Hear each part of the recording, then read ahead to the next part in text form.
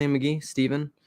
And he was saying that, and Mandy was saying it only took him like 3 years to their introvert to come out of the lurk to get onto a screen, because that is a big, that's a big struggle, I think, for people that aren't like you and me, just like the most ridiculous extroverted puppies they are, the golden Oh, we had retrievers some of lurkers. TLC.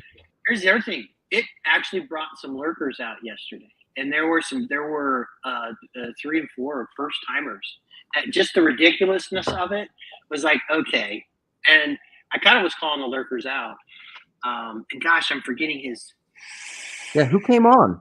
The new guys. I saw somebody. Raine. I'm so disappointed. I don't remember his name, but he came on and it was the perfect. And it was beautiful. He hasn't come on yet, but he's been in this little corner thinking and processing this stuff for years.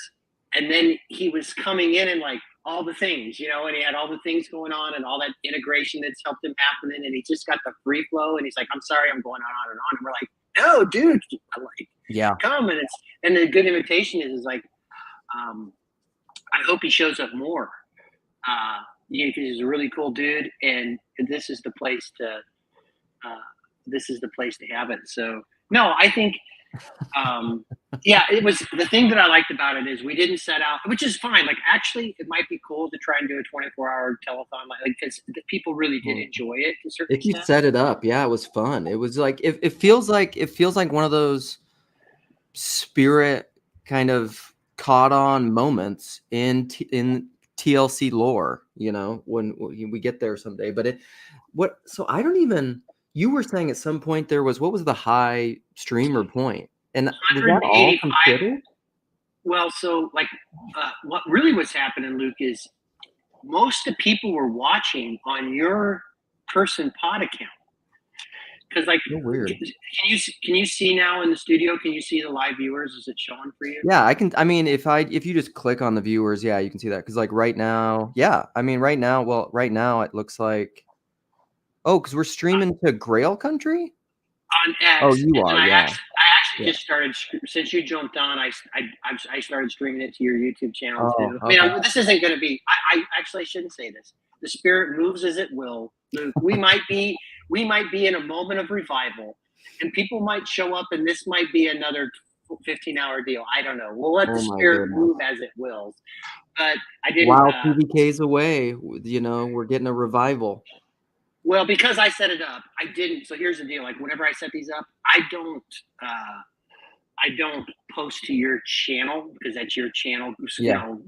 Nate's given me permission to do this with Grail, so I didn't set it up for your channel. But since you jumped in, I just pushed it out to your YouTube channel. That's fine, since I'm here. Part of it is and I might even go back and just clip the beginning of my thing and put it up as just a regular video on my channel. That way, it's not. Do you want me to? I'll do that for you. So I'll do, and I'll clip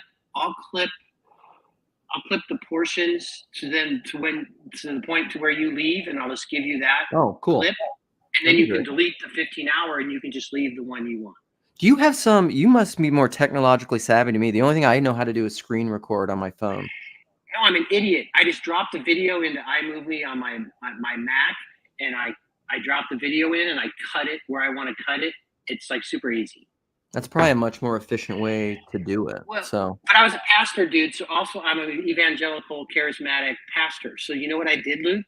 I had awesome PowerPoints, and I created videos, and I mashed things together. I had this multimedia experience, dude. You should have seen a Lance Holy Spirit, fully evangelical PowerPoint with video mashups and music mashups, and bringing it home and getting the crowd going into the emotional highs. That's great. That's what I was thinking. Who was talking about boring sermons in the stream? Somebody was talking about boring sermons, and I made the comment, they need to learn from these young, restless, and reform guys on how to preach a solid, just 2-hour sermon. Well, I'll tell you, still one of the things I love. There's this little video, I might post it out there, but it's this guy said a music video to John MacArthur preaching on some out of the Psalms. He was reading the Psalms about how wondrous are your works. Basically talking about we're created, not made. So he's reading Psalms, and Piper is then just coming over the top in this just exhortation way. I mean, it's incredible. It's moving. Like Piper can bring it when he wants to bring it. Dude, there's not. I mean, I've said this in my testimony when I first, because when we were in Minneapolis, church shopping, going around all these places, like we went to a lot of the different big churches around the community. I went to Greg Boyd's church. We went to Bethlehem because my mom had heard of Piper. I was floored. Like I really was floored. I'd never heard preaching like that in my life. I was like, holy cow. This guy, there was something. I mean, Piper just appeals to the zealots, man, to the hardcore people. That dude is as earnest as the day is long. He is absolutely fantastic.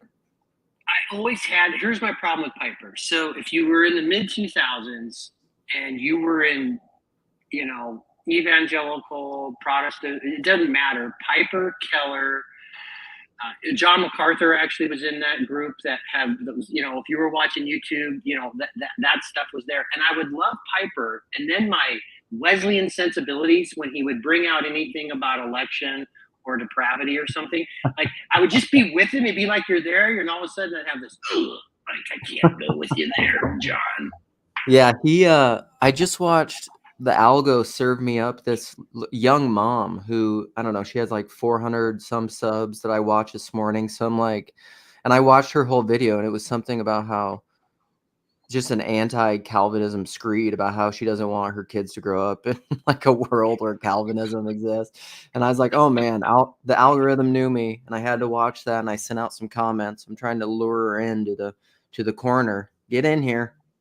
Well, and so here's the thing that I like, which is one of the things I'm realizing, like Paul during one of his Friday live streams when Colton was around, had about, and I think the clip is still out there, where he talked about talking about what in his view as he was expressing Calvinism for him, right? Paul said it in the most beautiful of ways. It was beautiful, right? Like you can take a Driscoll bent, right? But there is room within Calvinism to tell a beautiful story about it, right? Like Paul, I actually watch Living Stones. Like when you listen to Paul preach, Paul doesn't preach total depravity and this other stuff towards people. Yeah. Like he sees it, but the way Paul would describe it in a,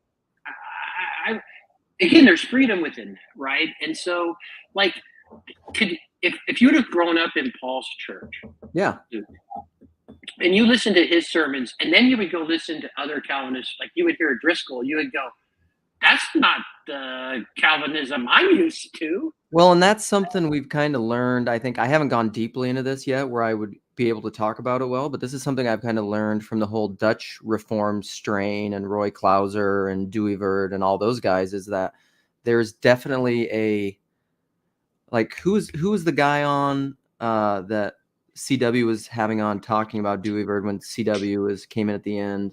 What is that guy's name? He's some Dutch guy. Recently in one of Paul's live streams, I think it was his last Friday live stream. Laramie, whatever that guy. Laramie, that's it. But he was that kind of Calvinism I had no idea existed. Really, honestly. Like that stream of Calvinism I didn't know anything about. Like I would probably still quibble at POS theology stuff within it. Like certain original guilt stuff. Like I'm still gonna have a problem with that. But like it's fundamentally non-dual. It doesn't have a linear progression of time. Like I have bulleted points of like things that are my beefs with Calvinism. There's 2 of them. Doesn't exist within that strain of Calvinism. Well, cool. And like if you're talking about Karl Barth or Tom Torrance or a lot of these other guys, a lot of my problems with Calvinism go away. Then that's why I've said Calvinism is kind of tell me about the Calvinism you don't believe in. I probably don't believe in it either. Well, maybe, unless you came from the British Isles, Scottish Calvinism. But then you got, George MacDonald. I don't know if George MacDonald would have identified as a Calvinist. I have a hard time believing he would have. But anyhow. Yeah, saying Calvinism like saying Orthodoxy. Yeah, true. Too low res. We'll see. I sent my my beginning thing that I read from Steve Robinson to one of my local buddies who's a deacon, because I'm always, every once in a while when I think I'm saying things that are gonna like get me in trouble or too close to the edge, I'll send it to him to see if he like gets fired up about it and is just like, I think you need to be reprimanded or discommunicated. Here we got our boy S. No, S. I was that too low res is that is it, right? So to be fair, to give to not straw man, to steel man Calvin. Yeah. That there is, well, and again, like Robin Perry, where he goes through everything and talks about, universalism, he noted a number of Calvinist universalists. Well, right, but that's like you remove, like, let me try to list my bullet points. If you remove original guilt from the POS theology thing, so like if total depravity is more of like a orthodox way of understanding it, which is a blemished icon, but really the fundamental core is the imago Dei, the image of God, the divine spark. The core of man is really good. That thing that everybody's freaking out with Pope Francis right now versus bad.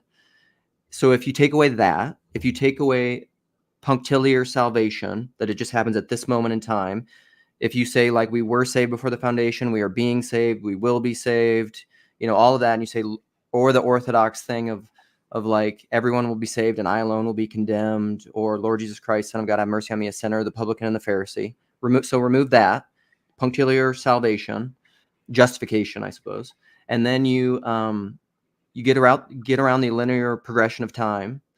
You get around like either or zero sum election, like I'm choosing the arbitrary election of this and not this based on nothing except the arbitrary divine will of God or whatever. If you remove all those things, you've removed all my problems with Calvinism, and then Calvinism is no longer Calvinism. It's just like what I believe.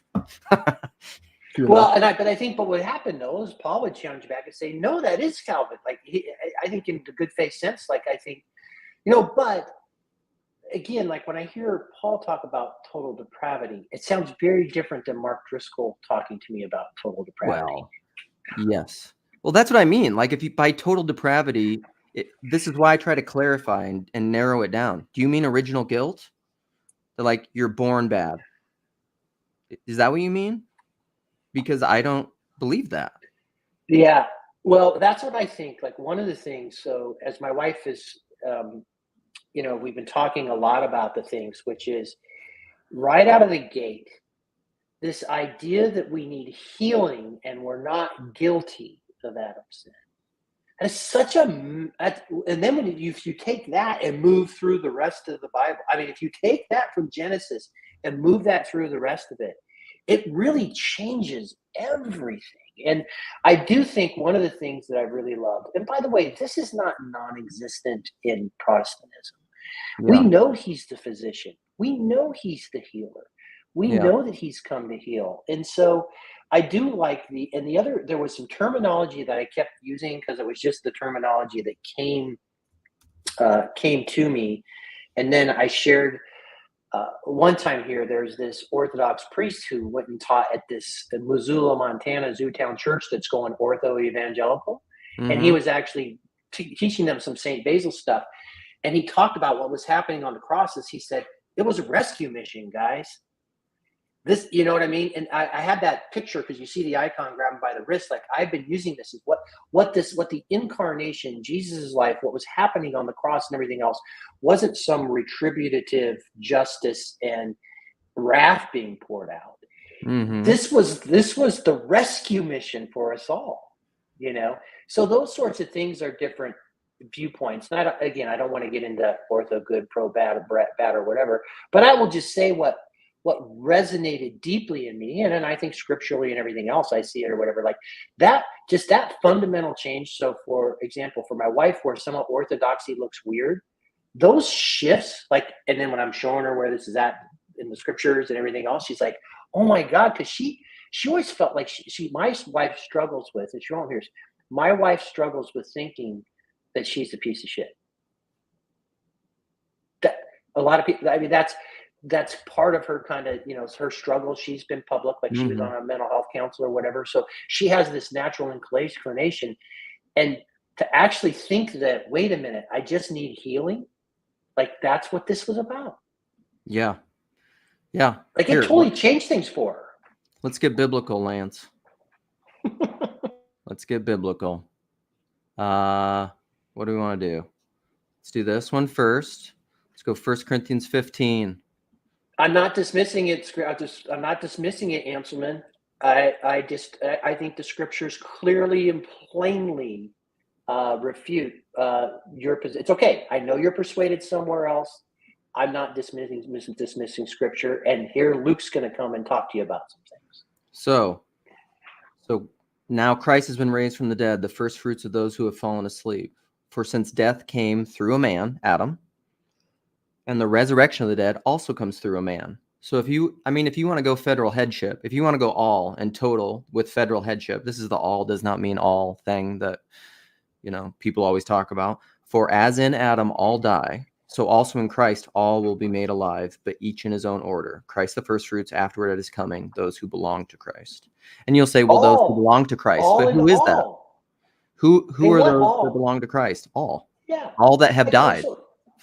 People want to. So here's the thing. Here's the fallacy. So here's the scripture thing. It's so obvious to me now. We all believe that all, right? Mm-hmm. So everyone say, "Oh yeah, it means all in the first part," but the second part doesn't really mean all, guys. Like, no. That's just to say whatever. Like, no, you can't do that. It means all and all. Yeah. And then let's go with this one. So this is Romans 11, which I always tell the Romans 9 Calvinists to just keep reading. Go to 10 and 11. But so regarding the gospel, they are enemies for your advantage. But regarding election, they are loved because of the patriarchs. Since God's gracious gifts and calling are irrevocable. As you once disobeyed God, but now have received mercy through their disobedience, so that they too have now disobeyed, resulting in mercy to you, so that they also now may receive mercy. For God has imprisoned all in disobedience, that he will have mercy on all. And scroll down to the hymn of praise. So here's the great doxology that he says right after that. So we go 8, 9, 10, 11. Like Paul's not, there's these things where it says he lays these arguments out, and then people will build systematic theologies around that. But then he comes right back and says, but I don't mean that at all, right? And by the way, Sovereign Love, Wayne does a wonderful job on this. But when you look at what he's doing here, so after he basically discloses that he's going to have mercy on all, he's referring back here to Job and to Isaiah, and he's like, guys, this mystery, oh, how unsearchable are his ways, right? Yeah. Oh, the depths of the riches, for who has known the mind of the Lord, or who has been his counselor, all these things, and for from him and through him and to him are all things, to him be the glory, that gathering up into himself. But he jumps right into this, like, so what's being referred to is Job's speech after the whirlwind comes, and Job's like, oh my God, I had heard of you, but now I see you. You have things too wonderful and beautiful for me to even understand. Teach me. So when you look at where Paul stuck the landing after all the Romans wrote, it comes out with that he's going to have mercy on all. And then he goes into this wonderful, guys, this stuff is beyond, it's amazing what God is doing. We can't even believe how merciful he is. Laura's bored. She wants us to go back to talk about the live stream. Doesn't want us to talk about God redeeming everything. Bored. All right. Hey, Anselman's with us here. Thanks, Anselman. Sweet. Cool. Listen, so at any rate, you got me going on that. By the way, the reason why I was that, Jess is doing a Romans. He's going through Romans with his dad. And so he hadn't got to that part yet. So I was like, hey, Jess, look at what happens after all that when he says the mercy on Job and then or mercy on all. And I said, then he brings in that Job. So I was showing that to Jess. So I'm like, look at what Paul says after all that when he sticks the landing in Romans. I was trying to put that connection together for Jess. Right. Because that's the whole thing in Romans. It's just like, well, whatever. I don't want to talk 9. That's a different live stream. I guess we're right.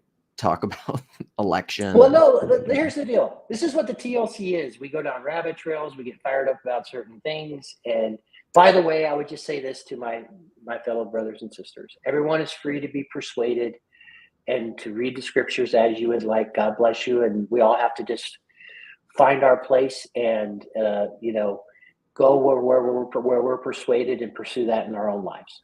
Yeah, what else are you going to do? You can't, I mean, my belief can't be your belief and vice versa. Except, I don't know, the Bible's funny even on those regards, like being saved by someone else's piety. Bible has verses about that kind of thing too. So the prayers of what is it? Is it the prayers of a faithful righteous woman availeth much? Love covers a multitude of sins. Ooh, man, this is a good one. Yeah, I would. Ooh, that's a third rail. How is the Bible the perfect word of God? I mean, there's a lot of things coming up in that. That's like inerrancy, infallibility discussions, what that means. Chicago statement on inerrancy. There's a lot of different.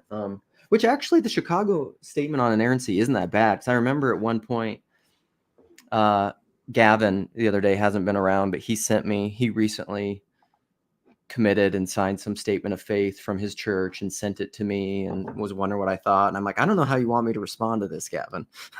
I know that everything that I say about confessions and statements of faith, like, what I think about that. And I'm like, there's a lot in there I couldn't sign in good conscience. But if you can, that's fantastic. But that's the, a lot of it is, I take all this stuff so seriously. So I remember when I was having discussions about inerrancy. And so I was like, I'm going to read the Chicago statement then. That's what I'm going to do. I'm going to go through it and read it.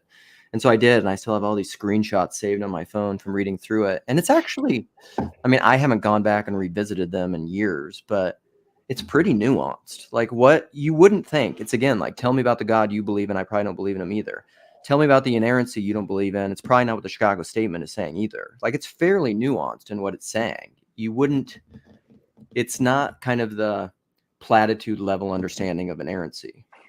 Yeah. And they clarify those things pretty well. So for example, like if you look at orthodoxy, there's a preeminence to scripture.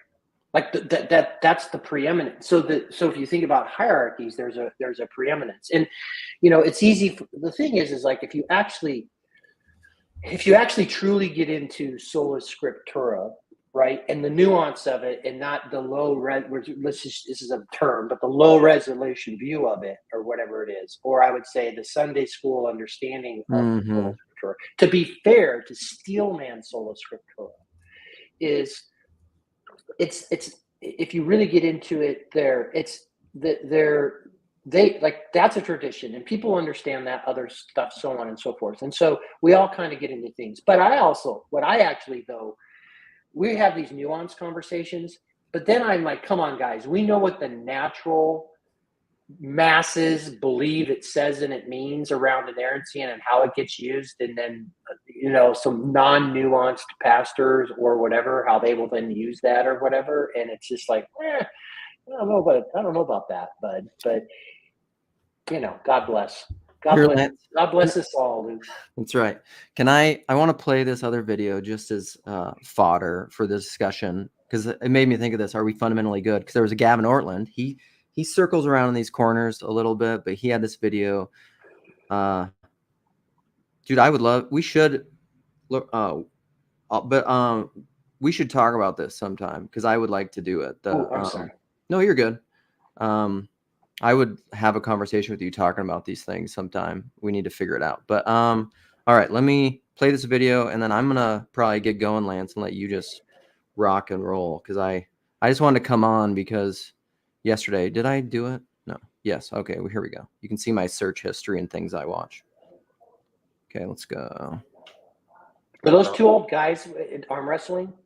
Yeah. So what that was that's Lucas Van Os and his dad, which is awesome. It just made me think of me and my son so much, because it's just him going like, it's just them being playful. They don't even start. And he's just like, I'm not going to try. He's like, no, you have to try. And I'm just thinking, oh, that's so funny. All right, let's get back here. Let's see. All right, here we go. Let me turn it up. That we're all fundamentally good. Everyone's been talking about this. My wife was asking if I'm going to make a video about this. I don't like making videos about Pope Francis and the latest thing he said. It feels sort of opportunistic. He says something that goes out there. Everybody, it's easy to seize upon. I watched a lot of the interview. I think the thing with him is he's just so unclear sometimes and clumsy in his language. But so kind of leave that aside. It's an occasion to reflect upon a broader need, and that is the importance of being clear about sin. The gospel is such good news. We want to bring the gospel, the happy news of the gospel to our friends. To do that, we have to start with the bad news, and that's that we're alienated from God. We are sinners. We are broken. We all know that deep down, but it's so important to start there.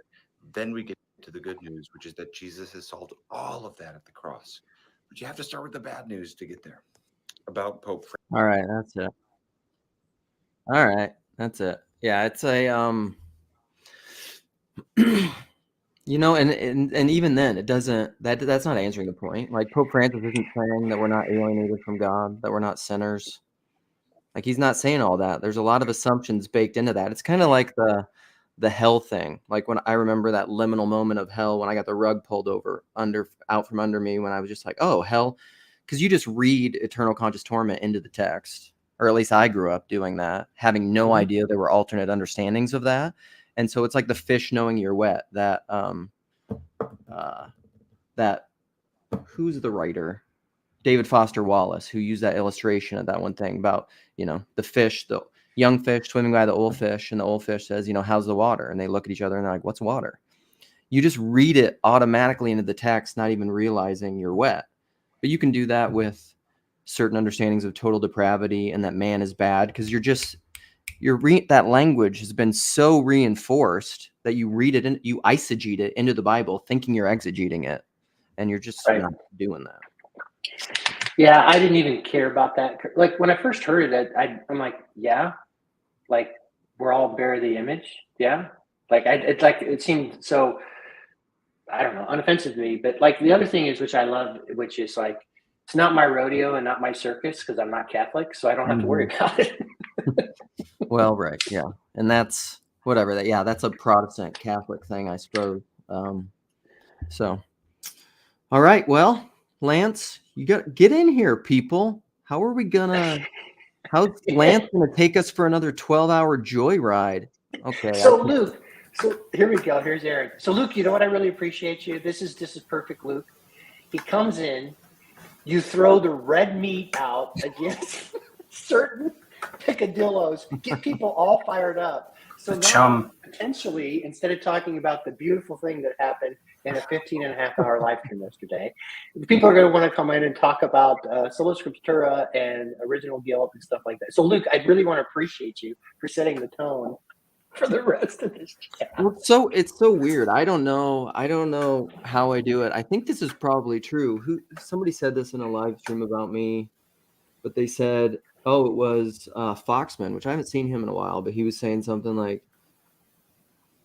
in this whole TLC, people say there's a couple characteristics that are most people, is that we're all highly contrarian, and it tends to be people that are also highly open to ideas and very contrarian. And he said Luke is maybe the most contrarian of the contrarians, because I kind of am. I mean, I'm very naturally that way. If I get around a bunch of people that all start thinking like me and using all the same language, I immediately start going like, okay, what's going on? Yeah. What are we not seeing? What's happening? Like, it starts to bother me. And that's like even that orthodoxy thing. It's just fun. Like, that's why Sam's response to it baffled me so much. I'm just like, it's a personal story about a guy's just heartbreaking journey with his conversion to orthodoxy and all of that struggle. And Sam's just like, I'm sick of this Orthodox triumphalism. I'm just like, what? That's not what the article was about at all. Yeah. Well, but we're people with relationships, and there's a lot of stuff baked in, this so on and so forth. And I think one of the things that you and Sam really deeply can connect on, Luke, is that you've both been excommunicated, right? Effectively, well, right? And effectively, outcast. Yeah. In some way, you know what I mean. But I think there's this thing where I think you guys can both connect, although it's different, but there's a certain level which, you know, I mean, you were asked to basically not come back to a church, if I understand your story correctly. Is that right? Sorry, I was trying to mute myself because the cops are coming for me. What did you say? Where you were effectively kind of kindly asked to like, hey, Well, Luke, it'd probably be better if you just either quit asking your questions or go somewhere else. Is that that well, happened to you, right? that's the thing that's so funny. I mean, that's when my worst church experience, that's exactly what happened. Is they were like, you know, we think you maybe should go to a different church, or we can help you find a different church. And I was like, I don't want to find a different church. You know, like that's not my goal. My whole goal. And I mean, what's so funny is when I first started going to that church, I met with the pastor before I ever moved to that town. I told him all my convictions regarding hell. I said, this is an issue I'm working through. This is where I'm at with it. This is what I'm thinking. This is how I got here. I believe in sola scriptura. I believe the Bible is our authority, but I also believe we need to work out these things in community. And so that's something I want to do. I told him all that before I ever moved to the town. And then I continued having those conversations, but trying to do it. I wasn't like demanding I do it from the pulpit. I wasn't like talking to everybody about it, emailing everyone. I was just having conversations with people. They can't handle it. They can't handle it. A lot of churches view any diversity of thought as literally like a superficial thing. They think it's just like a frilly. They prioritize stories of people who went out and then returned. I don't know how many people, when I was like kind of deconstructing my faith, were like, yeah, I had a period of some really fundamental doubts. And then one day I just came right back to the same bullshit. You know, they didn't say it like that. You know, and I realized that they were right all along. And those stories get rushed to the microphone. Right. Luke, you were talking about Boyd before. Mm-hmm. Boyd was going to a church at one point and he was having some doubts and expressed it to the pastor. And do you know what the pastor said to him? I can guess. Are you struggling with pornography?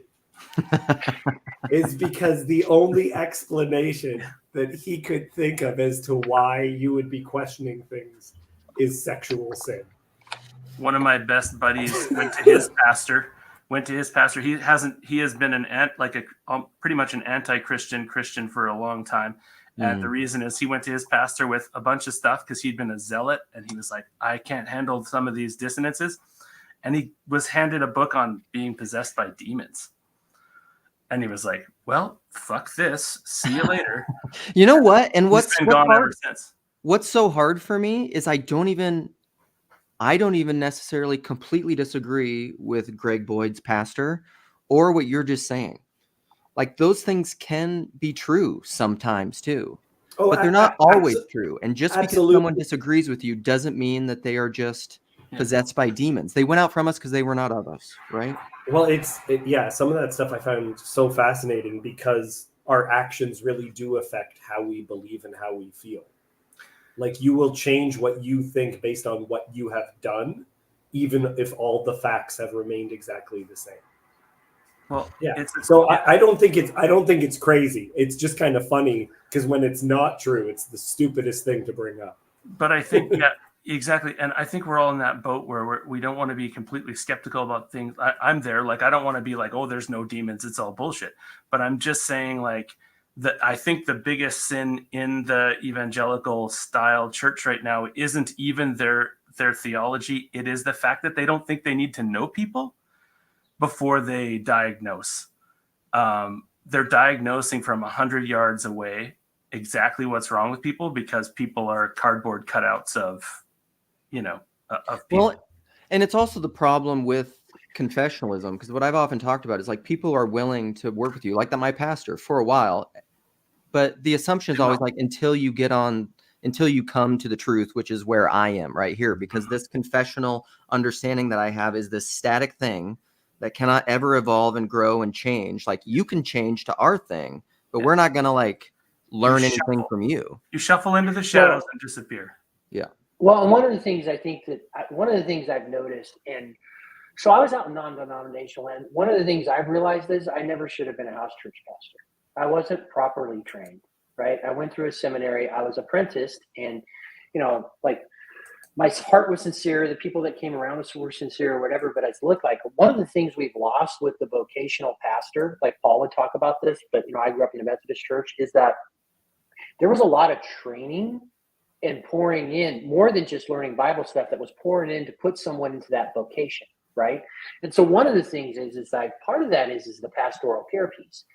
And I think on Paul's live stream or on his videos, he's talking about Clay Leibel. One of the comments is one of the guys who went to Clay's church, what he really appreciated about Clay is Clay allowed him to ask difficult questions.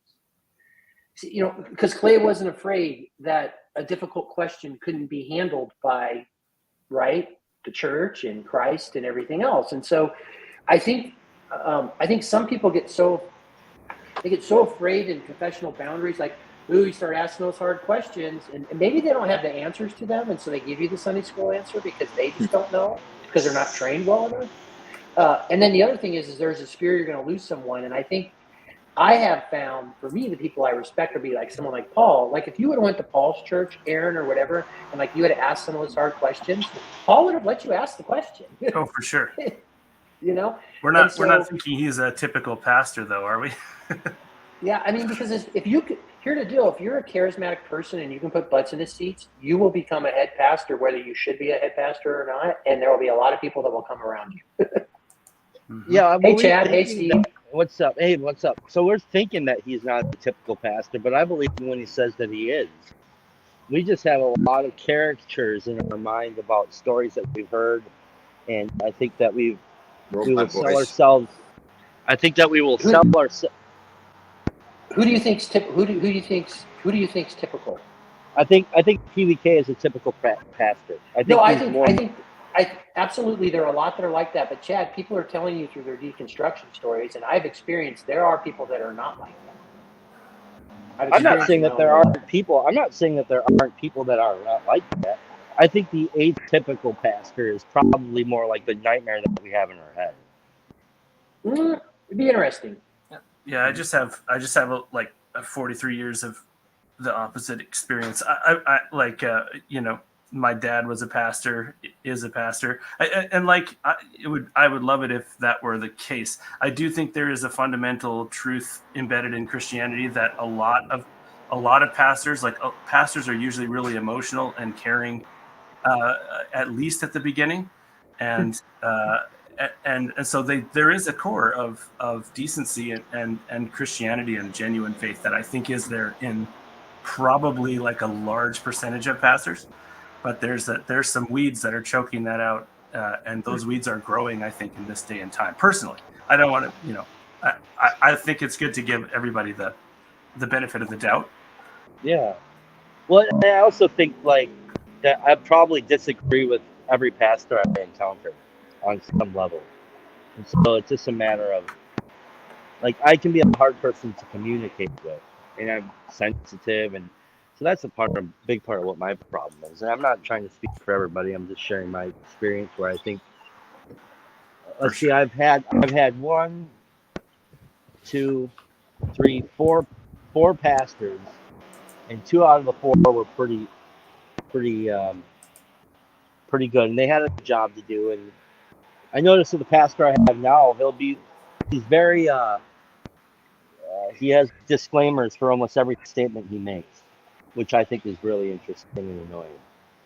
And Chad, one of the things I want to say through this, what I have done, and having actually been kind of in the community in Kansas City and seeing how the sausage was made behind the scenes and having conversations with people who were leading churches, the vast majority of men who are doing that have a sincere heart. Like they're really trying to serve the Lord, but there's a reason why they're there. I mean, yeah, there's always the occasional shyster or whatever, but most people are doing it out of the sincerity of their heart and doing the best they can with what they got. Well, my former pastor that is really responsible for it. I was in ministry for 2 years under this guy, and he's pretty much, he was responsible for me thinking I wasn't a Christian for a couple of years. He had a shit car. Like his car was a piece of shit, and that was indicative of the fact that it was a fairly big church, He was not ringing the church for money. And I think people thought, that was a sign of character. But he had also become obsessed with a certain kind of biblical authority that he was wielding in a terrible way. So it's like this weird combination of like a servant heart, and in his mind, like he was not abusing. I don't think there was any sexual scandal or anything like that. At the same time, some of this, like he was just a toxic person who was leaving a trail of broken dreams in his wake. So both things are kind of sometimes true. I mean, he had extremes, but I think that is the direction a lot of churches are headed, unfortunately. Anyway, I'm talking too much. No, I think I agree with a lot of what you're saying. And I was in professional ministry for a short period of time as well. And one of the things that I saw is that I believe that within a pastoral system, it rewards someone who is a workaholic. Having proper priorities is actually, it's like being a CEO. Like there was a joke that a comedian made recently, which was, what do you call an athlete with good mental health? Assistant coach. Is like you could hypothetically be in ministry and be healthy, but there's a lot of situations where it's rewarded. Like Paul, there's a kind of pastor that Paul is typical of, but Paul's church, remember, is struggling, right? He does seem to be this healthy, kind of open kind of person, and he's not the pastor of a mega church. He's not wildly successful. Yeah, it doesn't sell. What he's doing doesn't sell in an increasingly fundamentalist society. Yeah, it doesn't. It doesn't scale. Like they do want maximum number of converts, and Paul isn't going to produce that. That's why I love him, though. He was literally the only Christian person I was engaging with online for a period of time. Him and Esther Meek, who is a Christian philosopher lady. I was like, thought I was done with Christianity. I was like, shit, I guess I got to listen to these people just to at least convince me that I wasn't crazy to be involved in this for 37 years or whatever it was, 35 years.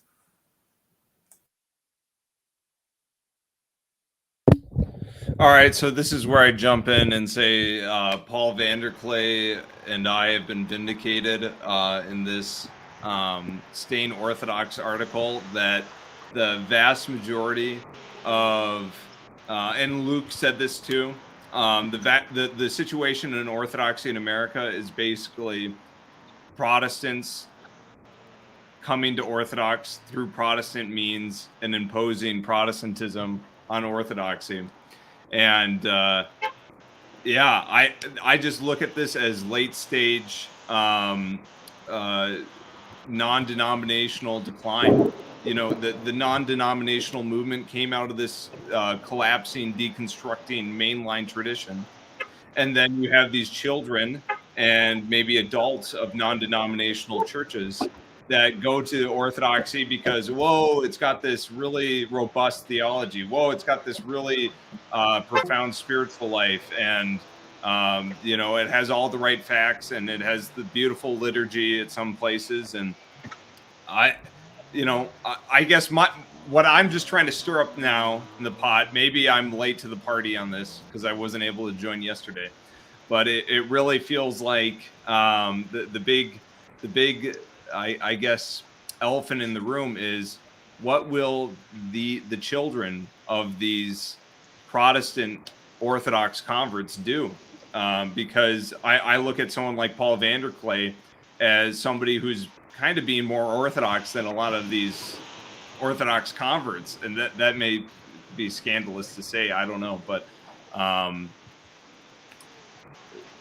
what are your guys' idea about coming to Orthodoxy with this over concern of the presuppositional? Okay, they have the right facts, they have the right arguments, they have the right liturgical proposition. Liturgical art should be beautiful. Okay, well, am I making sense here? I don't want to hog. Yeah, I'm the only spotlight. other Orthodox person on here, so I don't know You're that making this is. you're making sense to me. And by the way, there's some kind of like static sound. I think that's Chad.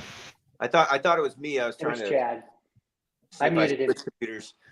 Sorry, Chad. But yeah, it makes sense to me. And so I've like been looking into this as a church, and the message I keep getting is stop thinking about stuff. Stop evaluating with your logical criteria of what's good and what's bad or right and wrong, and do the stuff and experience it. And that, which speaks quite a bit to me, because as somebody who became disinterested in God and Christianity, and then eventually became an atheist, I joined a fellowship where they said, doesn't matter what God is. It could be a doorknob. Doesn't even matter. You just need to like turn your will and your life over to it, which is like ludicrous to me. Ludicrous. It came up yesterday. But you need to do the stuff. Do the stuff. And I did the stuff, and it totally worked. It said, you do this, this is what will happen to you. I did that. That's what happened to me. And so, I go to a church, and, I listen to like not everybody online, but I listen to some online, usually guys who wear black. And they say things like, don't bother trying to get the theology right. Don't get your arguments right. Don't like realize which part of your formation in the past wasn't correct, so that you can let that go and then embrace our one. I mean, they talk about what they believe, which sounds kind of, it's difficult for me to accept some of it. But what they're all definitely saying is there's things you need to do. You do those things. And then you will experience it. And they use other language than that too, that I don't want to try, because I'll bastardize what they're saying. But it's like you will experience something, and because of what you're doing and where you're doing it, how you're doing it, who you're doing it with. And again, I'm like, I feel like I'm being warned. Maybe it's because of I'm new to this, so Joseph, you've been seeing a trend for a while. It could be a reaction to what you're talking about, that they're warning, like, hey dude, don't try to like be the top of the class PhD in this stuff in order to win in orthodoxy. That's a sin even. Yeah. Well, Yeah. And Joseph, here's sorry, what I would sorry. say is like, I'm the only other person who actually is in orthodoxy on this stream right now, I believe, right? Christ is so I don't risen. know that. Are you actually though? That still I feels awkward to me.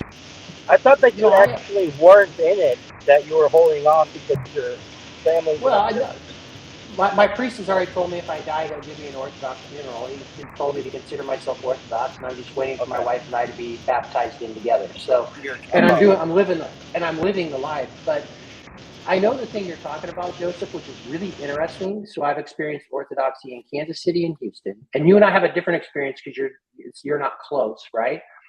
But this kind of I used to be. This sort of thing you're talking about, like that's not the young people I'm experiencing when I'm meeting. You and I are having a very different real life in the church kind of experience. But I would just say this: I've been banging this drum quite a bit. There's this and this is not Orthodox only. There has been a shocking shift that's happening, and you could even hear it on PVK's live streams when he's talking to Clay Leibel. I think it was Kent. They're noticing in the CRC, you're noticing this move towards more traditional forms, which is shocking when you went through this whole seeker model rock and roll church. So there's a depth that people are seeking. Now, if you would have listened to it, I don't know if you had a chance to listen to the beginning of the live stream yesterday, which I did. Yeah. That's why I joined this one. Yeah, Orthodoxy is not perfect, but no church is perfect. Yeah. So we all know that. So I just think like, oh, this church isn't perfect, and there are people. I'm like, yeah, that's right. People, and that's every church. I don't want it to be confused that I'm against propositions or confessions, or obviously I'm Orthodox for a reason. I believe the Orthodox confession of faith to be true. But here's what I have to say about that matter is, this is just I don't think it's just that people are seeking traditional forms of Christianity. I think obviously that's a component.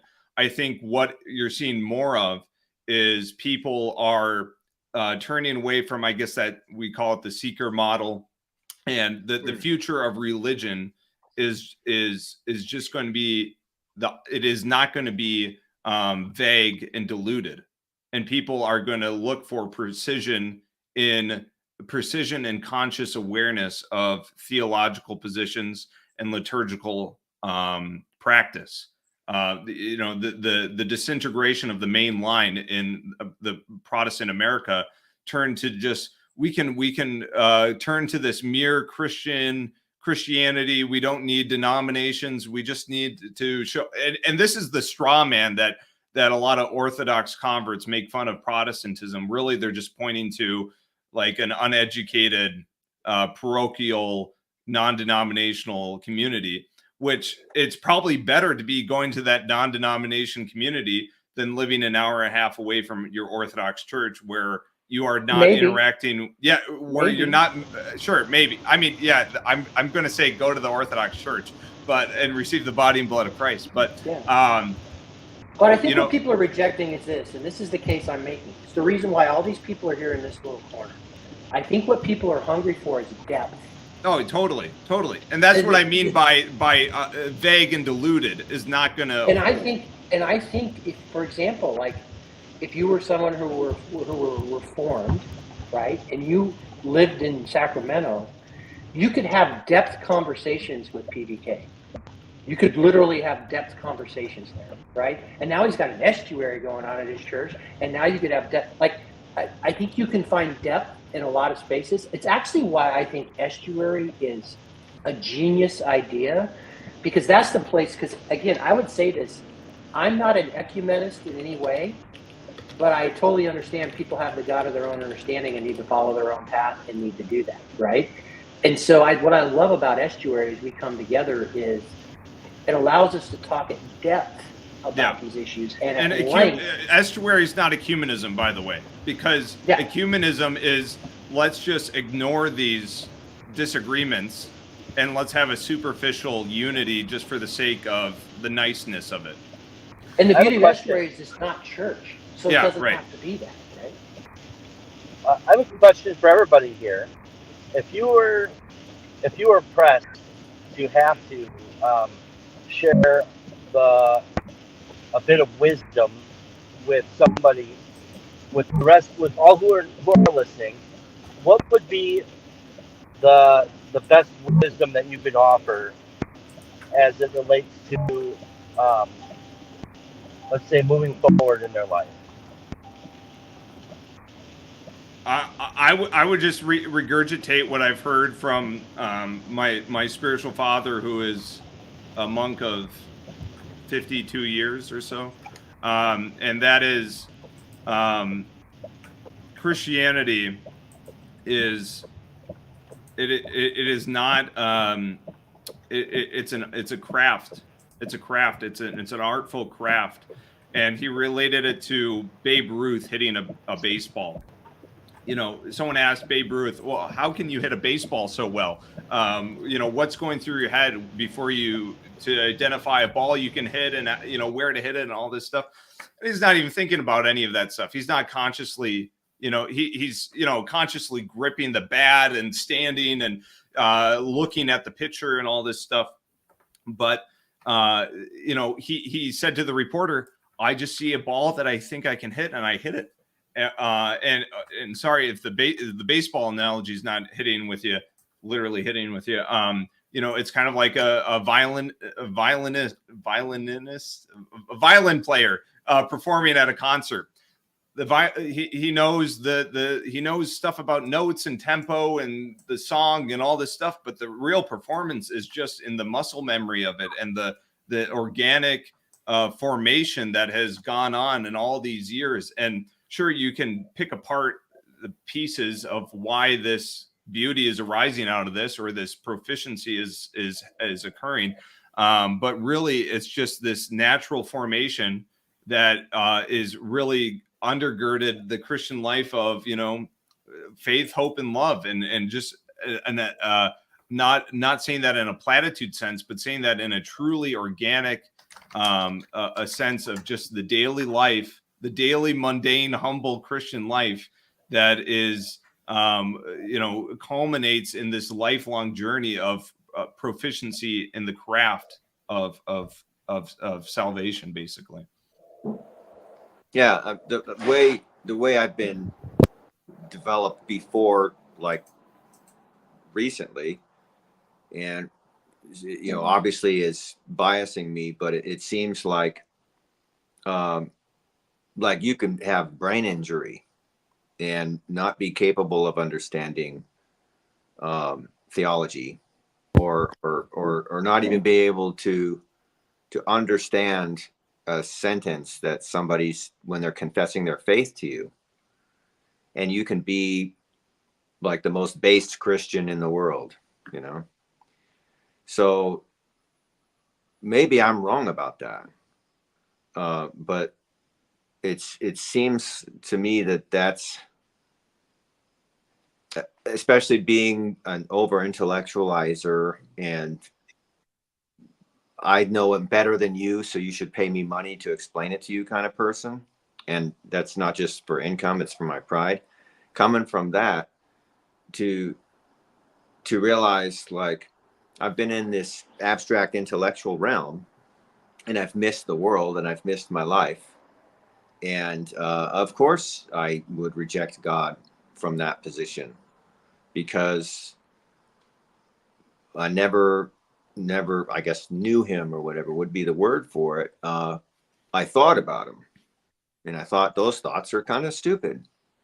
But if I can live my life in a way, which I feel like, devoting myself more to this fellowship I joined years back, kind of reconnecting with that, and reapplying that way of life, I've started to experience things in a very different way in my life. And that's like made it so when I hear people, I hear guys in black robes say, don't, it's not about your proposition. It's like, what do you do all day?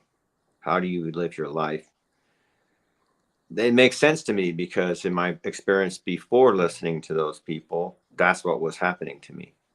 And so, again, I'm not saying this is the right way. It could, how much heresy can you handle from a newcomer like me? But the whole thing could be like Satan distracting everybody. We should all just have our individual yoga mat and pray to God by ourselves. And that's true Christianity. Everything else is just some big human construction that's trying to take us off track.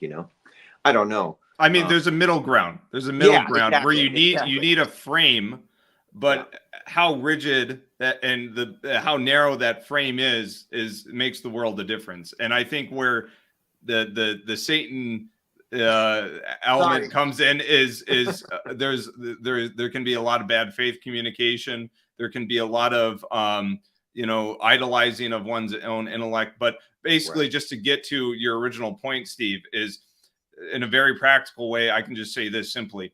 I know Orthodox Christians with Down syndrome. I know Orthodox Christians with that are deaf. I know Orthodox Christians that are blind.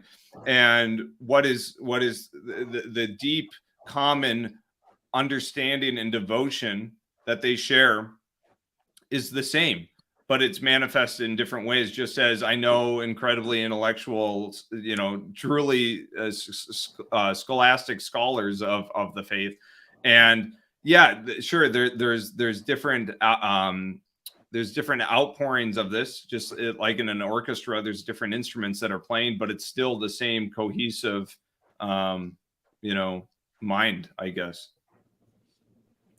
Look for the fruits of the Spirit. This is what I when I think of questions like what Chad asked, I'm assuming, because of my situation in life, that I'm talking to people who may never darken the door of a church. But I would say, look at the fruits of the Spirit, and let the fruits of the Spirit be alive. Like, don't ever assume what love, joy, peace, patience, kindness, goodness, faithfulness, gentleness, and self-control are in some kind of simplistic way. Always allow your understanding of those fruits of the Spirit to grow, and look for those fruits of the Spirit in everybody, and don't settle for anything less. That I guess. So I just got reminded of somebody asked, not you guys, but asked this other person, well, how about, so if people don't like commune with us and don't join our church, are they going to hell? And it was not the first time I heard this question and being answered by these kinds of people. And he was taken aback by, like, kind of offended by that thought. And it's like, how would anybody know? How would you know? Like, we don't, like, we know, because they believe, we know that this is a way, but how can we say the Holy Spirit isn't able to do anything? And how do we know, like, what somebody else is doing isn't exactly what they should be doing? And so I felt like that was a very not vague, not like avoiding the answer, but a different, at least straw man that I thought all churches put forward was like, they drew a line in the sand. It's like, you cross this line by confessing this cluster of sentences, or it's hell for you. I always felt like that's what was happening, that was being put forward. It's like sentences and agreeing to believe in some. It sounds more like Islam. Well, and I mean, it sounds a lot like the way television portrays Christianity, or at least it did in the 80s and 90s. Well, But it's also how Christianity, Christianity displayed itself in the 80s and 90s too. Yeah, I don't think it's ever been that case, or maybe only a few really lost kind of sociopathic people would be like that, but generally no. And yeah, so that, it just made me think of that, like, the people who have, like, maybe the most things to do and the most things to buy and put on a wall and stuff like that, they are not saying, like, this is the only way and you got to do it right or you're screwed. But at least the ones that I've heard, they're not trying to claim that. And so on the opposite end, it could be like, all you got to do is, like, even if you don't even want to stand up and raise your hands when we're playing music, that's okay. Your lack of obedience or compliance to fit in with everybody else in this giant church doesn't mean you're screwed. I think that's their take on it. Nobody seemed to care that I wasn't standing up and waving my hands during the music when I went. Someone said, I don't know if it's Nate or if it's Lance, people are seeking depth and embodiment. I also think people are seeking institution. More, and people are going to find that in different, and people are going to find that at different levels. But, like, in the last 4 years, science, government, like, and we don't have to talk about those things by knowing that those institutions have, like, failed a lot of people. And well, so Christian, sorry. Also, let's not forget what has happened in the last 50 years with the destruction of the main line, basically. I agree. I agree, because it's putting, because they forgot their own telos. Even if their telos was Protestantism, which you could say it is, but even in their own confessions about, say, in the main line about communion, they lost that as a telos.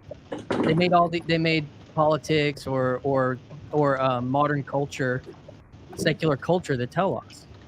And I think so. I don't think it's just, and I don't think people are looking for things that do and say what they say they are going to do and what they say they're going to do, or and these church, even Protestant churches, have confessions that they're not holding themselves to, and I think that becomes evident, and that's why that's part of it. And I'm interested not only in and maybe it's just because of my experience of working at churches, but helping them to to look back to their own form of institution as opposed to everything else around them. And I think that that's also a path forward, because what if, again, I guess, but you can do orthodoxy anywhere, but then you're doing it by yourself. And is that, I mean, that doesn't make sense for me in a framework of hierarchy within like an embedded hierarchy in your family, in your community, in your religious life, in your work life. Like there are holy places, there are sacred places that, I don't know, need help, need vision that they've lost. So, that's, Yeah, well, Christian, I think a big problem happens when you have recent Orthodox converts that think we can play the same, that Orthodoxy in American can position itself like a Vatican I Catholicism, that we have the right Shahada, we have the right I would say hierarchy. some of that already, that's why I say some of that already exists within the structures, like physically with Protestantism in every town. You have, like where I live, First Baptist, First Methodist, First Episcopal. They're all right there. Yeah. Right downtown, surrounded by neighborhood. Yeah. And Christianity assumes locality. Yes, it's a physical, that's a part of the manifestation of value and hierarchy within our life, is physical reality. And so I think that ideal is not bad, but I think it's not misplaced in the sense that orthodoxy is bad or wrong. Misplaced in the sense that that doesn't make sense with deserts and deserts of non-orthodox space within the world, with dots of oases of these physical places, which are largely just, are you in close proximity to a diaspora community? That's basically, that's the criteria. Are you going to have an Orthodox church near you? Well, is there a Russian or Greek diaspora? Yeah, sure, you will. I mean, there will be outlier cases, but that's the same thing as in some ways as Dutch Reformed churches. Yeah, totally. It's like that's the same thing. That's why I think it's, I mean, there are reasons to value the historicity, the iconography, the architecture of a new place, but those are pieces. They're not the whole, and that ideal of a locality exists already in every place. That's been broken, and we've been told that reality is what we see on, our TVs or on our screens, and that is where we exist, versus helping foster and develop the kingdom where we are, and not every bit. But I will say, if the phenomenon is that a lot of people are new to the faith and they are in a locality, and that makes the most sense, and that seems the most right, and it's a call back to this institution or this ancient faith, and that is there, go for it and dive in, and that is good. I'm just saying that's not everywhere. Yeah. So this is like back again to the question that I was hoping I'd get everybody to answer, because there wasn't a trend. The question is, if you had to offer a bit of advice to just an average Joe on how to best seek wisdom, what would you tell them? And I'm interested in your answer, Christian, and I'm interested in Tayo's. I know it sounds like a stupid question, but no, so far I've not heard anything personal. What was the specific question? And then I gotta go. The question is, if you had to offer to just somebody you met new who's looking for advice around trying to find wisdom, what would you tell them? Yeah. I would try to tell them wisdom is in truth, like being a truthful person. There's wisdom in that. seeking that wisdom is in Scripture. There's wisdom within Scripture. Things like Proverbs are wisdom. And then, do you know any wise people? And seek them out. And if you don't, am I the wisest person you think you know? And sometimes, like, I mean, if you're in a situation, if I don't think that I don't think that a lot of good preachers are wise, but they're good preachers. And I think that's a problem. Is the sacred office of wise of protecting people to be wise people within our community. So I think there's a pretty big problem there. And yeah, I don't know, but I've got to go, guys. I just had a few minutes, so it's good to see everyone. All right. Good to see it. Tao, I'm really interested in your answer, Tao. Well, okay. I can I double dip real quick, Chad? I said something earlier, but what I will say is, I think the biggest thing is you just need to dive into something, and you need to be, I'll contextualize it in my Orthodox frame real quick, but it's universal. I think I say to people, you won't fully appreciate Orthodoxy until you do all of Holy Week services, which are a lot of services, and conversely, you won't fully understand Orthodoxy until you do like a Greek fest or something, right? You need Holy Week and you need Greek fest. You need this embodied, deep, liturgical, theological setting, but then you also need this very practical, mundane, greasy, dirty embodiment of active service. And if you aren't fully embodied in a community in a very deep theological, liturgical, spiritual way, as well as just a very base, practical, mundane way, it's not gonna, the worlds won't be bridged, and you won't learn anything. You just need to dive into something, and you'll learn the more as you go on. So yeah, and I think, Chad, we've heard the answer to that over the years. And g'day, by the way. I was your tent neighbor in Chino. What's up, buddy? How you doing? But yeah, the 3 simple words: go to church.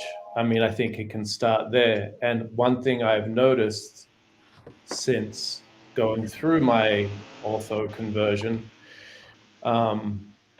is like the people who are coming in that just wander in, like each Sunday, it seems like there's someone new. I think that's exactly what they're asking the question you're asking. Can I find wisdom here? Mm-hmm. And I think for us, then whether it's an Orthodox church or whatever, the encouragement would be just keep coming. Just keep coming. Keep coming back. yeah, and so that's the problem. Is not there? you, it's an inside joke. There is this kind of exclusivistic right side of history. Go to church, but only if it's an Orthodox church. and I believe Orthodoxy is for everybody, but I don't believe that it's realistic for everybody at this point, and that's unfortunate. And what's even more unfortunate is I don't believe there's really a vision or an incentive of hierarchs within the broader Orthodox world that are concerned about that.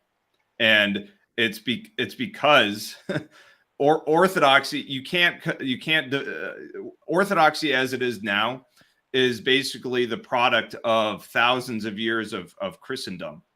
And Orthodoxy, unfortunately, I think in a civilizational setting has kind of lost that sojourners of this world kind of mentality that was present in the pre-Constantinian Christian world, which is, a difficult, that's what I think is the big savior father from the belly of the whale right now that I think all Christians are kind of facing is we no longer live in Christendom. Christendom is gone. We live in the ruins of it. And this is, I guess, where a Tom Holland is useful. But it is really, how do we recapture that sojourner of the world in an undiluted, embodied, deep way? So, Tayo, what do you think?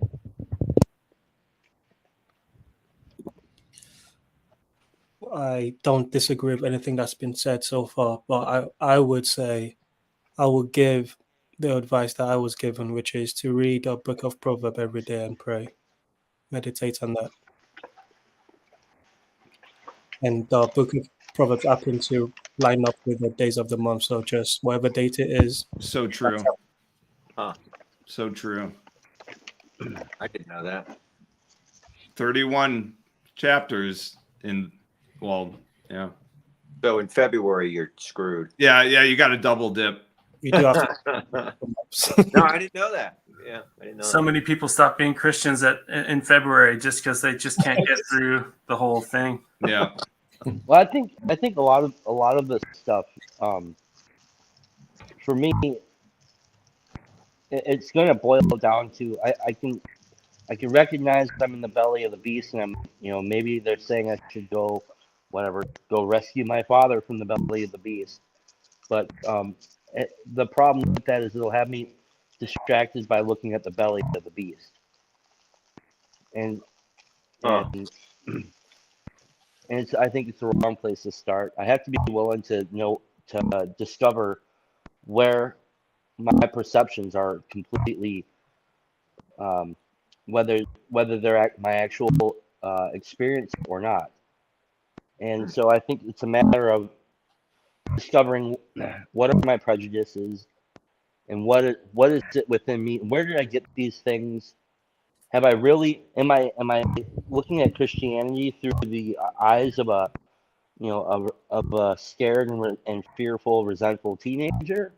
Yeah. Or do I get to re-examine through a new lens something different and how it relates to my life right now, and possibly how my lack of connection with that relates to my disintegrating life over a period of 20 years.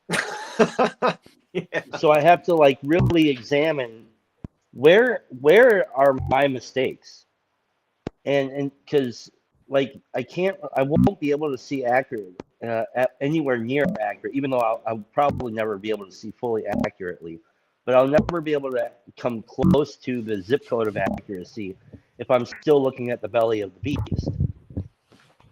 And well, zip codes are a hierarchical view, so you can get the first 3 digits and you're in a pretty good ballpark. Yeah, so it's a matter of I really and I'll just say it, probably hopefully I'll say it to not only say it, but hopefully I'll live it. Excuse me, until the end. That where are my sardines? What?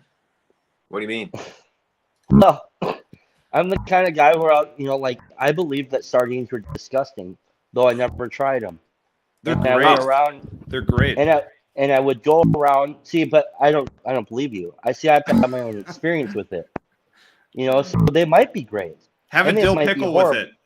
And they might be horrible, but the thing is, the whole point of that is I have an attitude that plays out in the world. So an attitude which is a horizontal, the world. I have an attitude that's operating completely built on prejudices. Things like sardines are stupid or gross.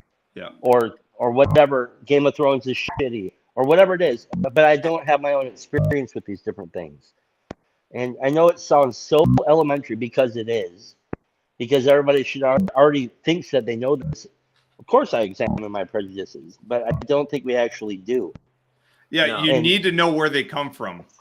Right. Well, I'm sitting next to people eating sardines, and I'm looking at them eat the sardines. And sometimes I'll walk down the aisle where they stock them in the grocery store.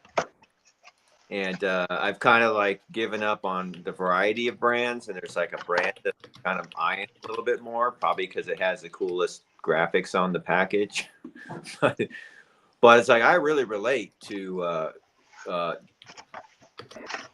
I know I reject things because I create a false description of it, And I, a straw man, and I point out like, oh, that's dumb, or that's wrong. I disagree with that, but I don't even know what I'm talking about.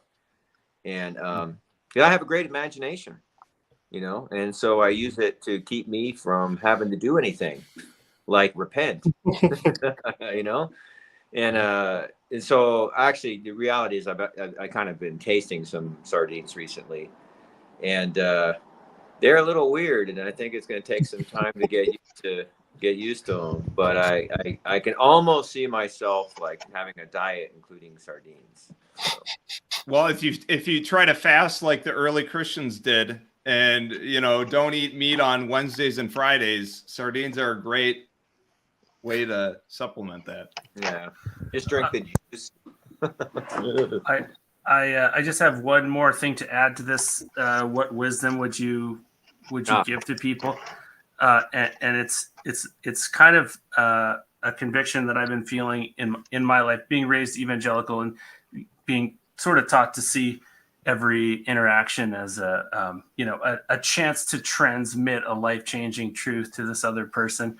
And I have just been really convicted that like radical presence with whoever you're talking to is the best wisdom there is. It's kind of it's a putting aside of your, I mean, obviously this is not a possible thing to do, but it is setting an intention to be to have as few preconceptions as you can. And I just realized that for myself, there were pivotal times in my life where feeling really seen by somebody else would have done more for me than anything they could have said.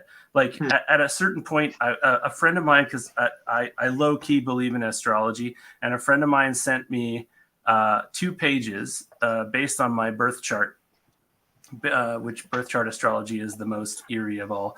And all it was a description of me based on my geographical location and when I was born. So I had no reason to believe this thing, except it was so right.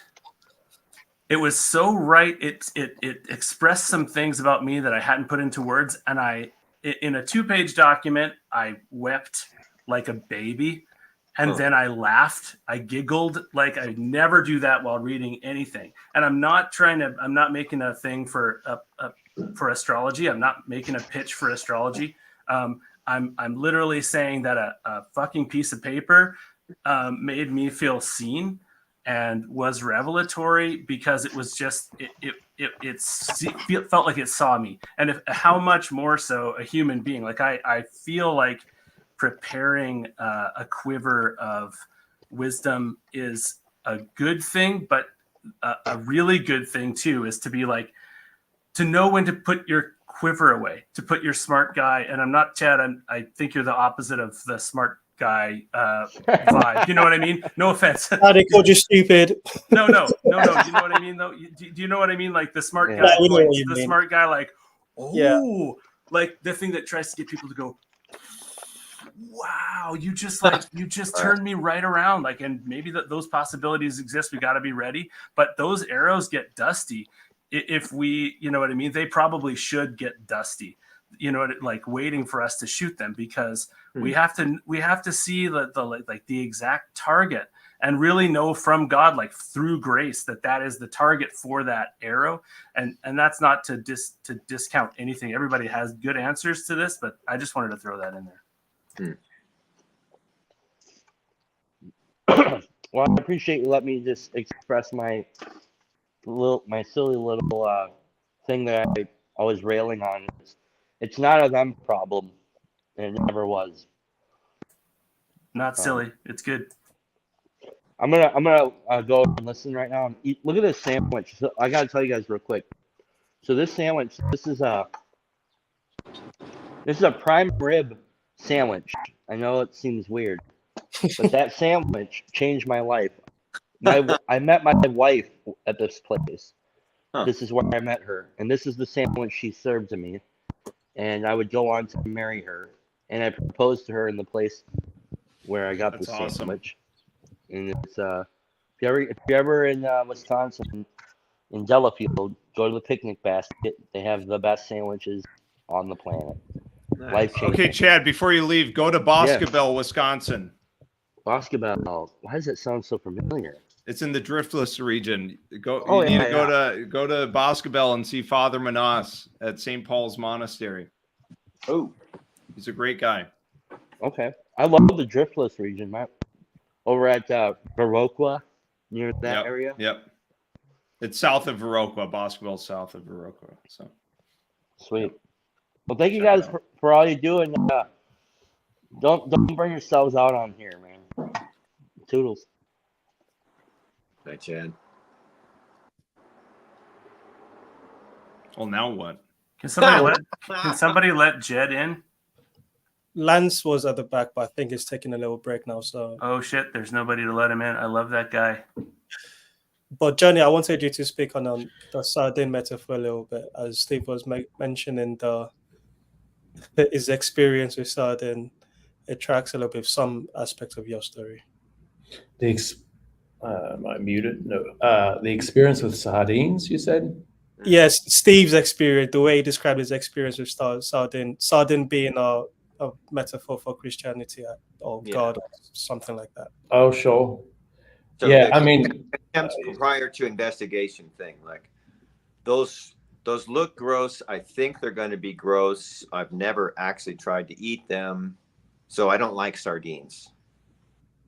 You know, but that's Chad's metaphor, and I'm like, I'm like that with food, let alone theology or righteousness or management theory. I judge everything as inferior by constructing some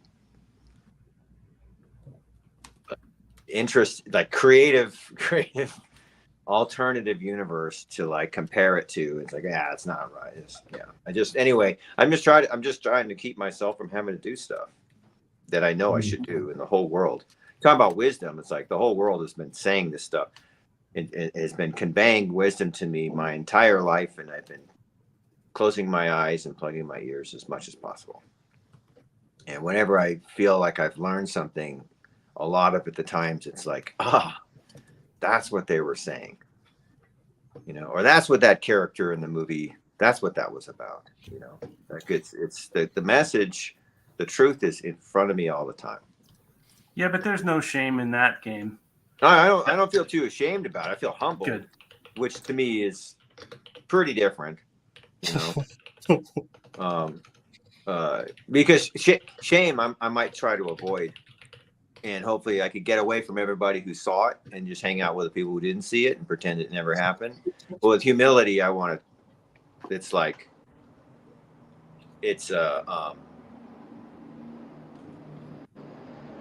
I actually gain a lot from humility. I'm motivated to be humbled, Yeah, that makes sense. Yeah, I don't know how much this is going to track. This is my first time on a stream. I've been in the Discord and that kind of thing with Tayo and Lance. So I don't feel like too much of a lurker, but this is kind of me coming out of lurkerdom. But what I was mostly just, like I said, just taking that first step and, being like, okay, what's it like to be on a live stream?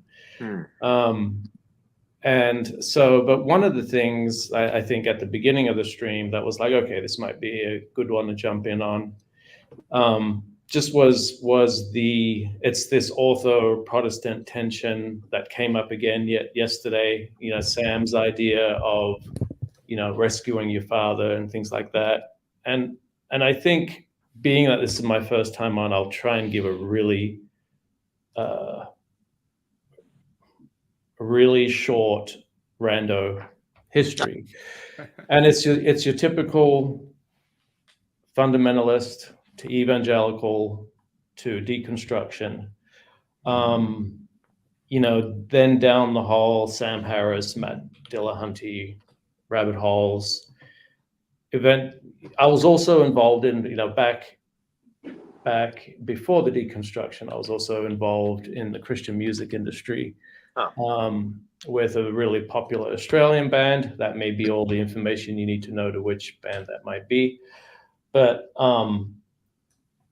it eventually led, to going to, when I was down the New Atheist trail, going to retreats like it was called Recovering from Religion. And it was something that the Atheist Experience would have made available. And then the next step was, going to the Amazon on a 10-day retreat with 6 ayahuasca sessions. That's what turned me around. and I want to put that short background in because one thing I think that does trigger me sometimes is when we think we know what deconstruction is, over a period of over a decade and what that looks like. And it's like, oh yeah, we see the pattern, but I think everyone's experience and history of that is so unique. And so sometimes I've been even hesitant to share, the deconstruction story, because it's like, okay, you fit in this box. Okay, we know who you are now. It's like, oh man, I don't think it's that simple. But I don't understand what deconstruction is. So this yeah, is I don't think I do either. It's just a label so that seems to fit, right? This could all be exactly me. Every single word except for the ayahuasca. Right. And the only thing I wanted to respond to with, Sam's, insistence on people going back to where they came from is that I tried 3 different evangelical churches, the small groups, the things like that. And I don't know what it was about Orthodoxy that is, when I walked in, I was the only person there. This was right in the beginning of the COVID time. And I don't know. That's the path that ended up sticking with me. But beyond that is this long story that I don't want to go into now, and I've already, I think, done enough. But my response to rescuing your father is sometimes you go down that road, and it's just like there's no going back. Yeah. When I was in Chino, Paul spoke at I believe it was where the event was held. It was an evangelical church, and I was sitting with Tayo and Jacob, who made some kind of investment that Paul wore when he preached at that church. And I sat through that whole service, and then I met John Viveki for the first time, and he had talked about this trauma, and I haven't even talked about my version of the trauma, but I know he has in his experience in I think he labels it fundamentalism. And I bumped into him on the way out and shook his hand. I was like, so you and I have kind of similar stories. I like, how did you deal with the service?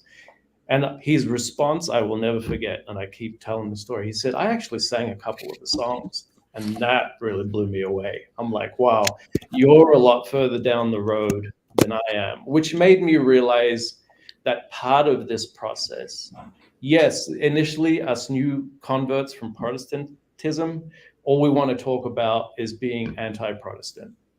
And we get over that eventually. But there's a process, I think, that needs to happen. It's going to take different amounts of time for different people. But you got to get over that eventually. And it's just whatever you need to go through, whatever you need to heal from, will just take time. And I feel like I've mostly gotten through that point where like Sam and PVK, where they would trigger me 2 years ago, 3 years ago, it's like, oh no. Yep. Johnny, if I may just butt in real quick. Yeah. That's such a profound thing you said. If I could just give some unsolicited advice, you already know this. but learn the songs of the church. Learn, everyone should know the Paschal, Apologion, the Christ is risen from the dead, trampling down death by death. But the Pentecost, Nativity, Annunciation, the songs. This is the thing: is we're not Orthodox because we're anti-Protestant. You shouldn't be anti anything, because and I'll agree with Pope Francis on this.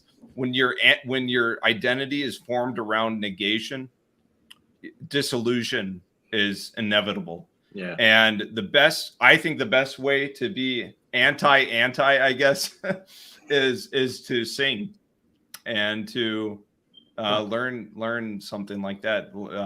Be actively participating in that. So Right. Good on you, mate. And yeah. Thanks, mate. That's really fascinating, Joseph. I would love to jump in on that after Johnny. I don't want to interrupt you at all, but that's and I want to finish with this too, and that is that what Joseph just mentioned. I think over time now that I was catechized just over 2 years ago, but that continual. There's so much to learn, and like you said, whether it's what you're singing in the liturgies, how you're responding, that also has its effect on the healing that needs to happen. So you're not just anti, So. And that's why John sang some of the songs. It's because sorry. Yeah. Yeah, so it's interesting, Joseph. I haven't met some of you guys, but some of you I have. So Aaron, good to see you again, buddy. Steve. But you brought up a really interesting point there, Joseph. And I think that even in the context of anything deconstruction like or ish, I think the antidote for that is actually liturgy. Yep. And one of the challenges, I grew up in a Protestant background as well, is that when you step into a liturgical church, a lot of it can seem very impenetrable, right? Like, why are we sitting? Why are we standing? Why are we singing? What does this mean? But when you get into the roots of what the liturgy is signifying and just how truly ancient this is, because these liturgical forms stretch back actually well before the Christian era, all the way back into the temple worship in Jerusalem. Yep. And there's, I don't know. I mean, I find that I'm far more progressive than most here. Maybe Aaron's the only guy who's neck and neck with me on that. But I do think that, finding those liturgical communities, that's where a lot of the formation happens, and the ability to, even when you're going in and reading scripture, you're going to read that through a new set of eyes, right? If you're being totally. liturgically. If I could just totally echo you there, I couldn't appreciate the beginning of Luke's gospel until I was standing in church for the feast of the Annunciation and actually singing and listening to the priest read the dialogue between Gabriel and the Mother of God, Mary.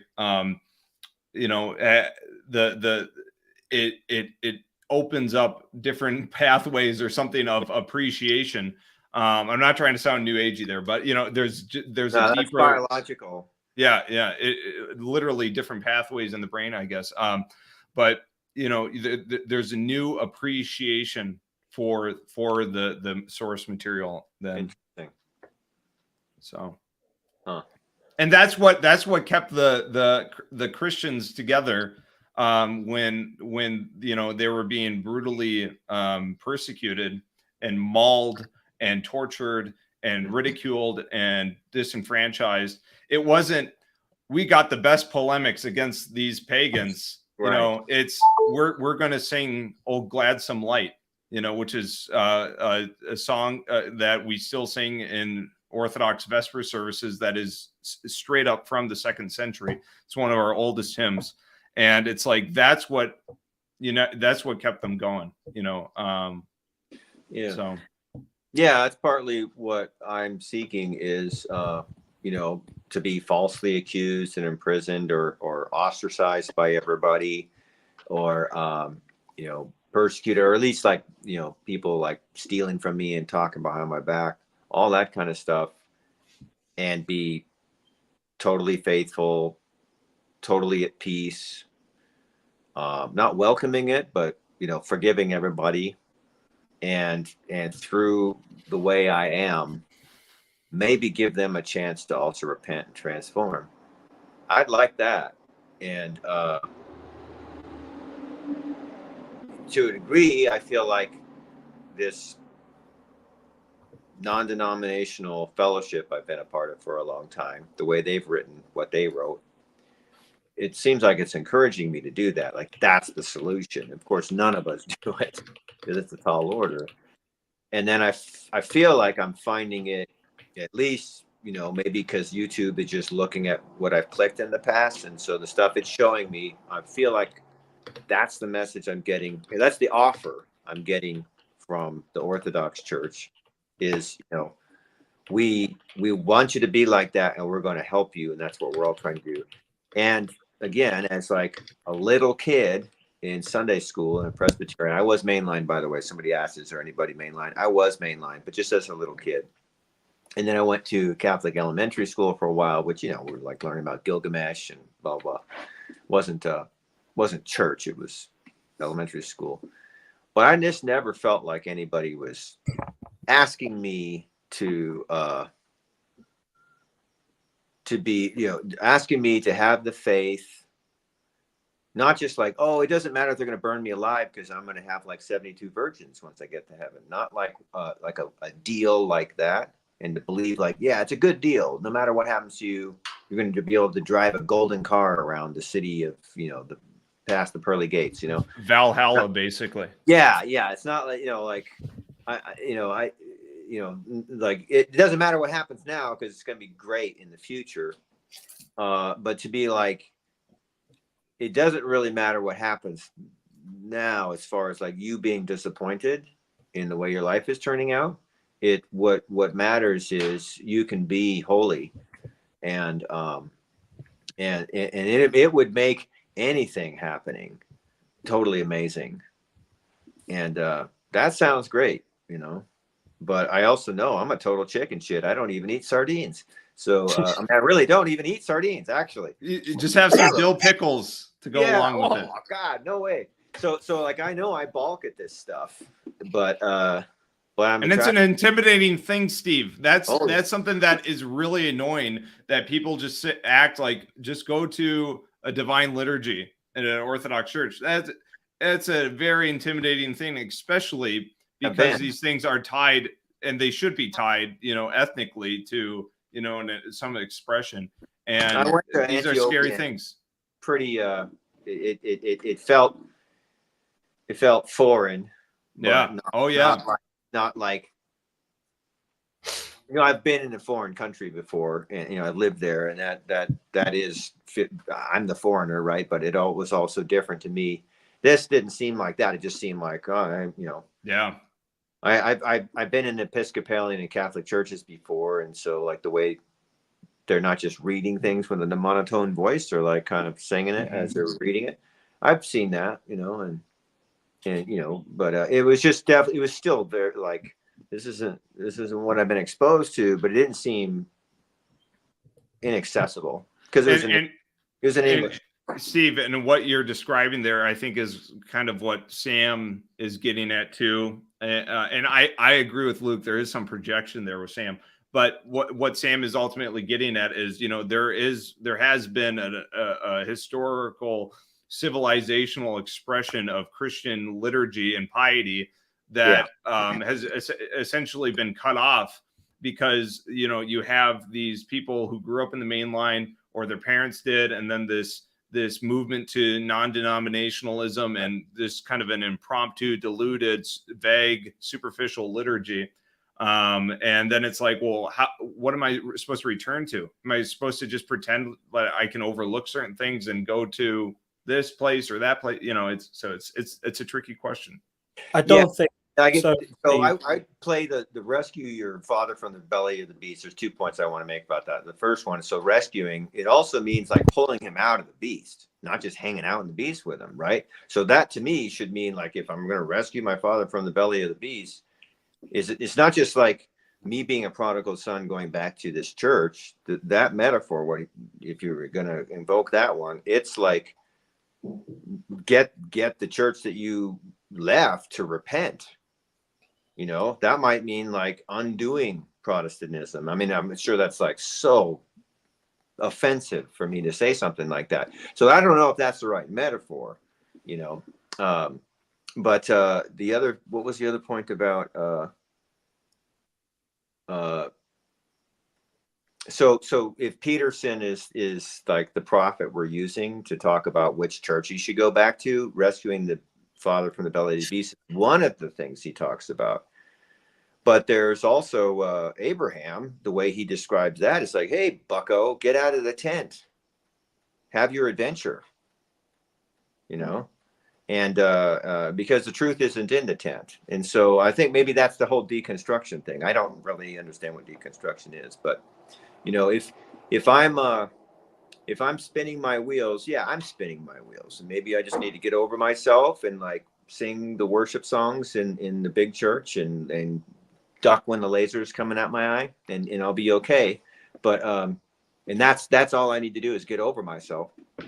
But maybe it's like I need to get out of my tent and like leave my father, because that's also a Petersonism. So I don't know. I mean, I haven't seen a lot of Sam, so I've heard his name invoked a lot, but I haven't seen a lot of him, what he has to say. So I may be biased in misreading what he's trying to get across. But I do feel like I understand one point about that article. It's like, so this guy's like struggling with his faith in his church and all that, and it's foreign. There's this weird Russian dude smoking cigarettes outside or whatever. It's like, why doesn't he just go back to his normal church and like fit in culturally? Why does he add this layer of challenge to himself? I can completely understand where he's coming from that. But it's like, if you feel like you're getting closer to the truth, hanging out with these babushkas and like cigarette smoking lollygaggers in the parking lot, then maybe that's the right place to be, and you need to get over it. I don't know. I think just feel the need as a Protestant. Yeah, I really apologize. No, I'm joking. I take no offense. Offensive bombs. I take no offense whatsoever to what. I don't know how to be sensitive enough about this stuff yet. I think part of the problem is that there seems to be a need to walk around eggshells around each other nowadays, which is sort of bizarre. And I do agree with as it relates to Sam's latest outburst, maybe it might have been either a misreading of what Luke was trying to get at or projection. But I'm now going to do I don't think Luke was clear enough. My friend talks the way that Luke was talking, where he just suddenly gets into this mode of like acting out a dialogue between two people. And and Sam was like, "Are you fucking saying that to me?" You know, he's like, "No, this is theoretically this two people talking to each other, and this is what they would be saying to each other." And I know a lot of people don't follow that kind of stuff when people do that. So yeah, I don't know that this has been what Sam was reacting to though was the fact that and I felt it just in this conversation now. There's a dismissal, and it's not based off nothing. It's based off the real stories of real people who some of them are in their streams of the impossibility of going back for some people. That seems to be the prescribed posture across the board, from the frequency of how it's being said. So to a Protestant here, who's a Protestant paying attention to this corner of the corner particularly, it can seem like it's impossible to go back, which then we can infer as, wait, does that mean we're wrong to stay at all? Now, that's not what's being said, but it's very easy to go from it's impossible to go back to for us to then bring to the table? Does that mean this is the wrong place to be? And I don't think that's what the Orthodox or the Orthodox sympathizers, myself included, are saying. I think I think that's what Sam was reacting to, because even in that article, like towards the end, there was a little part of it that seems the guy he's struggling with his faith. He sort of left Orthodoxy, but then he said he returned back home, and the only return back to was Orthodoxy, not his Protestant beginning. That was like a no-go. Not said, but can be inferred. And if you're already viewing from that lens, you can easily pick that up. Yeah. Now, I don't think that's what any of you guys are saying. Yet, I do think that what us Protestants can do is,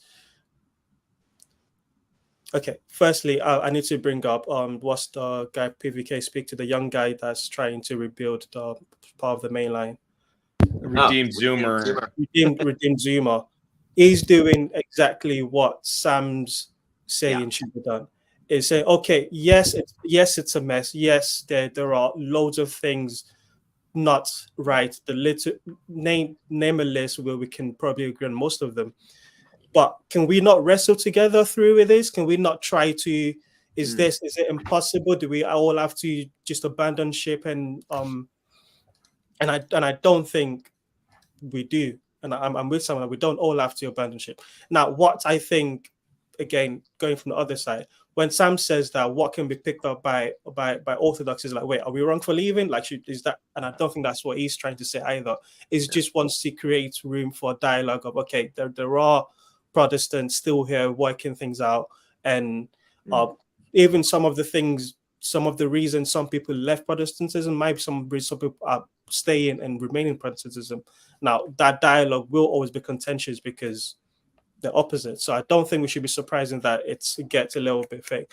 I think I was just going to say it's silly that we get so emotional about it, but we're talking about the most important thing. So I guess it's not that silly.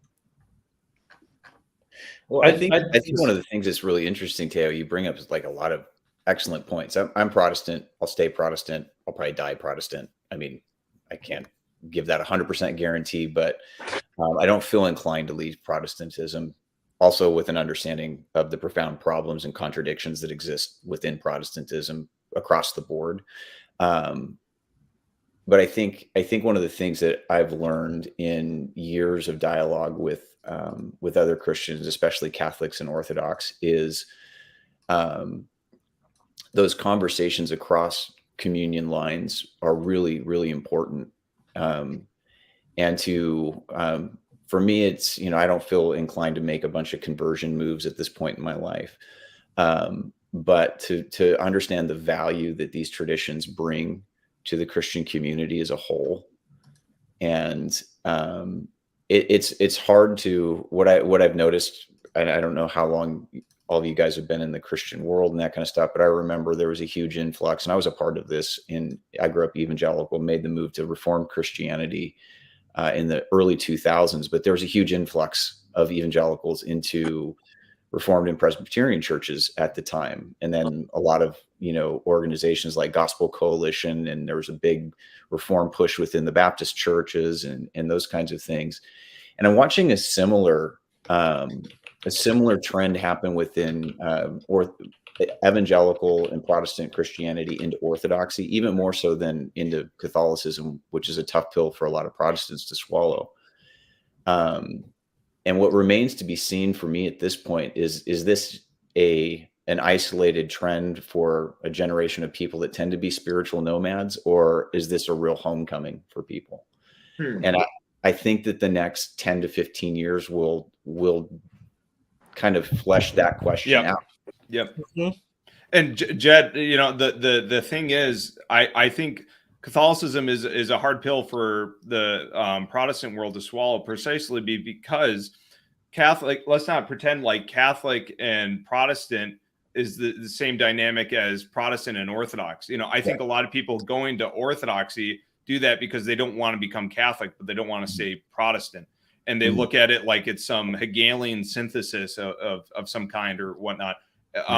You know, Protestantism and Catholicism is this divorced house of Latin Christendom, and it's like Latin Christendom is gone now in the remnants of it, and it's like, well, what do we do about this? And you know, I feel like the ball is probably in the Protestant court more so, following Vatican II theology and whatnot. But anyways, it's a complicated issue, but I can totally sympathize and understand why there would be, you know, reservations just to say, oh, I guess we'll just go back to Rome or something. Right. You know? And I think that like you know, my journey with some of those things, where I think Protestantism it's the agency of deconstruction within the church.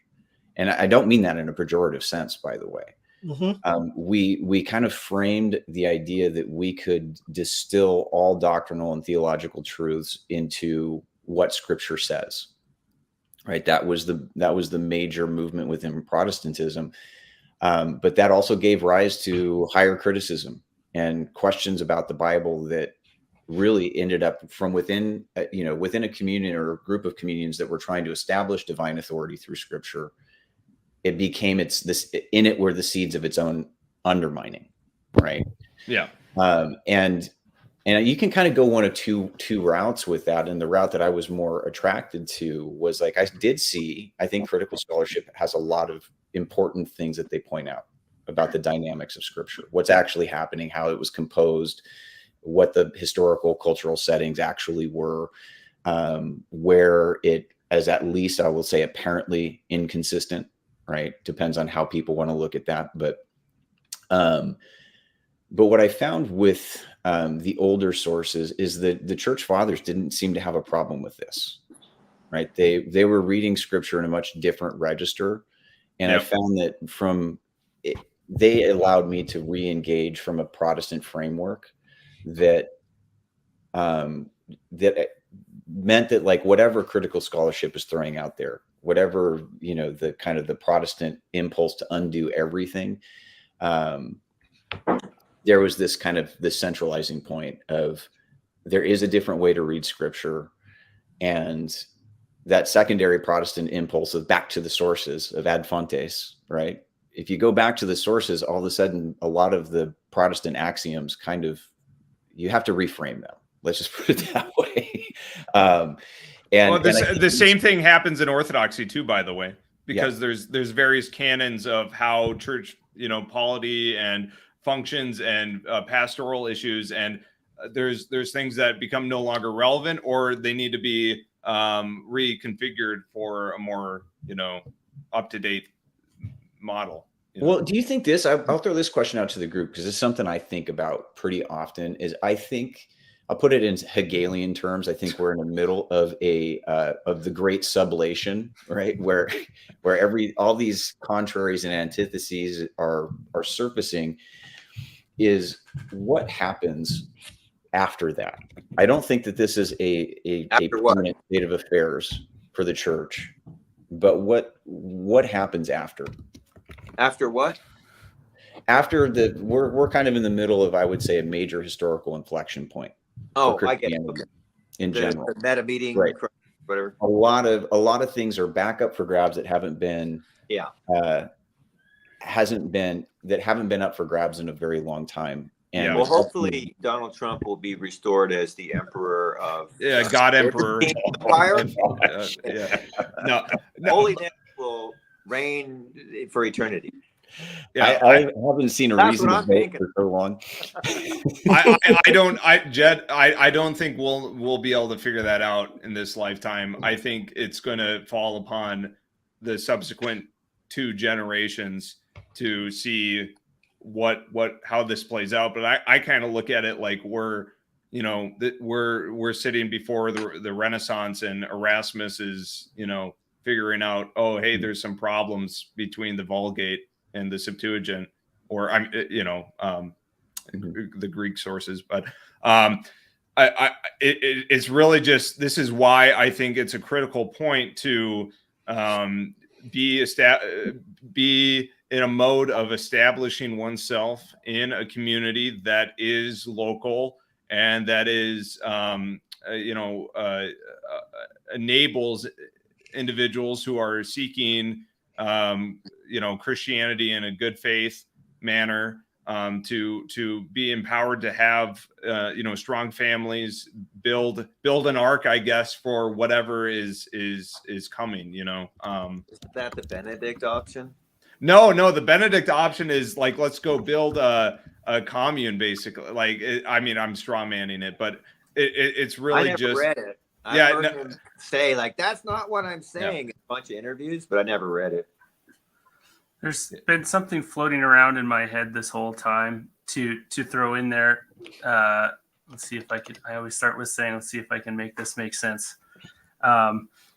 First of all, I think the concept of people seeking Christianity is totally insane to me, and I don't think it will be the search that people enter our churches thinking, like, searching for. I think that they're seeking. Sorry, this feels so semantic, but I think that they're seeking, like, the Christ spirit. You know what I mean? And that, like, so one of the things that I have, Jez laughing at me. No.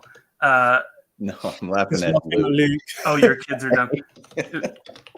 So one of the things that's been really encouraging to me in a weird way is seeing the way that sort of some of the Gen Z people are approaching spirit and spirituality. And I have really been encouraged by watching occult YouTubers. I really like occult people because there are a lot of intelligent people involved in the occult, and when you listen to them talk about it, it sounds like really basic and helpful Christianity, because they are people who go out and they fucking believe in the spirit world for real, like in a way that is humbling to me. And they say, when you go out into this spirit world, you are naked in front of these beings. You are vulnerable to these beings, and you have to make yourself and I understand all of the weirdness about, forming yourself into anything and too much independence and too much whatever. But they're saying you have to prepare your heart. You have to prepare your mind. You literally can't be harboring evil in yourself when you encounter actual evil, an evil spirit. And so it's not like I'm saying, I always have to give so many disclaimers. I'm not saying go join the occult. I'm not saying go become an astrologer, but I am saying I think that you can see in the way that these and they are typically younger people having these YouTube channels, that what they're seeking is something really close to the ground. Well, they're seeking journeying. Oh, go ahead. That's okay. And for these people also, these places in the world, these magical places in the world, various places with increased magic, are like cathedrals, and they are holy places, and they believe in a spiritual spiritual presences in a way that I think is kind of inspiring. So I guess I hear a lot of tunneling in on traditions in this conversation. And I think there is going to be some weird overlay of the future of spirit is this weird overlay of tradition and absolute freshness. If we keep silent, the rocks and the trees will cry out. I don't think that verse is saying that it's a bad thing to let the rocks and trees cry out. It's just saying that this stuff saturates reality, that God is saturated into reality. And so Aaron, somebody make it make sense. Yeah. This is what in the conversation, I don't know if you've seen it, but I recently watched a conversation with Rick Beato and Ted Gioia. I've watched a lot of him. I don't remember who Ted Gioia is. Anyway, it's recent, so I would highly recommend it. But it's about what AI is going to do to the music industry, but it's about way more than that.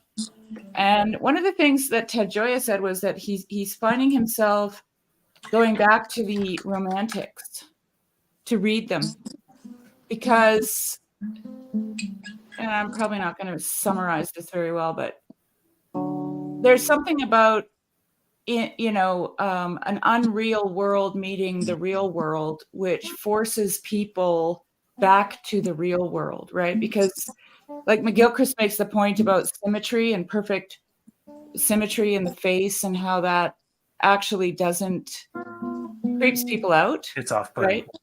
It's off-putting. Yep. That's the word. And so let me just gather my thoughts because I've got like 4 of them at the same time here.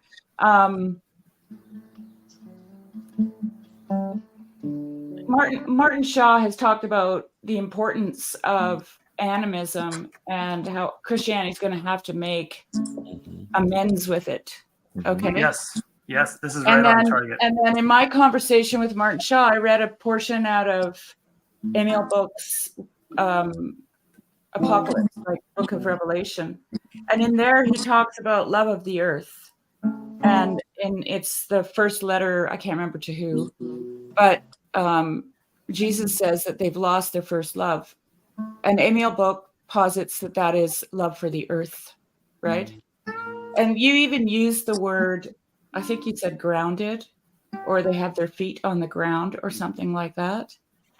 And I'm just tying in all my random thoughts while you were talking. Well, keep going. And then George MacDonald, in several of his writings, talks, like fictional writings, he talks about people having their feet on the ground and their eyes to the heavens. And I think that's an image of that marriage, right? Between, we can say animism and Christianity, or we can say heaven and earth, because they're both the same thing. So anyway, that's my thoughts. Back to spinning. I'd like to hear. I'm curious what Tiao has to say that, but I want to jump in after that because I know he had something he was jumping in with. Genuine amazing. I see why they called you Bay. You are Bay. He's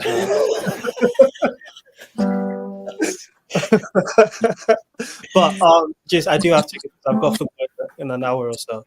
But I was Sherry and both Sherry and Aaron touched on a lot of the things I was going to say.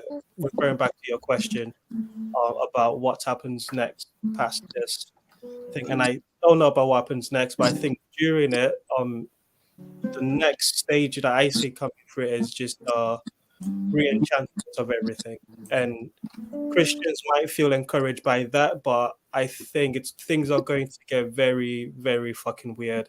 They haven't started. Can we talk about the weird that's coming? Most of my friends don't have nothing to say about Christianity, but talk to them about Ifa, Oshun, any of the gods that I grew up, because I'm Nigerian, I'm familiar with, but they are knee deep in like a lot of the occulty type things, and I see that being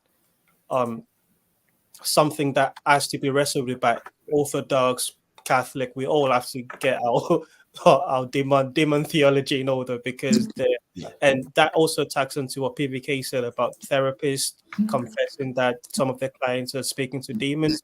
So I just see all of this as part of like a re-enchantment of just everything. But we have to go.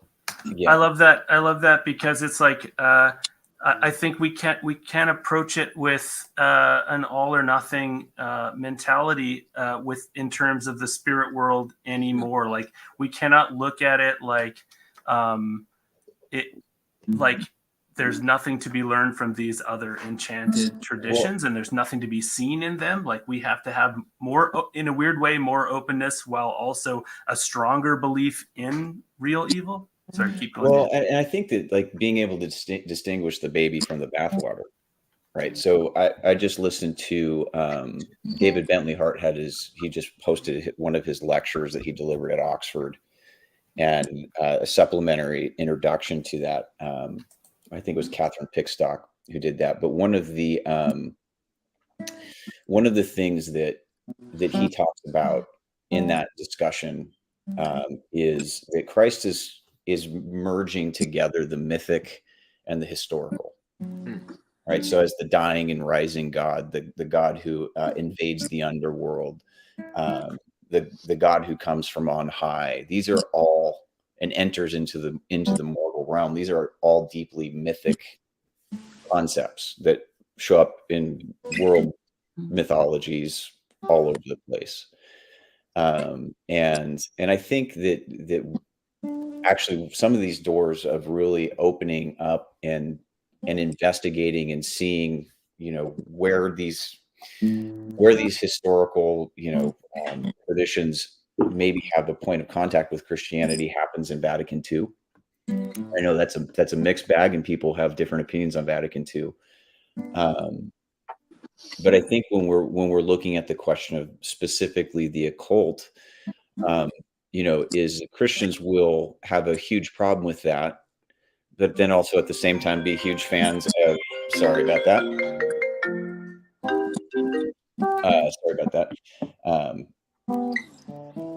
But Christians will have a huge problem with that, but then we'll be big fans of like Lord of the Rings, and not can I just add one more thing, and then I'll go back to my womanly task. Yeah. That's sexist. It totally is. What Ted Gioia mentioned was the Romantic period was a response to the Enlightenment. Okay, so I just wanted to throw that in there because I remembered it. And well, and Romanticism, I think, is also a Twilight feature, right? So Twilight, it shows up at the edges of a passing age. Yeah, but it's not nostalgic. It's not. I wouldn't say it's nostalgic, but it's definitely a Twilight dynamic. Right.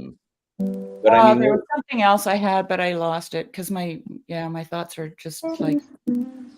I mean, we're standing on the. I think we're standing on the precipice of something relatively unprecedented in human history, where we have kind of developed in a rational way since the Enlightenment, and are going to be confronted with just how deeply enchanted the world is. Okay, I got it. Got my thought back. Dominating and tending. I just have to throw those out there so I don't forget. I listened to a great talk by a rabbi, and he was talking about the 2 commandments for Adam in the garden, that he was to dominate, right? Or not dominate, but have dominion over. And then he was also to tend. And those are seemingly opposing things if they don't work in service to one another. And I think the Enlightenment, I'll just be really general. The Enlightenment was this aspect of dominion, right? Because it was about utilizing resources, things in the world for yourself. So it was almost like it was kind of inwardly looking, if I can put it in those terms. Whereas when you are tending a garden, you're not looking inward, you're looking outward, right? You're concerned about the whole and the health and welfare of everything in that garden.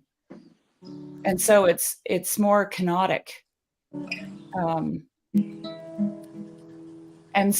that seems to be a fairly good, I don't know, in my mind, a fairly good description of what the Enlightenment was versus Romanticism, where the Enlightenment is trying to, figure out how it can use the thing for its own gain, whereas the Romantic period is more of a tending.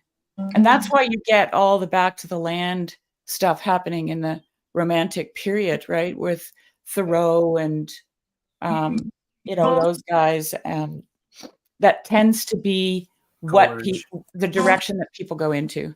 So anyway, those are just my thoughts again. But making me think of like the king is supposed to do. He's supposed to rule, but also make flourish. So the king is supposed to be a servant, not just like a spoiled baby who gets whatever he wants whenever he wants it. For everybody. And yeah, it occurred to me while your description, Sherry, that it's not necessarily enlightenment. Is like, how can I get the most cobalt out of the ground here so I can make the biggest bucks with my Tesla? It I think it came directly from the Enlightenment, but it's like because this has been like a thing in my mind. It's like faith is scary. We're smart enough now. We have the scientific method, so we can know things to be true. So let's go with this for a while, and then so for example, I'm gonna fund people sailing a ship across the world, maybe off the edge of the world. But we have dual entry accounting and risk hedging and the concept of insurance now, that the risk is gone. I've mastered risk. I don't even have to worry if I put all my eggs in one basket and sail across the world and it sinks or never returns for whatever reason. I'm still okay. And I think that was so seductive to be like, I don't need to worry about what happened to me in this temporal,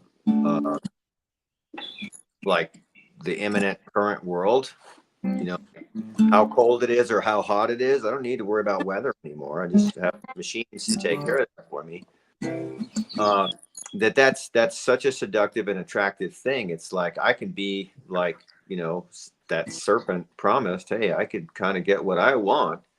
I don't need faith anymore. I can master things. And I think that's what the Enlightenment is. And I think maybe its biggest building block is materialism. And it seems like materialism has sort of exhausted itself and proven that, well, there's more to material than material. It seems like the old all the Aesop's fables, like the rabbit and the hare and the tortoise, and even everybody gets flying too close to the sun, really comfortable in their in the fat season kind of thing. Yeah, where then you have the other animal that is always preparing for the future, right? And I think these are the two things that we're constantly wrestling with as humans. We have this tendency. Like I've always thought that procrastination was actually an evolutionary benefit. Because what's that? It makes me feel better. Well, me too. That's why I thought of it. I had to make myself feel better about it. It's the whole reason Steve's even here, I think. I know. You got stuff to do. But the reason I think that is because this is what my animals do. They naturally preserve energy. And they only move out when they absolutely must. Right? I'm going to hang on to that and put that in my back pocket the next time I get criticized for procrastinating. Do it, Jed. It's enlightened. Yeah.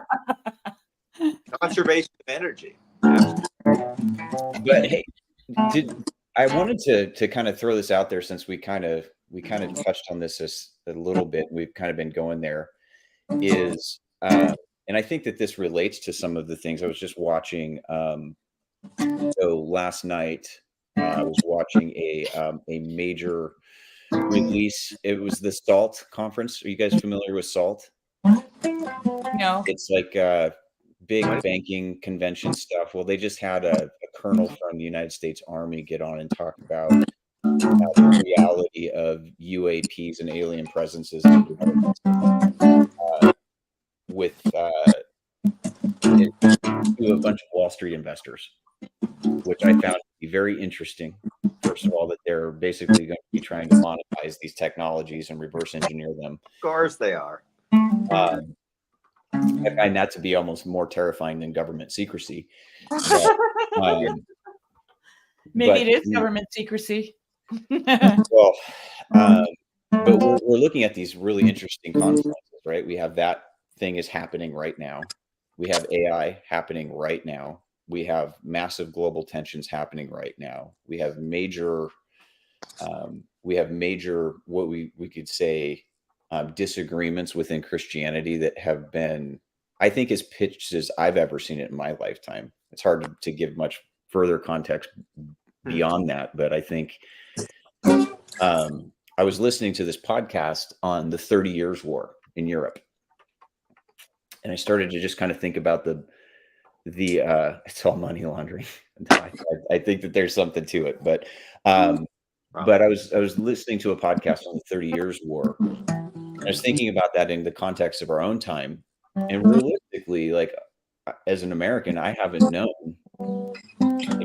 a day of real peace in America since 9/11.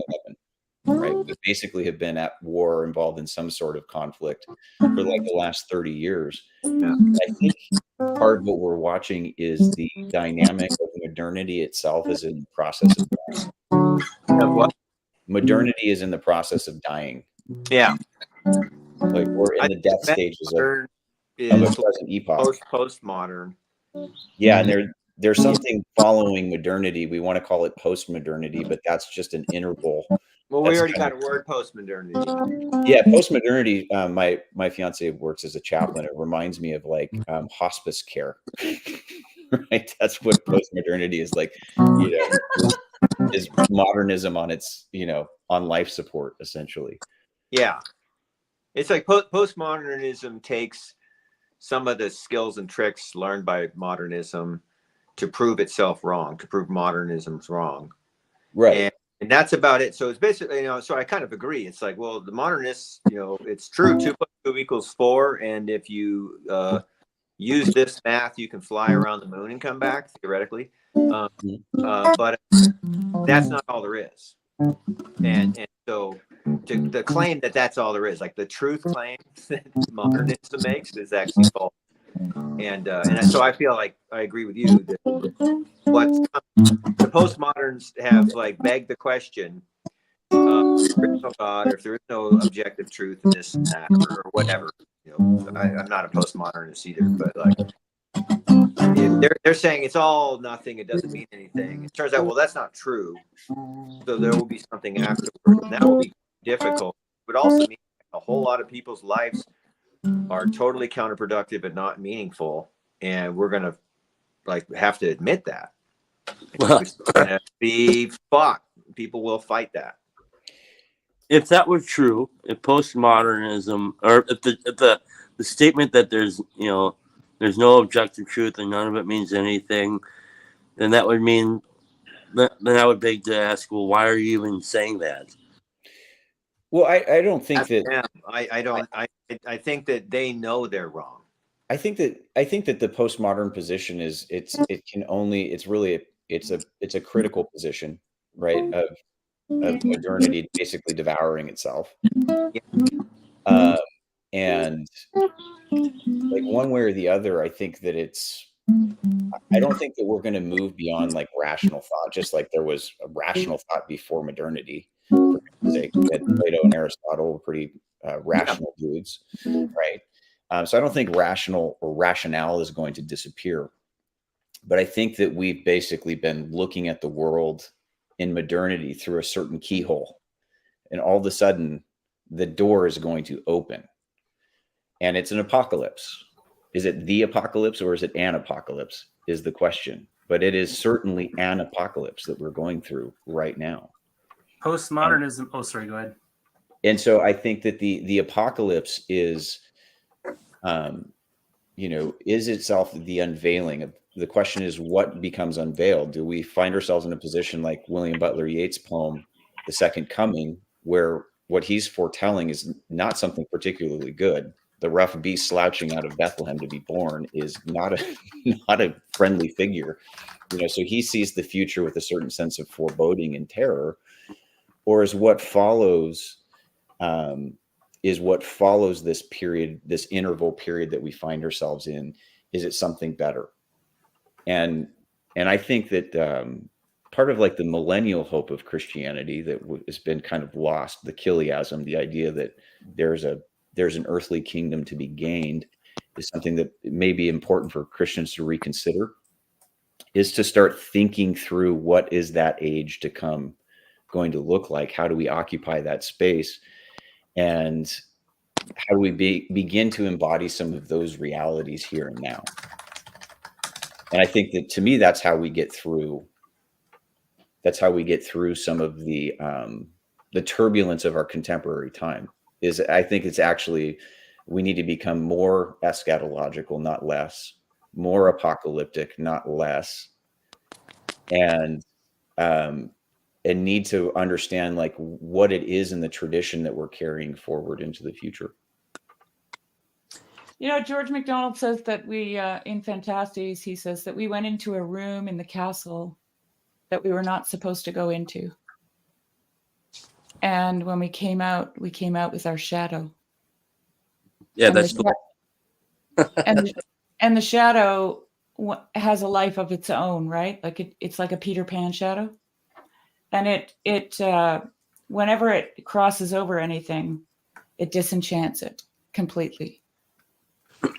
So what you see as fairy just becomes something totally explainable and reducible to, the mundane.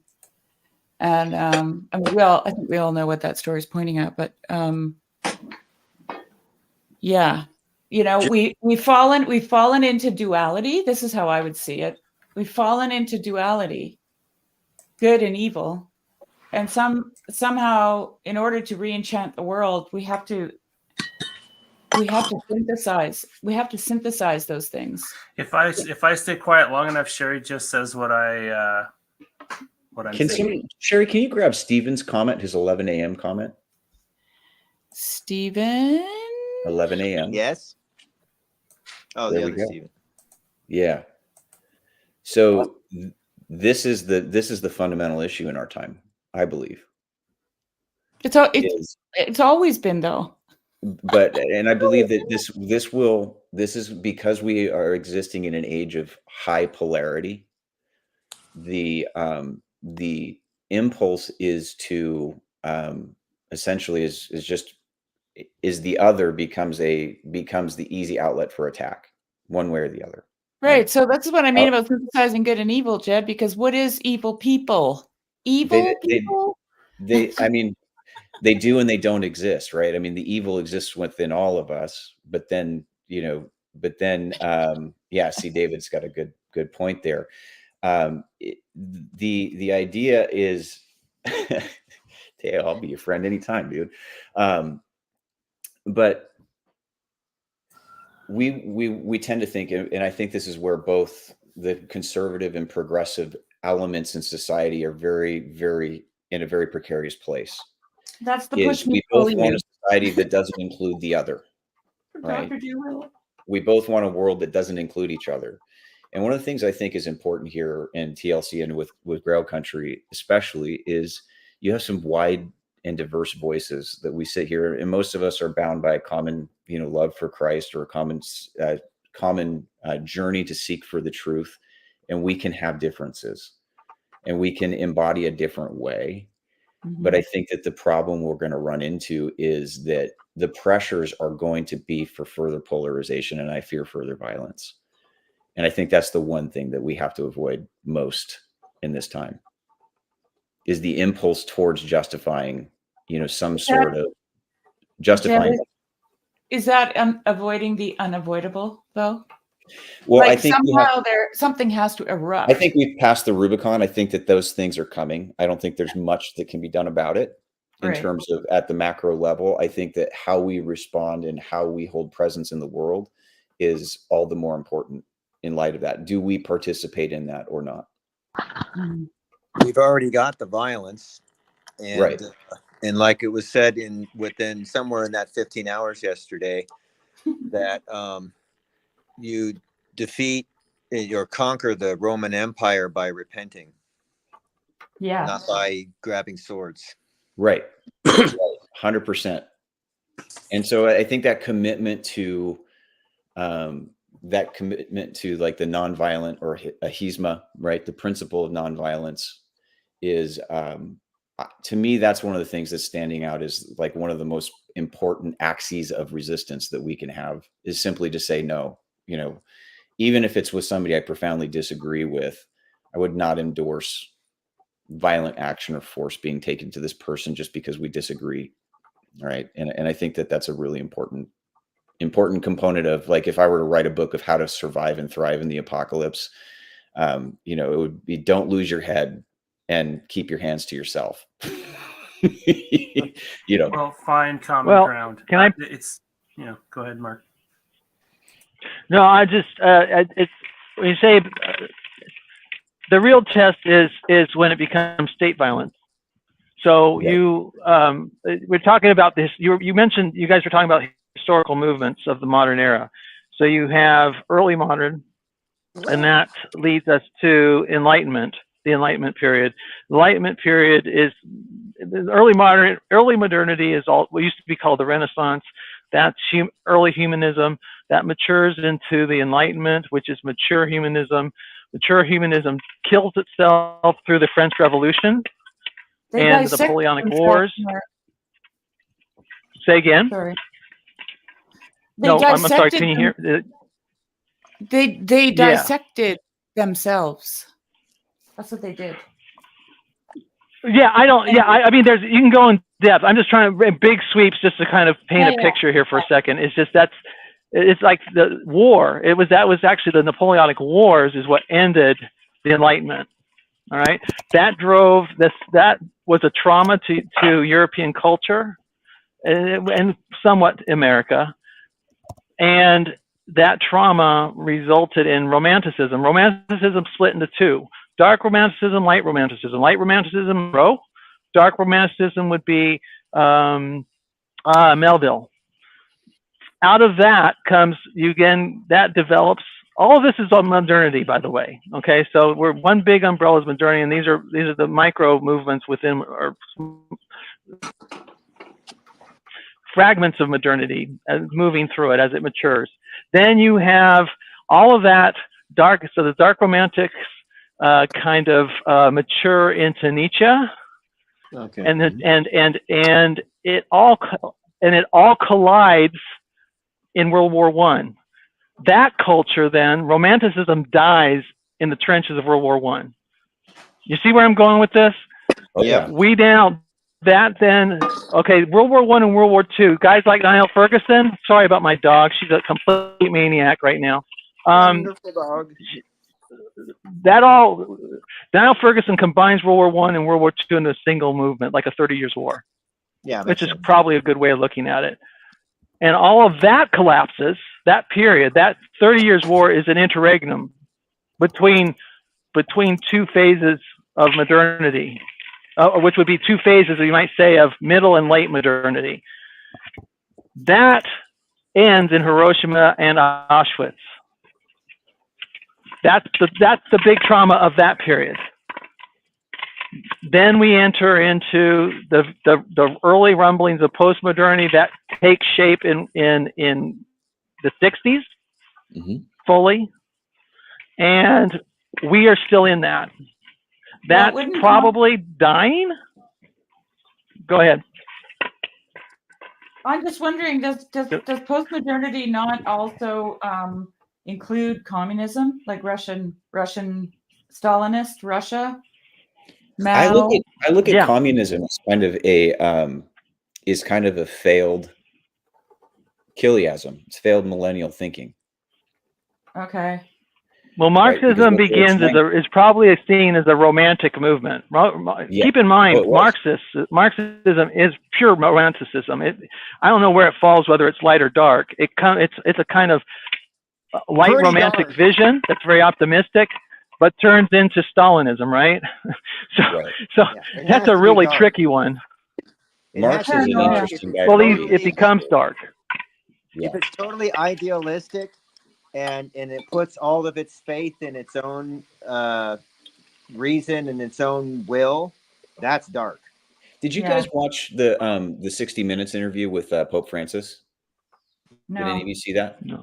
So I heard Pope Francis say something that Vladimir Putin says, which when they're saying the same thing, that's very interesting, right? So one of the things that it was an interesting interview. I mean, I'm sure people, it's just going to reinforce your opinions of Francis one way or the other, right? But he talked about one of the things he was very adamant on is the danger of ideology in general, right? Is basically like with a lot of like what we're seeing in our conflict in our world today are kind of coalescing around different centers of ideology, and he found it to be a very dangerous thing. I found that to be very interesting because you hear the same things out of Putin that you're hearing out of Pope Francis. Well, Marx aspired to building a humanist heaven. So I mean, at the beginning, that's why I'm saying it's one of those that just goes from light to dark, and it clearly becomes dark in the Gulag. But let me finish one more movement. There's one more movement in history that I'm thinking that where we're at now, and I think the point at which we face the cataclysm that you're speaking of is probably seen on October 7th in Gaza, the Hamas, and the war in Ukraine. Whether or not these explode into global catastrophes is yet to be seen. I think they already did. But then go ahead. Yeah, I think that they already did. I think that not yet. You got to see. But don't remember what the mobilization looked like in World War I and World War II. I mean, it's 20 million Americans at arms, in uniform, ultimately served in that war. 20 million out of a population of 130 million. It's going to be a profoundly different. It's going to be a profoundly different war, but I think that we're talking about a cake that the recipe of this cake has been baking for 30 years. And I just don't think that we can unring the bell. I think the question is, how catastrophic does it get? Not that it's terrifying. I mean, I hate to be like such a pessimist on this stuff, but you are. I think that we have to be realistic that the antecedents to this war have already been seeded in the soil, and we're going to have to reap it. Yeah. Let's just Pope Francis. I think it was in I'm not sure. 2012. He talked about one of his major papers that he came with was, I just did a video on this. It was talking about the technocratic paradigm shift, and he mentioned a lot of things you're talking about with ideologies and all this different stuff. And so he talks about basically there's no running away from this, so we're going to have to integrate this technocratic paradigm. And I think we're all downstream from that. A lot of stuff happened that accelerated that and pushed us kind of back in our seats in this so we could talk about wars and all that kind of stuff. I think this is more of being that, and I've said this before, so the radio and television are a family medium. They were a family medium. The internet is not a family medium. It's an individual medium. It's a medium for the person. And so good point. It grabs our attention. This is like kind of how all this is working now. This is going to have to go. This is going to go. That could completely backfire on the powers that be, because it could either completely smash us together in a unifying way or in a destructive way. And I'm thinking about, especially once like more of the transhumanist stuff starts to kind of pop up. If we have more, if we start to move more into virtual reality or hybrid cyborg stuff, there's going to be, who knows how God's going to work with that sort of thing. And so I keep bringing this up because it's really interesting to me. I'm completely floored by this Carlos Erie book of They Flew. And like, I would not be surprised if at some point we start kind of moving more into that sort of those kinds of realities start to manifest on a more rapid basis. And Watch out for the Antichrist. yeah, that's always a danger, right? And but I was thinking of and the weird question I brought up about yesterday about what does right brain autism look like? It looks like Peter walking on water, and Did you that talk about that, by the way? Did I miss something? no, Okay, nobody nice. talked about it, but it's something that I wanted to share because, like, then the left brain autism, from my understanding, my really dumb understanding is autism is a symptom of left brain unbalanced left brainedness, and has to do with facts and kind of like all these different things. I'm not doing that any justice, but now imagine if there was the pendulum swing on that was you went from this complete left brainedness into this complete right brainedness where you don't even your right brain can't even, like, let's just say, again, I'm not doing a good job of explaining this, but let's just say for fictional reason or a fictional story, let's say your brain moves into or a right-brained autism is an extreme where it cannot recognize rational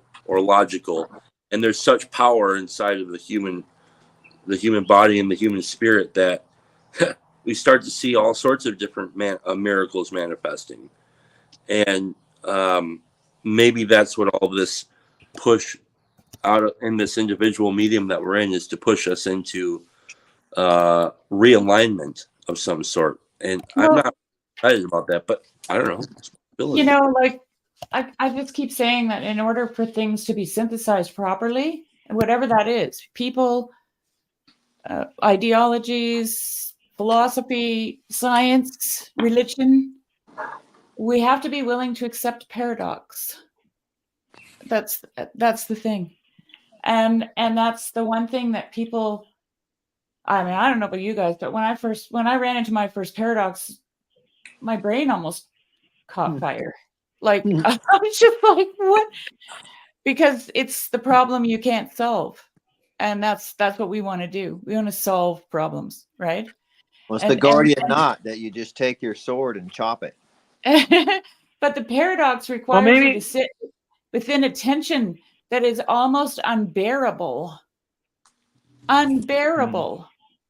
You know? And I just keep thinking of the burning bush because that's what it is. It represents paradox. It's the bush that's on fire that is not consumed, right? And the interesting thing is Moses has to take off his shoes. And I heard, it must have been a Debbie Slavin conversation. This guy was talking about coming to his faith with no presuppositions, and he called it coming barefoot to God in light of that story from the burning bush and when Moses took his shoes off. So that opened up that whole scene for me even more so, right? Because Moses takes off his shoes and he stands barefoot before the paradox, which means he has no presuppositions about it. And then Jed, this gets back to our no images conversation, right, with Meister Eckhart. So, and when Chad was talking, I just kept thinking, we're going to end up in a mystical age, and that mystical age has two sides to the coin, right? Adversity, yeah. Adversity. There it is. Yeah. By the way, just as an aside, Mark, at some point, just in hearing your discussions here, in some of your background, I think you and I will definitely have to get together and do some chatting in the future. I'm afraid I'm on a really small screen and I can't see your name. Who's talking to me? I'm on my phone, so I can't. No, it's okay. It's okay. Jedediah or Jed. Or send me a okay, Jedediah. Yeah, send me an email. Just ping me. I've got it on my channel. It's just my address is right there. You guys have so much in common. You have so much in common, Jed and Mark. Yeah. Sounds like fun. Yes. Yeah, and I see that trajectory. You know, I see an apocalyptic trajectory within Christianity that I've dabbled a lot in studying and incorporating Eastern forms into my practice, right? So meditation forms, and kind of learning the metaphysics of the East, where Buddhism does not have really, it's not as metaphysical. But I think that there's an element of what Christianity has always done is incorporated older cultural forms. It happened to do so in the West in the context of Western paganism, right? And so the pantheons were replaced with the saints and the angels. But there's a transformative work within Europe. But I think that where Christianity's horizons, part of the horizons of Christianity, I think are learning how to draw the truth out of any tradition where it is. So Aaron, to your point on occultism and those kinds of things, and the more enchanted world, I think that like one of the things that's remarkably unique about Christianity is its adaptability to speak to these various forms that arise in cultures throughout history. And I think that's part of what's happening now, especially with these younger generations, where it's the astrology TikTokers and the tarot TikTokers. And it's like, I mean, there's excess there. And I think some of it's kind of silly, but I think it's an emergent element of the zeitgeist that's where there's an element of collective consciousness is heading in that direction towards a more enchanted and a more mystical future. I just want to say that I think Chad was really resonating with me when he was speaking, and then Sherry kind of put the icing on the cake when she talked about the burning bush and taking off your sandals because you're on holy ground. And I think the answer to what you foresee as an inevitable historical catastrophe, say of the likes of Hiroshima, Nagasaki, World War II, and all that, or the Napoleonic Wars in Europe, some big epoch-changing catastrophe.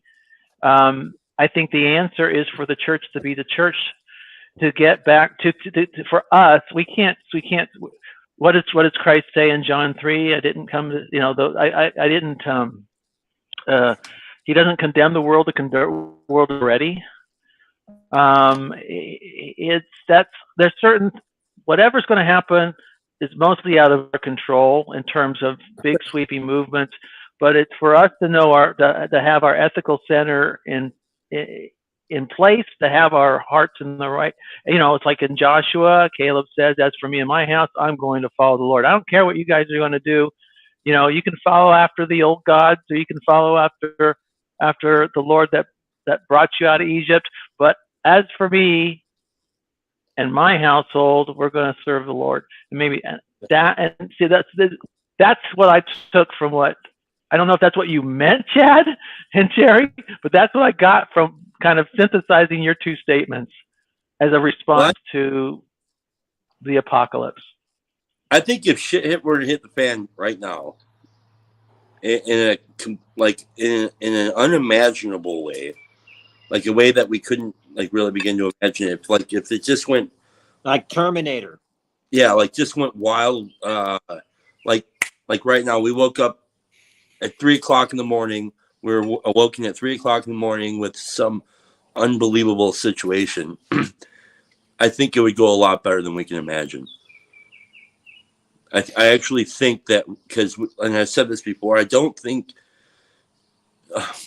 our resentments are kind of like, they're like way up there. We're not really in touch with the truth about our resentments with each other. They're just kind of like these surface level nagging at each other, even though they are, some of them have made their way out into the streets, and a lot of that is mostly amplified by broadcasting.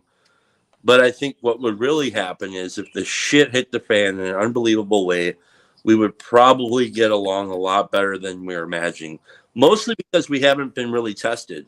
Right. That's interesting, Chad, because my sense is like, and I know I sound like a prophet of doom on this stuff, but I think that, that you're 100% right, is that as we see the kind of this amplification of evil in the world, I think that we are going to see its necessary corollary is is incredible goodness.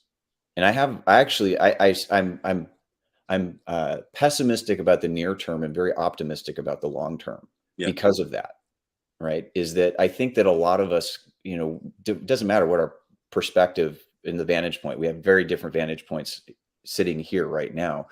I think there's a lot of us that want to genuinely help people and want to see them grow and flourish and survive and get through a tough time together. And a lot of that is just remembering at some level, like our basic humanity and the basic goodness of God. And Mark, like what you're talking about, just saying, look, I can't control what happens out there in the world, but I can say, here, this is who I am. And this is what I am going to do. And this is what I'm not going to do. And I think that gives me a lot of hope. And I think that that's the seeds of hope that are present in the world. And Chad, you're right. Like that stuff doesn't make the news. That's not a big splashy headline. Hey, people are getting along in Des Moines, Iowa. There's not we're not going to see it. Not going to see that on CNN or, on the top of your Google News feed. Not without it. But that's what we just, in a way, that's what we just did 15 hours worth of last night, right? Or yesterday of us as a small group in society that we call ourselves the TLC, and we fellowshipped in the Lord for 15 and a half hours in some kind of first. Did you know of a first? Oh, did you notice that Terrence Howard's organization is called TLC? Hilarious. Copyright claim. Really small microcosmic example of what I was describing of when the shit hits the fan. One of my favorite examples is it took place in the basement of Ravenbrook, which was a concentration camp.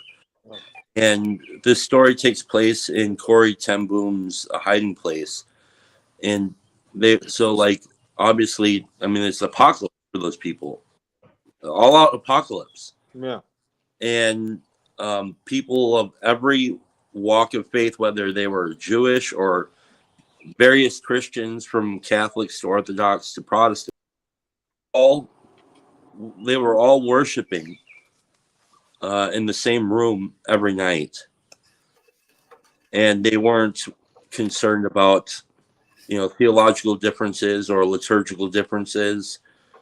They were forced in a position where they were in a desperate position, one that is hopeless and impossible to deal with, and they worked with what they had. And I think that's probably more like what would happen. It's like when your house is on fire, you don't grab everything out of your house. No. And so it makes perfect sense that, people who will maybe even start throwing stuff at each other because the heated argument about what's true and what's not true, they'll all stand together and well, we know at least, you might be familiar with this phrase, but it's I know that there is a God and it's not me. And maybe it's not this dude I'm standing next to praying, but there is a God and we need him because holy crap, look what's happening. Yeah. But, I wanted to mention, you talked about so when an apocalypse or whatever, a collapse of things happens. I remember September 11th, I drove through Fresno, California, and there's whatever. It was a pretty crazy day, but there's these punk rockers in the center median of a large road with these Mexican dads, 35, 40-year-old guys. They probably work in the farming industry. The punk rocker probably just does heroin. That's my bias.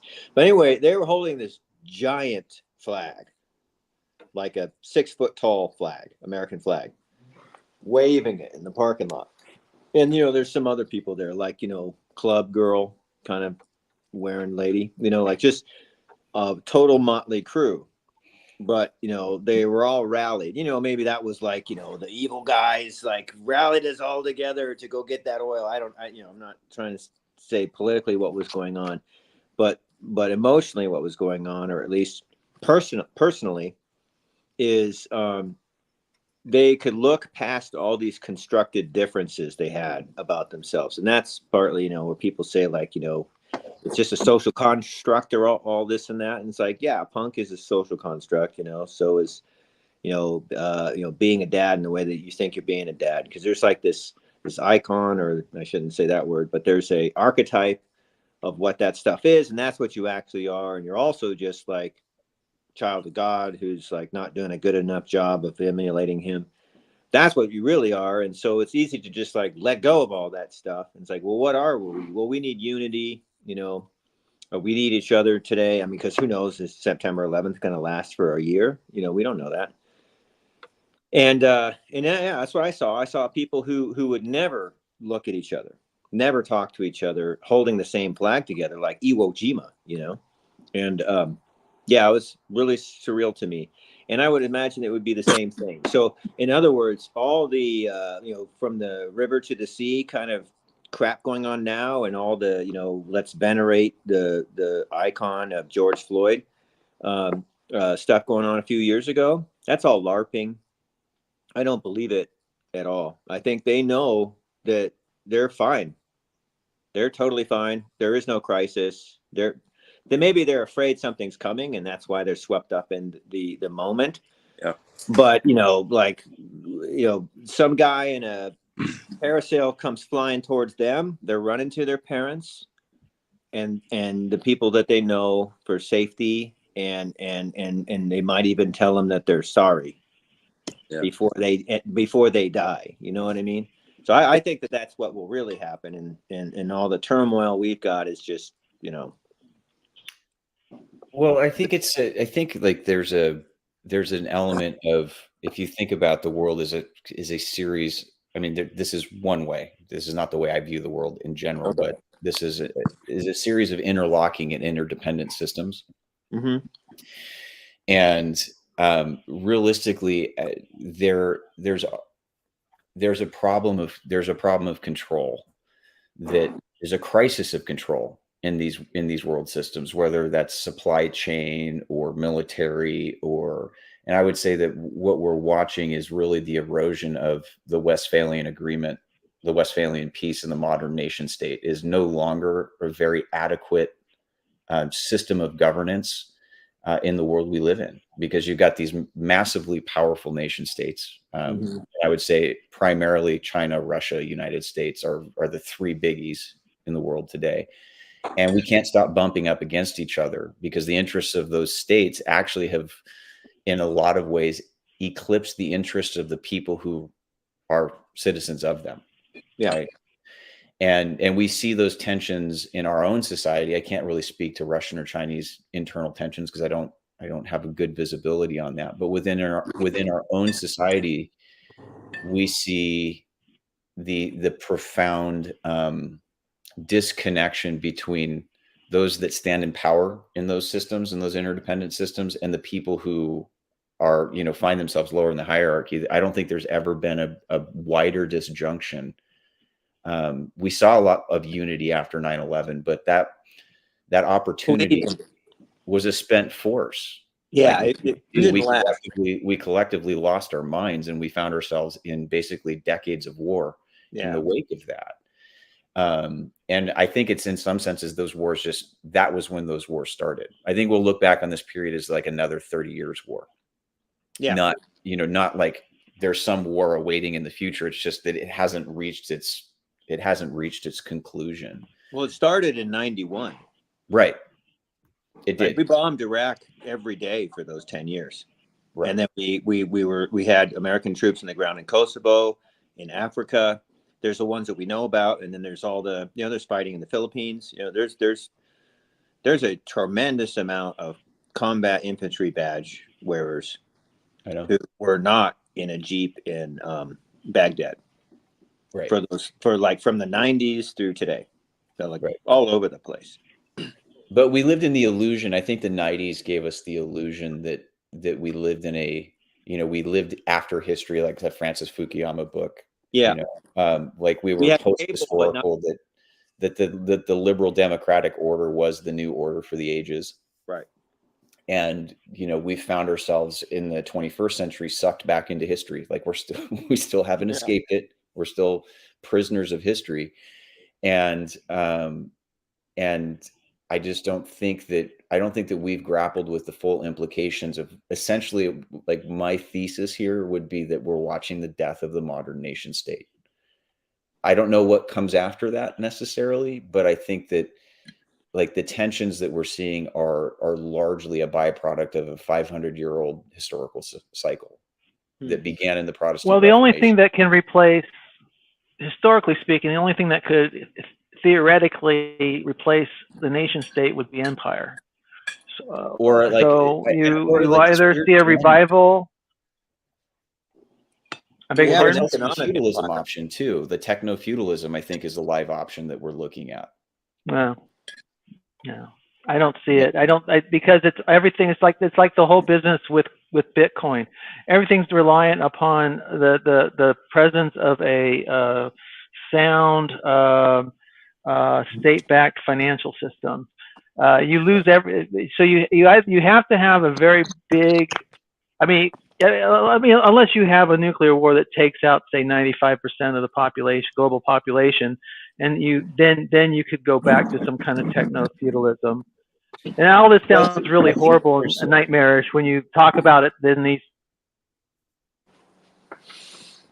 Oops. Ooh, we're losing you, Mark. I know. Either must. Hmm.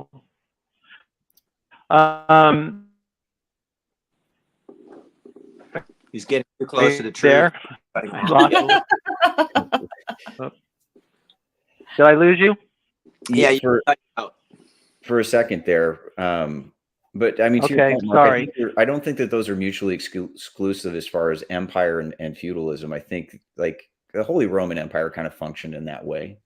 Historically speaking, there's kind of a centralized and a decentralized elements of structure and authority. Yeah. But I Oh, do yeah. think- No. How you organize and how you run your empire, it can be be quite varied. But you could let keep the in Jews mind rebuild too the that. temple or not, you know. Well, Right. just So keep in mind that. Like biblically, as I understand, like the empires kind of took over big regions, and then there's like Herod and like the temple, and so those are like governing people. But there was this meta governance, and it may not even really be interested in what those people are doing, but it just wants its money, and it wants, like, no, don't give us any trouble at the very least. And that could happen with, like Apple, Google, they're doing that right now in like France and the United States and China. They kind of have to comply with that stuff, or and maybe Apple's not even one. It's like, who makes the microchips in Apple, Samsung, things like that. Like, they matter quite a bit. And so there's along those lines. Yeah, along those lines, Steve, I think you can look at the reference probably where the Western Bloc would evolve, could evolve, would be along the lines during the Athenian, the Delian League of what became the Athenian Empire before basically the Spartan Athenian War, the Peloponnesian War. So initially, the democratic city-states were a league. They were allies. They were an alliance with Athens at the center, being the kind of super city of Greece, of the democratic Greeks. Then you had the Peloponnese, and that was Sparta and its allies. And Sparta, as we all know, Sparta was Sparta.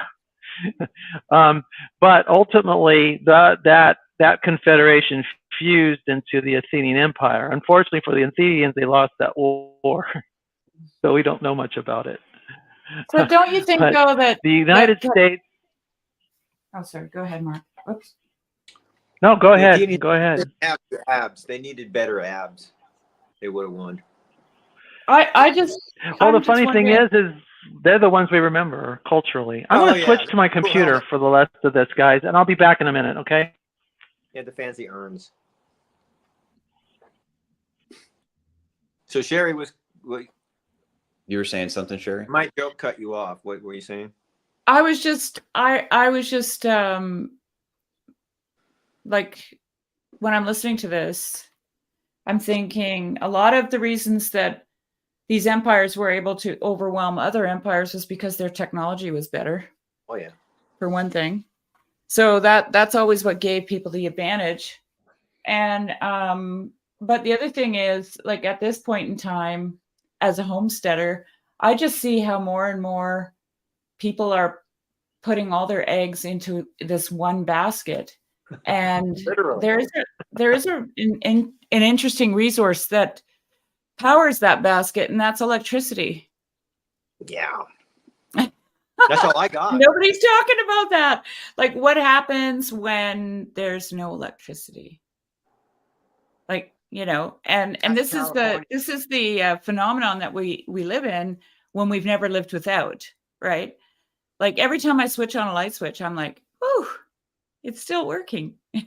Because I live in a place where sometimes it doesn't work, and I've lived without it, right? So it's always a luxury to me. It's never like presupposed in that sense. And yeah, I don't know what your thoughts are. This is something like people, it's my rebuttal to people like, oh, I can't afford to have kids. You know, it's like cavemen had kids. Peasants had kids. Lots of them. Slaves had kids. So like you can afford to have kids. And the same thing with like what will happen if our monetary system collapses? It's like, well, it's definitely going to be a very painful adjustment, but when it comes to like electricity, it wasn't that long ago nobody had it. Yeah. And like you look, so I'm a furniture maker, you look at the furniture made before high powered machinery. So like maybe a belt driven by a windmill type of machinery, maybe, but like maybe no machinery really. You look at the quality of swords that came from people who like hammered them by over hot coals. The kinds of like the buildings built in like 790 that are still standing. They're made of wood. They're not even stone. Yeah.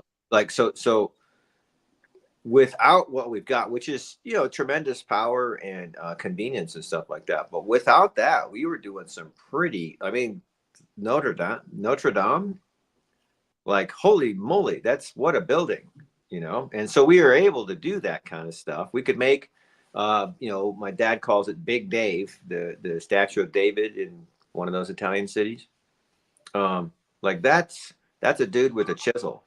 That's not whatever, some machine doing that. And so we'll be fine. It's just, I won't get to. Can you pull Stevens all over the world? Sherry, or somebody who I'm not logged in under the Grail Country account. Can somebody pull Stevens 1141? They were absolutely dependent on the machine. We've always been dependent on the machine. Like it's the civilizational element. Like they were just dependent on much simpler machines. Well, yeah, but I'm saying they were able to make them without electricity. Right. And I think that this is part of that apocalyptic thread, though, is without electricity and without international shipping routes and international money. But they didn't need any of that to build Babylon. Yeah, I can't even buy an item at the grocery store if the code on the the barcode doesn't scan. Well, this is where really I think painful to lose it all because we'd have to readjust. But the fact and here's the other thing: if for some reason the internet is down in a store, and I'm standing there with cash in my pocket, I still can't pay for it. That's what the pandemic exposed us to, or exposed the vulnerability, our vulnerability of our systems, the just-in-time delivery of goods and parts and whatnot, I mean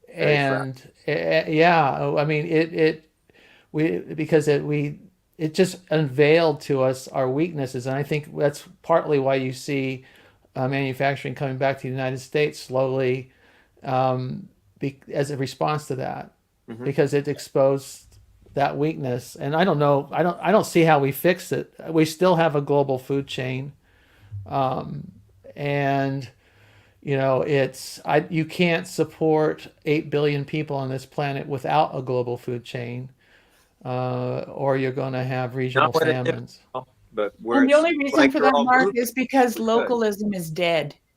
That people have stopped producing food. Well, this is my theory about migration. You know, like the enabled migration. It's like, well, this is going to be the fertile areas. Africa and South America are not going to be fertile. You know, I believe. I go. Why else would they be doing it? You know, I mean, voting, yeah, maybe, but you know, I don't think so. I think they don't want billions to die. Well, Yeah, I don't think that anybody wants that. I don't think anyone wants that. As however Yeah, sinister you like, see the grew up in leadership northern being, I don't think Germany, anybody wants they'll be that. able to grow food up there. Yeah. Go ahead, Can you pull Marcus's comment as well? Yes, sir. So I think this is the fundamental point that I was driving at is there's always been a symbiotic relationship that we have had with our technologies. Yes. And whether that's, you know, cavemen flint knapping, you know, stone tools, spinning, to writing, to spinning, these are all technological, right? And we develop and evolve symbiotically with our technologies. So we're deeply dependent on them. But when people, you know, like I had a conversation, I think, with Jason and Luke Johnston and a few other guys, and we had a long conversation about this.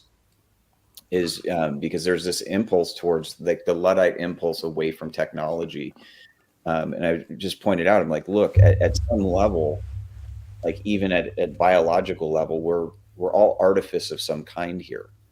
Right. So there's no way to escape the fact that there's mechanism at the very heart of creation. Right. It's a part of it's a feature. And so I think that the deeper question, and this has always been the anxiety around technology, is the fear that it will in some way overtake us. Right. And that's the current fears with AI and these kinds of things. Is there an enlightened, or I would say, you know, from a Christian perspective, a spirit-led way to look at how we use and interface with technology? Because you use let me use a basic technology, writing. Writing is a technology, but the church has essentially been built with that technology in a lot of ways. Yeah. Right? For good and for ill. This is gonna. Oh, sorry.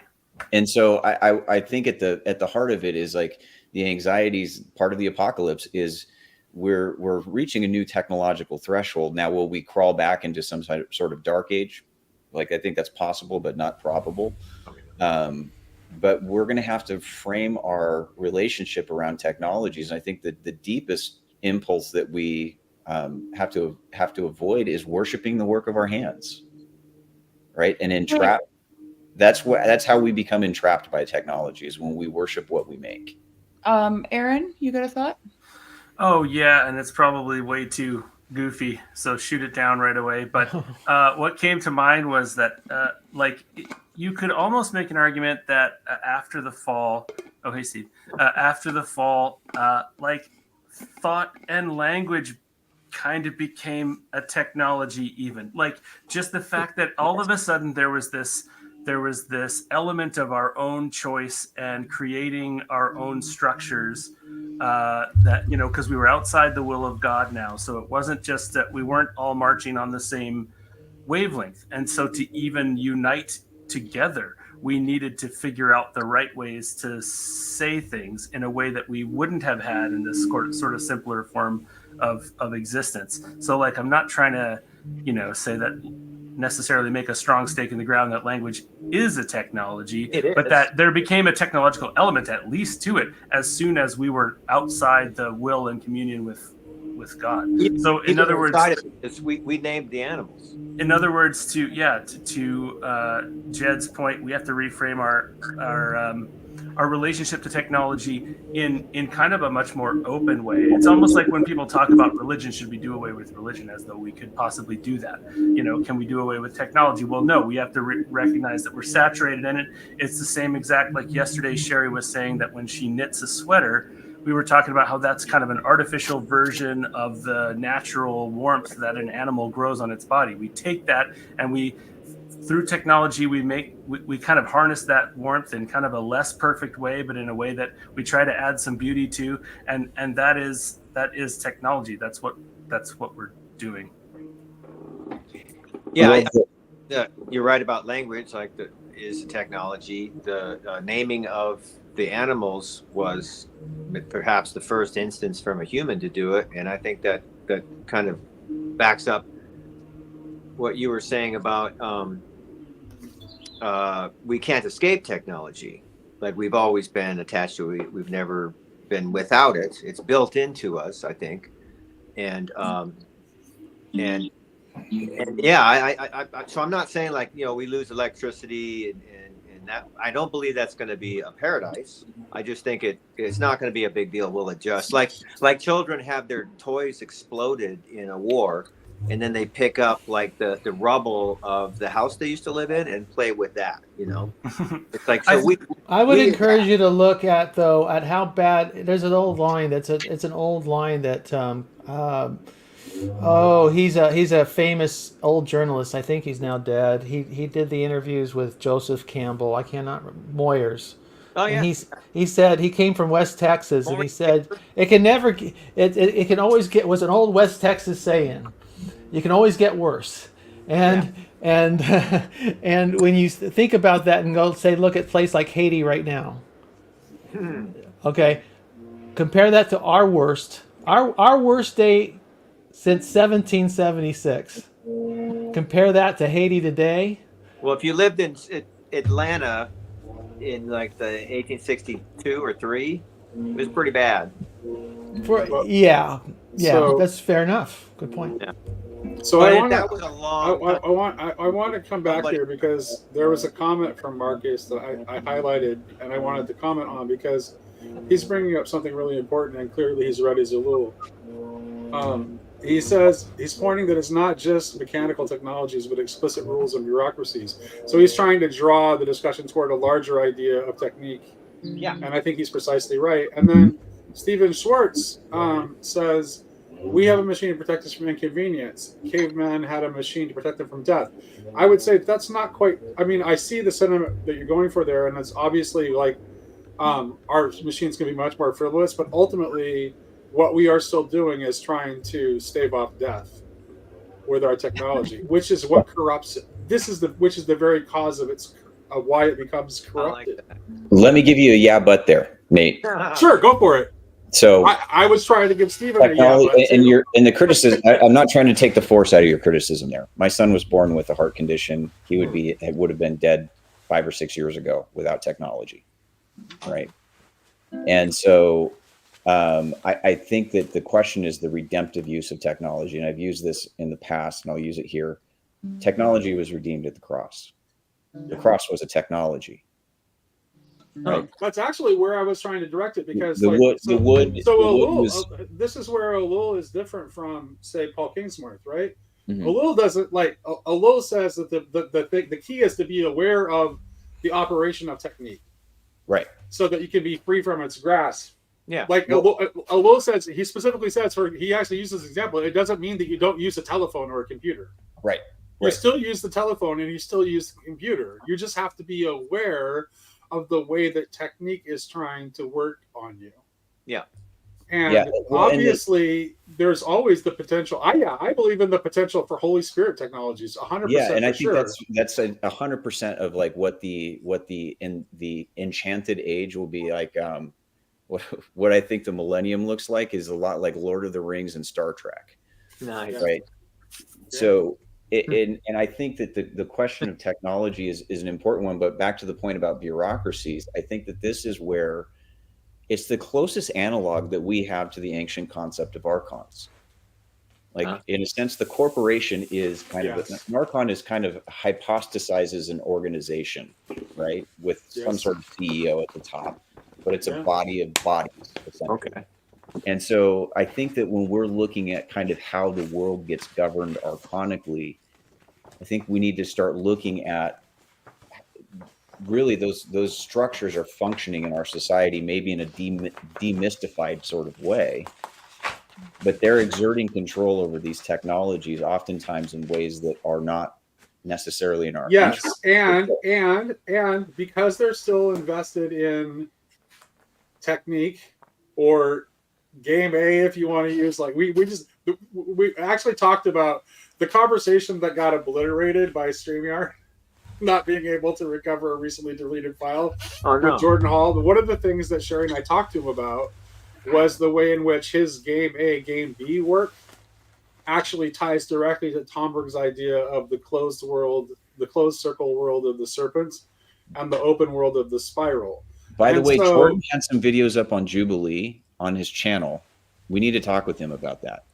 Let's do it. Yeah, we definitely need to talk to him again. Yeah, that sounds like a great idea. But yes, and actually one of the things we also talked about is right what we're about to hit on right now, which is like, so here's the difference. It's like the game A or technique are completely driven by a scarcity mindset. And which drives the survival of the fittest world of this, the closed survival of the fittest world of the serpent. And closes us off from the potential of vertical evolution through a cooperation for existence. But scarcity is a lie. Yeah. This is like Sherry and Luke and I had a conversation a long time ago about the loaves and the fishes. Yeah. And specifically about the part where Jesus is with the disciples after he's performed the miracle and he's in the boat. Yeah, good to see you, Aaron. We haven't talked in a while, but it was good to see you, bud. We need to connect again here soon, Aaron. Yeah, genuine love. I mean it for real. This is love to me. This is life giving. And I'll talk to you all soon. All right. Yeah. Thank you, Aaron. But he laments that the disciples did still not understand, and I really think what he's driving at is that they understand that a miracle was performed. What they're failing to understand is that the kind of plenitude and non-scarcity that Jesus demonstrates in the performance of the miracle is accessible to us. That's what he's lamenting, is that we cannot see that. That's the lilies of the field thing, isn't it? I think that's yes. Like the bird is like, looking for food all day, but he finds it all day until he doesn't, and then he dies. But you know what I mean? It's like I think like earlier we were talking about modernism, and the Enlightenment especially, and I feel like that's kind of like maybe that's the plan A. Is it called plan A and plan B? Game A. Game A. Yeah. It's like this Enlightenment thing of like, let's master everything. So, we don't have to rely on faith, which is too scary. And then, and we can only think in terms of what's materially real and maybe statistics on top of that. So like it's a zero-sum game. But if you can have faith, it's not a zero-sum game. And then like the certainty you are gifted by the technology of philosophy from the Enlightenment, you don't necessarily need it. I mean, it's certainly helpful. I want to fly to see my dad before he dies, which is really cool. I can do that. Otherwise, probably take me so long to get there by foot that he'd probably die first. So that I think it's rad. I think it's great. But I don't need to rely on that. I can rely on God instead. And who wants to do that? So let's get AI to accelerate how quickly we can figure everything out. What part of the country are you in, Steve? Your backdrop looks very much like where I live. It might be. I'm in North Idaho. Oh yeah, so you're still in the Pacific Northwest then. Okay. Yeah. Okay. That's actually a drier area with the ponderosas, but the other direction it's all firs and cedars. What I'm really interested in the Jedediah's, it'll look like a mix between Lord of the Rings and Star Wars. Mm-hmm. Yes. I want to know if there's going to be the seashells or toilet paper. That's what I want. That's Demolition Man, right? Isn't that seashells? Yeah. Seashells? How about leaves? They work great. Well, this brings up actually a really good question. In all the Star Wars movies, except for the newer ones, there is no paper. Oh, interesting. So that's well, they had the Force. Oh, hey! Oh, shit! My bad. Makes sense. Yeah, see now we're talking. The force is that's that right-brained autism I was talking There you about. go. There you go. I just want to. Jedediah. He was the one who came up with. Was he the one who mentioned more Lord of the Rings than Star Trek? Yeah. Okay, I love that insight because he's so doomer. He was so doomer for a while when I first dipped in. Interesting. And that seems very optimistic, and I like that. And I think that it's so easy to tear down, and that's the thing that this generation I think doesn't understand is it's much easier to tear down than it is to build, and we've not built a lot in this generation. We've done a lot of tearing down and very little building. If you feel powerless, the easiest way to feel power is to tear things down. That's why I broke up the radio in my dad's like 1960 radio. When I broke up with some girl, smashed it to pieces. There's no other reason for me to do that. But did you say you're a furniture builder, Steve? Well, when I'm not on the phone with you guys. Well, that's got to feel powerful in a way. It's a more evolved power. Oh, yeah. When you complete something beautiful, and that's quality, not quantity. It's expedience, not that's the difference. That's why big power is so dangerous. It's merely quantity. It's not quality power. Yeah, there's a huge movement in woodworking of hand tools. There is. So Luddites, just as I learned this from a guy who posted info about Luddites on his website called Alpine Luddites. He like hand sews mountaineering backpacks and stuff. Anyway, Luddites were not anti-technology. They were anti-technology used to make crappy stuff. It's like the technology should be used by craftsmen to make excellent stuff. So like Sherry's got her rolly things, whatever those are called.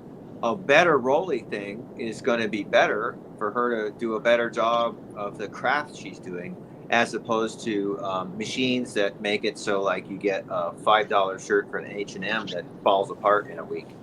You know, the spinning wheel. Huh? The spinning wheel was a disputed technology when it came out. Not because before that they had drop spindle, and that's how they did everything. And so the fiber was going through a human hand at all times, and they could make it. They got masterful at it, but now suddenly it was passing through this machine. It was only going through your hand at the one time, right? So like the cotton gin, I'm sure everybody was very excited about that one. Yeah. Oh, yeah. Well, my old world craft that I mastered was shoemaking. I apprenticed in my teens, and so I no longer do it. But it's very rewarding in a similar way. There's a Druid guy that does it. He has a website actually. He makes shoes. I really want to order a pair. Gary Gygax, the inventor of Dungeons and Dragons, was also a shoemaker. No way. Yep. So between us all, we can build a new world. Yep. Yeah. The question is, I'll teach you how to knit, Mark. Awesome. My son already knows. He taught himself how to knit when he was in college. Nice. Isn't that funny? That's great. This you guys? This is going in my woods, in the woods where I live. It's an icon of my patron saint, and who is it? Saint Seraphim. Oh, Seraphim. Seraphim. With the bears. He loves the woods. Yeah, the guy who likes the bears. Now, will that become like a place will that become like a kind of altar spot for you, Sherry? A place of meditation? Or is it just you put it there for whoever runs across it? And I'm just debating where to put it, because where I want to put it, it's really wet and it's going to be absolutely mosquito ridden at certain times of the year. And I won't be able to go there. And I'm not sure if St. Seraphim wants to be there either. So we're in constant discussion about it, but where to put it? But yeah, you want to re-enchant your world? Yeah. Could start with that. Yeah. To me, just the thought of that would have repulsed me not that long ago. Right.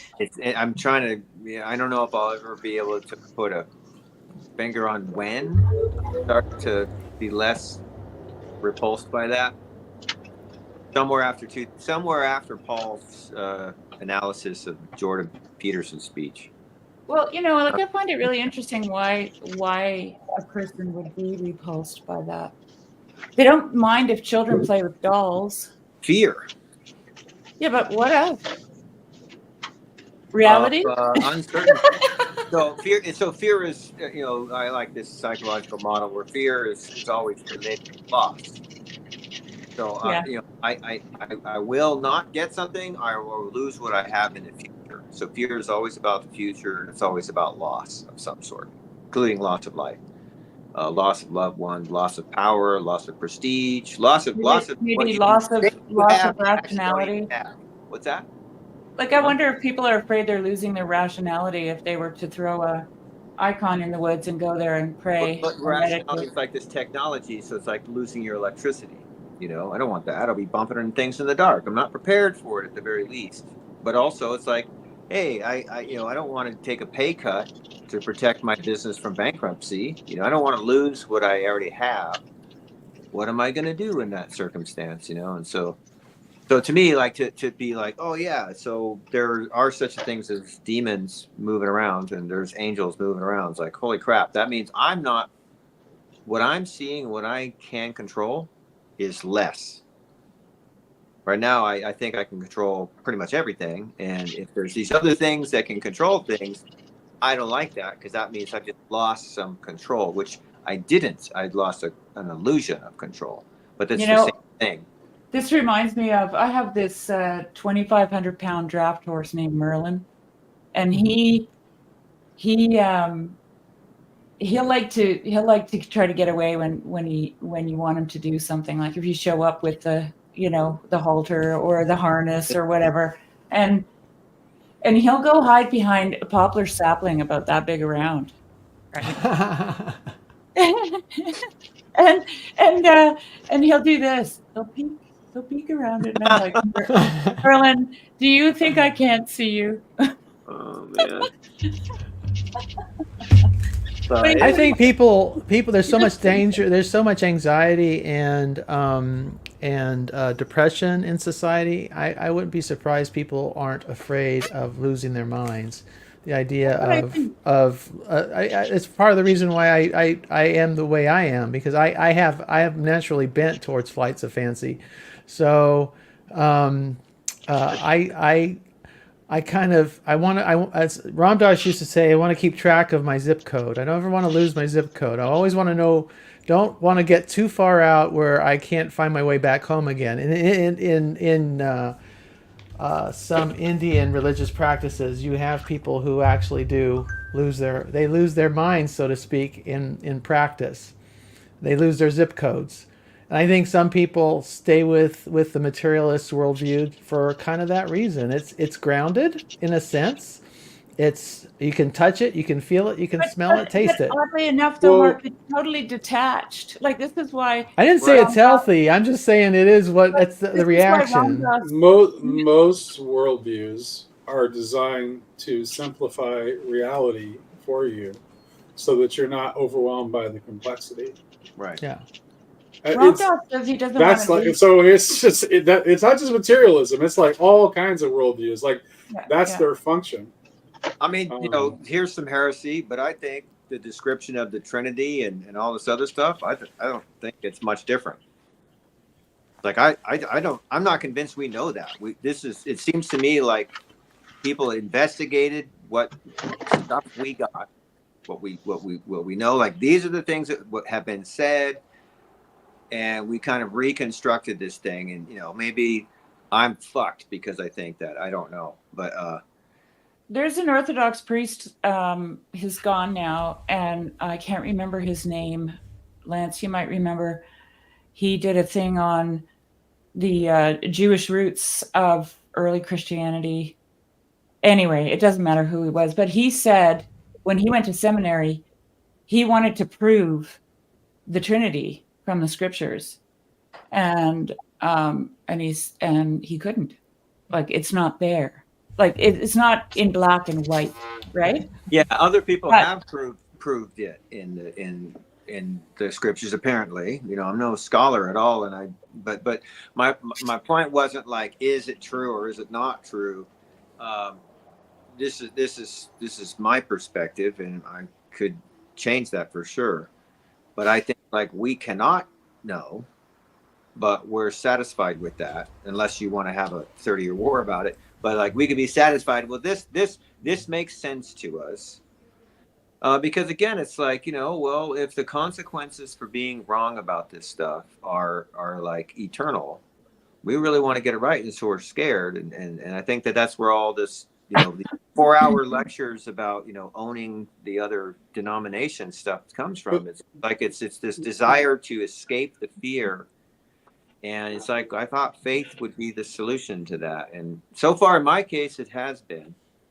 And, and I like the idea. Well, you're certainly pouring forth. I mean, really know what I'm talking about. I see the streams of living water coming out of you, Steve. So I mean, it's really happening. I mean, see, that's not sarcastic at all. I mean that seriously. I mean, you're transforming before our eyes. I just wanted to, hey, Sherry, I had David's comment pulled up. I wanted to just address that. Oh, sorry.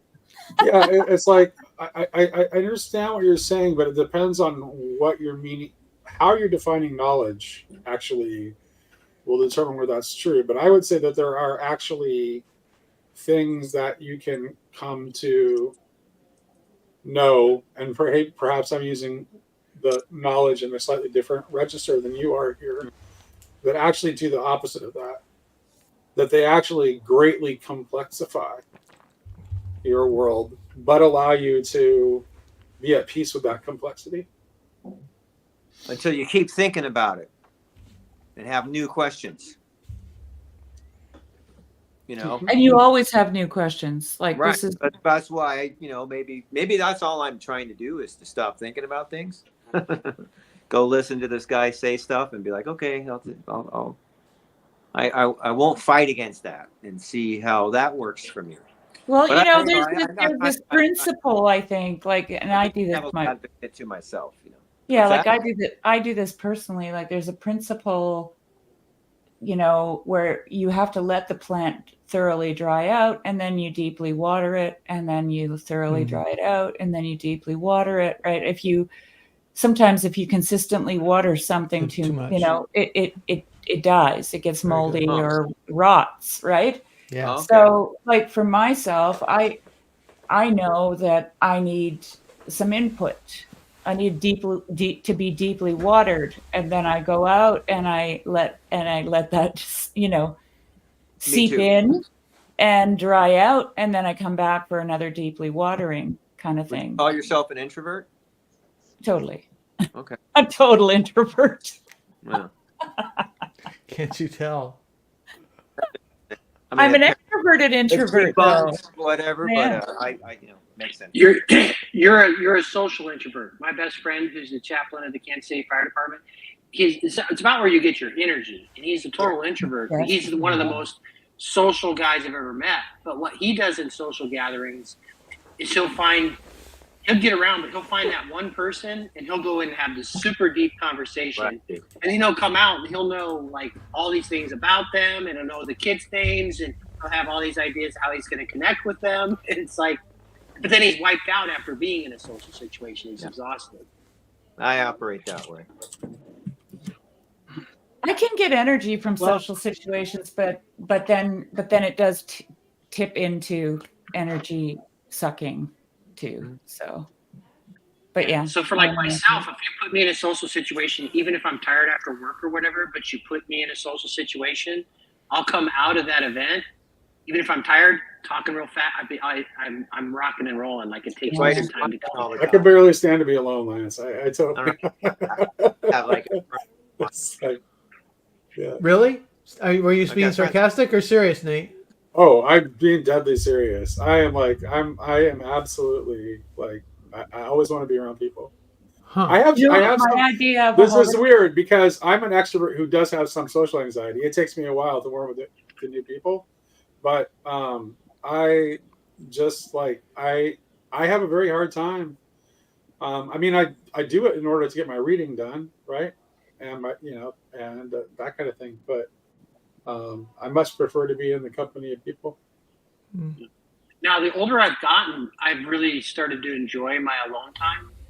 And then the other thing that I've noticed is now that I've had some more meditative practices, like I crave that quiet time that I didn't have. So we go through that. So I know I don't want to disjoint because Michael wants to do it. But did you see that DBH just dropped a new video this morning? The Light of Tabor notes towards a monistic did. Christology.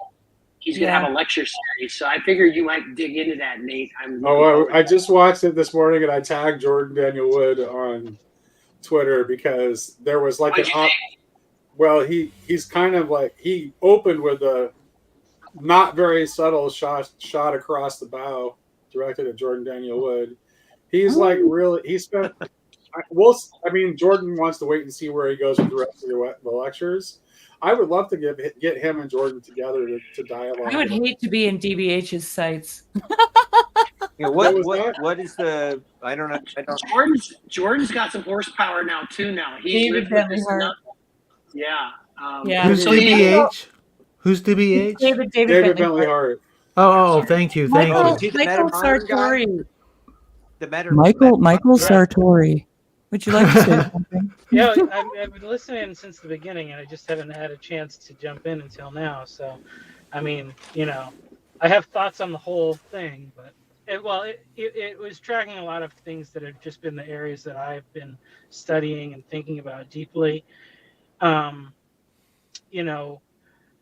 think there's definitely like anxiety about society and whatever our response is to church is due to the fact that we're looking for some sort of a refuge from the broader world, and I think that's kind of driving a lot of the things. But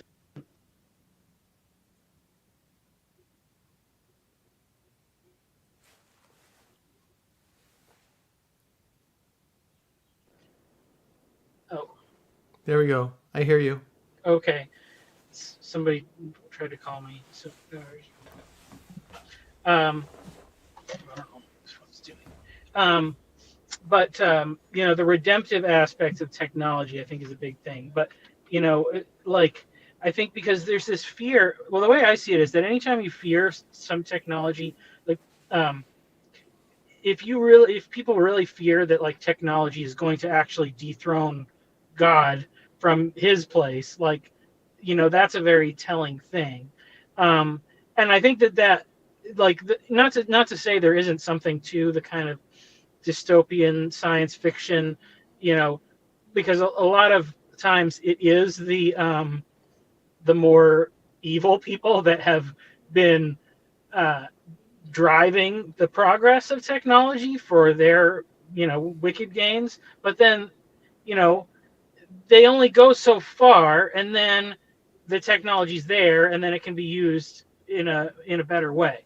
And I was just thinking, like, it's interesting, like hearing all the evangelical people and people in reform circles or whatever freaking out about like Elon Musk and like his Neuralink thing, and they have that one guy that has it, and it's like, okay, well, so far the one guy that has it, it's allowing a quadriplegic person to use a computer and probably pretty soon like be able to use a electric wheelchair, something like that. Like that is a good thing. Like, I mean, but we're just like, so so I mean, as far as I can see, like, I don't see why God's going to stop it at that point. Now, if the first goal of Neuralink was to shape the thoughts of the people with implants and be this centralized force, then I think you're going to have that hideous strength Tower of Babel kind of thing, and God's going to come in and put a stop to it. But but these things, like, you can't dethrone God from his place, and technology can't do it. People can't do it. So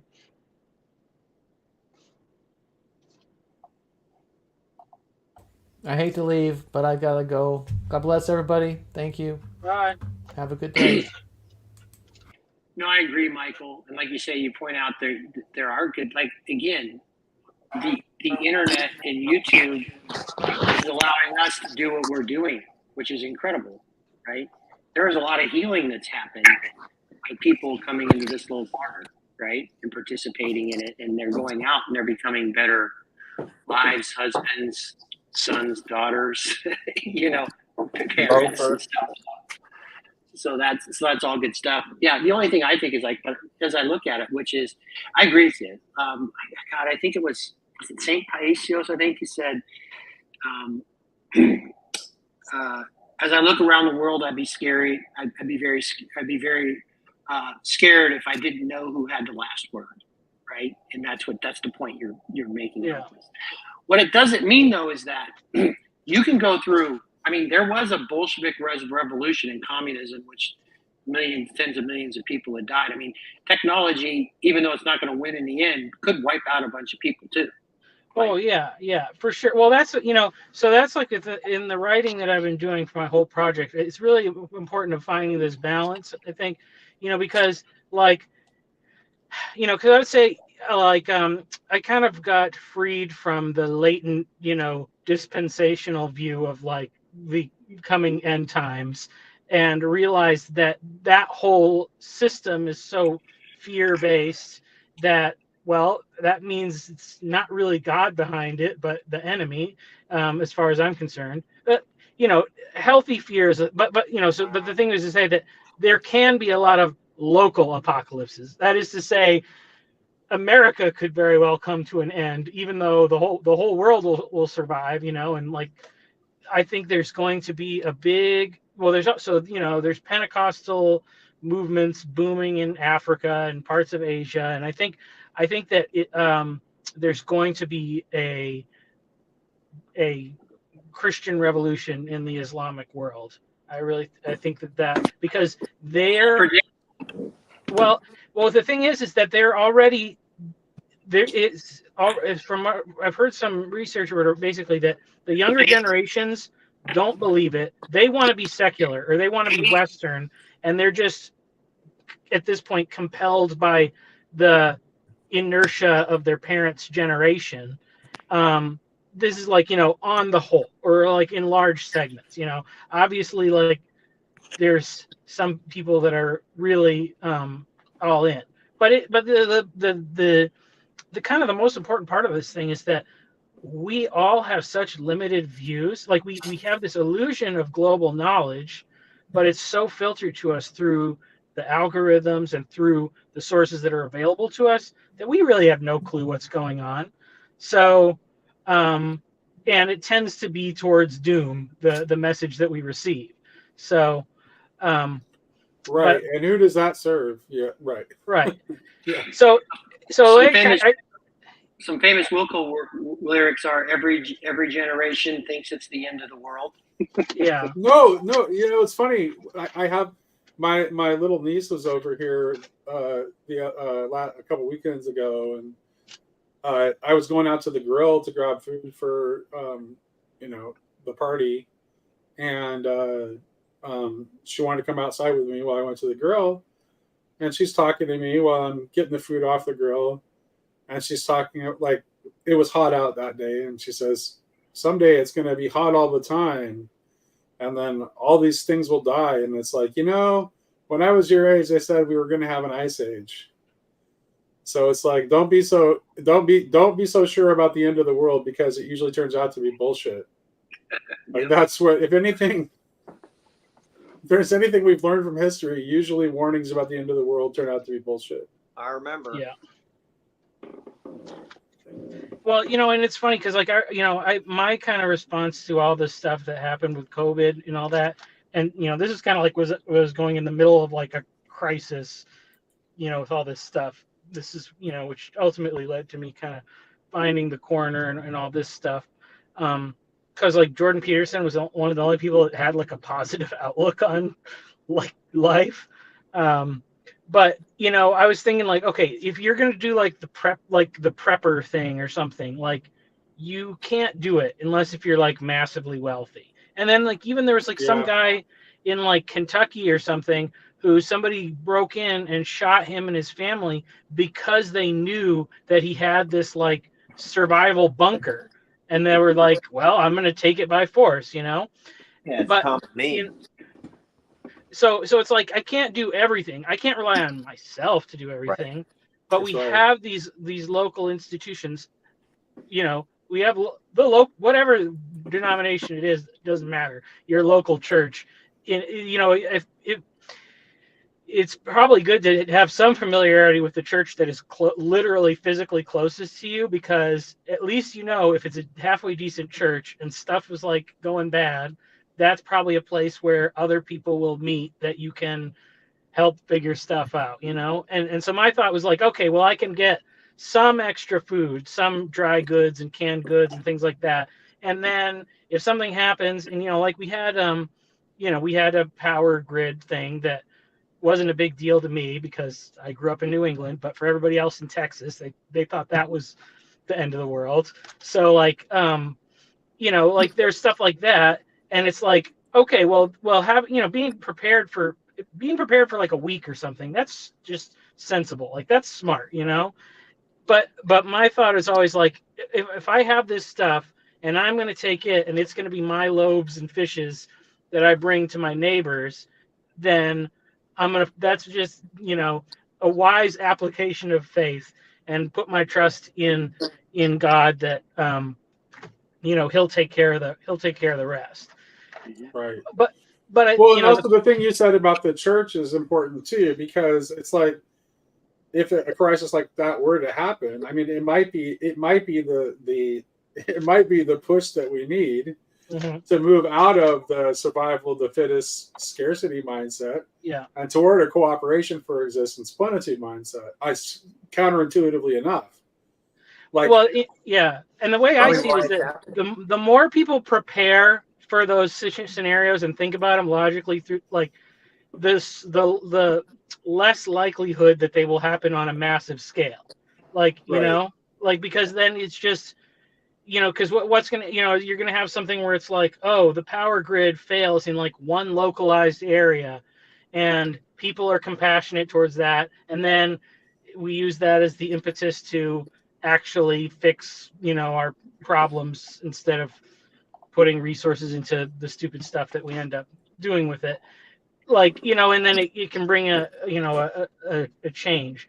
But really it's like that flexible mindset. Like, you know, you take your cloak and your walking stick and that's, you know, and that's what you do. And just you know, be flexible, be expecting God to do something, be open to the unexpected, which is a completely different mode of attention. So that's like that's a really radical change, even though it sounds really simple. Yeah.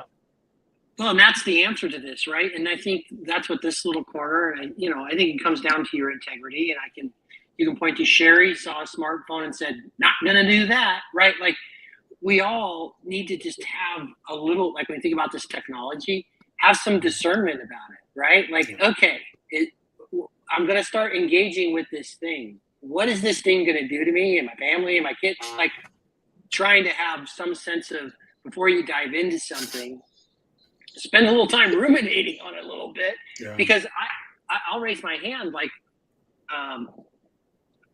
some of this was age, but one of the things that I would think Pajot, JVP, this little corner, just hearing stories, is like, I was a cultural person and I get swept up in a new thing and I would just dive into it, whether or not I was, you know, oh, sure. You know, that's kind of the addict in me. Like, if you got one, I'll take three, you know, it's like, oh, bring the new thing on. I'll throw myself fully into it without thinking whether or not it's good for me or not. Yeah. I was a late cell phone adopter too. I mean, I didn't resist it permanently like Sherry did. But you know, when I first got my first smartphone, Lance, when I started selling cell phones, like that's Well, I worked for Sprint, and so Okay. that was our business. So I had them. You know what I mean? Yeah. I got my first Motorola in 1998, but those were just phones. You weren't Yeah. texting, and it wasn't the smartphone thing. It wasn't the Yeah. same attention thing, right? Yeah. So my estuary group, we've planned a electronic device free camping weekend together sometime this summer. So we'll see how that goes. Slacarius is dreading it. He's just like he keeps bargaining. He's like, "What about a Nintendo Switch that's not connected to the internet?" Well, I was glad. Hey, by the way, Nate, I wanted to say this while you're on. I'm very appreciative that you were so generous with your channel and letting people broadcast on it and allowing idiots to go on for over 15 hours yesterday and jump It's on. amazing. Hopefully, we're driving some of the algo stuff. Like maybe that'll help the channel. But you are very generous, and also your spirit is. Not every conversation that happens would be a conversation you would maybe appreciate or not, but you have enough faith in the corner to know that someone will stand there and say something hopefully decent, and over the course of time, there'll at least be some good faith conversations. So. Yeah, absolutely. Yeah. Thank you, sir. Well, I got to get back to work, but I was glad to get to pop in. I just want to say it's good to get to talk to you again, Michael. And every time I hear you talk, it's like that's immense right there. Like, thank you. Totally respect you. Good man. All right. God bless you all. Yeah. God bless. And we are helping to pick up the slack. PBK has a marriage going on this weekend, so he's very busy. So I told him on Twitter we got his back. We're picking up the slack on the content. Yeah, I woke up wondering where it was, and I saw this one posted, and it did say live, but for some reason I thought it was saying it's coming soon, or maybe it did say coming soon or something. It was scheduled. Yeah. Yeah, I think so. And then like later on, I watched a couple things and did some stuff, and I looked again. I'm like, oh, it looks like it hasn't started yet, but I'm pretty sure it had. It was an hour into it. Yeah. Well, my plan is that I knew because I had some people reach out to me via DMs. They're like, "Wow, something was going on." Like because yesterday was organic, right? And then it became fun or whatever. And my intention was just to say, "Hey, come on in. What do you guys think about yesterday or whatever?" I was going to kind of do that. And then Luke came in, and Luke is really good about just so unintentionally just throwing some bombs out of thoughts, and then he blitzed. That's his whatever you call it, his avatar. And the thing is he is such a he totally wants you to just be you because that's all he thinks you can be. So like Luke at his core, as you know, Nate, like he's very passionate about these things, and of course he wants people to maybe see things, but at the same time he's such a personalist that he really doesn't want to dictate to you anything in your life, but yet he just has a way of just. I think this is my vision of him is he just wants to hug everybody deeply, and he's going to poke you till you're there so he can hug you. That's. I don't think he's trying to knock people down. I know people who are like that. They just want to push you down, But that's what always doing. Even though he's he's definitely a provocateur, but it's because he just wants reality, Yeah. No pretense. I've been known to say a provocative thing or two as well, so I won't. Well, I mean, because he's another one of those guys who's smiling all the time. Well, I say this because I know this. I am an acquired taste that not everyone acquires. But one of my faults in my life has been I was a people pleaser. I was trying to please everyone. And with that, I would sacrifice a lot of integrity to try and please people. And I had a sponsor that told me, he's like, he says, now you should be known as a man of integrity and a man of your word, and all those things are important. But if everybody likes you, I'd be concerned that you're being a fake because you're unwilling to actually be who you really are. I recently he said that to me, and I was just like, oh, dang, bro, like, right to the heart. I recently posted a meme. I think the image on the bottom was Homer Simpson, but anyway, it was just like a screen capture of a tweet. You call Europe, so you're a people pleaser, huh? Name 2 people who were pleased with you. And then like a response to the tweet was a Homer Simpson, like, why are you doing, oh no, it was Hank Hill. Like, why are you doing this to me? I posted that in a 12-step. Well, Steven was participating yesterday in the world. I did confirm, by the way, I went and did some research. That was a world record TLC live stream that everyone participated in. It's officially the longest by far. So congratulations to everyone. You can now tell your family and friends that you are a world record holder, and you can wear that with that badge of honor with just a lot of pride. I timed my entry like once the wave was catchable, man.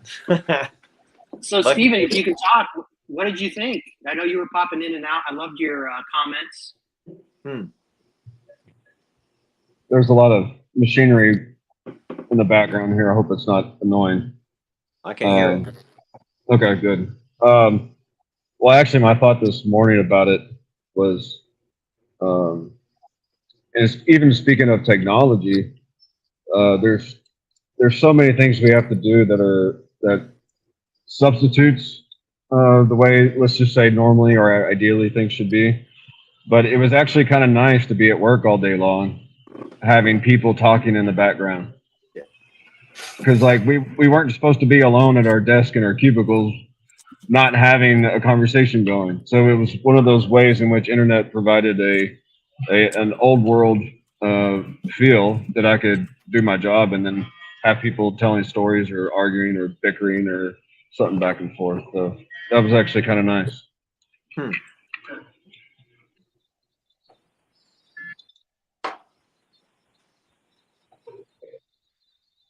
Now, CW, you're not sure that's how world records work. I actually fact checked it, and it fact checked true. So I'm sorry you're wrong on that. But did Zuckerberg's team fact check it? That's all I agree.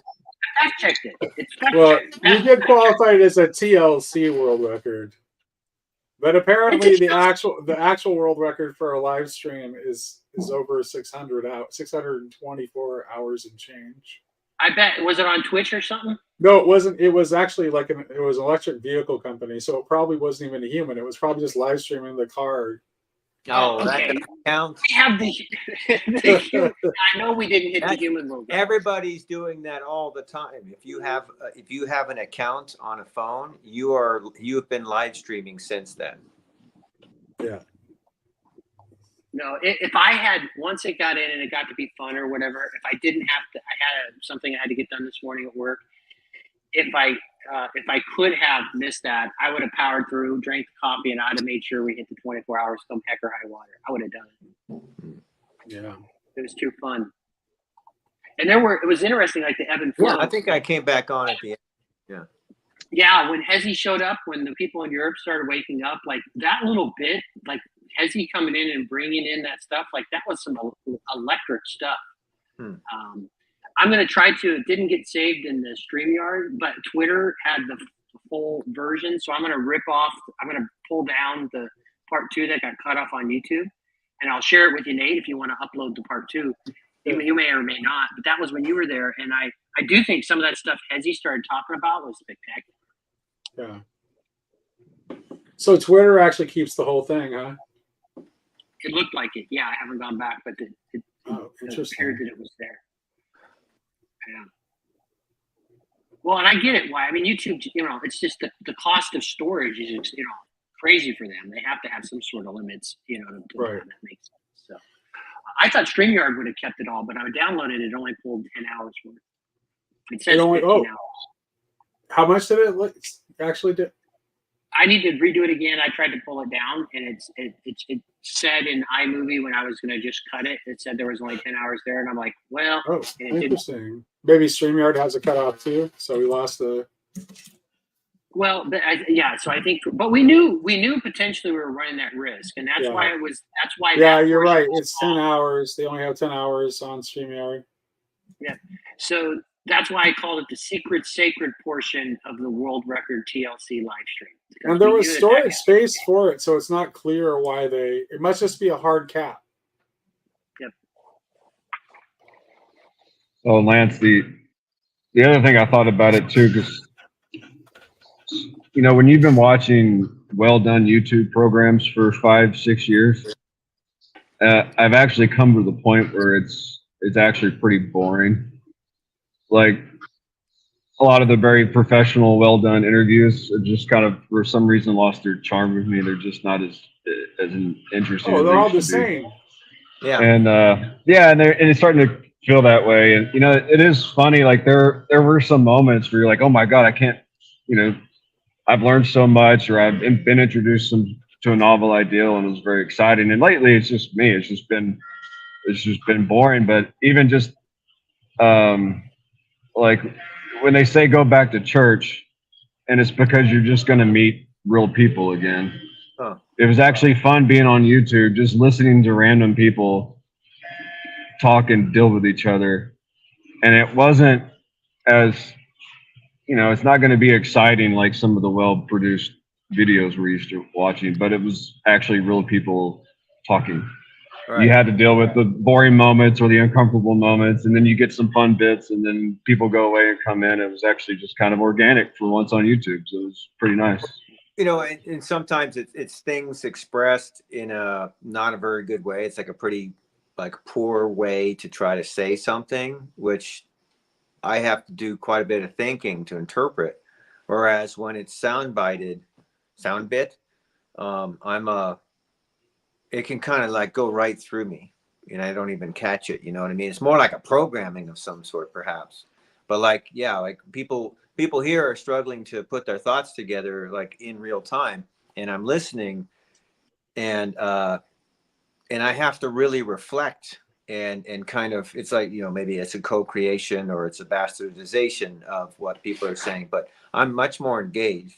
And well, it's a totally different kind of conversation too than like the kind of polished conversations that Stephen is talking about, because usually those are like, I have some really cool information, let me tell you about it and persuade you that my vision of reality is correct. It's some like it's some variation on that 100% of the time. Whereas what goes on here is like, yeah, none of us really know what's going on, but let's talk to each other and see what we can figure out. It's completely different. What is going on? And like Ezzy noted when he came on, he said one of the things he liked was because we knew it was going to be really long, it actually gave people some time to not feel like they had to rush through certain things, and people got to tell their story. So there was a depth and length that happened at moments that really allowed a conversation to, because sometimes we realize when we're on these, like we're kind of hammering around something a little bit, and then people want to move on to something else, and it kind of like, well, we'll take this thing out to its end, even if we probably talk about it 20 minutes longer than maybe, you know, technically should have, because you never know, a nugget might come in or someone shares something. And yeah. Well, one thing I was going to say is, and I've seen Nate do it a lot, is jump in on a conversation that's going on and being the guy that says, wait a little bit, that was a little offensive what you just said there. And it always occurs to me when I listen to the prepackaged YouTube interviews, I'm debating people in my head that never get offended. Right. So when I'm arguing and thinking things out of my head, nobody ever gets offended at the ideas I have. But you come on a place like this, and all of a sudden it's like, wait a minute, oh crap, somebody got offended. Now, they could be wrong, but you still have to deal with the fact that you offended somebody, and you need to sort that out, you know. And that's a thing you don't get inside your head on YouTube intellectual discourses. Is right here you can offend people. Yeah, you can offend people. I've experienced and they can, expecting you to know, offend people, and I end up like, at least they're okay with it. You know, that's been interesting to me. Just the tolerance for my ignorance. Yeah. And if you're offending in good faith, if you're offending, like that's that whole opponent processing is good. Like I like one of the things I really liked where, you know, Jeremy grew up in the Mormon church and was a Mormon missionary. And then so he was talking about Mormonism, and then that kind of offended Mark. And they had this opponent processing going on, which is good. You know what I mean? And so, and then sometimes that I know, which is like, you know, I need to step back when I offended sometimes. Sometimes I need to learn something about it. And sometimes it's that other person's issue and I don't have to worry about it. I mean, they're taking offense, but that's okay. That's their thing. It's not my thing, you know? Well, I mean, sometimes it's easy. Like if somebody gets offended at something you say, and let's just say they're way off base, it still puts you in that paradigm of how much am I willing to sacrifice of myself to address the concerns of somebody else, you know? Yeah. Like even if they're way off base, it's still like, okay, I either have to be the person to say, oh, I don't give a shit what he thinks, or he's so off base, I don't even need to regard it. Or you can go, I wonder what it's like to be that person for 5 minutes, you know? Because Well, you it could also- ask, wait a minute, hold on, I know we're having an argument. What is actually your perspective, and can I actually, you know, ask questions to the other person? Like, wait, how do you see things? And you know, like even get that background. But a lot of times that takes a lot of vulnerability and patience that we don't have sometimes. Right. Yeah, and we often say things like just sort of automatically, right? We just run our scripts, and when Okay. someone's offended, it gives us an occasion to like reflect on, like, well, okay, why did I say that? Do I really mean what I said? Could I have expressed myself in a better way? It also may be that the person is being oversensitive or misunderstood what you said, but it affords an opportunity for both of you to learn something if you can just like work through it, which I see happening more often than not. In this fellowship or period? No, in TLC. In I've TLC. been a part of a fellowship for a long time, and you know, like one of the axioms is go to meetings, and I go there, and a lot of times I hear the same crap. I've heard it already. So it's like maybe the same person saying the same thing, or it's just like another person saying a thing that everybody always says. But you know, they do say it in their own way most of the time if they take more than 30 seconds to a minute. And what I found is if I listen very carefully to what they're saying, and I consider what do they mean by that, like not just what they're saying, but why are they saying that? So there's a purpose it's coming out. Maybe it's in response to what somebody else had just said, something in their life. But anyway, I'm thinking and I'm listening and I'm trying to understand them. It's not boring, you know, because I got bored and was like, this is dumb. I'm not going back. And I stopped going for a long time. And I started going back again with this different technique that I had learned through work, I guess. And, you know, like interacting with foreign people, meaning like not native English speakers, and I don't know their language. And we're talking about the business stuff, like the theories. And I learned like if I just listen very carefully, this guy with a thick accent doesn't seem like a stupid person who doesn't know anything he's talking about, you know, because, you know, usually people who can't express themselves as eloquently as you can seem stupid. But when they're speaking a foreign language, like they don't have, there's no way they're going to do that. Anyway, so I learned that. And then I go back to this fellowship and people are going, blah, blah, blah, you know, saying the same old stuff. But it's like, well, why? There's a lot of things to say. They're saying that one. Why is that? And what's the belief they have behind the thing they said? Do they believe Exactly what right. I Yeah. believe? It's made it so like I listen to this crowd and I'm not like, oh, well, okay, these are the guys on my team. I'll just like tune out when those other guys are talking. I'm not doing that. I've been attracted to this entire conversation in the corner and broader on the internet on these topics for a while because I'm like, somehow I learned to listen and I'm like the worst. I cut people off, blah, blah, blah. I've learned a lot and I've improved a lot, but man, I never used to listen to anything, including I didn't even listen to myself, you know. So anyway, I think one of the things that Estuary has in the materials that were put together and that Jess and I grabbed, but it's like listen to try and seek understanding, like not just to get your response. And understanding doesn't mean you're going to agree with that person. Nope. That's not what that means, right? But really try and seek to understand instead of just, which again, this is something that I have a problem with. My mom said I was born arguing out of the womb, right? So I'm listening to respond all the time, right? Okay, I got this argument, got this argument, got this argument, whatever. It's like, oh no, try and understand someone. Like, you know, for me, one of the things was, like for Sam, I just couldn't I got it, but I couldn't wrap my head around Unitarianism versus Trinitarianism, right? But then I finally was listening or whatever, and then I figured out, and then we were in a voice chat on Bridges of Meaning. I said, okay, Sam, let me try this out. So with the incarnation, you think this is just kind of like God breathed the new Adam sort of thing, but as a human, like, yeah.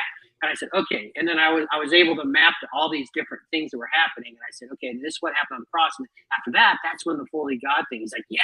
So I could understand all this stuff, right? And I was putting it too. And so now that I could understand exactly, I was like, oh, I get why Sam's taking in all these instances, like this is where he's going to go. So like, I totally understand it now. I'm still heavily persuaded for Trinitarian, like, but I understand where he's at, right? And then the other thing about Sam, which is wonderful, like we can have fun and we can talk about things because there's good nature there or whatever. But Sam is a sincere, earnest, really smart guy. I'm not going to argue Sam. I'm not going to argue Sam off of Unitarianism, right? And I've prayed and thought and studied and pursued and whatever, and I'm very convinced for myself on Trinitarianism. We can just let that topic go between us. Yeah. We can have some fun barbs back and forth, but I'm not going to. You know who's going to convince me of Unitarianism or Sam of Trinitarianism? Christ, right, and the Holy Spirit. Yeah. No, that's all well said, Lance. It is such a very different mode of listening when you're listening to someone and you're thinking about what they're saying as you're thinking. When you're thinking in that mode where you're thinking of like what counter arguments you're going to make for what they're you're saying. You're yeah, exactly. And so it's been hard for me to learn to turn that off too. Right, exactly. And here's the thing: it's like you're actually not fully listening when you're doing that because because you're not actually trying to see what you're not trying to see through their perspective at all. Right. You're not. All you're doing is just to try to find where the weak points are in their argument as they presented it, so that you can defeat the argument. Mm-hmm. And with what you said about Sam, like that's very well said. I think with Sam and I, when it comes to the Trinitarian Unitarian thing, I think like Sam just kind of shrugs at my arguments for the Trinity because they're not scriptural, right? So for him, like the reason he's a convinced Unitarian is that he is also like very much devoted to using scripture as his authority, like in a far more exclusive way than I do. And I think and the historical art, and I'll just concede to him because the historical argument is pretty obvious that like the doctrine of the Trinity developed in Christian history. It was not there from the beginning, but that doesn't matter to me because it doesn't make it any less true. Because my reasons for believing it are not dependent upon scriptural proof. Well, Christ was the mystery hidden, right? So Christ was the mystery hidden, and then we see these that you can see then, these hints or these things, and it's the things that are written between the lines, and then one of the things like when Jacob says clearly the Messiah hasn't come. Have you looked around? Yeah. And so for me, like that's exactly what the disciples said. So after they met, like in Acts, like right after they spent time with the risen Christ, and then they're like, hey, Jesus, are you going to go like kick these Romans out now? And he's like, okay, guys, just wait. Go wait in the room, okay, until the Father's right. So he's reacting exactly naturally. So I want to, I'm going to say something now. I want to say something about that. So why do you think that was? Because I think we still like, and who was it? It was Michael. When Michael was on, he was talking about how he has like gradually moved away from his kind of like previous like dispensationalist frame, right? And if you were to really, really like ultimately at the end of the day, the dispensationalist frame believes that the eschaton is brought about exclusively by God's action in history. But if the eschaton was going to be reached fully by God's action in history, what possible reason could there be for Christ not doing what was expected of him by the disciples? So that actually can't be what the actual case is, because if it were, no, because think about Job. Go ahead. Think about Job, right? So I had seen you, but now I have heard of you, but now I've seen you. And then he goes into, this is like the end of Romans 11, which is amazing, where after he says, he disobedience for all, so I'm going to have mercy on all. And then he has this amazing doxology after Paul sticks his landing in Romans, right? And then he just, after Paul discloses all that, he's referring back to Job after the whirlwind and everything else. He's like, oh my God, you have things that are too wondrous for me to, like, we can't even fathom what you're doing. Okay. Right. Like, this stuff is just so out there. Glory to you. And like Job's reaction to the whirlwind was just like, just teach me. Okay. You know, oh my gosh. And so I just think that, you know, that God's revelation and what he's doing in, you know, you can even see it is how unsearchable are your ways. Like, there is just like the ineffableness, you know, Christ came in and breaks in this way that obviously, and I could certainly can say I'm biased. I see all the precursors and this stuff, and it makes, you know, total sense to me. Also, I've had what I would deem as a real experience with Christ, right? Mm-hmm. And so, you know, for me, that just that naturalness, like, of that, is, you know, he kept telling them over and over, and they're like, okay, how have we seen this now? Like, again, like, we're hard on the disciples, but come on, like, that was hard stuff. Like, also, like, when they couldn't stay up praying with him at night, could you imagine following him around in the crowd all day, and you've been up all day walking around, and if you've been to Jerusalem and you're walking all the way up there, it's the middle of the night, he's asking you to stay awake, you know, you might fall asleep too, you know. But I just think that his revelation ultimately is so wondrous. You know, just look at that Romans 11. Like, I mean, how unsearchable are your ways? Like, oh my gosh, I had all these thoughts. I saw you in the whirlwind, and all the Job's really response, all of that is just like, you are God. Yeah, you know. Like, I mean, you're reminding me of, you know, and I barely know the Bible at all, but there is a psalm that was depicted in the TV series The Chosen. I think it's 70 something, but you know, it's pretty much, you know, my enemies are all around me. I'm totally screwed. You know, my life is going to hell, but holy cow, you're like the lightning and the thunder. I saw the waves crashing. You know, you say something and everything moves and it ends. So it's not like, oh yeah, thank you for like taking care of me. It's just more like, at least this is my take on it as a total amateur. It's like, my life is like undescribably and inexplicably difficult and challenging, and not the way I wanted it to be. But you know, I have to admit, you're not some like loser God who's just playing with me. I can't even comprehend what you are. I get a glimpse, and I'm totally blown away. And that sounds a lot like the Job reference from Romans to me.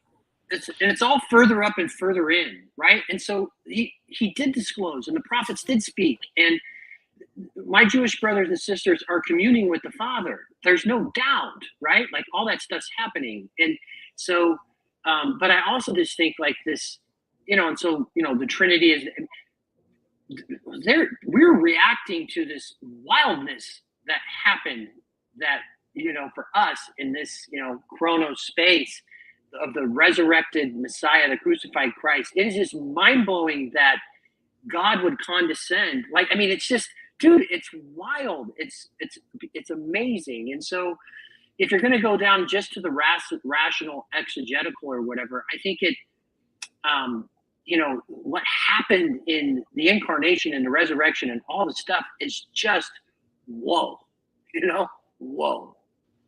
Yeah. See, if you come at things from a faith by necessity standpoint, I think it renders the whole Trinitarian debate moot. And so what I mean by that is, if you're choosing your faith, then you can have the Trinitarian debate argument for 2,000 years, and that's what we've had. But if your faith chooses you, and then all you have is the acceptance or the denial of whatever, then I don't know, like just I am not smarter than my 2,000-year-old tradition. That's a good way of putting it. There is no way I'm going to get to the Trinitarian base, or really any foundational basis of my belief that's stronger than whatever the 2,000-year-old tradition can come up with. Now, I might come to a better understanding through time, but like that better understanding comes first from the subordination of myself to that tradition, not the other way around. I guess there's some that has to happen first. Like I have to basically give it the benefit of the doubt. Like I have to make that initial leap of faith into a particular tradition, I guess. But like, I don't know, for many people, I find that their threshold for making that leap of faith is very high. And for me, it's just like, no, if I don't do it, if I don't do these things, I'm a far worse person, Christian, whatever. Like if I don't, and it's just a way of measuring that in my own life across time. Like I'm just worse if I don't, let's say, go to church weekly, if I don't go to Eucharistic adoration and do a weekly examen. Like I'm just worse. So then it's like the necessity of trusting in my tradition simply because I need to. Like yeah. Anyway, I don't know. So I've been following. Jedediah, you jumped back in. Now you had to I come. did. I've been following this. I'm actually curious. I want to say less on this and hopefully ask just a good question here. So kind of hearing a little bit about the Unitarian Trinitarian debates and some of the interactions with Sam. To what degree, when we're thinking through these things or anything else where it touches on dogma, right? Is how do those dogmas mediate our actual encounter with God? Do they? And how do we prioritize the encounter? And then, like the way I like to look at dogmas is I look at it in a similar way in science as theory, like well established, well tested. It hasn't risen to the point of law, right? So it's not the actual description, but it's what we feel like is a good working description of it, of something, right? So I look at dogma and theory as the kind of the same thing. So I'm just curious to see how that mediates, how the role that plays. Let's say a belief in upholding the Trinity in some way. How does that mediate and inform your experience of God? Well, that's why I was interested in watching Sam's video he posted today about the Unitarianism and the relationship between the divine and the human, because that's something I haven't heard from him yet, and I'm curious to hear, because that's one thing Where is that posted? He posted it on YouTube. Yeah. He has a channel. His channel's called Transfigured. Oh, that's him. Okay. Because that's one thing for me that's lost in debates between Protestantism or Orthodoxy or whatever is for me when people discuss the Mother of God, that's not a truth claim in the way people want to argue about facts about Mary or what facts can you prove. Because at least in the Orthodox mindset, when I think of the Mother of God, it's what does 100% dedication to Christ look like? And how does that manifest in reality? So you can say that, God forbid, Mary wasn't ever virgin. You could say something like that.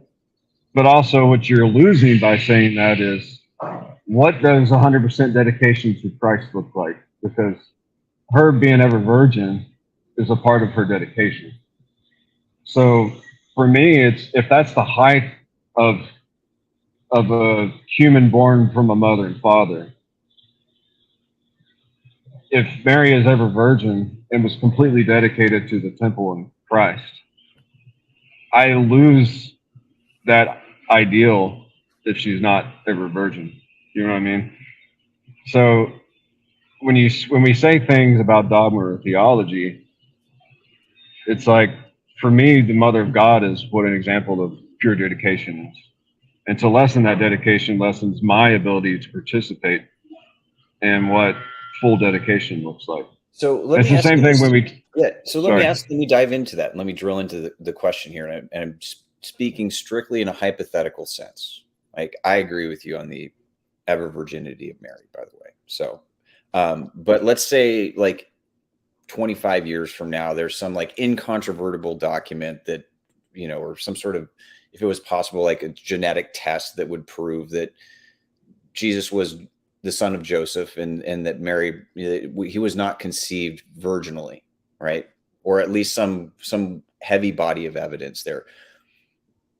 Would you still believe that Mary's the ever virgin in the face of that kind of evidence? It Like, still doesn't lose. It still doesn't lose the human potential afforded by the dogma.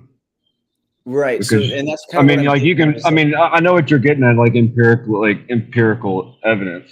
Right. And So I understand the argument, but you can almost look at it as the imaginary. It's okay, like, so like Theotokos, right? So that encounter with Theotokos, that spiritual encounter, that's the question I'm driving at, is how much of that is mediated by, I think it's a two-way street. I think it's going both ways, is to tip my hat, but how much of that is mediated by like that understanding or that confession of Mary as Theotokos and as ever virgin? the actual dogmatic propositions. Yeah, so the dog, like obviously, like we're apprehending these things through that membrane of dogma, right?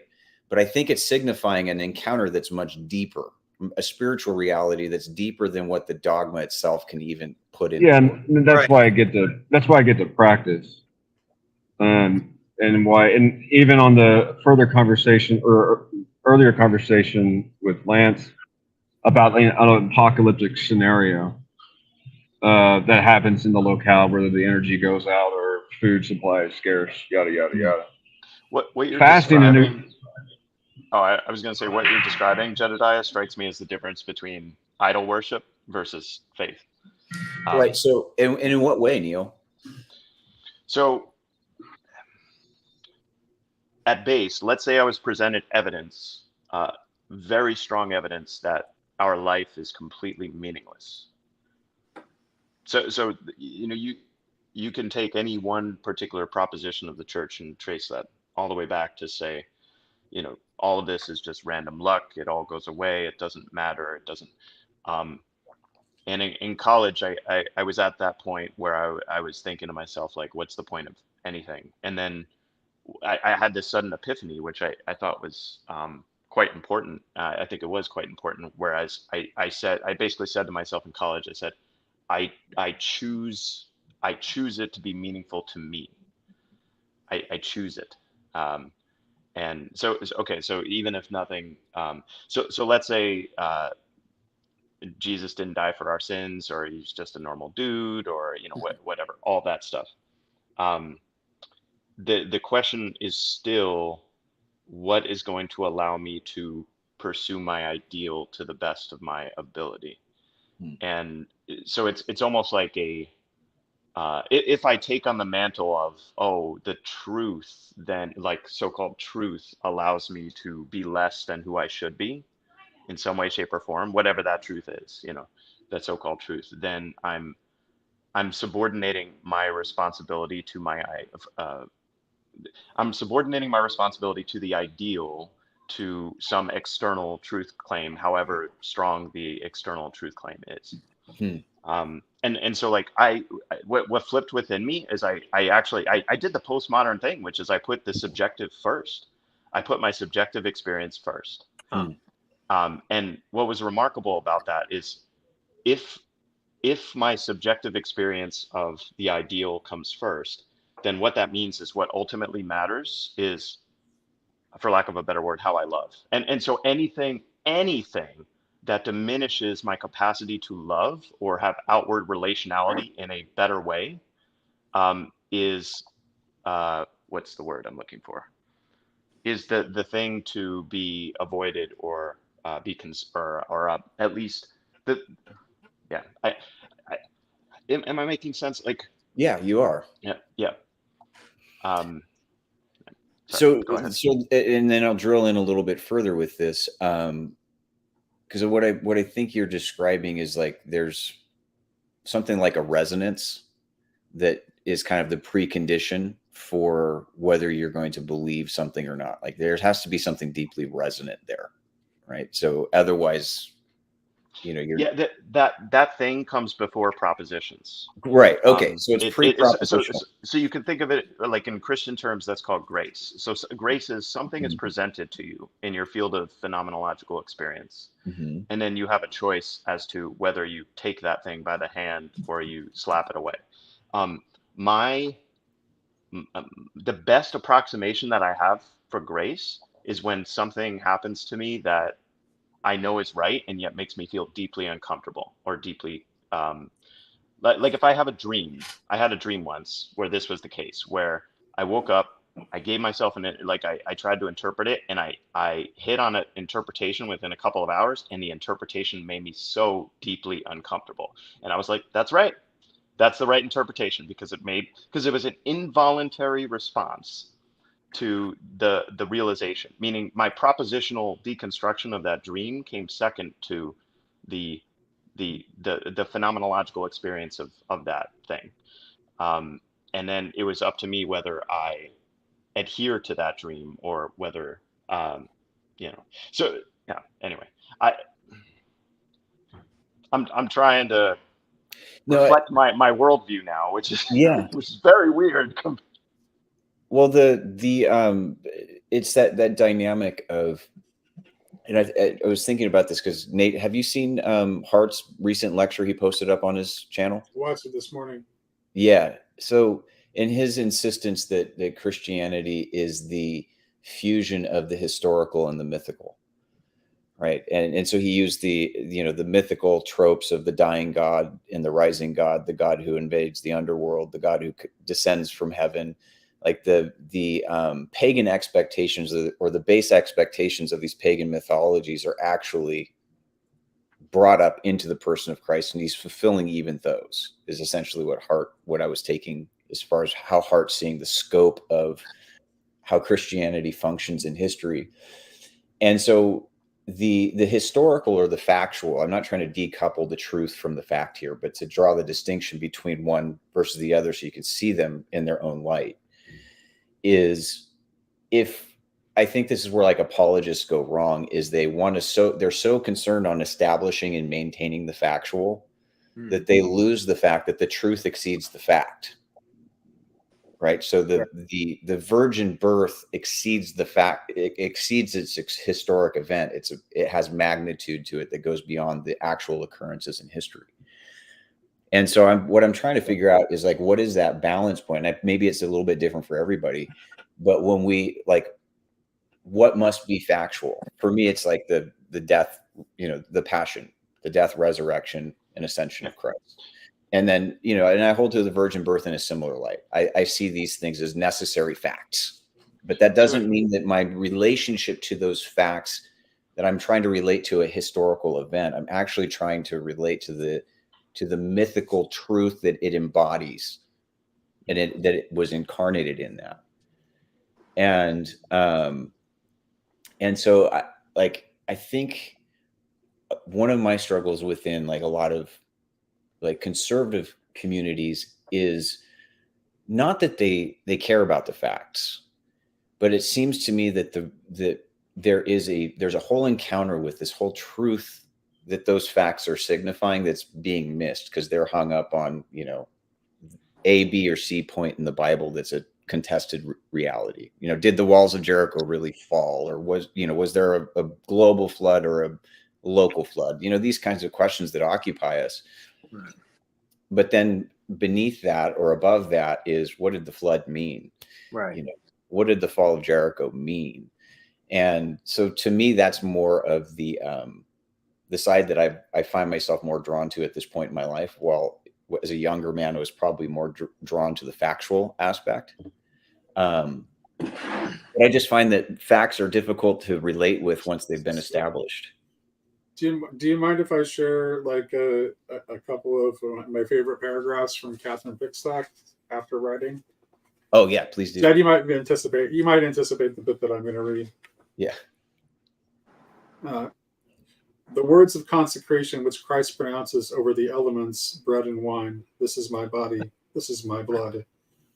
uttered in the context of ecclesial repetition of the historical sacrifice and essential signification of its ecclesial repetition, if it's ecclesial repetition of the historical sacrifice and the essential signification of its effective unity, invite us to question the distinction between absence and presence, continuous and discontinuous, sign and reference, death and life.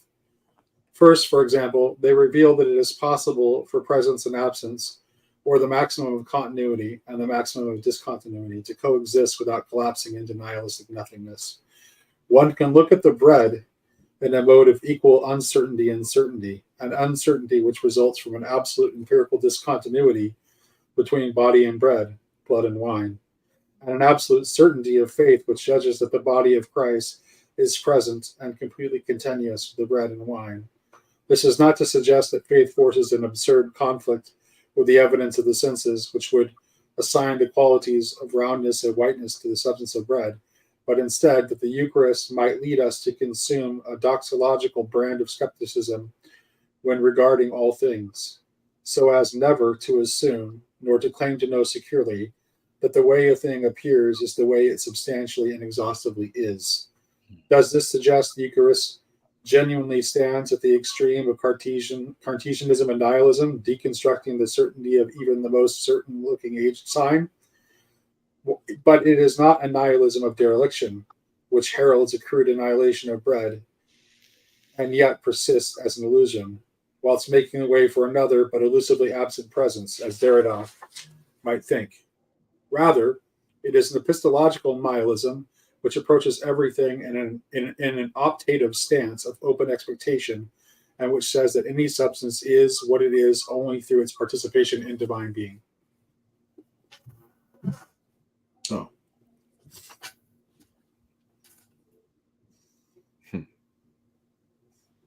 Yeah, Jedediah, there's one thing that you said. So, what are the axioms that remain absolutely unshaken? And I think you're right that it's the death and resurrection, and this gets to what Nate was just reading. I think one of the ways I can describe what happened to me is I began to believe that Jesus died for me, and I don't mean that in a possessive way, but that so the way I framed it to Chad was like, if you believed, if Jesus had to individually die just for you, would he do it? Would he do it if it was just for you? And I think the answer is yes. And if you believe that, then for all intents and purposes, he has died for you. And so that what that means is that everything you do is contingent on that sacrifice. And what that means is that the sacrifice of the bread and the wine at the Mass that Nate is talking about, that's why it's continuous and it's always and forever. It's when Jesus says, God made the Sabbath for man, not man for the Sabbath. That's the same meaning of the sacraments, and it's all so that we can best follow him. That's what it and so instead of thinking, am I checking the right check boxes, or no, sometimes it's useful to personally think, am I checking the right check boxes personally? But instead of thinking, are others checking the right? So are others checking the right check boxes? The question is, am I abiding as best I can according to my Father in heaven's will? Our Father in heaven's will. Mm-hmm. And that's it. And then what I started realizing is that with all the sacraments, they're all there. I mean, I realize this sort of individually, one at a time, but they're all there to help us. Like, why do we have to constantly pray, or why do we have to worship God? Is it for God? Obviously, it's not for God. It's for the relationality of us to move in that direction. We have to, and so I don't know. Peterson talks about, if you see something from multiple angles and it's true, you see it from the propositional and it's true, and you see it from the and then as you get better and better at practicing those things, yeah, So if it smells true and acts true, and then all the stuff that happens before Christ, so all the stuff that's symbolic versus historical, it's largely irrelevant if the whole purpose of history was the incarnation, because then all of history is in God and through God, and it happens whether it's symbolic or physical. And then the incarnation is where the symbolic and the physical completely collapse and are one and the same. Well, I mean, for Maximus, it's not just the purpose of history. It is the very act of creation itself. I mean, creation and incarnation are one in the same movement. So, yeah, and what's interesting, to build off of that, I could tell you like a psychedelic experience I had that reinforced the idea of the incarnation in a way that kind of blew my mind. So I dabble in psychedelics maybe once or twice a year, and in last year I had an experience where I saw the incarnation. We typically think of the incarnation as God coming down to us, right? And I was just seeing it coming from the other direction, right? And so what I was seeing was kind of like the growth and the development of the world through time. Was I was kind of watching it grow, the continents move with continental drift and life appearing on the land surfaces. And so it was this really beautiful unfolding thing.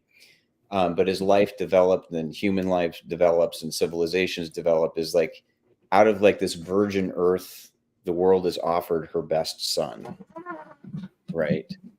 And so it was like kind of accompanied the sense of, there was like this anointed sense to it. So it was actually like kind of, I saw this seed come out of the earth as this anointed son, and it had like oil coming over the top of it. And that this was the earth offering to God her very best. And so I saw the incarnation kind of from the ground up, and it was being met with this thing coming from heaven. It was just meeting Jesus, right? Which was really fascinating to see that it was like incarnation seemed in that experience to be like this bi-directional reality that's coming from both ends, which, for all of the knocks that are, I think, legitimate against materialism, it was this material world in a sense stretching upward toward God, and God reaching down, touching us at the same time. Yeah, I mean, later, I was just reading from Pick's talk, and like later in that book, she talks about the theme of the altar, right? So it's like we're going up toward the altar, but God comes down to meet us. Otherwise, we couldn't close that distance. Yeah, which is what I was actually hinting at earlier when I started to turn when I was trying to talk a little bit about eschatology, and like why I think that precise movement toward the altar is why I don't think that the eschatological story is God does it all. I don't think. Well, that's what I was going to. If the story where God does it all, then I think the eschaton would have already arrived. He's waiting for our response. That's why in an Orthodox church, it's supposed to be steps. You're supposed to come, leave, and then you're supposed to be taking steps up into this. It's that sense of, and we are taking the things of this earth, right, and bringing the things up. It is that thing. And so you're supposed to, Father Schmemann talks about this so beautifully, and for the life of the world, is that you're on your way. Like the Eucharistic movement actually starts with like you taking a shower and getting ready, and you're going, but there is this, this elevation, that's up, and that's what I was going to. Sorry, that's why I was going to bring up the church's understanding of the Theotokos, and even our late Bishop Dimitri talked about the whole point of the Torah was so that somebody like the Theotokos could come into being. And so some people see kind of what Nate was talking about, that God just acted on a random woman to bring in the incarnation. But at least the Orthodox understanding is, no, the creation finally became, through a real person, what it always meant to be. a pure chalice that can contain the divinity without losing their personhood and their, humanity. So it wasn't so it wasn't arbitrary. It wasn't just God acting. It was that was the whole point of the Torah, was that somebody might, in the feminine form, arise. You can actually talk about it like what the Tower of Babel was supposed to be. Right. Yeah. Like she's the real Tower of Babel, the one that's that can write to the height of God. Jordan Wood said. And Jordan the Wood reason- said something that reinforces that, is that I remember it was like a tweet or something he said where it was just like one of his offhanded comments. It was just insane. It was like one of those explosive comments. I was like, oh, he's right. He Who says was this? the universe owes its existence to a teenage girl that said, "Let it be unto you. Let it be unto me as the Lord has spoken." The whole universe exists because Mary said yes. Right. Yeah. Yeah. Precisely. Well, that's really, really deep to me and really important, because I think that the reason that God creates the world through his word is that the structure of the creation that he intends is dialogical. And Mary's "Let it be" is the response to the word that was spoken at the beginning, which is the beginning of the completion of creation that comes through the word that is born in her. And I think, it's just so many thoughts. And then, Tomberg in his in his myth of the closed circle of the serpent, he says it is the woman who kept alive the memory of the open world that is open to Sabbath. And of course, he's speaking of Mary. And you have this enmity between the woman and the serpent. And I think it's pretty clear that that the serpent, the prince of this world, is kind of like he represents like the world soul having become fully corrupted, right? And Mary is like she's the redemption of the world soul. I mean, through her, and her son, the entire world is reborn Or made given a new soul. And it's kind of like, I think, to kind of loop back to some of those things that Hart had pointed out, like it makes me think of this creation as kind of, my son's a very good artist. So I watch him put together, he likes to work with pen and ink, but he's using pencil sketching underneath, right? And so he's sketching the piece of artwork out, and then he's going in and doing his fill and all that kind of stuff. And oftentimes the pencil sketchings get erased, right? They fall away. They cease to be relevant to the overall completed work, even though they were absolutely essential in its development. And I look at that kind of, is that with Mary and Jesus, it was the completed work of art. Everything was a sketch to that point. And by everything was a sketch to that point, I mean that not in linear time. I mean that in the omnidirectional sense of time, where all time centered on that moment. But you can also think about it in linear time. And I think because when I was a little kid, one of my deconstructing questions was, okay, if Jesus was the Son of God, why didn't he save us sooner? Why didn't he come 2000 BC? And why didn't he go to China or the Native Americans or India or Africa, and why in this little corner, and it took this long and all of that? And the answer, the secular materialist answer that I am right now, is he came as soon as he could. And now everything you just said about Mary, I couldn't agree more. But in our, let's say, chronological physical time, he came as soon as he could, and he only did as much as he had to and no more. And it is finished. He did exactly what he needed to create the world and to bring about everything. And so, there's this vein in Christianity early on that said, well, we don't need the Old Testament now. But it's like, no, we need the full journey of how much failure occurred up to that one woman and Christ. We need to see that journey. You save the best wine for last. Like, we need to see everything that went wrong and appreciate that. Now a lot went right too, but like, you know, the history of evolution is 99.999% of species going wrong, and it's like the history of world religion is 99.999% of world religions go wrong. You know, either die out or, you know, don't persist. But you see that in the Old Testament. You see that pattern over and over and over again. They're humbled.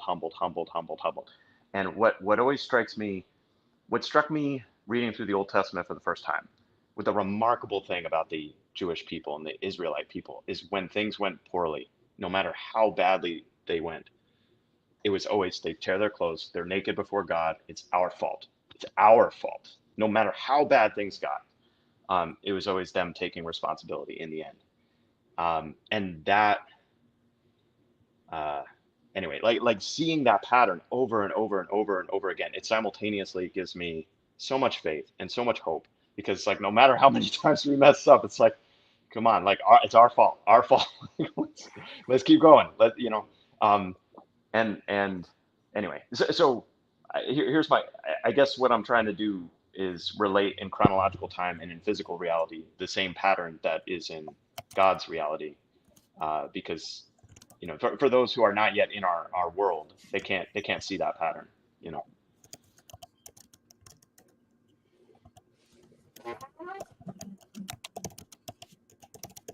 Sorry if I derailed the conversation. No. I've also. No, you didn't derail anything. That was actually excellent, Neil.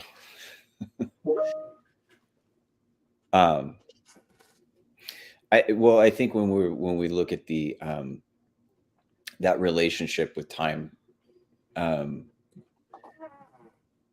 like its development and its flow, I really agree. Like, when did he come? When he had to? What did he do? What he needed to do? And then that is kind of it. And I agree. And I think time before and time after, though, is completely and radically shaped by that moment, right? So I think that, in a sense, if you want to say time is linear, I look at it as almost like chiastically linear. So chiastic structure in literature is kind of a dog leg. It's half of the X, or the chi, right? Is that there's a hinge point of history, and that's the hinge point. And even if we consider that in the linear sense, that's the pivot of history, is the cross, or just Christ, his advent on earth, right? Right. In its totality. So we don't have to isolate it to one single aspect. Yeah, it's like the Jensen line, that time is a double helix with Christ as its center. Right. That's an even better way of looking at it. And I'll add something about the timey-wimey thing. Have you read Timothy Batista's book, Ethics of Beauty? I should have. I should have. I've been recommended it like dozens of times, but I haven't. It's a beautiful book, but it's a different book. Yeah. You can read it in separate chapters. It's not linear, speaking of time. But in it, he says something very shocking about the Adam and Eve story. Mm-hmm. And this is not based on scripture or anything. This is just something that he meditates on. And what he talks about is what Midrash has always been part of our understanding of scripture. Yeah. So that's And I'll try my best to replicate what he talks about in the book as best I can. But one thing that he imagines that Adam and Eve saw when they fell, that was so shocking to them, was Christ on the cross. yeah. So that actually, it may not be in scripture, but that is in patristic sources, though.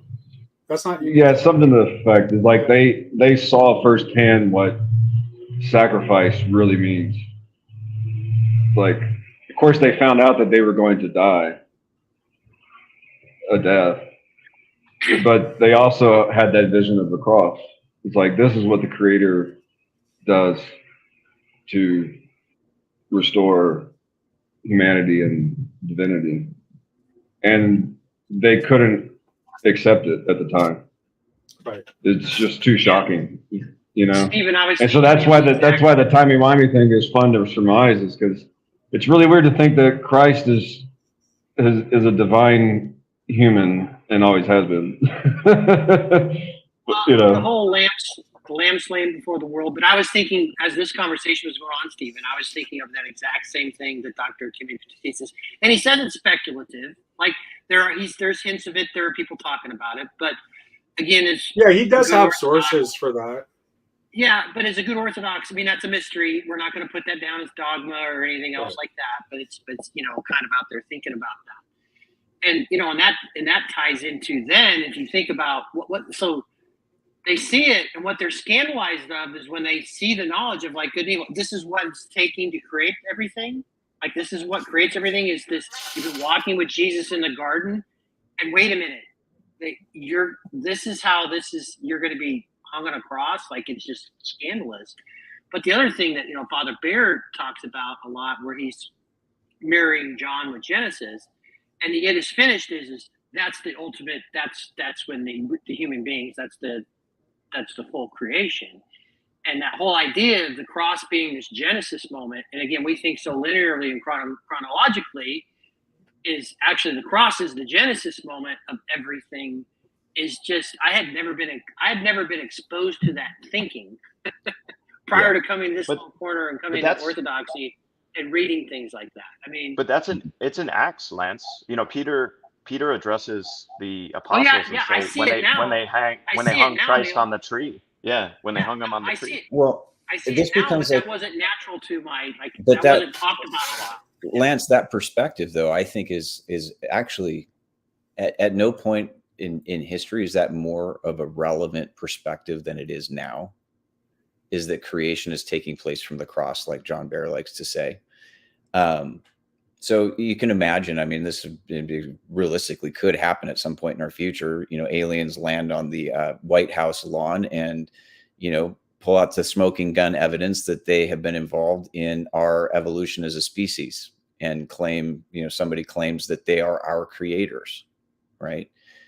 Well, if we take the idea that Jesus of Nazareth was crucified, which is pretty much a well-established fact of history, and that he was raised from the dead, which is a reasonable response of faith, and that he ascended into heaven, then the question of who is our creator and when and where did that happen has actually already been answered.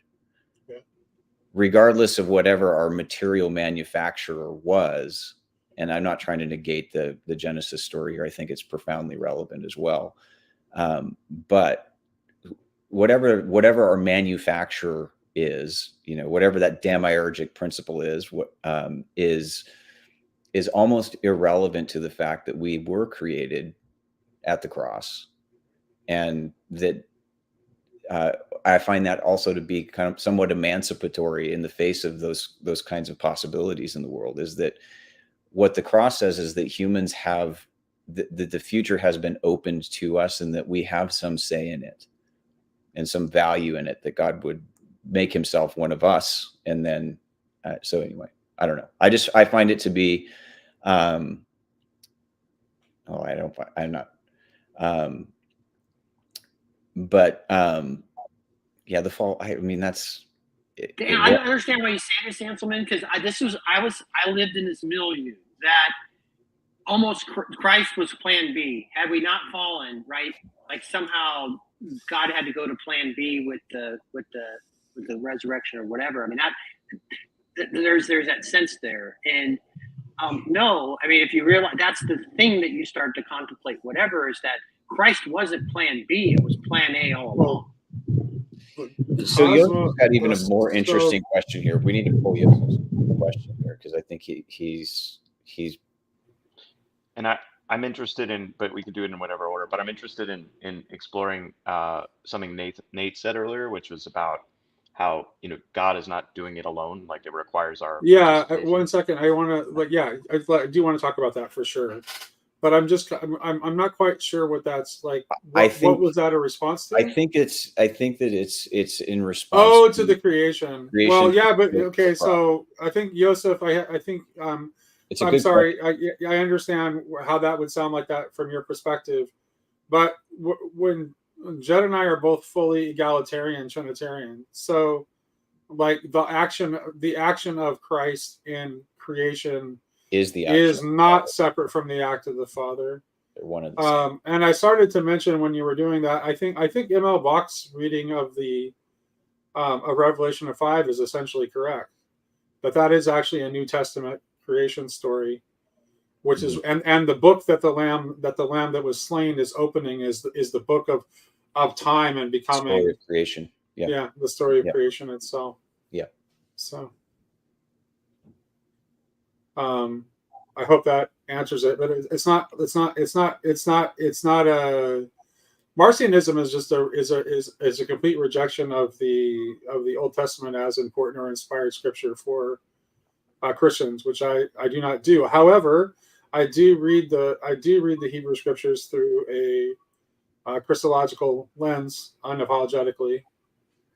Well, and I think even if we were to back it up into Genesis, so let's just take the Genesis 1 creation, leave Eden aside for a moment. Like I take those as realities that are also impinging on all of time, right? So to speak of the beginning is still intimately connected to this moment, and the days of creation are intimately connected to this moment. So they're like their force on time is not just it's not just a past event in the way that I've come to see it. So I'm not saying like God is not the origin or the creator of the world, right? I'm definitely not saying that. I just think that in the face of some very real possibilities in our future, the question of how humans came to be and what that means at maybe a broader cosmic scale may come to light.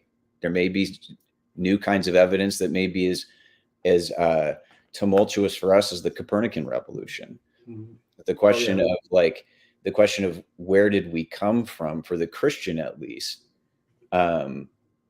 Yeah, it 100%, Joseph. So I'm not saying it, like I agree.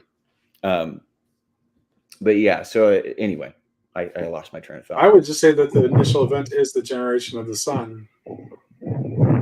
Like, there's not S-O-N, not S-U-N. Yes, correct. The generation of the sun is. Although in Orthodox liturgy they talk about the Son of Righteousness, S-U-N, rising from the east. They play with that. Oh yeah, they'll play with the sun for sure. And is it? I do want to get to Neil's point because I think like that might be a line of conversation that might be a little bit more. Since we have some of our Jewish friends listening, that might be something that I think might lead us to a direction of where we could find some commonality with our Jewish friends, because I do think that like I think Jewish religious thought seems to have a much more developed sense of the necessity of our cooperation with God in order to bring about the world to come. And I think that's right. And I think that the eschatological thinking of Christians, where it's just like, yeah, we're just gonna wait around for God to do it all, is just fundamentally wrong. And I think that we're misreading. I think we're misreading the parousia. I don't think it is. I don't think it is. It's certainly not what it's certainly not what a dispensationalist evangelical expects. I don't think you're going to see a dude riding on the clouds. That's not what it's going to look like. There's absolutely. I think that dude riding on the clouds. First of all, clouds are always like clouds. Opening and closing of clouds is always a metaphor for something, for revelation, right? I don't know, Nate. Part of me thinks it would be pretty funny of God to just hit that one right on the nose. Well, the thing is that this gets back to Sherry's thing about the choose, right? The let it be. We're, of course, we can't save ourselves, right? We didn't bring things into being, right? All the stuff. We're not saying that, but we participate. We mediate. We take the things of this earth, right? And we absolutely play this role. And there is this. We do participate in the choosing, and how I'd say that in a 12-step world is like you make a decision to tune your will and your life over the care of God, as you understand. Like there's these point, like we participate in this stuff, and then there's lots of other participation. But I think that's why the let it be, when you were talking so beautifully about that right there, like the let it be is an important participation in the overall salvation of humanity. And that's what initially. So when I grew up in the Church of Christ, and I immediately somehow I know exactly how, and that's why I'll bring it down to practices is what eventually led me into the Orthodox Church. Minus the that and the fact that my tradition Catholic bashed. But like when I found out Orthodoxy wasn't Catholic, I was like, oh, okay, I can do that. But a lot of it went down to practice. But even as a person in the Church of Christ, I started reading popular Jewish thinkers because being a faithful Republican conservative, we listened to Dennis Prager in our house, which introduced me to popular figures in the Jewish world, Rabbi Kushner and whatnot. But on Nate's point, though, one of my favorite phrases that I heard, or sayings that I heard, is there's one instance where it's okay to be an atheist. It's when you see a man on the street that's hungry. It's okay to act like God doesn't exist and you're the only one that could feed that person. And so that, as a Protestant Christian, really attracted me because I knew that our actions had to matter somewhat. What we do matters, and and Rabbinical Judaism understands that, and that's why I was attracted to that. Because like it has to be what we do matters, and even when I was talking about the Theotokos in practice, when I became Orthodox and started reading the Old Testament, one profound point, and even I'll get to your point, Lance, too, about making choices, but even in 12-step programs, the reason why you join the program is you have to situate yourself in a position to make good choices. And that touches on the free will thing. But anyway, when I was reading Deuteronomy, it explicitly says, men, you're supposed to teach your kids throughout the day, all day long, the Torah. You're supposed to you're supposed to tell the stories. You're supposed to talk about God. You're supposed to, all day long, you're supposed to tell your family about all the works that God has done.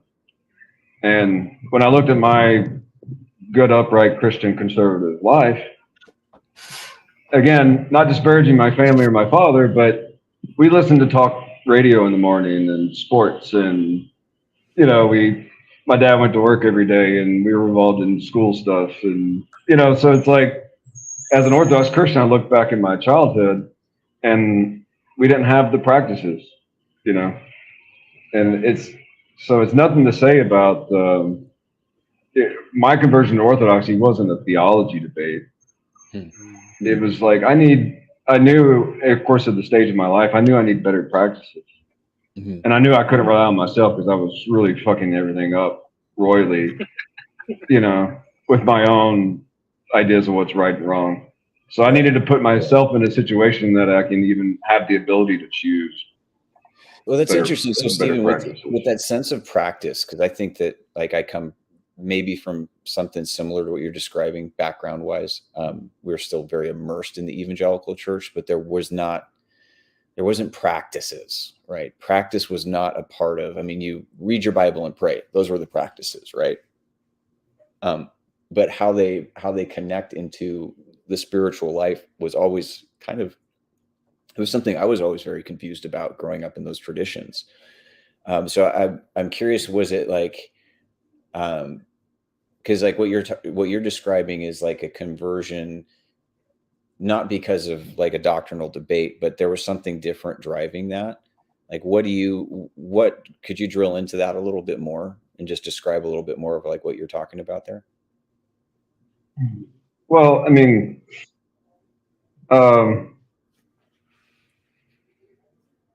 like,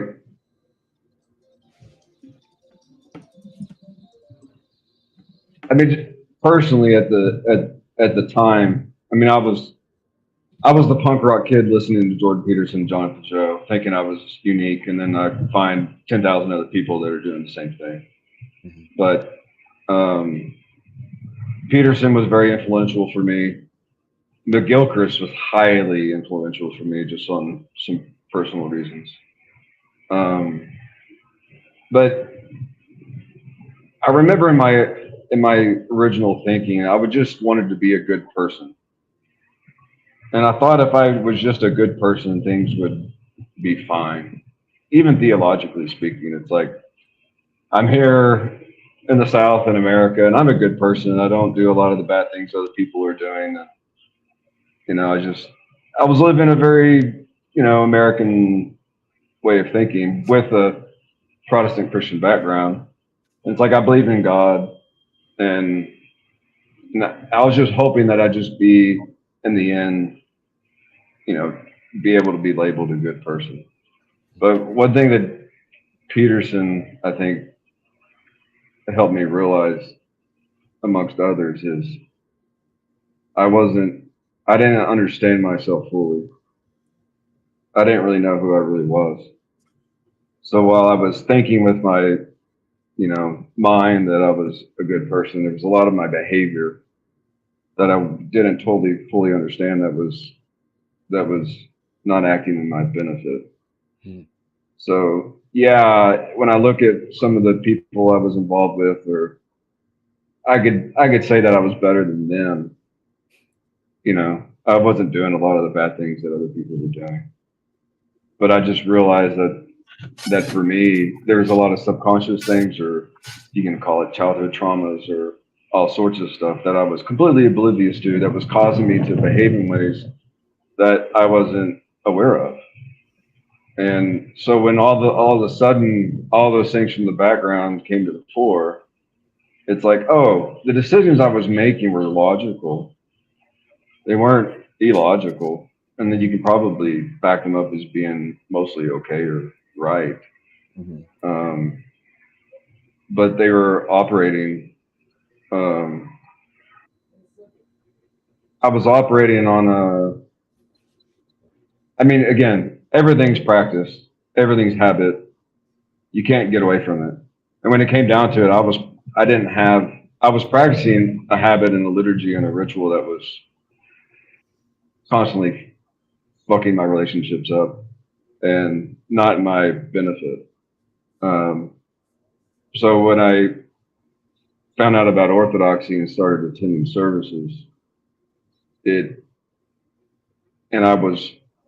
I guess, and talking about Nate, talking about veils, finally something about me was unveiled that I hadn't seen before.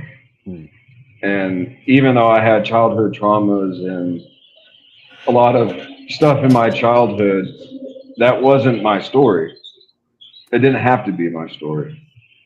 I could adopt a new story and not hide those things or act like they didn't exist, but incorporate them into a new story that can actually not only benefit me, but benefit people around me and that kind of jazz. I don't know if I answered your question. Yeah, totally. Well, I tell you what. More. Sorry. No, that was awesome. I kept thinking, like, as I was listening to you, here's what struck me. was how very personal that was. How, like, because, and the reason you felt that inadequacy of the just being a good person is that just being a good person is just it's a generic standard. It's not personal. There's no freedom in that. You're just following rules or following a code for the sake of following a code. It's not free. But what you discovered is a personal response to that. So instead of being a good person in a generic sense, it was like, how can I be the best version of me, Stephen Schwartz, and what does that look like? And you started to get a sense of that, and the practices helped you to get through that, and they opened you up to what I would say is real freedom. Well, I'll tell you one just brief thing is, and I think I think y'all can identify with this, with how we generally work, at least in Western culture, is the fact that just because something's consensual doesn't mean it's right or moral. And I think somebody in the group was talking about this the other day, or maybe I was here from somewhere else. No, it was an interview with that actor with Jordan Peterson, where he talked about his relationships with. No, it was the younger guy, the guy that was in Entourage. But he was talking about some of the relationships he had with women. Adrian something. Yeah, and he discovered the same thing that I discovered, that even though, and it doesn't have to be like, you know, a sexual relationship or romantic relationship, any relationship we have, just because it's consensual doesn't mean it's okay. And even though, like, let's just say him and his interactions with women, he was a good person. I discovered that our responsibility we have a responsibility for other people. Full stop. Yeah, that's right. And even if even if you go in with somebody to rob a gas station, you're both responsible morally for robbing a gas station. But it's like, how about I try to say it? Like, let's just put it in the romantic phase. If you're unmarried and in a relationship in which let's just say you don't have any intent on marrying a woman, or you think you're just going to have a fun time before you eventually marry somebody, so you're having sexual flings with women and having a good time, and you might be a good guy.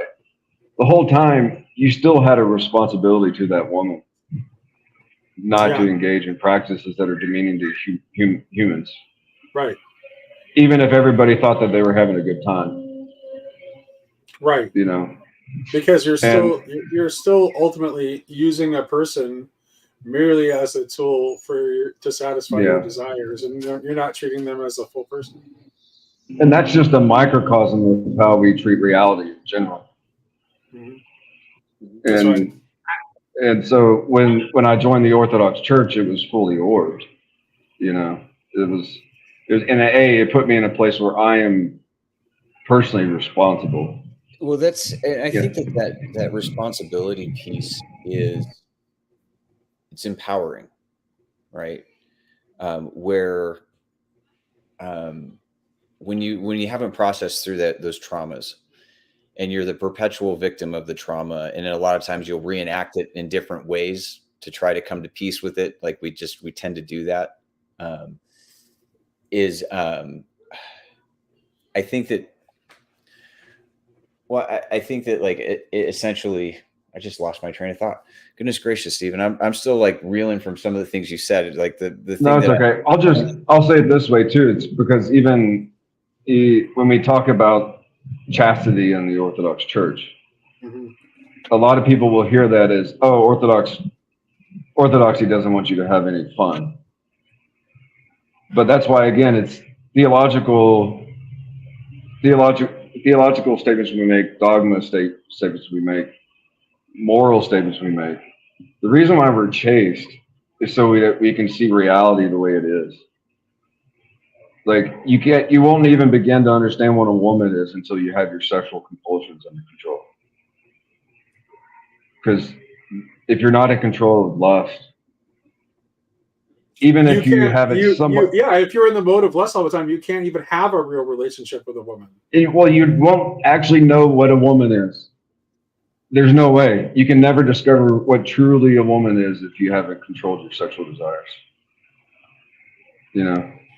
And so that's why orthodoxy's been so powerful for me, is because that goes for everything. If you see reality differently when you have yourself under control.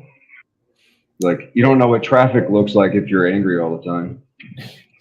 You know, Brian you don't know. Ortiz, when he puts this comment here, like after listening to you tell this deeply personal story and why it's valuable, you know that meme that says "missing the point" where it just shoots over the guy's head. Brian, if I could send a GIF right now, I would send this GIF to your comment. Just. But I mean, anyway, but that's what I was talking about. Practice and reality is you're chased so that you can experience reality in its fullest. Well, to loop back on that though, there was something you said earlier that was just like, it really popped in my mind. By the way, I'm jealous of that cigar. But you were talking about like how whatever your past was, that's not your story. You have a new story now. And so I'm curious, like in some sense, like what, like in embracing orthodoxy, in becoming Orthodox, like what is your story now as an Orthodox Christian? What's your story now, since you have a new one? What does that mean? Kind of what the bar was set higher than I ever imagined. And that's why I was talking about the Theotokos earlier, is what does it mean to be fully committed? Mm-hmm. What does it mean to be a pure chalice that can contain divinity itself? And then even Neil's comments about going through the story, the Old Testament stories are our story, like he was talking about. We go through all the same things personally. And then honestly, to answer your question in a simple way, that's my story, is the story of the Torah, of God's work in humanity from a people that he created out of Egypt. And what's my place in that, in the works of God, basically. I mean, in the Orthodox Church, the Holy Spirit and God are constantly acting and doing things. And my mission, at least in the Orthodox Church, is to try my best to participate in that work. And you unfortunately find out that it has nothing to do with you.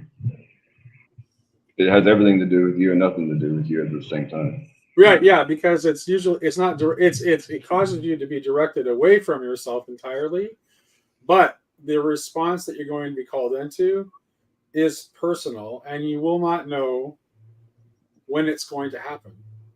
Which is why having your attention properly directed is so important, because if your attention is not properly directed, you won't notice when the moment has arrived. This is why in my tradition, in our general confession, like, we confess not only the things that we have done, but the things that we have failed to do, or the things we have not done. And so, and this ties directly to my point about the necessity for our cooperation of God. It's like, and Nate, that's what I was trying to get at with my past, is that was part of my awareness. Is I was so focused on the things that I did and whether they were good or bad. But when the veil was lifted, I realized, oh, I could have done so much more if I knew what I knew now. There was a lot I could have done that I didn't do. You know? Yeah. And that was a big part of it. It was like, wow, not only when you convert to Orthodoxy or you get very intimate with your sins. You get intimate with how you hurted people, and it wasn't even your fault per se. You just didn't know any better. but now you know better, and you're like, oh crap, that's a lot of responsibility. That's a lot of responsibility. Mm-hmm. You know. Yeah. So what's up with the contraception questions? I mean, because you mentioned chastity. So the being chaste, for example, there are periods of fasting within your relationship. There's periods of fasting within your marriage relationship. Some people, and even I think John Heers talked about this, that he and his wife, their first year before the Lent before they came in, is they ended up doing a full fast from sexual relations for Lent. He wasn't really excited about that. But then after having gone through that, the gift that, basically the feast and what that was. And so when we talk about this chast, it's not about contraception or anything else like that. It's the fact of learning to control your passions and going through some periods of abstinence and fasting from sexual relations is actually better for you, right? And so whether you use contraceptions or divorce or whatever, I mean, that's not the point. He's talking about the practice between you and your wife to learn things about each other, right? Yeah, like it seemed like a bit of a non sequitur to me too. But I think we also have like a. Oh, go ahead. Sorry, Lance. I'm interrupting. So when Tayo makes fun of me, but part of it is because I do come out of a 12-step group, and so, but I'm also practices guy. Tayo makes fun of me. But when I try to explain that's the reason why for me, a lot of other things happen. But I tried so hard, the theology of try harder, I tried so hard just within my contexts, right? To try to live the way in the life or whatever. And Orthodoxy very simply introduced me to things that I was never introduced to. So for example, what was pretty popular in the milieu I grew up in was, once you're married, have at it. You're free. Just have as much fun as you can have, as much, and pleasure each other as much as you want. You're free. Go to town. Which again, we are supposed to do that. But there's this sense of trying, like what he talked about, this deeper thing, which is I had never heard about this practice that's fairly normative about fast. Like, for example, you fast on Saturday night because you're getting ready to go to the Eucharist on Sunday, right? Then you have these longer periods and during these other things that, now I will tell you, not every Orthodox person does this. The stuff is available to you for transformation, but you're not going to get kicked out of the church. So I had never been introduced to that practice. Also, just even fasting, the Wednesdays and the Fridays, and then the Lent, and then there's the Apostles' Fast. And then, you know what really stinks in the United States? We fast before Thanksgiving until Christmas. So when everyone else is pigging out and going to party time and putting on 30 pounds, we're stinking fasting, right? So that would be a real young God, you don't know the right women. Yeah. And so any rate, but I had been introduced in a Protestant sense. For example, there's a real gift to be abstinent before marriage. Like there's this gift that you can't quantify in your relationship and those other things. So this would just be little things, and then just again, like Jesus' prayer and liturgical prayer, which then turned into me having words when I didn't have words, and meditation now came into. I know you've got your prayer rope, Jedediah, and now.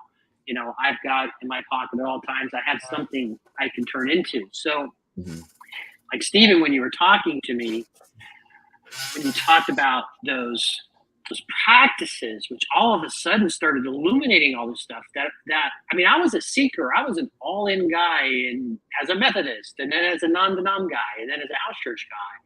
And I was never exposed to these things. And all these things were part of the natural, normal, daily, weekly, monthly, yearly life in Orthodoxy. And so now here's what I'm trying to do. And I know this is bad, and a lot of Orthodox people get mad at me or whatever. I'm trying to take some of these practices and I'm sharing them with my friends who are Protestants, because I'm an exhorter and like these things have been helpful to me. And so I try to bring some of those beautiful things out just so people can experience it, them, and what they do with them in their tradition is fine.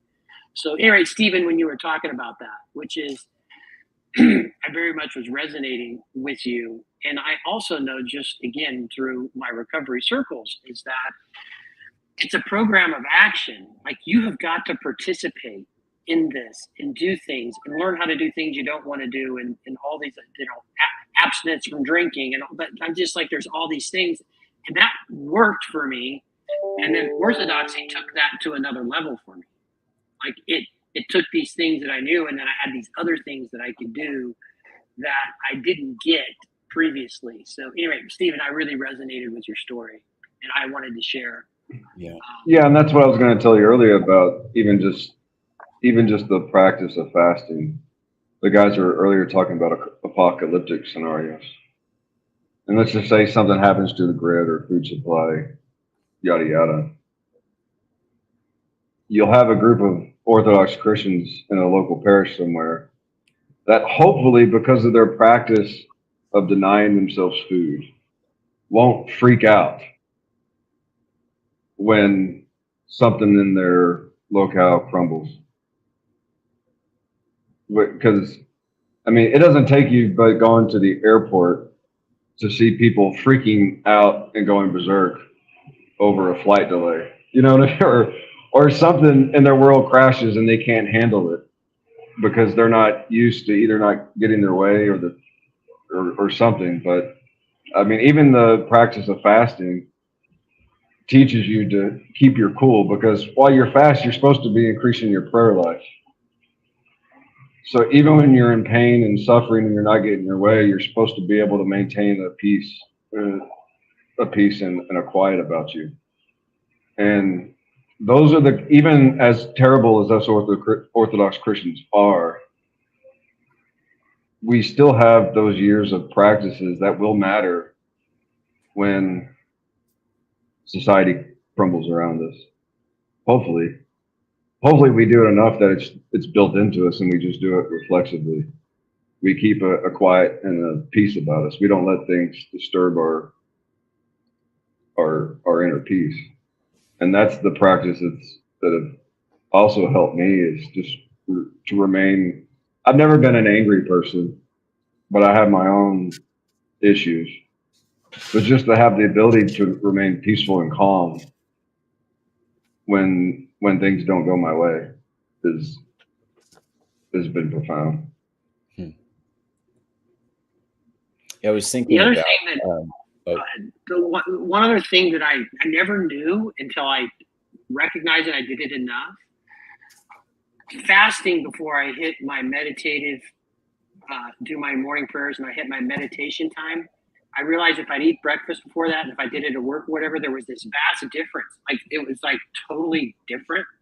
Like, I'm like, oh, this stuff is like when Jesus says this only comes out with prayer and fasting. Like, there's something about marrying those two together that like does things that I'm like, oh my God, I never knew that existed. And I can't explain it. Like, I can't explain it, but I've lived it, and now I know it. And so these are some of the things. By the way, like, you can do these things in wherever you're at. Like, I know, Jedediah, you practice fasting, and you're on your prayer rope, so you're taking some of these things and you're learning some of these things on your own. I know. Mm-hmm. Well, I think that there's something interesting too that kind of connects to some of the things that we're talking about here. So Tom Berg's book, Nate and I, for both Nate and I, very influential, and he has very extended discussions on the concept of virginity and like what that is. And, you know, I mean, I think I've, you know, being kind of a bipolar recovering addict myself, I've always been more of the kind of like Augustine, give me chastity, just don't give it yet kind of guy on any range of issues in my life, you know. And as you just eventually you exhaust yourself in those lifestyles, whatever that is. And so like what I've found though is that Tom Berg talks about virginity as like nature it's nature fully receptive and open to God, right? And so in a sense, it's not just nature as God created it, but it's nature calling nature into itself, right? So it's true nature in that sense. And so that true, like when we have that kind of that virginal focus in our lives, and I think that it's not just about some ontological status of, are you a virgin physically, or somebody who's an addict. Like, you can look at, my number one mistress was always the bottle, right? So it is to be chaste is to return to a natural state that is receptive to God. And chaste, not just pertaining to sexual matters. It's the ability, Stephen, like you said, which is so like right on, is that it is the ability to see things as they are. Right. And then in Tomberg, is the Force card is this, it's modeled after Virgin Mary, and she's holding a lion's mouth wide open with no effort. It's just this effortless thing. And he talks about how virgin nature calls nature into itself, and so into cooperation with the infinite and into the cooperation with God. And in this sense of like, I think it connects into some of those concepts in Revelation, especially chapter 14, where the army of the 144,000 are described as virgins, and their warfare weapon is a song. It's the new song, is what they're doing, is they're calling the new creation into itself. And it's through this virginal receptivity to the work of God in creation. And so anyway, I just was thinking about that and thinking, man, that connects to maybe even a lot more than you were just saying. It's like it's a way of seeing and a way of being in the world. Progressive guy with a relatively progressive ethic, but even me coming around to like, oh yeah, this virginity and this chastity stuff is actually. Yeah, people tend to think of chastity as a negative, like you're losing something, not gaining something in our culture.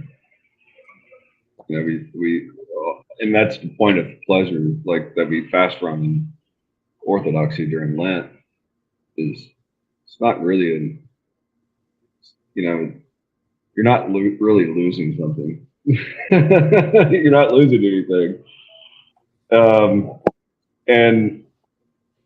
And so, like, take the life of Saint Mary of Egypt, who was in her story, you'll hear about her life of fornication. And she can't even go into the church because there's something barring her from entering the church. But then she goes off into the desert and lives a life in the desert and repents of her fornicating ways. And the point I'm getting at is, it is truly amazing how Christ can completely transform somebody who was in filth and is actually a renewed person. Like, actually a renewed person. Just somebody like Saint Mary of Egypt. He allows somebody in that state, or in my state, to retain that virginity, to view the creation anew in virginity. But one of the cross of that, like I was telling Nate, is then you discover in your life, but you hurt people, they're your sin. So I mean, that is the cross. Like, I hurt people, and it wasn't even my fault. But I hurt people because of things that were done to me, and things I did to others. And of course, we Orthodox, we talk about. I mean, I'm sorry, I'm about to get into some exclusivity, but it is true that Christ can transform us into the creatures we are supposed to be. But the beauty of the Mother of God is her purity was from the get-go. We call her parents Saint Joachim and Anna. She was raised the right way. They dedicated her to the temple of God, where the presence of God was. She dedicated her life to that. So fortunately, she didn't have to hurt people the way I did. You know, she didn't have to suffer in the ways that I did because of my sin. And it's just, so when I talk about exclusivity, that's why we honor Mary. It's because she's the pure vessel of creation creation was always supposed to be. You know, and that's not, she didn't lose out on anything. You know, when people say, oh, she started having sex after she was, after she had Jesus, she started having sex again. You know, now she can have pleasure. It's like, no, you fools. She has Christ. She has God. You know, it's like she wasn't losing anything by dedicating her life completely to the temple or the presence of God. So she had everything. Yeah. But Well, sorry, I I get emotional. Oh, No, no. I entirely agree with you. I think anybody who's listened to Girl Country for any length of time knows that I'm a huge fan of Mary. If anything, people would accuse me of being too big a fan of Mary.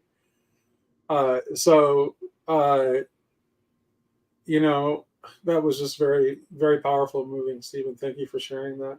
Mm-hmm. And yeah.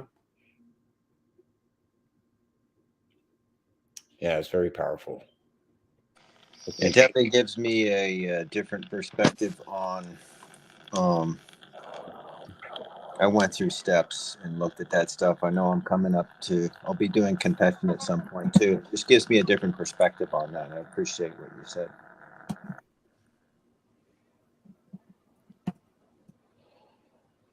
Well, what's interesting too, and this is something that so Mary and Anna and Joachim are important to me, very important in my own practice of meditation and devotion. I have their icons in my home, and there's like in all great iconography, the saint comes through, and what is divinized in the saint is coming through in those icons. And realizing it was what you were saying made me think about in John 1 that we're not born of blood or of the human will, but we're born of God. But also that means that we're born into that family. So Mary is mom in the most excellent and superlative sense of the term, and Joachim and Anna are grandparents in the most superlative sense, and we're drawn into this family. I think that we're supposed to look at, as we look at the saints and we look at, the Holy Family as well, is I think that we see them as these towering figures that are reflected in our iconography, and they're so important to us. But it's that intimacy of the familial relation that I think is like the most miraculous side of that, is that we're, it's not like we're being converted just to, save our souls from some kind of perdition. Like we're being brought into and adopted into a family. And I find that to be, and that's something that within, I think, Orthodoxy actually, not being an Orthodox Christian, but Orthodoxy, I think, has a much deeper sense of that than probably any of the other Christian traditions that I've been exposed to. Mm-hmm. It matters now. Like all this stuff has real tangible matters now. And if Joseph there, one of the things, Stephen, when you were talking about, when you said you had a new story and it was very personal, right? When you were talking about that, Joseph has this story, and I looked it up, and there's this great Hasidic rabbi called Zusia. And on his deathbed, he began to cry uncontrollably, and his students and disciples tried hard to comfort him. They asked him, Rabbi, why do you weep? You are almost as wise as Moses. You are almost as hospitable as Abraham, and surely heaven will judge you favorably. Zusha answered them, it is true. When I get to heaven, I won't worry so much if God asks me, Zusha, why were you not more like Abraham? Or Zusha, why were you not more like Moses? I know I would be able to give answers to these questions. After all, I was not given the righteousness of Abraham or the faith of Moses, but I tried to be both hospitable and thoughtful. But what will I say when God asks me, Zusha, why were you not more like Zusha? Yeah. So my friend Evgeny Terekin, the Russian translator of the Inklings, who actually I noticed was on the stream yesterday at one point, he shared that same story on his Substack a while back in one of his articles. So I love it. I absolutely love it. When you were starting at the beginning, Stephen, as soon as you, like you said, you found your story, and it's like, you came alive. I gotta pop out. Okay, you came into Stephen in the fullness of what God wanted Stephen to be. Like Stephen, your story, you matter and participate in that. And so anyway, as soon as you were talking about that, I was thinking about that, because I had this sense, you telling your story beautifully. It's like this very much called you into who you are, and like the fullness of who you were created to be. Is what I was feeling when you were talking about that. And I really appreciate you. I love all the sorts of conversations we have, but I think what we all probably appreciate the most is when people come on here and they don't plan to have those things happen, but all of a sudden real vulnerable, just good stuff starts coming out. And I think so anyway, you blessed me by that, by being so honest and vulnerable. Mm-hmm.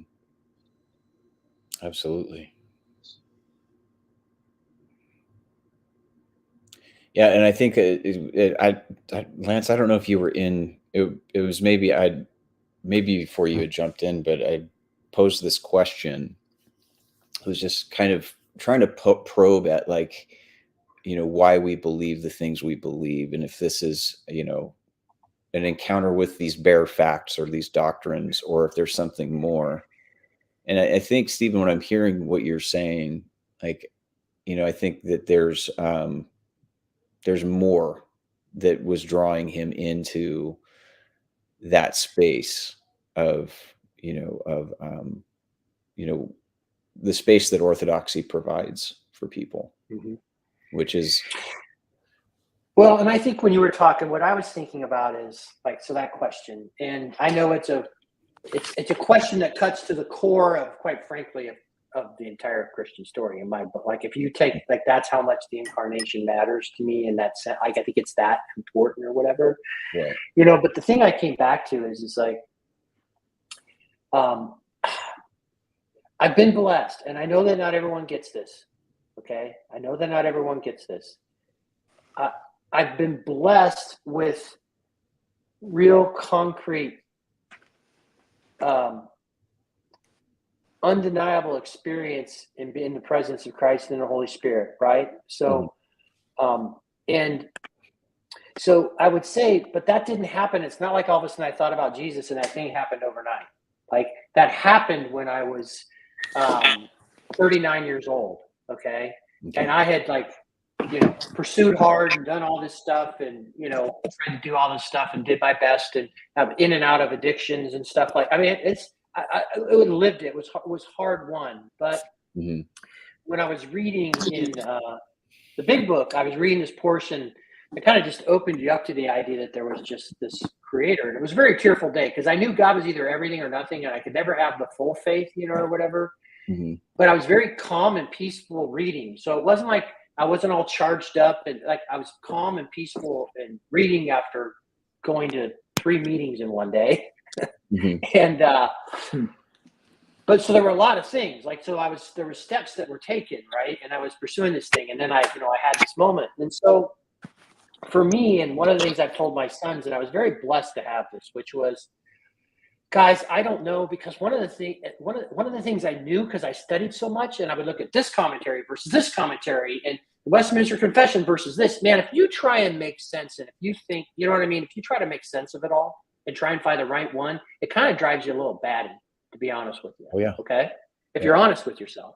And I was pursuing it hard, but what I was able to tell them was, guys, I don't know. Like, the beautiful thing about me coming to Orthodoxy is because I've said this stuff over and over. They knew I had a problem with mega seeker stuff. Like, that's been a decade of me saying, like, you know, whatever. But I just said, guys, all I know is this. Follow after Jesus. Ask all the hardest questions. Don't be afraid. Like, I know if you go deep there, you're just gonna run right into him. Like, that's all I know, right? Mm-hmm. Seek it. And all this other stuff, like, and I would say, like, whether it's Reformed or whatever, I'm like, I don't know. I don't. Because as a father, you want to lead your sons to. So the only thing I could say is, like, man, if I die, the one thing I do is just, no matter what, just seek after Jesus, and he'll get you where you need to get, you know? Yeah. So I've had this real tangible, undeniable, and it's, you know, confirmed and reconfirmed and all this other sort of stuff. So, like, so many of the things could, I don't know, historicity, you know, was no ark or literal ark or something like that. You know, sorry, Paul said literal. Actual, let's be actual, whatever. Physical. That stuff doesn't bother me anymore, right? Mm-hmm. Now, you brought up the big one, which is, although I would be highly suspect, to be honest with you, I'd be highly suspect, hypothetical. Right. Now, that's a big one, but what you threw out there was a massive one, right? Right. And so, but I've been blessed enough to the point to, I know that my faith is not a dogma and my faith is not a theology, right? And so when I finally actually started getting exposed to Orthodoxy, and my pump was primed for Orthodox theology because I was a Wesleyan kid. Yeah. Right? Yeah. So I got to be honest about that, right? I always rejected this idea that there was no free will, and I portions of Reformed theology are really, you know, I like, you know, whatever, some of it we could all be in agreement on, but there are some parts that just like, I can't go all the way there. But the friends of mine who were Reformed, I love them. They're amazing men. So that's cool. Whatever. So what I did, though, is I immediately got out of my head, and this is and people have said me say it over and over because it's true. I said, I'm going to go down and see if this works. I knew that if Orthodoxy was it, I needed to put myself in that church and start doing the things and see if it worked. That's the exact way I think. And I went down and I had lots of stuff going off. Like, I was home, and I would describe that as all this stuff. But I immediately knew within 10 minutes, I'm home. Like, I'm home. And then I started doing all the stuff, like the prayer rules and the Jesus prayer and the fasting and then participating in the festivals and all the stuff and seeing the thing and then seeing how much scripture you actually read. If you read the daily lectionary, I mean, you're reading a lot of Bible, but, you know, all the stuff. And so, anyway, and then things I struggle with my whole life in living out my Christian life. Mm-hmm. Because of just the natural, normal things that you do, I was like, oh, my gosh, some discipline for a guy that has absolutely no discipline. Mm-hmm. You know, easy things. Like, I don't have to even do a million things. Like, some easy things I can just do. And so, you know, getting back to you, like, all my stuff is practice and world-based. Mm-hmm. Right. And I'm not doing it for the transformation, but my gosh, if I'm not being more transformed, and if the things I'm doing is not making me a better husband or looking at myself and stuff, then why the heck am I doing it? Like, there has to, like, you know, because if I'm the same asshole doing those things that I am without it, what's the point of doing it? Yeah. Right. Because it's not about whether I'm going to go to heaven. It's Jesus doesn't, like, what are you today? What are you in this moment? Like, dude, what are you like right now? Like, I'm here for you now. Like, you do these things because I care about you today in this moment. And so to me, it's very much real practice, personal stuff. Also, my pump was primed because I saw people work a spiritual program of action, and I saw transformed people. Yeah. And then, so I'm realizing it's not about the stuff that's in here. Yeah. You can just even go with it. It's not about the stuff you're in here. If you start pursuing and seeking, and by the way, it's all based on the path of repentance, but in Christian stuff. Oh yeah. So to me, it's all real world practice, doing it. Not that you can earn your salvation by doing it. Not that God's going to zap you to hell because you didn't pray this morning, or none of that crap. But that stuff actually is good for you, the same way you want your sons or your daughters to do certain things because you know that's good for them. Yeah. So anyway, that boy, you got me. I get You got me on the confused. whole thing. I'm sorry. I'm sorry. I get confused by the earning your salvation. You don't earn it, and maybe I just need to read a ton of books to learn what they mean by that. But it's like, I mean, yeah, it's not like I worked harder than everybody else, so I get the first place trophy. I know that that's not salvation, but it's like if I turn and look at the sun, I see the sun. I didn't earn the sun, but if I don't turn and look at it, I'm not going to see it. And it's sort of like, I feel like it's participation, and I like the concept of hell that I know I don't fully understand at all, but like hell is not it's not like a super prison for all the criminals who the lawyer wasn't good enough to get him out of it. It's I reject God, and God's love burns, and because I experience that on a daily basis, that I know what I could do, I know what I should do, I know what there's something wanting in me to do it, and I still refuse it for whatever reason, and I'm suffering because of that. And then the moment I stop that, like a person in distress calling me, I know the only reason that person's calling me is because the person's in distress, and I just don't want to deal with it. It's like 9:30 and I'm watching my show on YouTube or whatever, and he's calling, and I just know it's gonna be like, poor me, and these other people are bad, and blah blah. I know that's all that's gonna happen, and I'm like angry, and then these moments where I've been like, I'm ready for that call, and I'm gonna listen, and what's happening is like I'm listening to myself, and I tell myself what I need to hear because I disobey it constantly, and then the guy, he's transformed by maybe it's like what somebody said probably 2 hours ago, like being seen or being heard or whatever, and I'm not like some guru or anything like that. It's just I'm just finally like on my knees listening to myself confess to this guy blaming everybody else.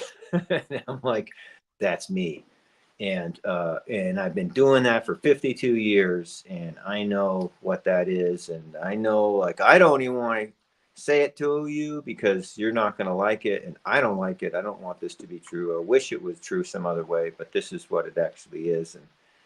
And it's like this tremendous peace, like a few other things that are in that instruction book that I followed, where I get this total peace from it, which I would never expect. It seems like I should be feeling terrible if I do that stuff, but I feel the opposite.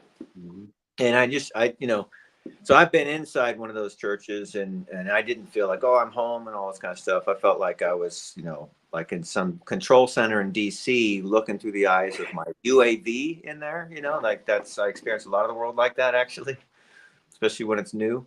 But I know from my personal experience, I'm going to get one of those funny looking ropes that's not a rosary, and I'm just going to start doing stuff. I'm going to be talking to some other dude and who probably didn't do the things that I've done, and I'm going to tell him all that stuff. And I know what will happen. I know I'll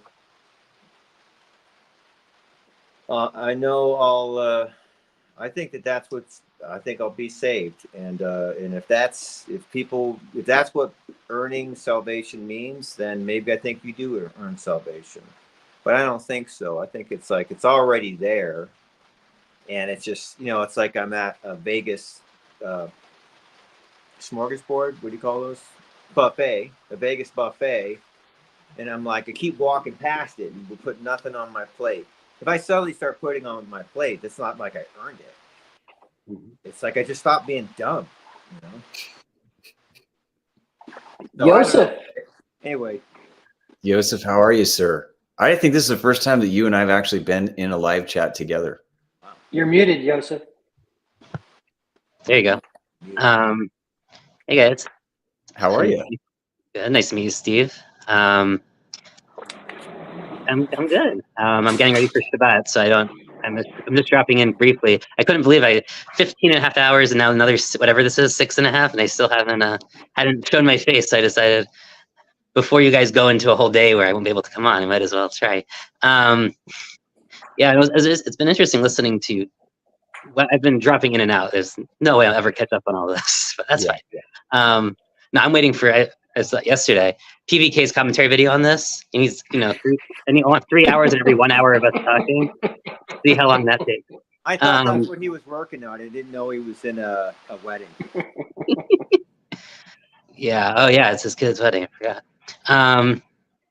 Yeah. No, it's been good, but it's been interesting. I have to say. So, Lance, I dropped you. Oh, you saw here the comments. I also dropped you on a Voxer. There's a lot of this practice stuff is very closely related. So we don't eat before we pray in the morning.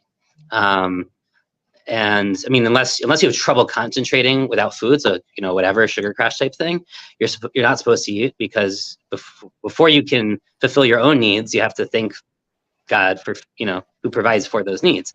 So it's kind of a part of the gratitude acknowledgement practice of morning prayer, and literally the first well, depending on which liturgy you use, but usually the first word you say in Jewish prayer is I thank you, like is thanks. Like that's literally the first word we wake up with.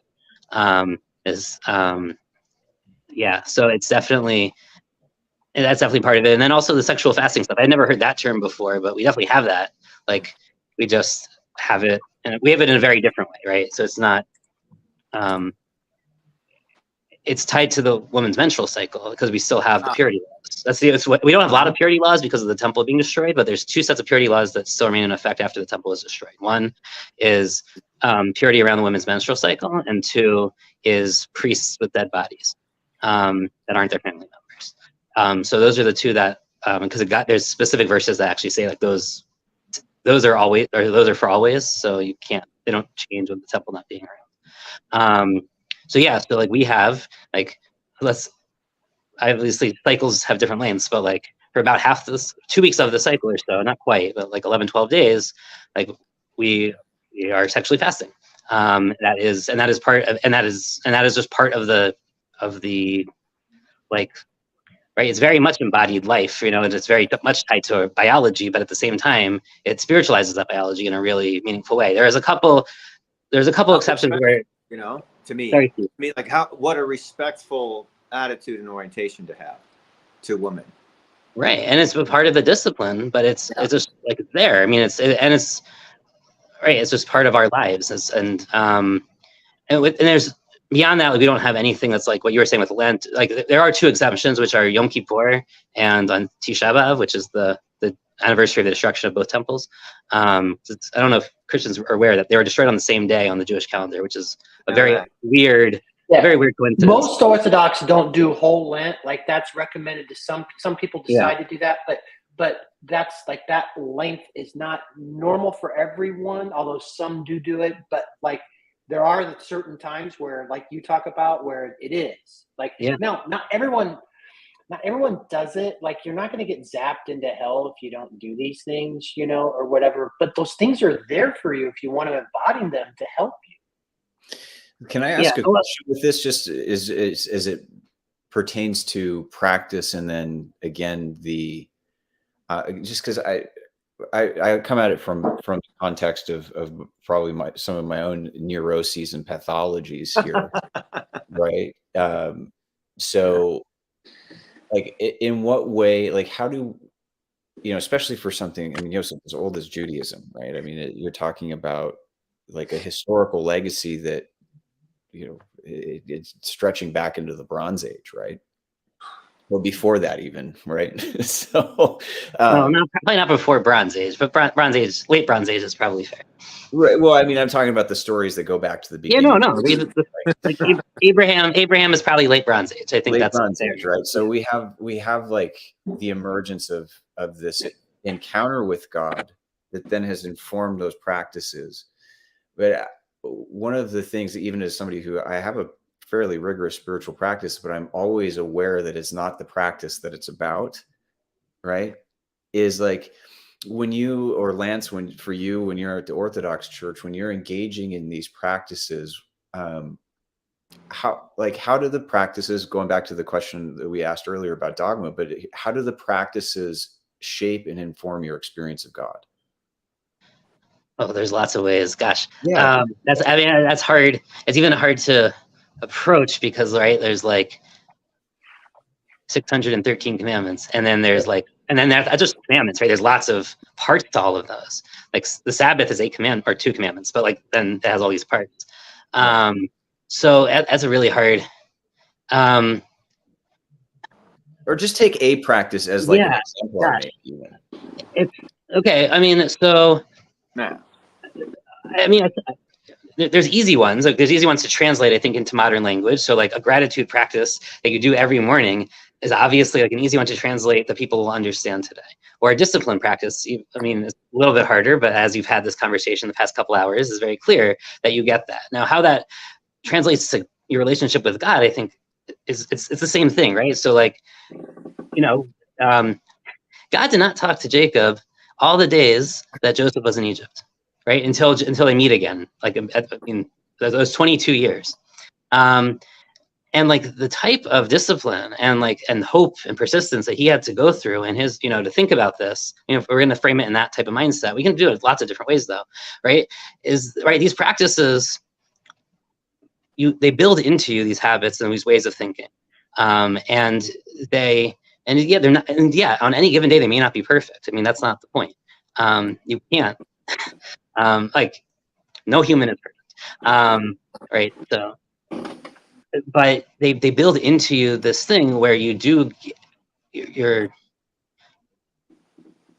God's there even if he doesn't talk to you every day. You know that there's something to rely on. There's this rock. And then when he is there, I mean, obviously it's like that.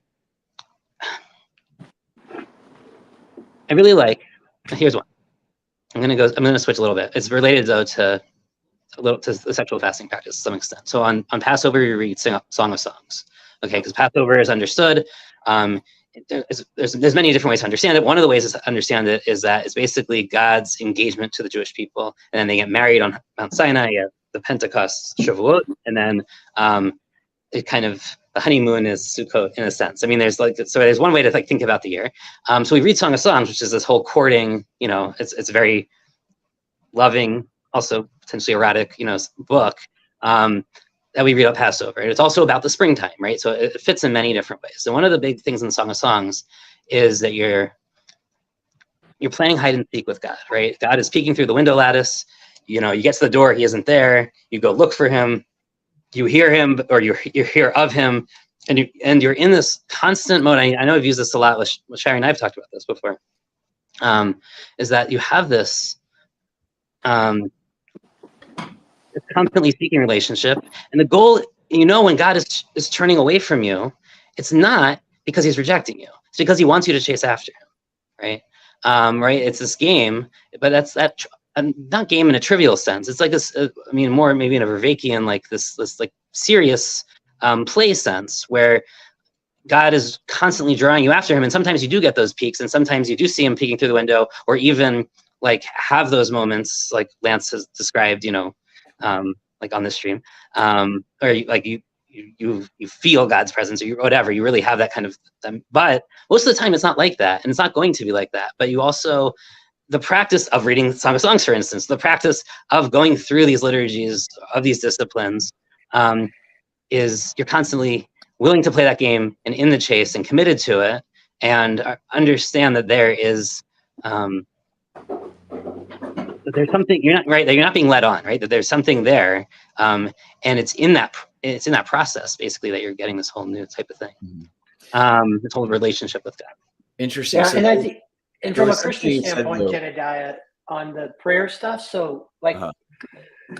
so a lot of so if you want to actually follow some of the prayer rules, like the Psalms are a big part of that, right? So the same way in the Jacob shared that stuff. So, but the other thing is that like, if you follow like your morning prayers, the first thing is you grateful. The first thing is gratitude and thankful to God for waking me up, and all this stuff. So you start off in that sense.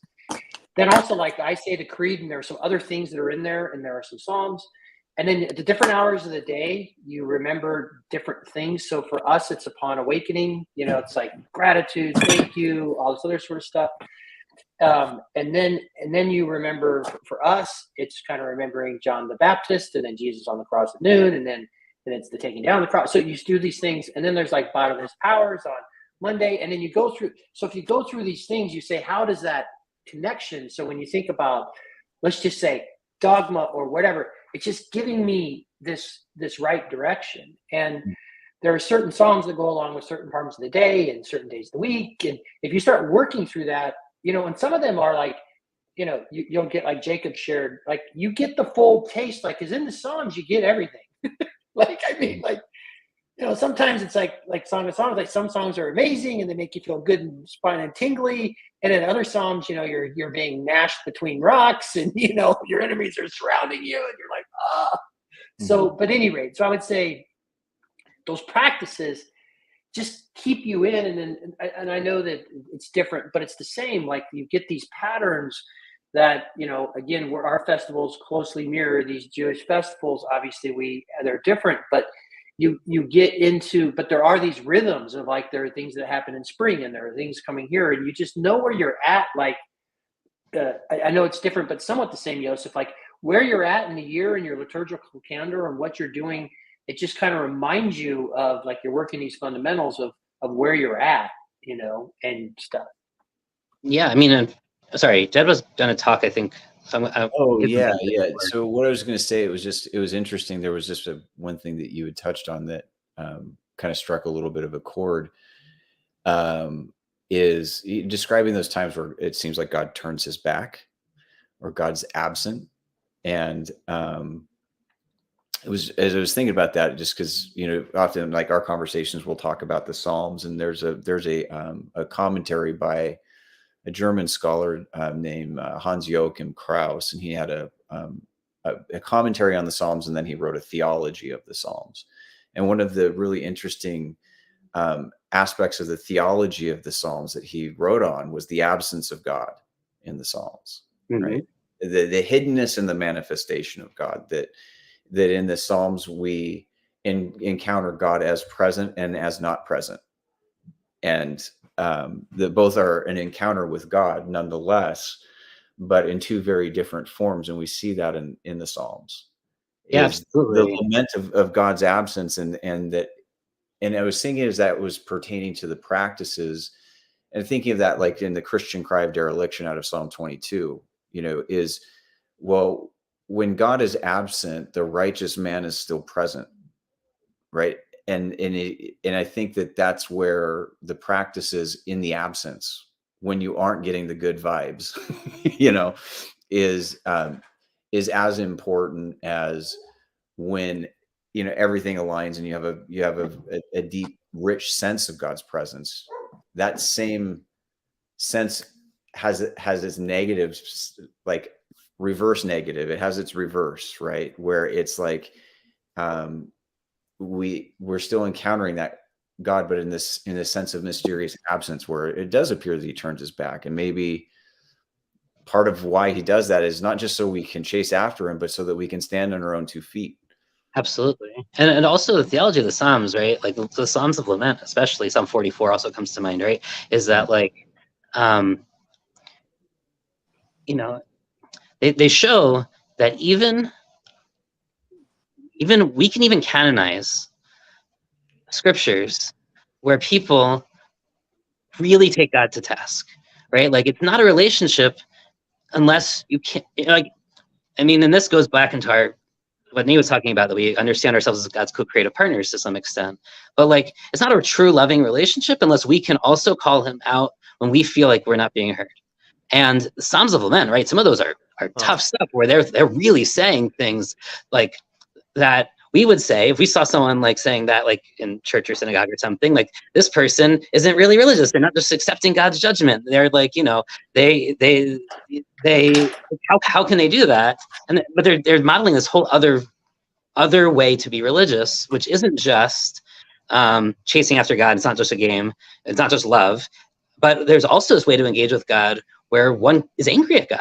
And that's in a serious way, right? Like in a serious theodicy, you know, like, where are you and why, you know, I mean, there's the Psalm, right, that says like, why are you sleeping? Which is like such a heretical thing to say. Because of course, like we know God neither sleeps nor slumbers, right? There's all that other text. And yet he appears to be sleeping. And how could God do that? You know, he's not Baal. Yeah, like, why is he? But of course, like, and we can get into theology and like what that, you know, how that coheres in a meaningful sense. But if you just take the text, right, if you're just praying from these liturgies and thinking about it as a practice, the practice of being able to engage this full relationship with God, right, in all these different ways. I mean, right, and we're talking about all these different facets. I think is like, when you talk about my relationship with God, how it's affected by this liturgy. I think that's a really big part of it. Like we like Psalm 6 every morning. That's not a Sabbath or holiday. We say Psalm 6 is one of these. Is really like I'm crying on my bed.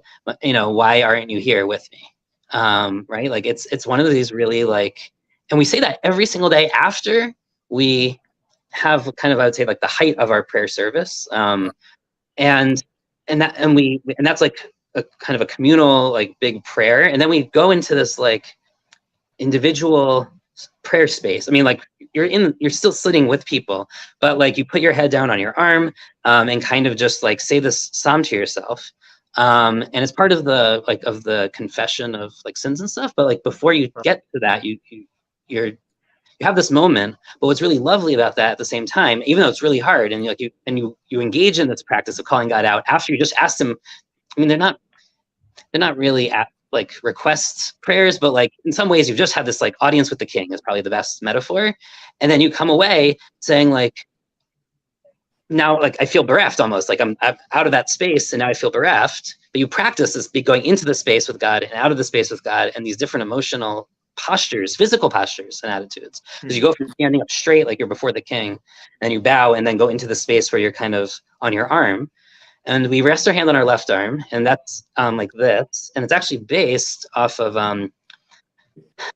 this idea from Song of Songs, where it says God's right arm is around me, his left arm is under my head.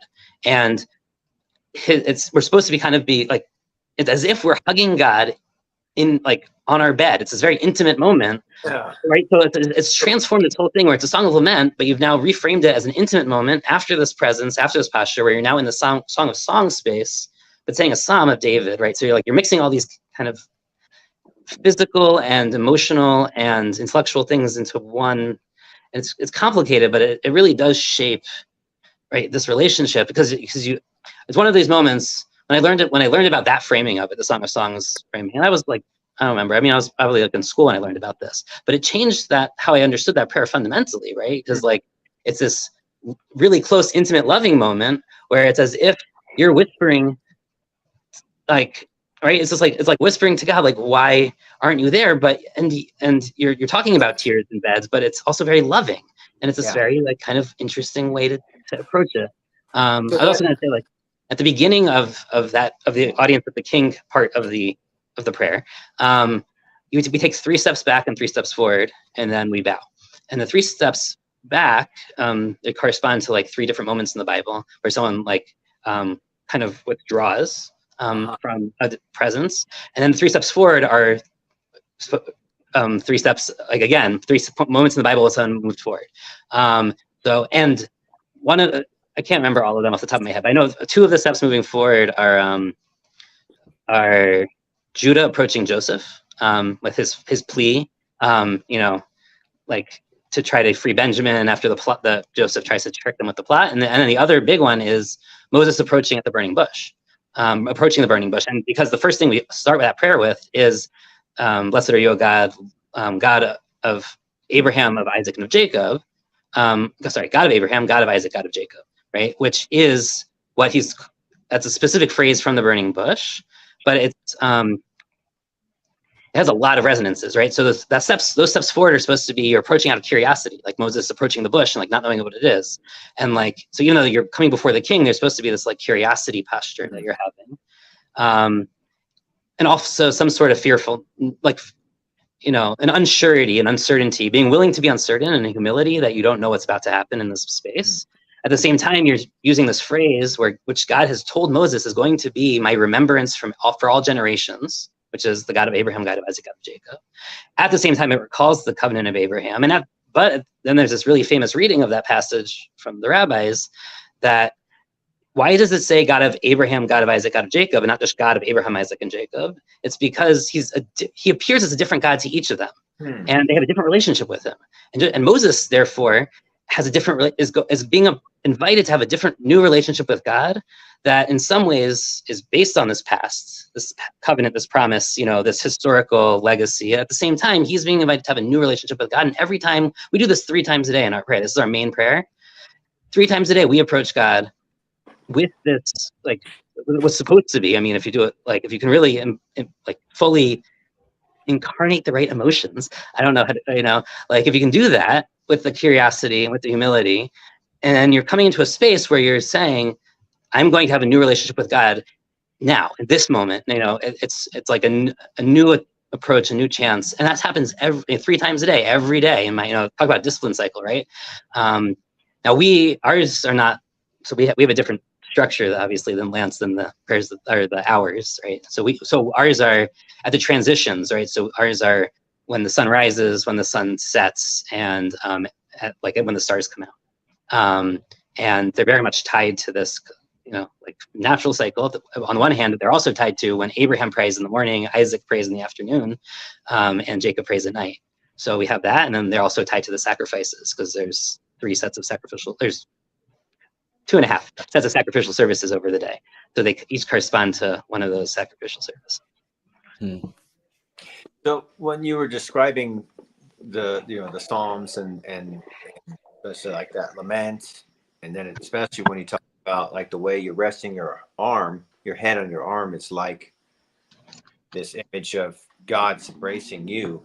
It reminds me of this cheesy Christian poster of a single set of footsteps in the sand, and it's some poem. It might be Aquinas or somebody famous like that, but the prayer is about when I was in my worst sorrow or my worst pain, I felt like you had abandoned me, and I look and all I see is a single set of footsteps in the sand, and then I think it's supposed to be Jesus, maybe it's God, says, well, yeah, you're right, there's only one set of footsteps, those are mine, I was carrying you through that. And I feel like this is my understanding now, the feeling of the absence of God, or like if God's abandoning you, that's not what's happening. It's me abandoning him. So maybe I'm totally suffering. I might be being tortured, for example, but outside of the physical pain, the suffering about the fact that I'm being tortured is my loss of faith. Maybe this isn't the way it's meant to be, but that's kind of the way I'm looking at it now, and I think that's a tall order. So, but then it to me, in that light, all the stories in the Bible and all the history that I know of people who've really had a rough time. I listened to this lady last night tell us another thing that's just like horrible that happened to her. Part of who she is today, kind of like Stephen was saying earlier, But it's not like, oh, it happened because God forsook her, or God was like busy and not paying attention. That's not it.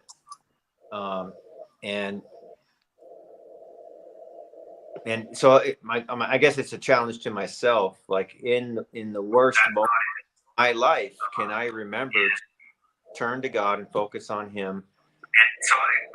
guess it's a challenge to myself. Like, oh, there's like a delay. Anyway, yeah. So, do I? You know, is my redemption, is my salvation? How much of that is just a question of like, am I willing to go for it? Am I willing to bring my son up a mountain and kill him? You know, it's like that must have been a sad moment for Abraham, but he may not have suffered if he had faith. And it's not like, oh, faith, because the hero's going to come in the last second and like absolve me of this command. It's no, it's like, I don't understand this. This is the craziest thing I could ever possibly do. Well, actually, but I will be obedient. You know. So that's one reading. There's another reading I actually really like of this. Okay. Which is that the harder test for Abraham was to not sacrifice Isaac at the second call. Oh, interesting. That, you know, like, hey, I prepared myself to do it. Because he, you know, was he hearing God or was he hearing himself? You know, like how did he know which one he was hearing, and like how did he discern that? And like the fact that he just chose and realized not to do it, and that it wasn't just his own, like, you know, compassion or compulsion or whatever, but that was the right thing to do at that moment, was the harder test. Yeah, which I can understand that too. Especially someone who doesn't like to stand up for himself. To finally do it. It's like, am I just being a dick? That's what everybody seems to be saying, you know? So like, it's easy to doubt yourself. Can you guys hear me? Yeah. I have to head on the road. I'll leave this open. I'll be home in about a half hour or so. So I think you guys can, wait a minute. Brooks, let's see if we can get Brooks in here. Try again, Brooks. I might not have been paying attention. There we go.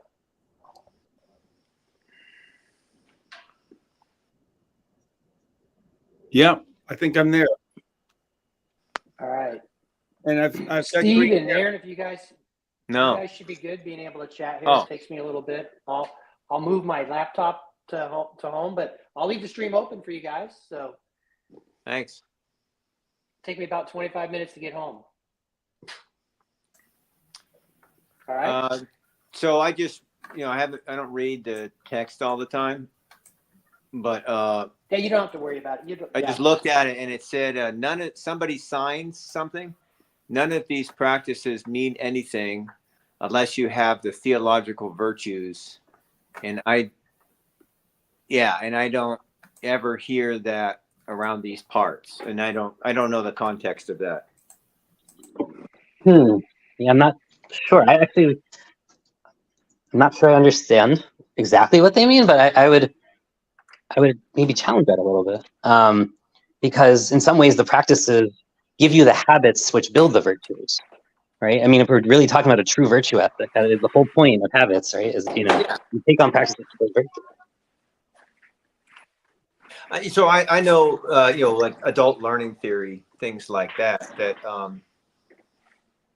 you can learn by being given a model of, like, an abstract model, and then you try something. And so the model, you don't know enough, but once you try it, you start to experience things, and then the model kind of like fits around the stuff that you're doing, and you learn it. Or you can try something and then afterwards discuss what you just did, and that you start to apply the model around your personal experience. And that's those two. So it kind of approaching learning something from two ends. And what I find is, especially for somebody like me who would rather just observe and watch something and consider it than actually participate, I'm lacking on the participation side of learning things. So I'm kind of lopsided and incomplete. So for me to like go to a church and be with people doing something together, or for me to like you're talking about like 3 steps forward, 3 steps back, all that. I mean, to me, that sounds foreign to me, but at the same time, I know like I will get something from that I won't get from just reading a paragraph explaining it something, or explaining like what that all means. If I do it, it'll be a different thing. And so, like understanding of theological virtue, again, I also think like you could have a brain injury and still experience and display those virtues without being able to tell anybody or articulate those virtues. Are we on the same page that those virtues are faith, hope, and charity?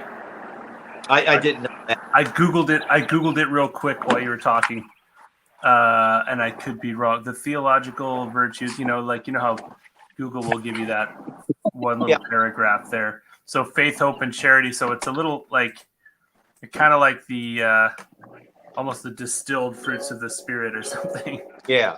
So I hear faith and hope a lot in the limited time I've been participating in Grail country, and in the little I've listened and the lot I've been listening, Paul's stuff that he puts together, and then you guys are talking to him too, and a lot of those. I hear faith and hope a lot. Charity, maybe not so much. Oh, that's fine. I would say there's quite a bit of charity. I mean, especially in Paul's discussions, because he talks about what he does with the homeless and addicts all the time. But I would also say charity is I would use it as a much broader sense, because I understand that it is translating a Hebrew term that is much broader. It's righteousness, right? So like sacrificing yourself. Well, not necessarily. Well, that's that's a little different. But yeah, giving of yourself, right? That's the context I'm talking about. Yeah. Like that guy I was just telling you, like this guy will call me. It's like 9 o'clock at night, and I'm like, I'm already established in what I want to do. And this guy calls me, and all it's going to be is vitriol. I don't want to hear this, and it's also going to be loud. But it's like, it's not. If I take a stance of like, this guy's a dumbass and he's weak, and I'm totally strong, and so I'm going to help him out, that's not a redeeming experience for me at all. But when I get to the point where I'm listening and I'm hearing myself, and I see I'm this guy, I do this all the time. What he's saying right now, that's what I say about my parents. That's what I say about my best friend that I hate right now. That's what I say. Those are the excuses I use to like not get any of the work I have done. This is me. And I want to like listen to him and let him work that out, and speak to him in a charitable, merciful way without condemning him or trying to like shut him down. That experience, I feel like that's charity. I'm giving of myself, and it's also like I have what I want, and I just kind of put it aside. I even kind of don't want to even go back to it anymore after this experiences like that. And I didn't give him any money, but I feel like that's charity. I think you're probably the problem with the word charity is it's taken on a cultural connotation that I think is just natural in a, dare I say it, like capitalist sort of setting where where charity is giving out of your excess, which I don't think is the intention. The spiritual virtue is certainly not to give out of excess only, right? To like we want to be able to we want to hold charity is, to us is like holding the reins of a virtue and doling it out, like at our will, out of our strength or something like that, which I think is opposite of righteousness. I've never heard charity and righteousness conflated before. I'm gonna definitely have to. Oh, If you could expand on that, that'd be kind of cool, because I'm trying to remember what righteousness is. So in Hebrew, they have the same they're the same word. The word is tzedakah. And I didn't know that. Wow. So it becomes that word is never used as charity in the Bible, right? It's always used as righteousness. But and in fact, you'll know that word. Probably I don't know which. Well, Steve has given me a little bit of background. I don't know you at all, Aaron. But usually that is actually translated by Paul as like justification, which is the whole other take on that word, which is very complicated because But so it's a very so like when it says like God attributes something to Abraham, and Paul's going to say like that, that's he was justified through his faith. That's the same word as the Latin's going to translate as charity, as caritas, right? Or is that, I assume it's Latin, maybe it's Greek. I don't know those languages. But in Hebrew, it's one word, and it does take on more of the charity as giving money, or not. It takes on that sense earlier, even in fact. It's not just a modern phenomenon in Hebrew, but for the most part, like they still have the same word. We don't differentiate between those two words. You just have to know from context which one you're using it in. So yeah, it's this very different, much broader understanding. But I would say. So would it be charitable to like, let's say I think I'm a big wig.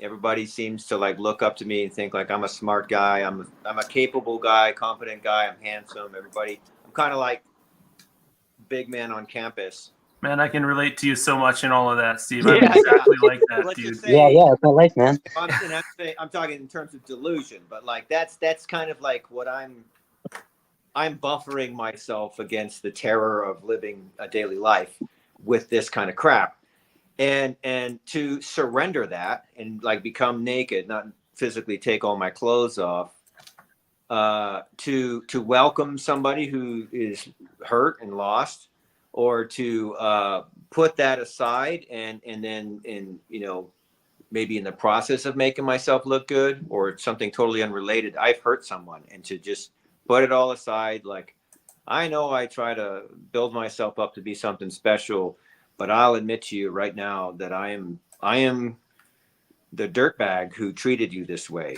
and I know exactly what I did, and I'll admit that to you right now. And if I can make it right, I will. I may not be able to do that, but at least I will not lie to you. I will not try to fake myself as not being the person who did this to you. And this is what it is, like a real confession. We call it making amends in the group I'm in. But would that be considered charitable? I don't know. That to me is conflating another set of ideas. I'm not sure. I would say it's really interesting to me that you say like you don't really hear charity about, because you don't hear us talk about charity a lot, because I think TLC is really a space where it's embodied more than talked about directly, right? Like I think the very fact that Lance is on these streams or Chad does his stuff, right? Like they've been here forever. They could leave, they could get tired of it, and they take breaks, whatever. I mean, that's fair. But like to me, I know Chad had a great episode of Friday Morning Nameless. I don't remember, maybe 7-8 months ago, 10, where he talked about like he sticks around BOM not because he like is still like on a journey trying to cross the bridge, but like he sees it as like this house, and he's the guy on the porch who welcomes everybody and wants to make sure that there's someone there to welcome everybody. To me, that is. That's the charity, right? Like he is, and I think that you really see this among the AI, especially the AA guys here, because they know that you pass it on, right? Like you get helped by previous people, and you stick around and you help the next set of people. And like to me, like the very fact that Lance is spending hours hosting the stream the past 2 days, or all these people showing up, like these are acts of charity. We just live it. We don't talk about it directly. And so that's okay. I mean, especially in Grail country, like that is really, we don't have to dissect everything and talk about things directly and propositionally. Yeah, I guess displaying a virtue is superior. It is always going to be superior to simply describing it. But you're saying that coming hot on the heels of giving me these 3 words that are the same as charity, righteousness, and justification, all is the same word. But now I feel like a concept that I understood fairly well has been exploded a bit here. So I'm going to have to. I heard a really beautiful thing earlier this week. I was actually surprisingly at an academic seminar, which is not where I thought I would ever hear this. But someone had they gave their book a very provocative title. And most of this seminar, which was about a year after the book came out, the first 2 hours, people were just like debating whether like the title was even like a real thing. And he said, like, that none of this is a problem for me. Even in my book, I problematized my title. The whole reason I gave it this title was because I wanted to open a conversation. I was not trying to name something to name it exactly. I was trying to name something so that people would actually start questioning in this direction. And this is what I wanted. And to me, that was because we talk about words as propositions and words as poetry, but this is words as participatory in a way I hadn't really thought about before, right? Words as a sort of veiling or unveiling, but it's a hide and seek game I was talking about earlier, right? Where you want to use the words to bring someone in deeper and exploding them, or like just problematizing them, or whatever it is, just to like move in the right direction.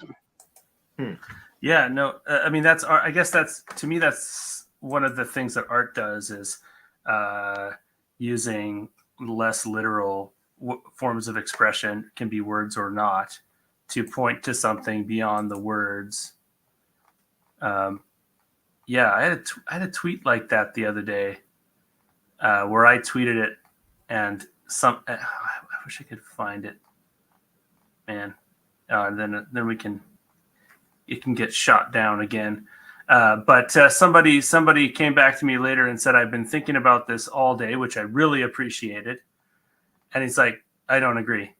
And it was like, oh yeah, I never thought about the potential that this statement could be like a complete pass fail, true false. Like in spiritual language, when you have these things that fudge, as Paul Vanderklay would say, and these words that, you're giving me 3 words that all come from the same word: charity, righteousness, and justification, which is still melting my brain.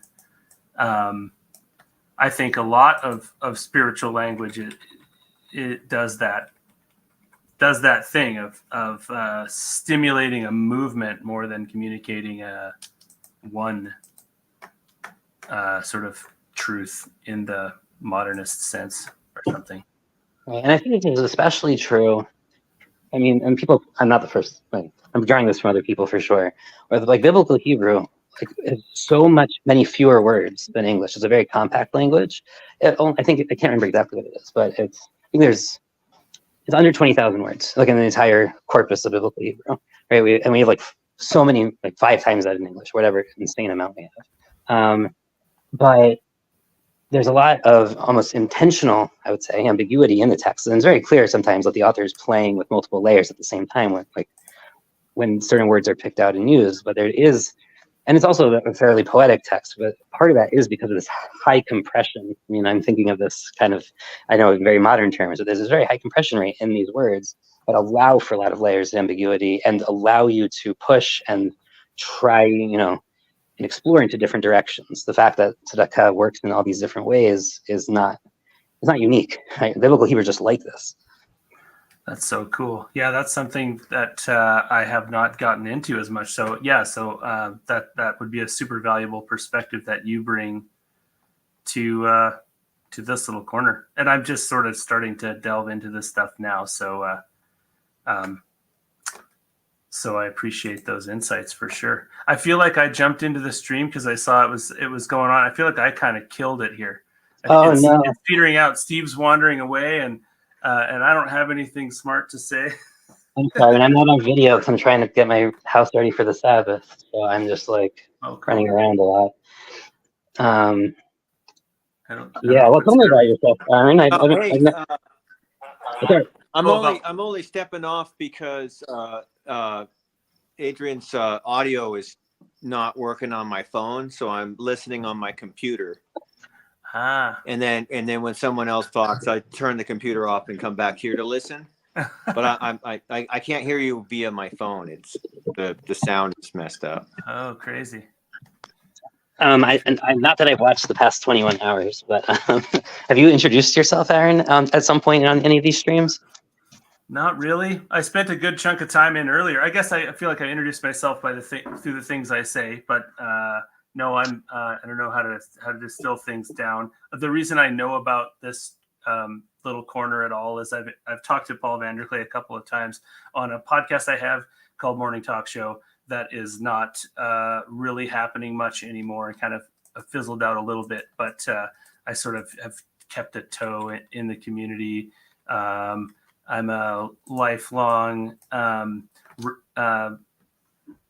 Christian raised in an evangelical background, which I think is such a banal and common thing, but raised in that background, had a super disillusioning few years, and after being in ministry for a while, and then left church, and then am now boomeranging my way back, as generic as that sounds. And so I really, but I just love to talk about these deeper kind of, I love talking about spirituality, and this is cool. And I'm glad there's people in the chat from that aren't just from Orthodoxy or evangelicalism, which is what it seems like almost everybody is here. But it's also really cool that some of the people come in through the 12 steps, because that's such a genuine and felt,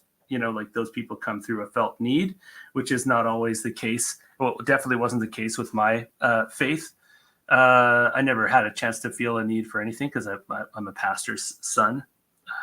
Incredibly conservative pastor's son. I don't know, I'm rambling now, but that's me. Yeah, it's fine. I mean, I don't know if you've had PVK on your podcast, but you haven't been on his, then we wouldn't have had your story. Yeah, So- my podcast it contains more biographical information than a lot of them do, because I have a very particular mandate of considering myself an equal in the conversation and setting a lot of context, which has sometimes resulted in comments that I talk way too much, and then other times has led to interesting places that seem like they've been unique to the guest as well. So. Yeah, but if you've watched a couple of my podcasts, you'll get to know me more than you probably want to. Fair enough. Gosh. What's your story, Joseph? Well, I'm going to give a very fast one. I am a modern Orthodox Jew, and I've always have been. I didn't really leave whatever. I grew up this way. But my parents both went to the conservative Jewish seminary. So they went through a transformation more, but that was before I was born. I don't know. Let's see.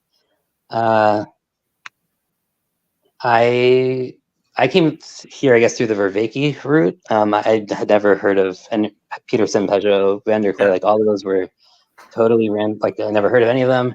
But I have a background in robotics and psychology. So I was doing cog psych stuff and was listening to Vervaeke for a bit. And like after the meaning crisis on 4E cog psy mostly. And then I listened to the whole series, and I was kind of hanging out on that Discord, and Jacob Federici found me and was like, this place isn't very active. At the time, it's become more active since, I think, to some degree. But at the time, like, no one was there. It was kind of dead. And he was like, you should come to like Paul Vanderclay's server. And I was kind of hesitant. But I actually have quite a bit of background in interfaith dialogue-y type stuff, but usually it's very kind of formalized, like this, we're going to do this and sit down and do this on purpose. As opposed to just like hanging out and chatting. I mean, I'm very fortunate in some ways, because like within my community, we have this type of theological, biblical discussion like constantly. This is just like every day. What always fascinated me about Jews is they just like the stereotype that an outsider like me is exposed to. They're always talking about this stuff, and this is like, does anything else matter? This is what they're talking about. I thought that's pretty. Now I turned into one, but I'm also like a total heretic, I guess. So. But I care about this stuff. I want to understand. Yeah, no. So I think this BLM or TLC or whatever, I don't know, like all of it has really let me have these discussions with a much broader group of people, which I appreciate. and get perspectives. I had a pretty limited, I say, understanding of parts of Christianity before I ended up here. I mean, I read the New Testament before. I actually had learned one-on-one, did a kind of a comparative liturgy kind of thing with a Catholic before, and had some conversations, but most of my understanding of Christianity was, I didn't even realize that it was mostly just Protestant. I mean, hadn't gone deep enough with the Catholic to understand. I mean, I understand some differences, but like, there's this, I've learned a lot. Sometimes it's hard for me to track all the different denominations and streams and things. It's a whole like language of Christianity. Even though I've grown up in America my whole life, like it's been very, very interesting. You seem like a very studious I get lost in it myself. person. Yeah, I get a little lost. I sometimes feel like I don't I'm far enough down the rabbit hole of interfaith or exploded Christianity that like I don't. You probably know more about. You honestly probably know more about the fine details of Christianity than I do, just based on what you've said so far. It depends on what you'd ask me. I might know more about EO because I've like hanging out with these Orthodox guys in Grail Country and whatever for like years now. But and Sam teaching me about the early church fathers and whatever. But like I can't tell you much about. I probably know very little about evangelical Christianity. Honestly, it's one of the areas that has been discussed the least on this server in some sense because I think everyone just assumes that's what people know. So many people are coming from there that like. We haven't had, I don't think anyone's tried to like steel man evangelical Christianity in all the years I've been here. So I can't tell you like. This is also probably super offensive, but I get the feeling there's not a lot of man to steal, or it just doesn't take much steel to steal man evangelicalism. And that again, that might just be totally offensive and I'm just ignorant. But it just seems like there's just not a lot there. There's not a lot there. It does seem. So like I just found out recently. I believe it's them that they refer to the music they play. That's when they say the word worship. That's what they're talking about. It's like the playing the music with the instruments and singing the songs. No, exactly. And I never heard that. So there may be way more depth to them than I'm aware of at all, but I just don't know.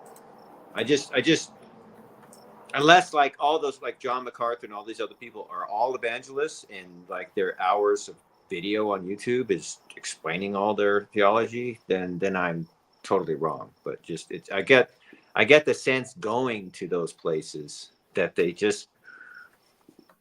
There's like, let's say sola scriptura probably, but they don't seem to be very concerned that I know what the scriptura is. That's my limited impression. Yeah, I wasn't trying to go down a dissing evangelicalism trail again because I beat that dead horse all the time now in here, but also in the rest of my life. I'd rather hear somebody steel man it, honestly, at this point. You administer? Do you go to seminary, like an evangelical seminary? Me? Yeah. No, and that's part of many things that I think are weird about evangelical Christianity. Is basically I'm a graphic designer and I worked in a company where I wasn't enjoying myself. At the same time, my son was having kind of behavioral issues, not responding well to his daycare. He was a year and a half old, and my church had posted a position for a worship pastor. And I went there and I was like, I'm not trained to be a pastor at all, but I'll be a halftime coordinator and like schedule the music and lead. We called it leading worship, like you said, Steve. If you want, and I got hired like instantly. Part of it was because I had a little bit of like cred, like I was part of a musical community that was going to that church that we played out in the bars and stuff. So I think, unfortunately, I had cool guy credit, which is my skin crawls to even say that. But I got the job, and I probably shouldn't have gotten the job. Like I was not qualified at all. but I knew the songs. And but then at the same time, I don't feel like a bunch of the people called pastors were qualified either. So that's one of many things. They rush young people to the front there before they're ready to go. So I have a lifetime of like attending Baptist churches and evangelical churches, but I don't have the qualifications to do what I was doing. I'll be the first to say it. Interesting. You're saying, hey, Sandy, how you feeling? Better. Still called in sick today. I'm supposed to be working 3:30 till 10, and yeah, no. But I feel a lot better. So. Wonderful. Yeah. Saw you were in here chatting and thought, Well, I haven't talked to you. You always have 1,000, degrees more wisdom than anybody else. So. No, I'm probably not. I'm probably gonna switch to listening for, honestly. I'm trying to get ready for Shabbat. I'm like washing, I'm cleaning, I'm cooking, and gotta, But how can I not take part in this massive epic stream? Yeah. So speaking of Shabbat, and you talked about the prayers that you do and this kind of stuff. Also, I wanted to say I watched this show. It's a TV show called The Chosen. It's like only on the internet or whatever, but it's about Jesus, but it's called The Chosen, and it depicts like daily life of Jews, and they pray, and then they do Shabbat, and like they kind of really to somebody like me who has no idea really know what is Shabbat. I hate to blow this. I hate to blow this up, but so someone has sent me a couple clips from The Chosen. I have not seen this show. It's pretty bad. It's like if you're a cop and you watch a cop movie, you're like, being a cop is not like that at all. One of those kind of things. I apologize. It's painful. No, it's not. It's not your fault. It's like someone.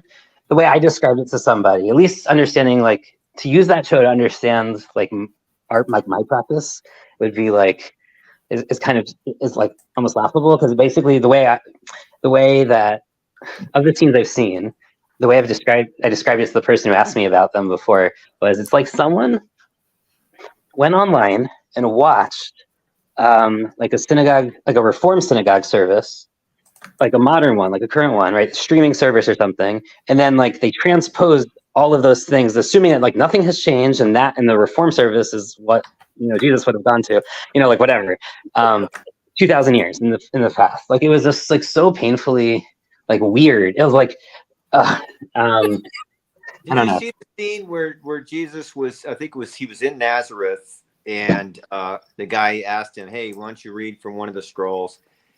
And he read something briefly, and then he sort of said, hey, when he does the Isaiah reading. So I was wondering, because like what I understand, that was the first thing I church, if it came from the traditions of the Jewish Orthodox, it wouldn't have looked anything like that. It wouldn't have been a dude in a chair like telling everybody, hey man, this is kind of what I think about what I just read. And so I thought that was a little strange. Like, how come he's not like, where's the sacrifice? Oh, well, there wouldn't have been a sacrifice. Liturgy, I don't know. But whoops, my phone is shutting down. No. You're dying for my insulting blasphemy. Divine intervention. Dang it. Yeah. I just came on to say, Yosef, you got to steel man evangelicalism, because these Christians aren't going to do it. You got to do it. Oh, but his phone's dying now. You're here, Matt.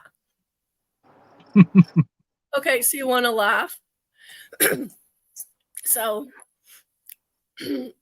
my guy I was with, we won't go any further than that because nobody else needs the big long story. He said, it was one of the first things he asked me is, are you evangelical? I had to go to church and actually ask somebody, because I'm like, well, I know what I think the definition is based on what he watches on TV, and no, I'm not that. And I'm like, so did you guys actually determine a definition before you decided to slash and, I mean, it's usually those people over there that we don't like. whether that's Those a people over cultural there. paradigm or Well, it's a I mean, doctrinal. this is my limited understanding is that there's, like it's non-denominational. I think. Otherwise, you give it its denominational name.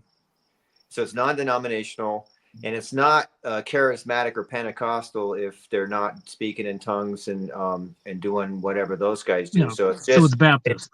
I Yeah. was So leaning it's somewhere like in the talking. middle between, hey, those preachers that are selling you holy water, which is what he was wondering.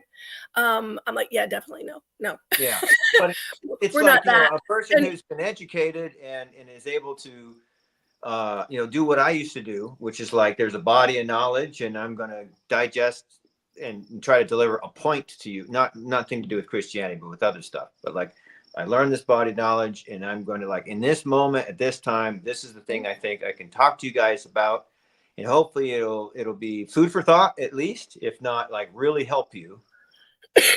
If me on stage is kind of boring enough or it's not engaging you enough to really hear and really experience, because all I'm talking about is management theory. But if it's God, it's like, well, maybe you need to experience God. So people experience God through music and stuff like that. So we'll do that too. But None of that seems like that's sounds what they're after. distinctly Like, are evangelical to me. you're elect or not elect? Are they worried about that kind of stuff at all? well, I No, was the going to back up, Reformed way people back are up not to evangelical. today.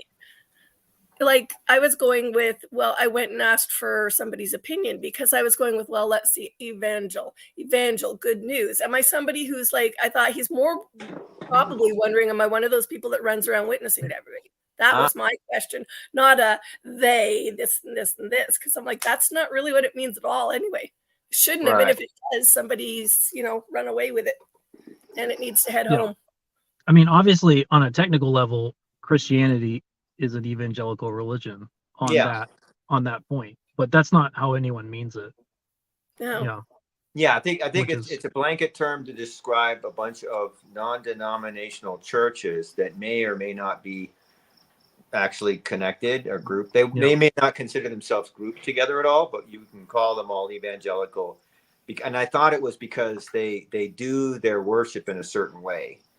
It's not they have a certain theology. That was my understanding. Is that it's not like I think you're right. I think some people use it to talk about the culture, whether it's the worship format and the lack That's of what I was going to say. organization. Reformed people like myself define it doctrinally, which I think is funny. And I don't think either side's right or wrong.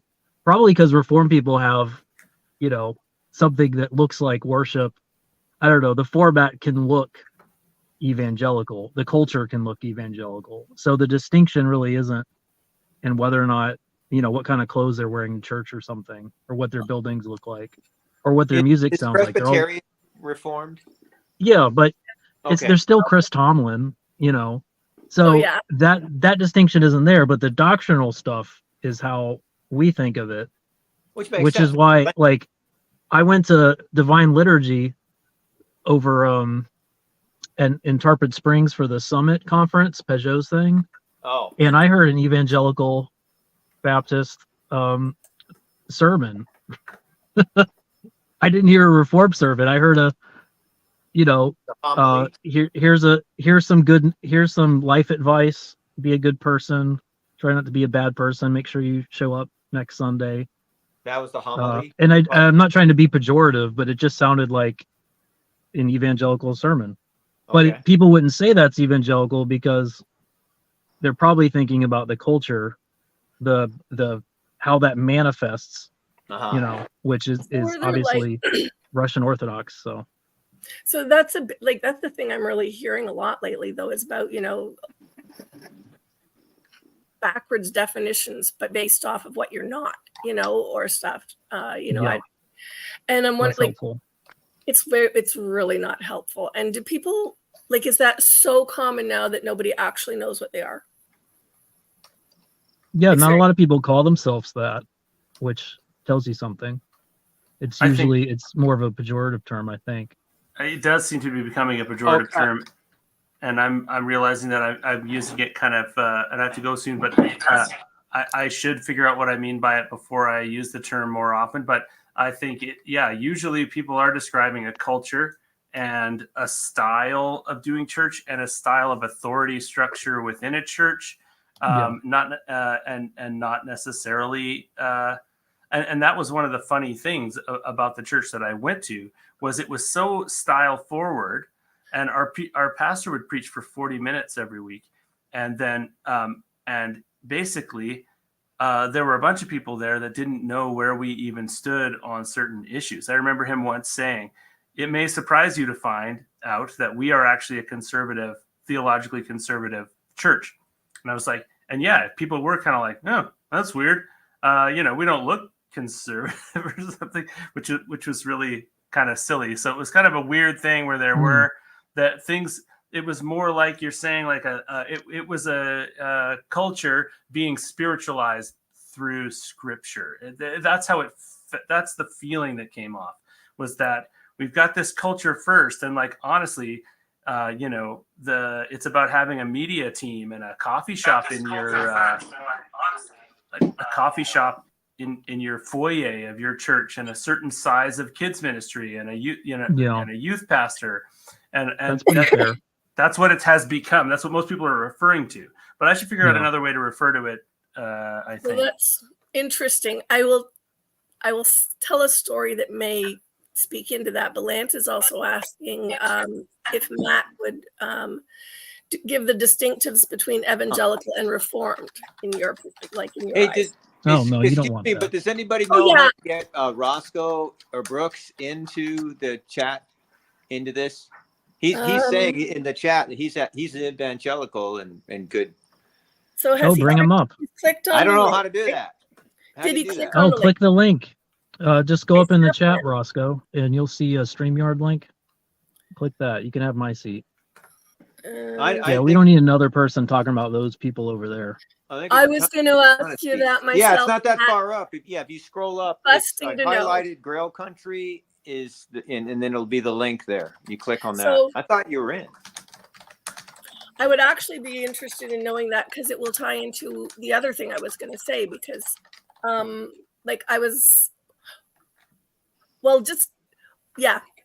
please answer him. Can be short. Oh, well, you never hear a Reformed sermon that says, be a good person, don't be a bad person. You never do? You never do? What? No. You just wouldn't. Why? It might have a very similar culture. There might be a coffee bar. I can't think of a Reformed church that has one. What would a Reformed sermon be? So, for example, a Presbyterian sermon, because I used to go to a Presbyterian church when I was very young. Oh, yeah. And Pastor Reverend Gerber used to stand on stage and up above all of us, and he would tell us stuff for, it felt like forever, like 45 minutes. Yeah. And, so he'd be telling us, he'd be using Scripture as a way to illustrate something that might be contemporary in his life or in life in general, and trying to give us some wisdom. Pretty sure that's what was happening. Yeah, I mean, you're still going to get that. You'll hear that in divine liturgy too. I mean, anecdotes. I mean, that's just Western preaching, Yeah. In the Anglosphere. Yeah. But what's different? What's different about Reformed than be good and like help put away the chairs after church kind of stuff? So just simply put, not to debate it, but trying to just put it on its same terms so it doesn't look like clearly one is bad and one is good. Yeah, I appreciate that. I'm trying to be as neutral as possible. Take offense at anything. Because I'm not per se. It doesn't sound like there's anything bad about saying be a good person, don't be a bad person. And on face value, I don't have anything wrong with that. Reformed people wouldn't, but a sermon would be, God was a good person for your sake. Okay, so I So want to they would challenge. always land the plane on your. If you think you're a good person, you're not. God was a good person in your stead Okay. and suffered as a bad person in your stead. It's very you could say it's false. You could say John Calvin made it up. You could say it's medieval fabrication, but No, that's I what a was gonna. reformed sermon would be. I was Yeah. gonna And so that divine challenge it exchange would based be on. there. So otherwise it wouldn't just be, it'd have to be Jesus had to be murdered for this sermon to make sense. Be a good person, don't be a bad person. You don't need Jesus dying, being killed So for that sermon to exist. You know what I mean? So that's what a reform, they would always centralize that. Obviously the gospel is shared in all kinds of churches. I'm not saying non-reformed churches don't share the gospel, but they would always say it that particular way. That would characterize a reformed sermon. wow. I mean, like seriously. Okay. All right. Am I in? I jumped in here real quick. Helps me. I'm Sorry? in, right? Yes, you're in again. Okay. I've got the green hair, which because I have green screen behind me, but I am a Celtics fan, so. Yeah. And you're Are you the evangelical? learning Oh. person. Where did Aaron go? I think he left. Is he I don't afraid? know. Okay. Aaron's assumption is that evangelicals are stupid. I don't know. That is why I brought all of my Kierkegaard books here to my green screen. Okay. Look at that. He wants to talk about Kierkegaard. All right. This is great. This is what we're here for. Apparently, No. the Steel opinion in the man chat evangelicalism, please. green hair is more mainstream. So I mean, I'm trying to get rid of the. How do I get rid of the green hair if I need it? It's okay. It doesn't look that bad. All right. It But adds I am a character. Celtics fan. And It looks like either the knowledge is going into your head or what's in your head is coming out into the form of books. All right. So anyway, I'll figure this out. And really, I just came back from a funeral. I'm wearing the armband they gave, so I'm a little bummed out. And I came back and had a gin and tonic right away, which means I'm really ready to rumble with Aaron. Dig into this. Get crunchy. All right. It was the guy, the deceased was 39 years old with 3 kids. It was horrible what happened. It was a good service. And he played D1 football, lineman, was a large dude with, he had heart issues, and he had just gotten off a plane, which I think sometimes if you've got heart issues with, and but whatever. So the gin and tonic probably would have helped me talking to Aaron. What I want to say, and this guy, my next door neighbor, an engineer, played in Ivy League. I happened to have gone to an Ivy League school, and the person to my other side went to an Ivy League school. Evangelicals, all of us, don't tell us we're stupid. That seems to be what you're doing here.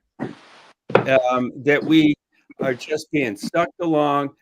My wife is college grad. She's from Denmark and has sort of taken her Lutheran thing into a more Americanized. Well, she watched Charles Stanley is who she watches all the time. And we go to the local church and things like that, which is very much other engineers and business people and with families. We're not sucked into some kind of cult. I got to admit, if Joel Osteen's on once in a while, I'll look, but it's like a guilty pleasure, like eating too much candy or something. Hey, he's preaching the gospel now. He's really ringing that bell lately. Yeah, but the joke is that if there's a drinking game, every time he mentions Jesus, you take a drink. At the end of your half hour, everyone's sober. It's more. Wow. That's the joke about it. It's not even. It's be a good person. Don't be a bad person. Yeah. Be a rich person, not a poor person. It's sort of like things are bad happening to you, and they will get better. Is I think what his main message is. All right, I'm going to listen from the chat. This is really good. Thanks for coming on. I'm glad you're here. You're going to take my I'm seat. going to tell you a story.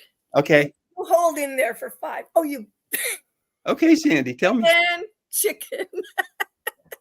Okay, so they asked if he would talk about the difference between reformed perspective and an evangelical perspective. And the interesting thing to me was, and why I wanted to challenge him on it, was that in my previous 2 churches, where I used to live, actually these 2 churches still work together on a whole bunch of community projects and things.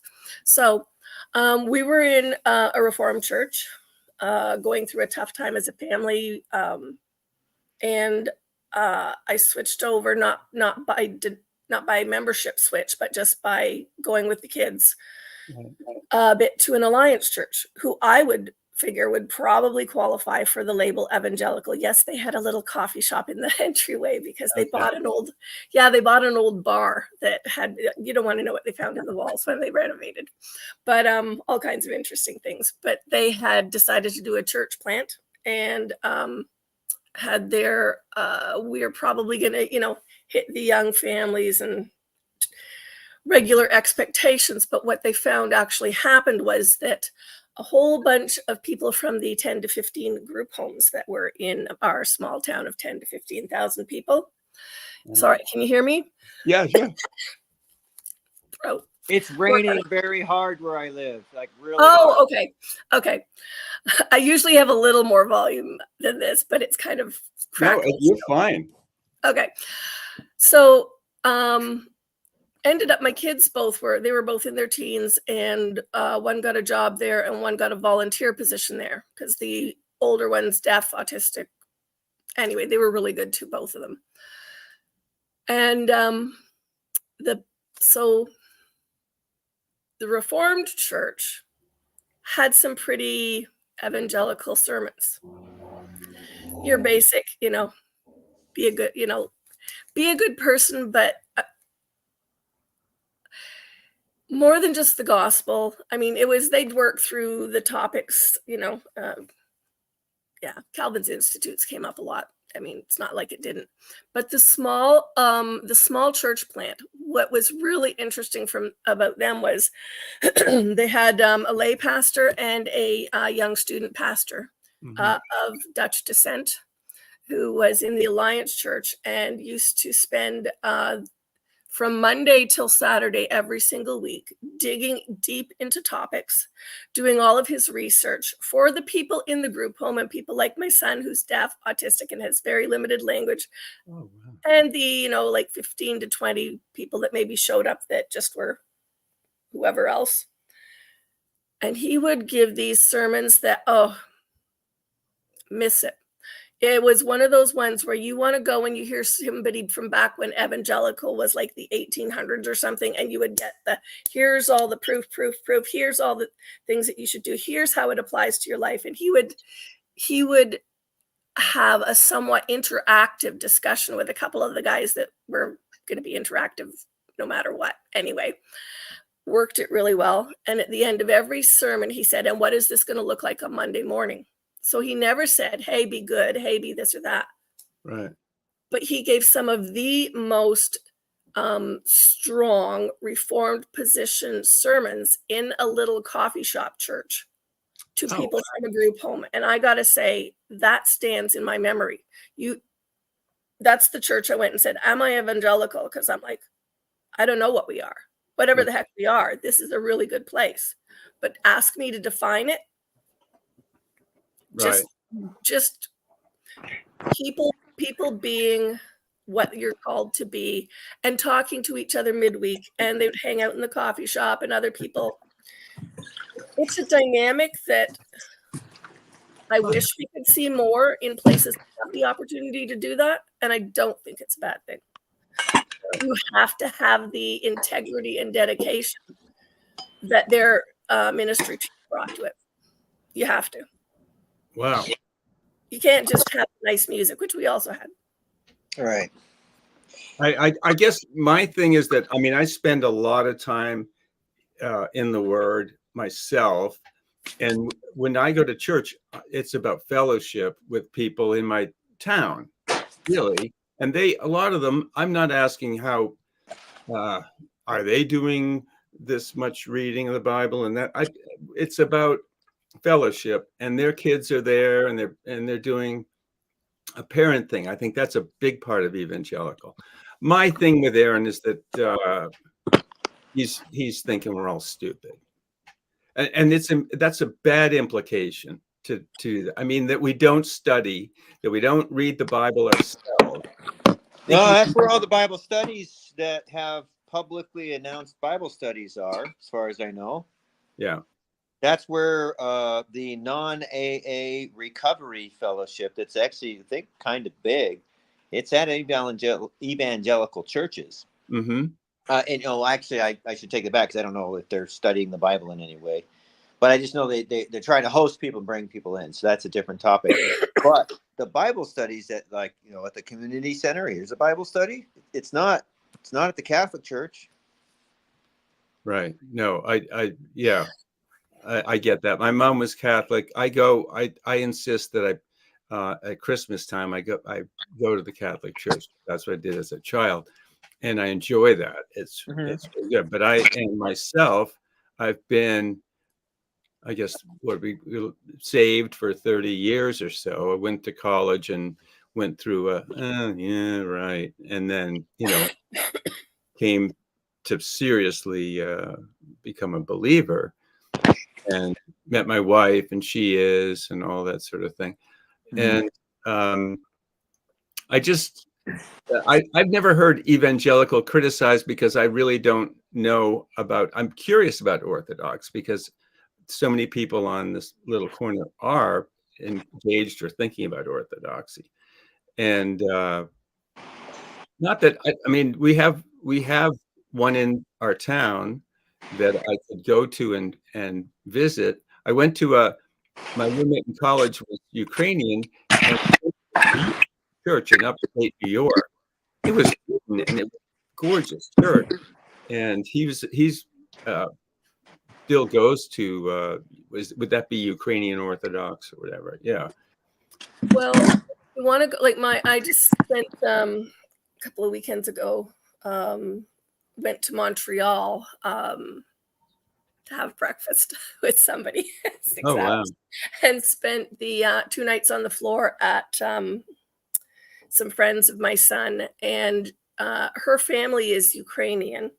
Mm-hmm. She doesn't speak Ukrainian because they fled Ukraine during the era where some people could speak Ukrainian, but she only learned Russian. So and they moved here when she was 5, so she does speak Russian. But she was saying, I mean, she must speak a little bit at home with her family, but she was saying, because I said, well, if I stay till Sunday, maybe I'll go with you. And she said, you won't understand of it. None of it's in English. Yeah. So it's kind of like, their version of the Latin Mass for the Catholics. I wonder if the one in our town, I wonder if they would have to speak in English because we have Ukrainians, we have Russians, we have Greek, and all kinds of people. So they would probably have to be. I would check the one I went to. It's all in English. Yeah. Near where I live, it happens to be Antiochian, and what I understand is all of Antiochian is in English in America. Maybe that's not true because I really don't know a lot of this stuff at all. I really am a beginner. Right. But I mean, I don't know about like Joel Osteen. I know he's bad. You can make fun of him because he's like Tony Robbins, but I don't know really what's behind the stuff. But I wouldn't. Don't paint evangelicals all as that. It's. Oh, I know that. I know. Yeah. He is not. I know evangelicals because I have evangelical friends. I just don't know what they believe or exactly what they do. I've been to pseudo services of them for another purpose, and then it looks a lot like what I'd seen in the past. And then a friend of mine goes to, I think, what would be a charismatic church somewhere else where he says it's wild. They're like dancing around and all that stuff. And yeah, he's into that kind of thing, and so he describes it that way. And I'm pretty sure that's charismatic, not evangelical. Because evangelical, now I just read the chat, and it sounds like a couple people I've seen on YouTube, those guys are evangelicals. So that just looks a whole lot like the Presbyterian sermons I used to go to when I was a kid, without all the other stuff. Right. No Okay. organ singing boring songs from the 1920s or 1820s. It's like cool songs with guitars. They're and not all boring. Yeah. Well, No, I mean, they bring back this peace to me. Mhm.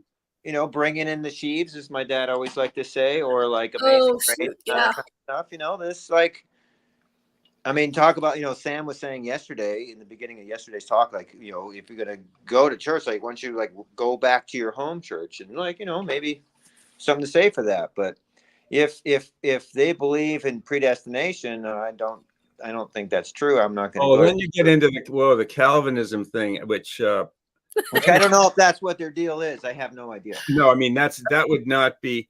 In fact, my pastor, I had lunch with him, and he was making distinction that you can knock and find, which is really what Kierkegaard Yeah, I hear is you. saying that. And so that's within evangelical, and it's interesting to listen to Paul Van der Klee because he is Calvinist, and right. Wow, that's I've never experienced that. It's so heavy. Maybe it's. I don't understand how Calvinism hasn't become nihilistic, because it's like, well, you may be saved, you may not be saved. Right. And so, like, if you're not saved, then like, well, what difference does it make? Really? Like, hey, you've only whatever's got one permissible. life to live, and then it's not even just nothing; it's hell. So, geez, you really got to I enjoy cannot yourself. believe I'm How going do to do people this, not but know that unless it's the Pascal's wager? It's like, well, what if you're elect? That's where that Okay. stuff comes from. Andy, so what do you online, there's a ton of people talking like it's that black and white. If you read through some of the documents, like if you go into Calvin's Institute or the Heidelberg Catechism or some of those things, you're going to see things about predestination. You're going to see, all the 5 points of tulip and all the stuff. I don't remember. My ex-husband was born in the CRC, so the thing is, the non-alliance church, the ones that had lots of coffee and kitchen helpers but no streets. Actually, they did. They had they put something in the parking lot for a while. Okay. Those guys kind of like each other. They're also trying to figure out, even though they've grown, the CRC has grown from about maybe 200 to 400 in the time I knew them. They need to generate more adult leaders, because they're getting calls from all around town to participate. The high school's calling them to help do stuff, and the Scouts work with the Cadets, and the Alliance Church and the CRC do a little food for life food truck delivery thing that people can pick up. Yeah. It used to happen at social services, but it looks like social services has closed down, and one of the other churches that were doing it. So there is, but there isn't necessarily the complete black and white. This is this and that is that. About Calvinist versus No, not in the people I know. Not really.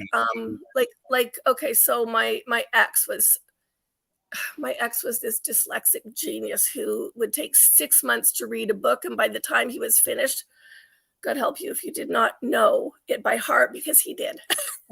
That's great. I know that's a blessing, but not a blessing. And he decided at one point, of course, the ladies all had their coffee break program, which I do admit, sorry, CRC, but I think the books suck. I mean, they're very basic. They're geared for inviting people who have no experience into your midst to learn. Yeah. Right. I got they turned off. But I by what feel like a consider, little bit more to chew on. I went to a Bible study, and I just felt like, gosh, I'm like 50. This is like out of my league, or like, this is not good enough for me. That was my attitude about it. Then I went to another one that was super. Can I tell you a Bible story? Professors at UCLA, believe it or not, in college, they have people who run a Bible study. There were these famous professors. I'm not going to tell you what books they've written and what TV shows they've been on. And they came from, two of them had been Jewish and were now, one became Catholic and one became, but there was, and then we had someone from American Bible Society where we were looking for a verse and he would just like know it, it's like Anselman. And there was a woman there from similar to Bible study. So why was I allowed in here? Because of my Kierkegaard books, right? And yeah, right on. But it was amazing. And I think this is from the Jewish background, and I don't know if Yosef's still here to tie into this, but that everything is about the reading, and there were books, the A.N. Wright and this and that, and let's go look at the Hebrew, and they knew the Hebrew, and what are these words and all this stuff. There were so many books open and flying around. I would bring a couple of my Kierkegaard books and just sit there. But the capacity for a Bible study to go into these realms of just the word, and I was shocked half the time and numb half the time, but I always learned something. And a couple of times I would add a point, or because I speak a few foreign languages, that European languages, I would add something. And it was fantastic. And then I don't go to the Bible study at my local, because I went to one and it was, as you said, Steve, it just kind of like not up to that level. I was spoiled. I was spoiled by the UCLA when I live in LA. So it was like just a drive up the street. Yeah. But I was able to go to another one that I felt was pretty robust, and I got a little bit. They had just recently schismed, I guess, from a predestination group, and and it was just interesting because we're reading epistles, and like 3 hours of discussing, like, so what is this? What does this mean? What's this history? What are they talking about here? And it's like, hey, unity, don't split apart, and all this. And then like right afterwards, they would just be complaining about, the guys in the other church are bad. And they're, they're so silly. And we left them behind. I'm like, I mean, I'm just new enough to like be taking what I've been reading at face value and thinking I should do it. Maybe I shouldn't, but it seems like St. Paul says this is the way you should be. And like, you guys are like totally being the opposite of that immediately afterwards. And but the real story was, it was like went till like 9 o'clock at night. I had to wake up at 4 every morning, so it's still rough. That's the main reason I stopped going. But also, and I did go in that. I think it was an evangelical church, perhaps, I don't know. But I went to it one of the Sundays, and it didn't what they were doing didn't float my boat, including the pastor. I mean, that's fine. That's absolutely fine if it doesn't. I don't like in the songs, especially if I have no idea what the lyrics are and no idea of the melody. I'm like, no, like watching this ball bounce on the lyrics, but I have no idea what's going on. So I felt like a real fish out of water. I do all the time anyway, but it was worse there. And get that. Maybe if I had no other choice, if that was the option, which thousands of years that was the case, I'd be going there and like slapping my face to like make my ego get out of me and listening. I hear you. But I got choice, so including atheism, which I'm like, I don't even have a foot in that anymore. Right. No, I hear you. Now, I'm sorry, I have to go. You go. Okay. Worry about. But I hate to leave. I hope someone checks in. But you guys are keeping it going, Steve. Did you do the whole marathon yesterday?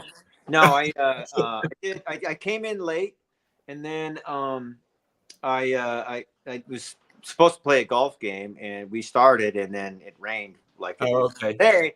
You're up in the Pacific Northwest. So I joined back, and then I went to an AA meeting, and then I talked to my friend till like 10:30 at night. It was kind of a big deal last night.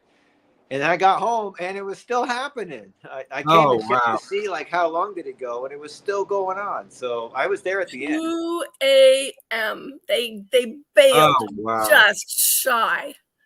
Unbelievable. I couldn't sleep. It was late. It was definitely late. No wonder I'm so tired. I don't think I know what time it was I went to sleep last night, but yeah, that's crazy. I woke up at 5, and then there was a I missed part of what Steven Schneider or whatever his last name. I woke up to I was in a trance because I was kind of napping. I turned the camera off and was kind of napping, but I was listening and coming in and out of it. And then he was basically confessing some, not like his crimes, but like it was intense, and that pulled me out of sleep. And I just want to know before I go, Steve, where are you? Because it's so beautiful in back. That's not a green I'm screen. getting that question. It's North Idaho. Oh, wow. Yeah. Sandy, you must be upstate New York because you go across to Montreal. Or are you in Vermont? Nope. No, you flew up to No, I'm in the evil country to the north. Oh, you're up there. All right. Yeah, I'm in Southern Ontario. I'm pretty close. Wow. To, are you a hockey fan? Am I a hockey fan? Yeah. Yes. Oh, no, wait. Well, if you were a hockey fan, okay. All right. everybody at my work is going nuts. Yes. Great talk. Thank you so much, guys. Yeah, I'm glad you were able to get in. Yeah, that was awesome. Yeah, so I mean, I stumble across because I'm like a child who says stuff that's like, hey, how dare this child say such a ridiculous and offensive, stupid thing. I'm like that, and, so I don't mean to say disparaging things about any denomination or faith. I truly don't know, and I'm saying what I do know, and so like it could be corrected. I'm not making statements. I really don't know. I just know Joel Osteen is kind of a joke. I know that. I know that that's true. I don't have Tammy Faye Baker and Jimmy and Tammy Faye Baker. Yeah, I know those guys are charlatans full of crap. I was around during that. But other than that, I really don't know the difference between. I mean, I barely know the difference between Pentecostal, charismatic, and evangelical. I know they're not the same, but. No, I kind of hit Wikipedia when it first came up, and if you look at some of the names, like look at the names Knox, and you like talk about some of the Westminster and stuff, and like the people we think of as being, I would have put down as maybe old Calvinists even. Apparently they're the evangelicals of the original round. So when the Presbyterian church I went to when I was younger, it was probably built in the 20s or something like that, just by its architecture. It had on these different doors, these different offices or rooms, like John Knox, John Calvin, and I don't know, the other guys. They had like their names on it, and I didn't know what any of it meant. I was going to Sunday school listening to records about Zacchaeus, and then I got old enough to go into the big room, and it was like.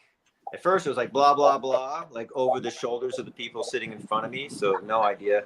And then I got to a point where I could listen to Reverend Gerber talk, and he seemed like a really great guy, and he really cared about us, and he was trying to like honestly tell me and tell us all something that we should listen to, and it would make a difference if we followed his not direction, but like his kind of advice.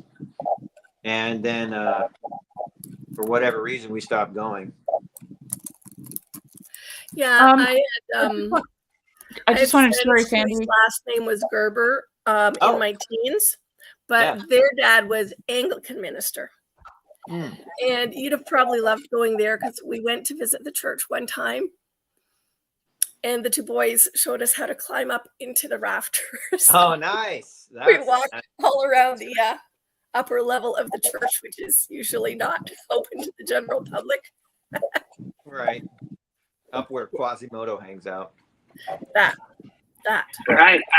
I'm putting out a call. Sherry stepped in. I've got to get ready to make some dinner here, but I'm amazed that you all are still rolling. We're only 45 minutes away from between yesterday and today of being 24 hours. Oh, well, we got to make it. Well, that's not hard. Yeah, and I'm just gonna be listening because I'm doing stuff. So if you guys see can you see when people are in the chat, Sandy? Yeah. Can you give me a shout because I'll be listening? If they're making comments, or do you want to just No. I mean, if somebody wants me to put them into the if they're asking to, okay.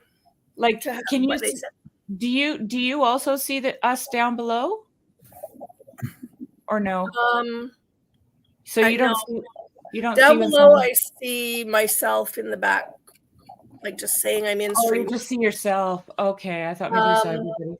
Yeah, well, I'm not on the Grail country. What people can do if they're trying to get in, they can just, because you guys can see the comments. Just if say. someone says, "Hey, trying to get in," you can see that and let Sherry know. Yeah, and I'll just shut my camera off and I'll do what I'm doing here so I can see if somebody wants to join. Before you disappear, the question was whether or not there was typing last night or whether it was this thing you were working the wool on. What were you actually It was Nate doing? typing. It was when Nate was typing. Yeah. Nate was typing and I was carting, spinning, flying, and the whole shebang. like everybody got to see the whole process yesterday. Nice. Yeah. So my camera will be off, but I'm totally listening, guys. Hey, Risto Vangelico, Evangelico. Yeah, my name's Christopher, but Risto is like another shortened version of that name. There you go. Yeah, Risto, I trying remember. to help me understand stuff in the comments. Risto. Yeah. What was that? You were typing stuff in the comments to try to help me understand things. I appreciate that. Well, and to try and help me understand things as well. I think even most evangelicals probably don't understand what that term means. Yeah. Yeah, I remember. Yeah, I mean, that's the impression I get, and that's not a condemnation. It just is like, like there's some places where they're like, you didn't split that hair properly, and then you're not going to stop talking about it until you run away. But like with the evangelical community that I'm familiar with, it's like they might say certain stuff, like a friend of mine will talk about the rapture and some stuff like that, but he kind of drops it, and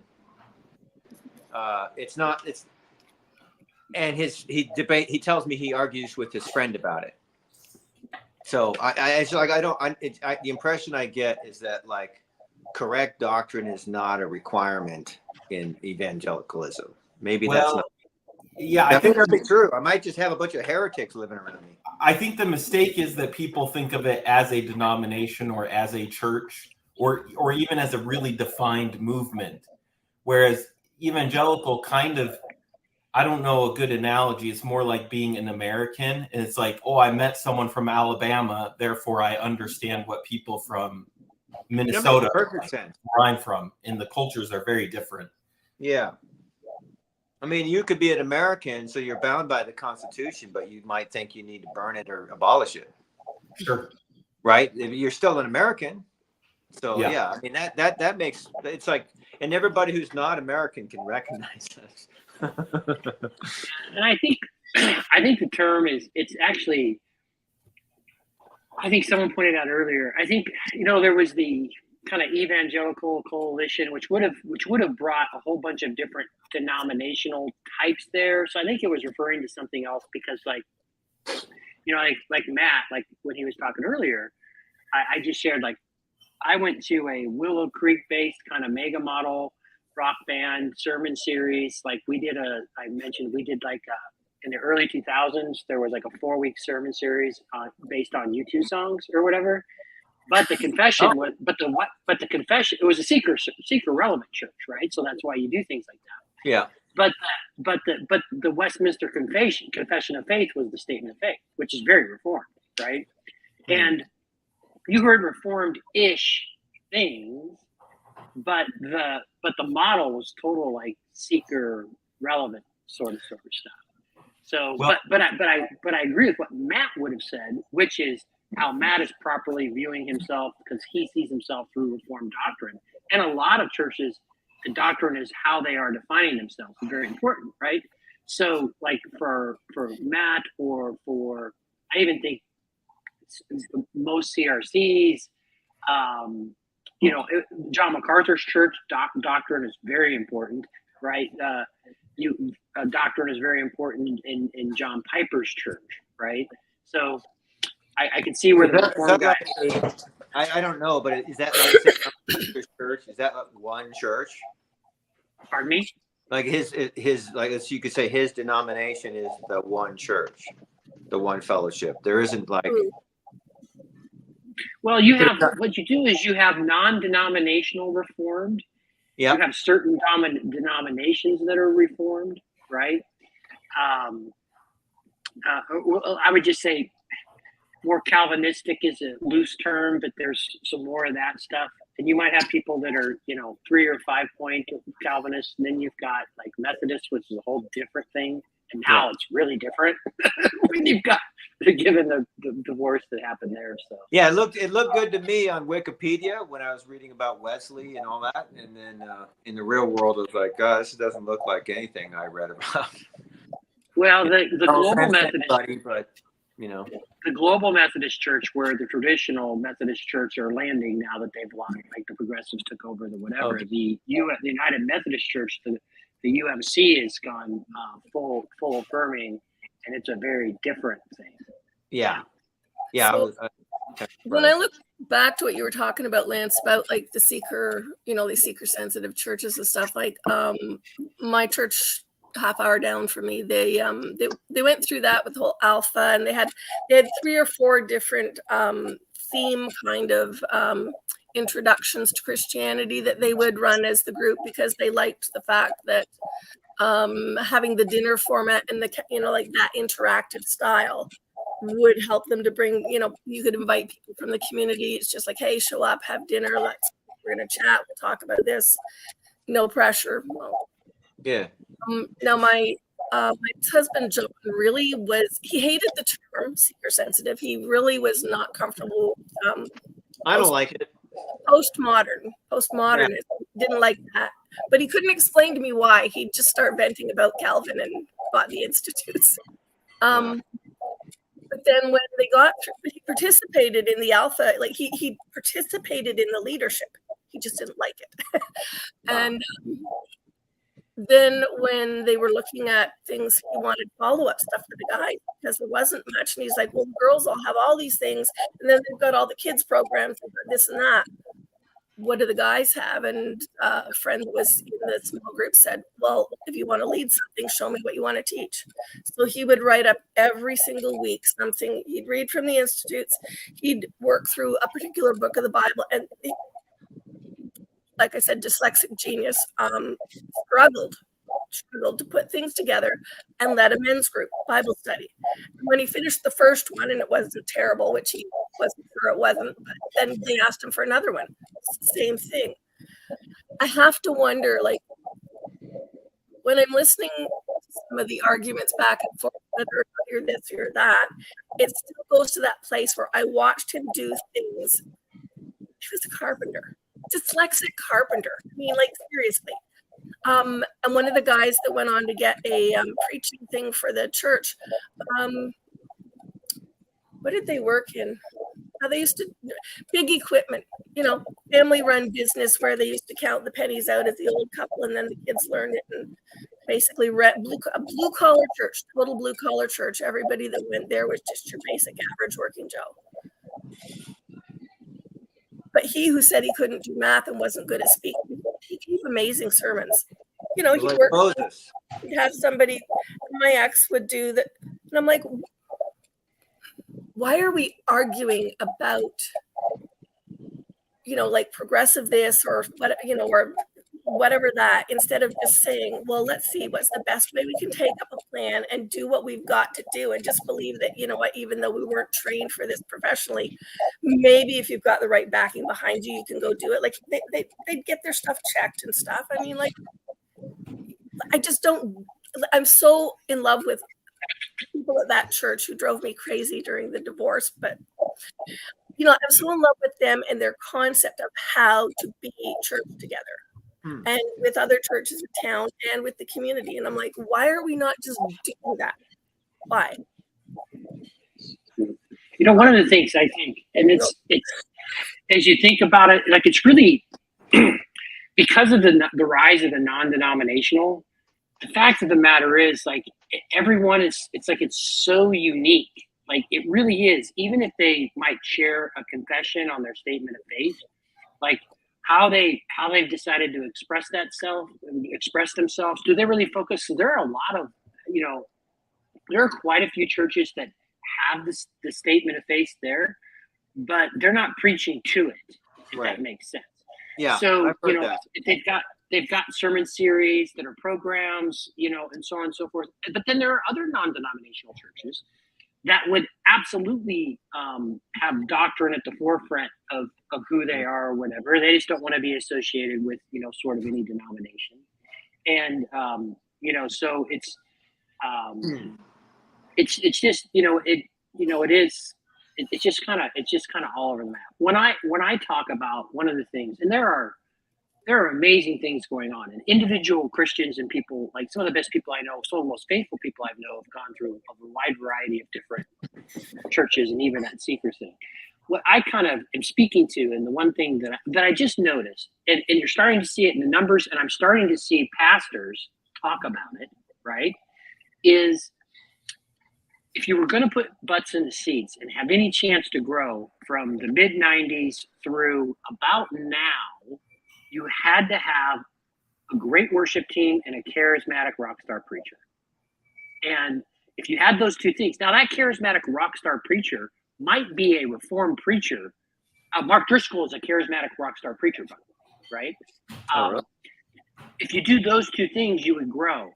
The thing that we're starting to see that I'm fascinated by it is that, and it's not just orthodoxy. You even hear Paul and Clay and I think his name is I can't remember. I keep forgetting the third guy's name. But what they're noticing is that the move where people are wanting to, there's a hunger for more. They want to get back to a more traditional CRC service, like a more liturgical service. That's wild. And I think that's kind of some of the things we've been unpacking here a little bit. Well, they've been looking at it through yoga and stuff like that. Yoga. And people want depth. Are there kinds of new age stuff or Indian, Native American kind of like ritual? I think there's a lot to say for ritual, which I would not have felt this way in the past, but I think we don't really have any good ritual other than wake up and look at the phone, and it's like, how about if you're out, one of the things I want to say, if you're out there and your family is enjoying yourself at the church you're at and you're connected and you're doing that, that's what you should be. I mean, I don't know. God will move you if he needs to move you. But if you're flourishing where you're at, who am I to tell you to pick your family up and do something else, Well, and I think it's part of a larger cultural trend where we feel an unmooring to anything solid, and people are looking for solid, looking back in history. You see TV shows where people are doing, blacksmithing, right? TV show competitions, and a lot of people getting into old school crafts. And, I think the same is true. I think that's part of the motivation for liturgy, is to find some degree of rootedness and in meaning, and kind of maybe something more historical. I want to say something real quick. Because I've been listening to you guys, I think because I just got off work. I know you guys were talking even before I went to work. And that's quite impressive that this is still going. And I know you guys were talking about several different topics and about, what you guys were discussing now. But I'll tell you a little story. A few years back, my brother-in-law had gone through a divorce, and he was going to move to where we live now. So he was going to move out of state. And he wasn't a practicing Christian then, but he was going to change his life around, and he wanted to look for a church. And we went with him on his journey. So we stopped going to our church, and we went with him as he was testing out the local churches. And he didn't care what denomination, he didn't care.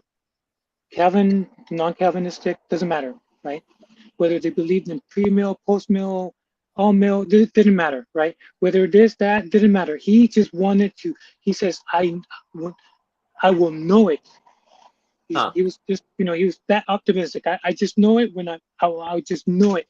So we went on the journey I feel grateful to have that experience because I wouldn't have done that myself.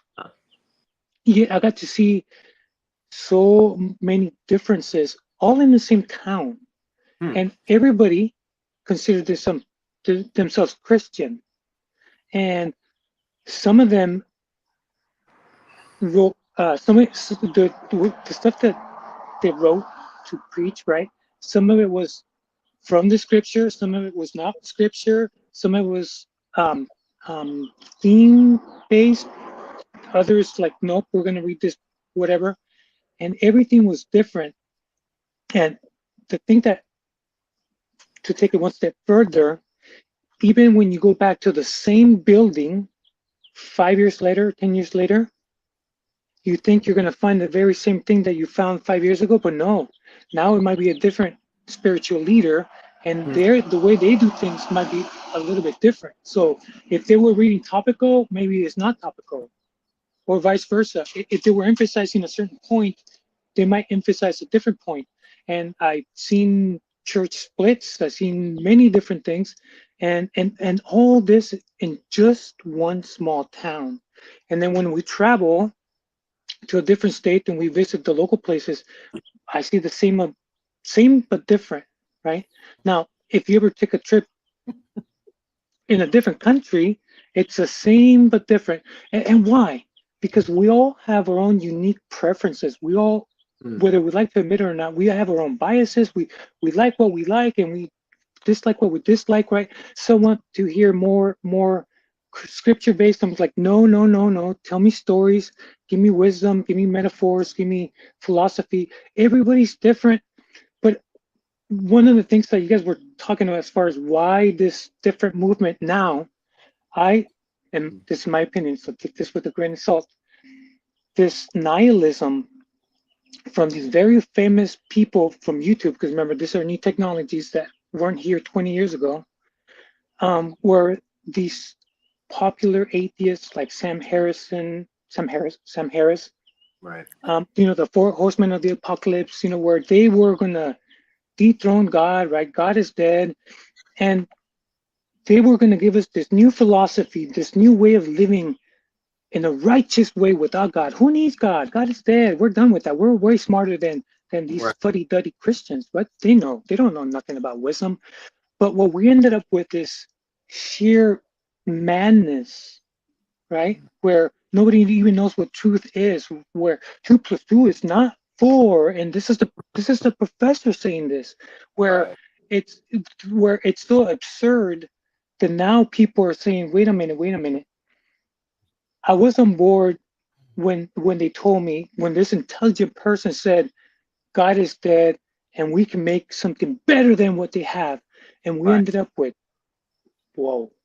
Crazy madness, sheer madness. And I think that's why people are starting to say, can you give me just foundational, traditional, concrete, something that makes sense? Can you just give me truth? Can you just be honest for once and just tell me truth?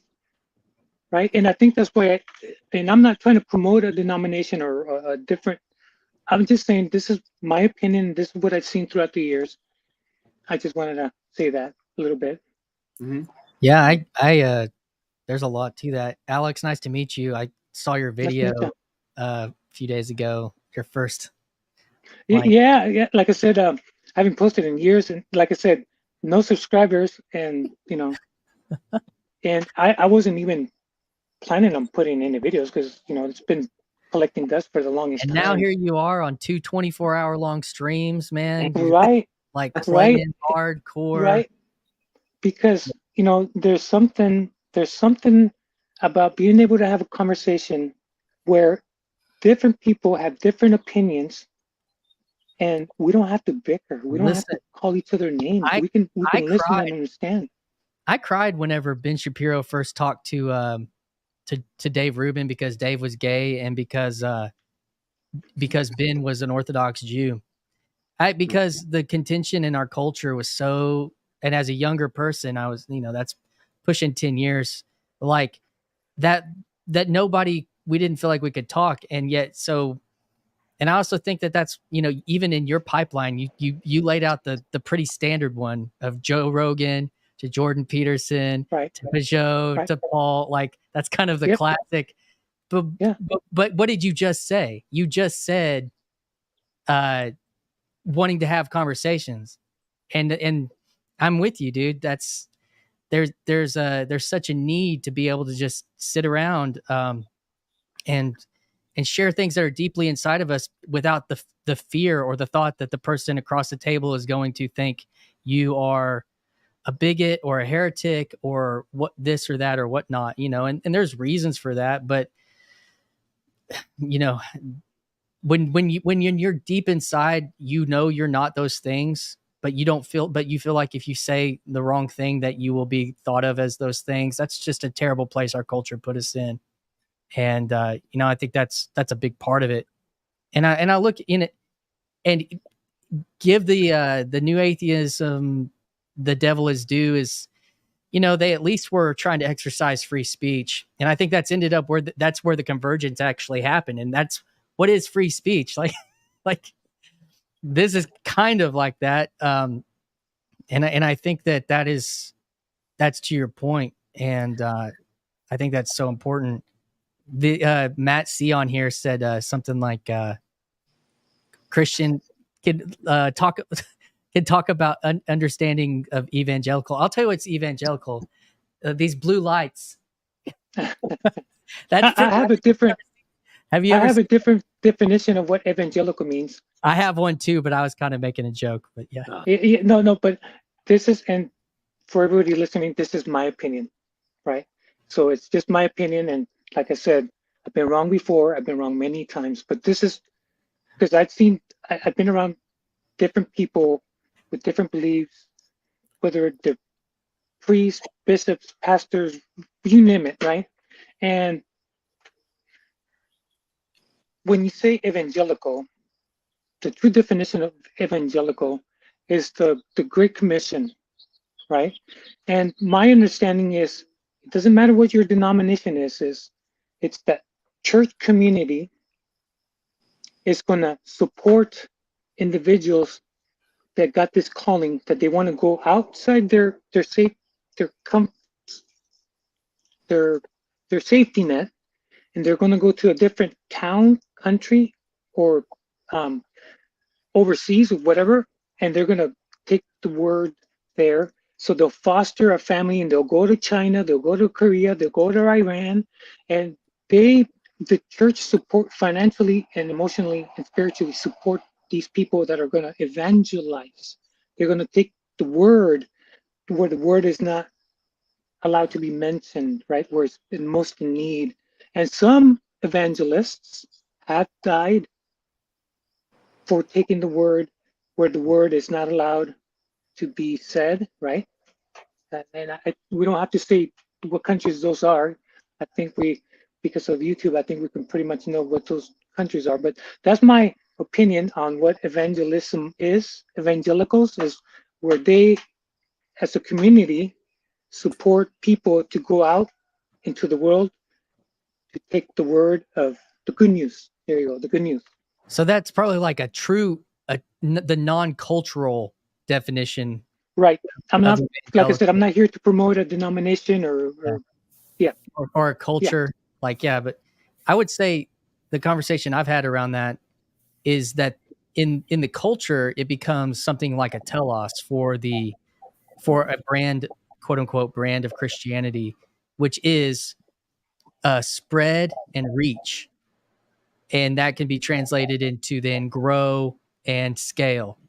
That within those cultures and those churches, the actual telos, like the end purpose and goal, is actually mixed with kind of an American capitalistic, you know, milieu as well. Is you get the mega church as the end point of that, and it's not just that, but what it defines that everything from when you step out of the car to the moment of you sign a paper and say you're a member and that you'll give money to this, everything is designed to kind of to decrease the friction so that they can get the message.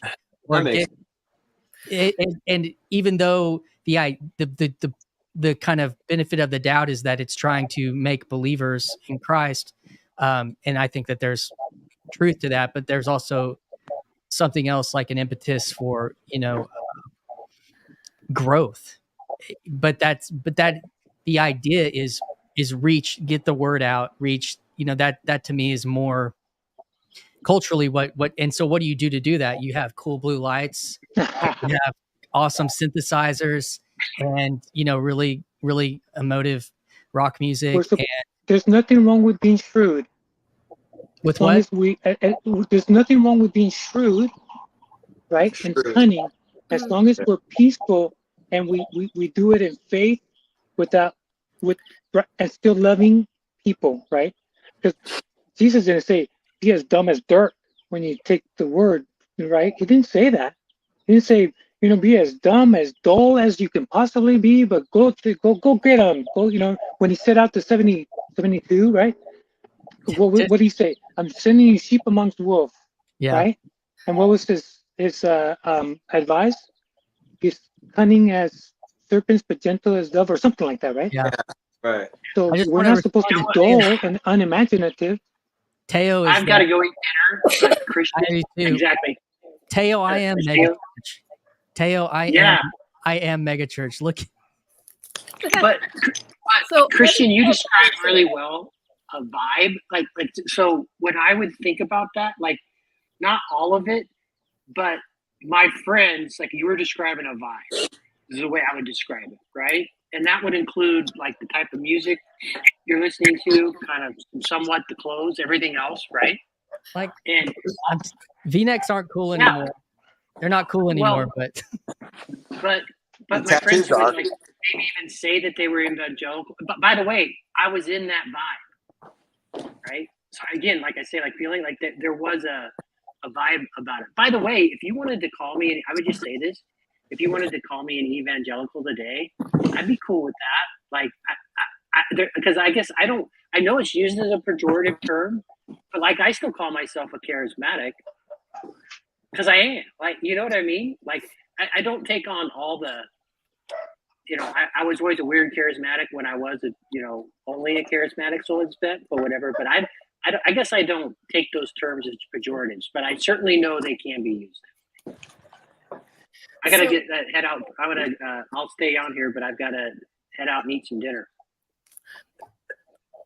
I got you guys eat coming out of all the sorry, the last couple of rounds of stuff. So people talking about some of the how the conservatives in the Calvinist thing are young guys, and how it jumped off a place in my mind that the local pastor was asking people if they'd noticed, in January, so we're talking. He had started creating a music list, your basic general radio music. So this is working. I'm trying to see if this will keep it from seeping into your. I may have to find a new location. Anyway, his question to us was, had we noticed whether the fact that it seemed to be there was a lot more of the people writing songs, like popular music, about God, not necessarily, like, not saying they're coming from a faith religious context, but he said there just seems to me right now to be a lot more people exploring the concept of God and singing about it, talking about it. It's out there. He goes, that means that people are talking about it.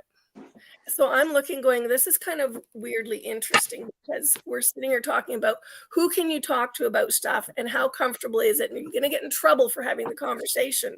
And I'm like, I don't think anybody at work or town or like a bunch of places where I'll talk about God has even asked me about what I am, what church I am, or whatever. Huh. People are, if they know you, they're willing to talk. That's my theory. And apparently people are advertising this possibility in their songs they're writing. God's a topic. So is that something anybody else is thinking is like, maybe it's a Canadian thing. I don't know, but just wondering. Staring at you, Christian, because everybody else. What that the gods that in general more people are writing songs about God like in popular music. Exploring it, like.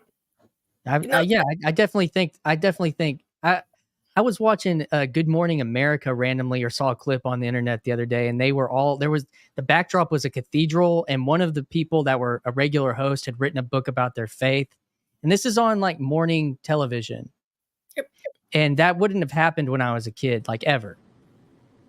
So that I think that there is in the weirdness of that in some ways things are more secular or more something else. At the same time, there's also because of the nature that Christianity isn't the dominating cultural force that it was, people get away with talking about it in a victim hierarchy world where, well, they're actually not the most powerful people. We'll let the Christians talk about their little Christian book on a like I think there's something to that as well culturally. And I don't know about music. I'm actually not, I don't listen. I'm not like a music file kind of person. So I don't know. So you know, even all of the instruments behind you. Yes, the keyboard and I've got a digital mixer over here. Yeah. And I've got a drum set over there. I'm not, I like to play music. I like to play rock music, but I'm not I don't know. Like I said, I'm not a music file. I'm not like, oh, I heard this great new band you should check out. That's generally not been I did a lot. I mean, I used to do full-time, like I've got my lights going right now too. I used to do full-time, modern church with rock music and out on the road with a Christian rock band doing worship conferencing and all that kind of stuff. And so, that was actually, if I could talk, all the songs that I listened to were about God. So I didn't have a lot of other. Which band was it? United. Like I was a huge, Teo's over here talking about Joel Houston, who is basically the backbone of the second iteration of Hillsong worship music. Like in the 90s, Darlene Zschech wrote the song, Shout to the Lord, and that kind of put Hillsong music into the radar. And then Hillsong then around 2005 had a song called Mighty to Save and then their youth band, which was called Hillsong United, ended growing up and basically until the last 5 years, a lot of the newer songs that you would have heard at evangelical church that's trying to do this stuff would have been from Hillsong United. Songs like this, like Hosanna, songs like I don't know what Brooke Fraser is, a girl that's written tons of songs as well, and she's a lot of her songs have been very popular in that. But yeah, so I don't have a great context for music. Other than I do think that culturally people in a way are more open about their faith regardless. In the popular culture, I think it's less, I've got to keep that over here and this over here, that the lines are blurring all across the board. But I don't think that's necessarily Christian in a way. Yeah.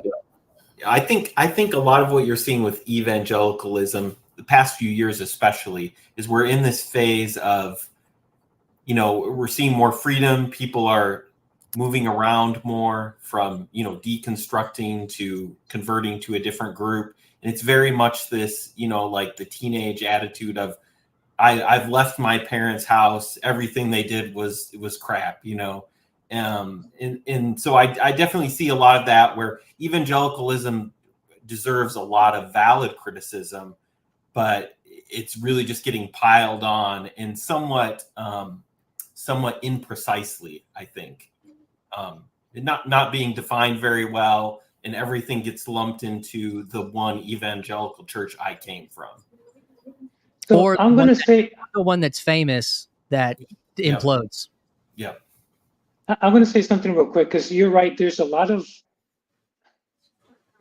so nationwide, there's a lot of churches and they all look different. And some might say that's blasphemy, right? To the extreme. But for those that are concerned, as far as what, right? I don't like where this is going. I don't like where this is going. I have this opinion, and again, this is just my opinion. The best way to change anything, no matter how small, no matter how big, is, I'm gonna give this as a metaphor, okay? If you own a restaurant and you're starting to see that there's all these cheesy restaurants and there's nothing of, you know, what you consider original, what you consider like maximum cuisine or whatever, the best thing you could do is you got to step it up and do what you do and create the best cuisine ever that could have, that people that are looking for a restaurant have no choice but to sample yours, because everybody's been talking about it, because it's like, well, compared to this, what the heck do I want that for, right? Why would I go to that restaurant where this is the ultimate cuisine? So this is what I'm saying, opinion based, right? We always, we're always trying to fix, in my example, me, right? So I've done so many stupid things throughout my life. So when I was young, I was, you know, you tell me I did it. So many dumb things that I regret doing. But I learned one thing: you can't change anybody. Not your best friend, not your spouse, not your parents, not your kids. But one thing that I have learned is that if I change inside, right? If I take things seriously, something that's bugging me and, you know, that makes me frustrated, I can't believe we're arguing, I can't believe we're, right? If I start changing and you fast forward years and years and years, I'm no longer gonna be as ignorant as I was before, as Hopefully. impatient as I was before. So just by changing myself, the conversation changed all on its own without changing the other person, just by changing myself. So if there's something wrong with Christianity in your point of view, or with this church or with that church, then we got to start somewhere, but we got to start here. We got to start here. And in time, if enough of us do it, right? If enough of our spiritual leaders do that, in time, that change that we want will manifest itself, because it starts right here with each and every one of us. And that's just my opinion. Yeah, culture change. But it can't happen from the bottom up. It helps if it happens from the top down. The last Right, thing because there are leaders, yep. that I want to say is that the nature of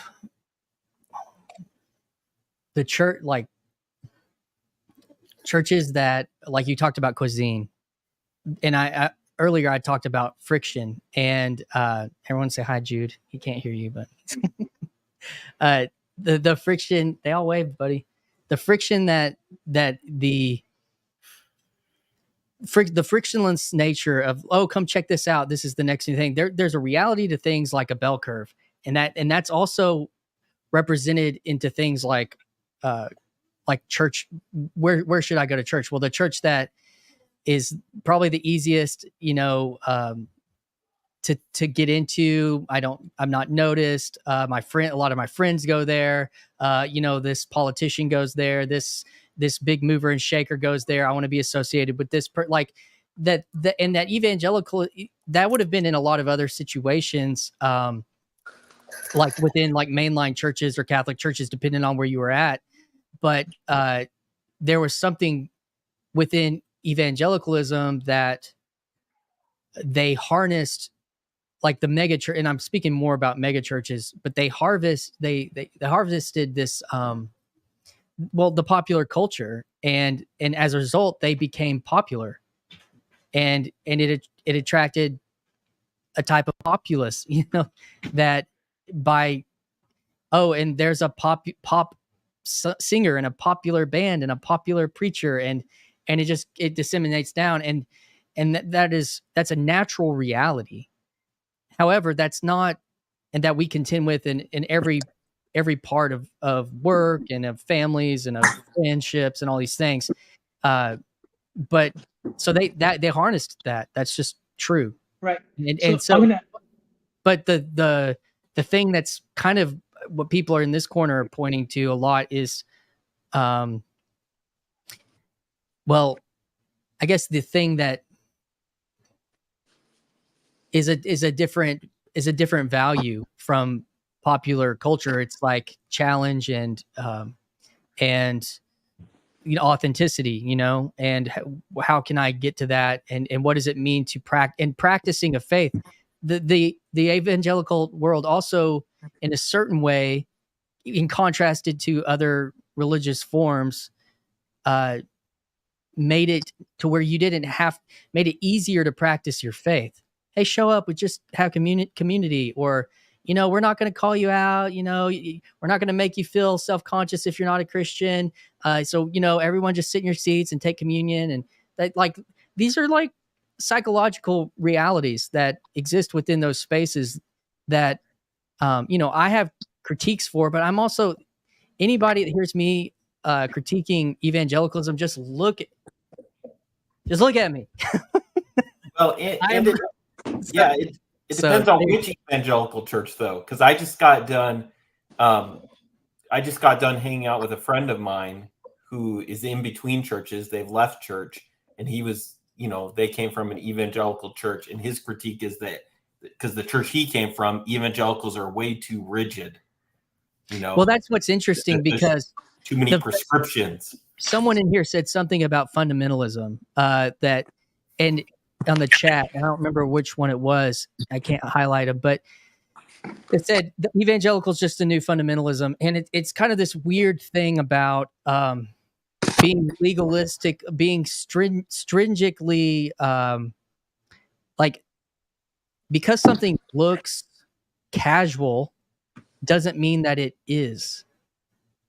The mega church stuff is anything but actually casually executed. It is executed at such a high form of precision, and they want things to be done a certain way, sound a certain way, look a certain way, be a certain way, which in some ways is similar to an idea within Orthodoxy. Must be done this way, must be, or like a really fundamentalist or legalistic way of, must be done this way, is this way, we have to do it this way, and if you don't, when you're not sinning because you didn't make a sexual mistake, but you've definitely you definitely did church wrong today. So I think that there's parts of that too, that within it, that I've dealt with inside of myself, about wanting a song to be executed at a certain level that I thought was it needed to be this way. And so I don't know if that's what you're pointing to about things being strict. No, their church, again, this is how broad. I think people don't appreciate how broad the evangelical umbrella is. Well, can you say what denomination it actually is? Yeah, it's a smaller denomination. I think the church was called Evergreen. It wasn't one I was super familiar with. We only went to a few of their services, but like their culture was it was a very well-defined culture of, here are the roles for husbands and men and wives and women. Are you talking about like complementarianism? Yeah, very much. And you should homeschool your children. Okay, I see what you're saying. The husband should work. I would say I wouldn't call that as much evangelical in my perspective. I would call that like more fundamentalist. Well, I think fundamentalists can exist under the evangelical umbrella as well. It's because I'm pretty sure their denomination would say they definitely fit within under that evangelical umbrella. There's just so many expressions, like trying to find the commonalities is kind of interesting. I think there are some things you can talk about, like a focus on the Bible. You talk about Bible studies. Those are pretty common in an evangelical expression. No one's going to be surprised by a Bible study or a men's group or a women's group that does that. An emphasis on like bringing people in and preaching the gospel and having some sort of conversion experience. I think that the problem is that people experience one little type of it, one denomination or church, and then which was evangelical, and then they think all of the aspects of their church align with other evangelical. Yeah, I think that's. I've got to go, guys. That's probably I'm my going, deal. Christian. I think I know so little. I've seen something, and so I'm like, oh, so that's called evangelicalism. So that's what it is, and what I've been hearing today is yeah, basically it's like a box of chocolates. You never know what you're gonna get. Well, yeah, I think you never know what you're going to get, but in a box of chocolates, you still are getting chocolate. There are some candies you would be surprised to get in that box. So, like I said, like Bible studies and like a focus on like a personal conversion experience are going to be pretty common. And I think the I think was it Lance saying it or Christian was saying it. Maybe the title evangelical works because a goal or telos or whatever, I don't know Greek, but the goal was let's get people here. So if like aromatic coffee in the lobby, plenty of parking, big enough space. So if you want to sit kind of by yourself away from other people for a while, like a big, lots of seating, not all cramped. And attractive message, not a "you're toast" kind of message, but then now I'm getting into the theology, which I don't know about, but if one thing that characterizes evangelical churches is attractively welcoming, regardless of the faith or regardless of the doctrine, like you're bad and God is good. Or no, you should be good. One or the other, Yeah, I mean, I think what you're describing is more kind of seeker-sensitive, non-denominational megachurch, which falls under that umbrella. But then you also have very kind of rigid, theologically structured. They go through the Bible. It's a small church that would also fall under that umbrella. Yeah. I guess I shouldn't be going like that. I mean, rock on, but I guess it's like this is actually about as bad as it can get. I don't go like this. I'm saying thumbs up to this. It says we just hit 24 hours of live streams in the last 2 days. Yeah, I want to catch them all. Oh, that's incredible. It's incredible, people. I think that's unbelievable. I do think that there's been we don't have the Discord conversations going anymore, which were feeding a lot of this. And I just you could just tell by the energy of people showing up and the fact that it just keeps going. So anyway, everyone we've got 80 and we got 82 people watching right now. Yeah, and this is a lot more embodied than Discord. No offense to Discord. I used to really like forums very much because it's so much easier to stay on topic and then to reference what people had said. Whereas like the kind of Facebook feed style communication. Well, so on Discord we had voice channels, but you can turn your cameras on. So basically, all Discord was this. It just wasn't being broadcast.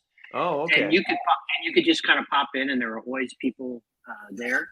So it's not that it's not happening anymore, Lance, because I know I've hopped into 2 of them on Bridges of Meaning, and I often would get a Saturday night invite from Michigan man Sam, who likes to have Saturday night chats, trying to schedule them for after work would end. So they do happen. They're just maybe not advertised. I'll have to pop in, and it used to. And now it was partly due to COVID, but it was pretty much like pretty full like this. You would get 15 to 20 people listening in, and then it pulsed up and it pulsed down. But kind of like anytime you showed up, there were people here doing something. Then sometimes you'd pop in and they'd be chatting about something. You're like, not for me. And then other times you'd be like, oh my gosh, this is amazing. So. Yeah, I posted a couple things in one of the Discord, what do you call them, threads, hashtag things, and it seemed like it fell on deaf ears, and it could have been because I was basically dropping a non sequitur in the middle of a real discussion, or it could have been just like, yeah, whatever. that's kind of not worth talking about. But I felt like there wasn't really activity to engage in. But maybe I was wrong. I hope there's a resurgence there, because I think it's really good for people, because there's not always a live stream going on. And then also, like, yeah, you could be asynchronous in text. In video, you got to be there, right? Yeah, But in text, I'm you going to can talk. type in, and We're going to create a just chatting, just Discord where it's just that, so people don't get overwhelmed by all the text channels or whatever. So we can do that.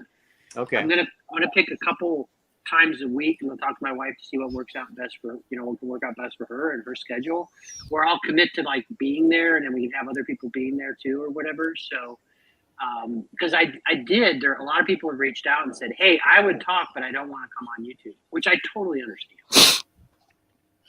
You can always wear a mask. I mean, most those are the people that are kind of shy like you, Steve, and they don't feel real comfortable, talking out in public and stuff like that. Yeah, I'm actually shy, but not. I don't know how to describe it. Same pot kettle over here. Hey, Jeremy. Yeah. It's Good like evening. when the rubber meets the road, I'm pretty shy. But this to me is pretty safe. I could, anyway. Well, I like, there's a bit of security through obscurity here, right? Like,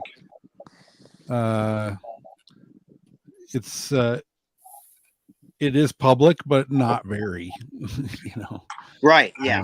It's like a small room. It's like I know last night we had like 170 people, I think was the peak, which is still a pretty that's a pretty small congregation. It's a pretty small group.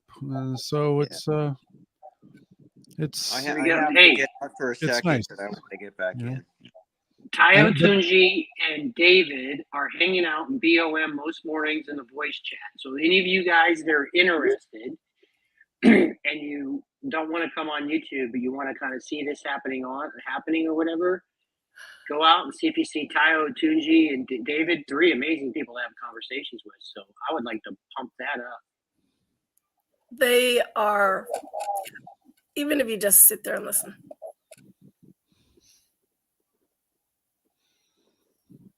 Yeah, this is kind of like you can turn this on in the background and it feels much better than like having TV on. You know what I mean? Like, I know a lot of people, I don't do that, but a lot of people like to have TV on in the background. But I do find myself kind of turning on these live streams even when I can't listen or can't interact, when I just am working, because it is nice to have, like, I heard they were talking earlier about like I think it was McMo it was Nate who said he just doesn't like being alone. I grew up in a big family and there was always noise. There's always like young, like I'm the oldest in a family of 7.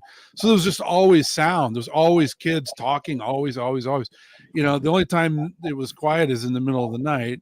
And so I just got used to that noise. I got used to being, my wife grew up, she's an only child. She can't think if there's any sound going on. She has a really hard time having a conversation if there's background noise, and for me, it's like, I have a really hard time thinking if there's not background noise, but I don't want it to be mindless. I don't want it to be the radio or TV. I don't want it to be, because that's all programming. And there's like, I just don't trust it. I don't trust to have that streaming into my head, so like I'll listen to instrumental music or stuff, a lot of work, but I kind of like, I like that the topics here are always interesting to me. These are the things I like to talk about. These are the things I like to think about. And these are people that, like, everyone here I find is very articulate and thoughtful and interesting people, and so this is a rare thing, but I also think McMo caught onto something too, where it can be too a little too engaging and a little too it is a super stimulus. I have to be careful with that, not like let it take over my life and try to be here too much, because nobody wants me on the stream that much, right? So yeah, I'm usually listening to music and podcasts when I work. It goes back to the way I used to study, right? So then what I did with the voice chats, but what I'll do with these just chattings, like even here when I have to get something done or whatever, I'm just listening to it. I'm using it almost like a podcast. You know what I mean? Just listening to people talk. And then the cool thing about this is you can actually come, if you get something sparks your ear, you can hop in and talk to the podcaster and jump back down. Yeah. So Yeah, Jeremy, I think yeah. I saw you mention the other day that you grew up LDS or Mormon. I did, yeah. Which it's been interesting. I've been like learning about that world the past few years. I actually just got a call from my local missionaries while I'm on the stream. So You got called from what? Oh, your local missionaries? yeah. Yeah. That's how it starts. Well, I've been meeting with them for quite some time. I see. Are you interested in pursuing what they're saying, or are you interested in helping them see the error of their ways? Like what's the engagement, or is it just kind of an open dialogue? More the second, a little bit of open dialogue. Also, just I think a chance when I'm able to show some kindness to some young men who are away from home for a couple years. Yes, I like to do that. I like to just bring them in and give them some lemonade, and I don't get engaged because they're kids, right? Like, and they're already away from their family, and it's already uncomfortable, and they're already frustrated, and they're depressed mostly, and so I just try to I mean, I have icons in my house, so they usually ask a little bit, but I just be like, let's just have some lemonade, just relax. Tell me where you're from. Tell me about your family. Tell me about your, what you like to do. I like to give them a little bit of a rest, because I like to kind of help them feel like they don't need to be on with me, and because I already know what they're gonna like. It's like, guys, I know your spiel. Like, that's not. Yeah. It's okay, right? Like, I was a missionary. Like, just have a seat. Here, have some lemonade. Like, just settle down. Like, rest your feet. Yeah, I met them during COVID just by accident, connected with them, and then we built a finished sauna in our backyard, and we talked about that just in our online chats, and I ended up inviting them, hey, if you ever want to check it out. So they did. They came on P Day. I'm not sure, preparation day. Right. Yeah. Day. I'm not sure if they had permission to, but eventually I was hosting 6 missionaries every week in our sauna. Those things, they have a lot more latitude for that stuff now than they did when I went. I was a missionary from 95 to 97. And at that time they were pretty, although I will say I did go to a blues jam at a bar restaurant, which all the restaurants in Canada are bar restaurants. So I was in Toronto, Canada as a missionary. And when I was there, there was a bar restaurant where they had a blues jam. And there was a guy who was in the band who had ordered a Book of Mormon off of the TV channel at that time. So so we went with him to the blues jam, and I play harmonica. So I would hop up on stage and play a couple songs every week. And actually we taught quite a few people off of that because we were going into their space, right? We were there making ourselves available, but not in an intrusive way. We would just sit. We would sit at a table, not at a booth. We would sit at a table that had a bunch of chairs around, and I'd go up and play, and then I'd come and sit back down, and just the fact that we were there and kind of hanging out and relaxed made people more comfortable to come and approach us and ask what we were all about, and then we'd go to people's houses and talk to them. And so my mission president first was really oh, don't do that. And then after we started because Mormon at that time, they were all about numbers and counting and how many you did this and how many you taught and all that. And our numbers started going up, and he was like, just keep doing what you're doing. Whatever you're doing is working. I don't care. It's fine. You were helping him hit his quota, Jeremy. He's like, yeah, you guys keep going. That's it. Yeah. Mormons were all about quotas and numbers. And if you can't measure it, it doesn't exist. It's very left brain way of approaching the faith, but that's what they did.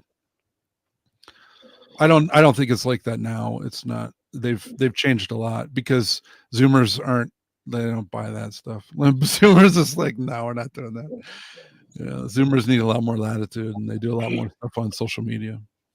That's interesting. I wonder if the numbers, if you could track it, if the numbers are then way down of people out on mission. No, it's kind of it dipped for a while, but then they lowered the age. So it used to be that young men would go out when they were 19 and they would stay out for 2 years, and young women would go out when they were 21 and stay out for 18 months. And then, they were just bleeding numbers, and they did not have, people were not responding. And so they lowered the age to 18 for young men and 19 for young women, but it's still 2 years versus 18 months. And that helped quite a bit. But they have a bigger problem with a lot more people coming home now. So when I was a missionary, we could only call home on Christmas and on Mother's Day. And other than that, you were stuck to letters. Like, they didn't even let us email. And email was just kind of becoming a thing at that time. Most people didn't know how to do it at that time. And so it was all just letters. And then, recently, like about 10 years ago, they changed, or maybe not less than that, like 8 years ago, they changed it. So now they're allowed to call home every week. And then, they're constantly talking to their family over social media. Like, there's less, they've allowed them to, it's not so isolated anymore. They're more connected to their home life. Yeah, I think a lot of people outside the LDS world, in the broader Christian world, especially in the evangelical world, don't really understand who a Mormon missionary is, or what the Mormon missionary is like, what the mission is like how intense it is. Yeah, no, it's extremely hard. So you wake up, I'll just give you a day in the life if you want. So when I was a missionary, we woke up at 6:30, and one of you would hop in the shower and get ready while the other one was studying scriptures. Well, you had companionship prayer, and then one would hop in the shower while the other one was studying scriptures, and then you'd switch places. You're with somebody else 24/7. You're never alone. The only time you're alone is to go in the bathroom. That's it. And you don't pick that person. That person's assigned to you. You're just living with them in an apartment. The church rents the apartment for you, so you don't really have to worry about that. But so that usually takes about an hour and a half. Once that's done, then you would usually have breakfast. You would usually take turns cooking, or if one person didn't know how to cook and one person did, or whatever, we would have breakfast together. And then after breakfast, there was a companionship study. That didn't always happen in my mission, but usually you would study scriptures together. And then by 9 or 9:30, you were out the door. And we tracked, like, we did most of our work in apartment buildings, depending on the area. Some areas of where I was in Toronto, I was out in the suburbs and it was just houses. But you would keep track of streets, and you would keep track of, they had little cards that had all the house numbers on a particular street, and you would just mark if someone was home or not. And you would kind of keep track of that so that the people coming behind you would know how long it had been since missionaries had been in a certain neighborhood. And so we would go out, and we were expected to be knocking on doors or talking to people. We'd go on the street, sometimes just handing out pamphlets or standing and talking, or but it was always awkward where you're getting on the bus and you're always striking up a conversation with the person next to you. Hey, how's it going? Oh yeah, I'm a missionary. I'm from Utah. Oh, you're from Utah. Oh yeah. Oh, the Osmonds. Oh, So anyway, there was always that kind of conversation, but it was always with the intent of trying to get people to listen to what you were sharing. And then so we went out from 9:30 in the morning until 9:30 at night. Sometimes you would come home for lunch, sometimes not. Sometimes you would have what was called a dinner appointment, where like members of the local congregation would invite you over for dinner, and they would feed you dinner, and you would eat dinner and then leave them with a small spiritual message. It was usually, we were supposed to only stay there for an hour and then leave back on the street until 9:30 at night, which in Canada is terrible, because in the wintertime in Toronto, after 7:30, people put their kids to bed at 7 or 7:30. It's dark outside, and if you knock on the door, they're very upset. Especially like in the suburbs. In the city, it wasn't as big of a deal, when you're in the apartment building, but in the suburbs, that was anathema. That was just horrible. Like, I remember right after I got out on my mission, I'd only been out a couple of weeks, and it was like pouring rain. It was like November, and I knock on this guy's door, and it's clear, like, the house is dark, and he comes and opens the door, and he's like, And I said, hey, we're missionaries from Church of Jesus Christ. And it's pouring rain and I'm soaked. And he just goes, we're already Christian. You know, so, right. Okay. So anyway, yeah, so it is intense, you know, and you do that 6.5 days a week. So there's, you know, 1 day a week. So on Sunday, we would still go out and knock on doors when we weren't in church, you know. So then on Monday morning from until, you know, the time you get up, you're still supposed to get up at 6:30 on Monday, and you do the same routine in the morning. Get ready, study scriptures alone, study scriptures together, and then you could basically during the day you were expected to do the grocery shopping, your laundry, any kind of errands that you were supposed to run, you know, go get a new pair of shoes, whatever, and then you could do some kind of recreational activity, except swimming. We weren't allowed to swim, but you could go, you know, play basketball, or, you know, that's what all my companions loved to do. Like people like at that time, Utah boys loved playing basketball, and all they wanted to do was go to the local church and play basketball, which I thought was really boring because I was in a foreign country and I wanted to kind of be more of a tourist. So I would usually split off and go with a different missionary, and we would go downtown and check stuff out and have a good time. But then at 6 o'clock, there was usually, like, a lot of times they would have a short meeting to kind of gather all the missionaries together to make sure you were not taking the full day. And we would have a missionary, like some of the other missionaries in the area would get together, and then we would split off. And usually, like Monday evenings, you would end up going with a different companion for the night, just so you could get a break from being with the guy you've been with for the last week, so you wouldn't kill each other. Although that still happens sometimes.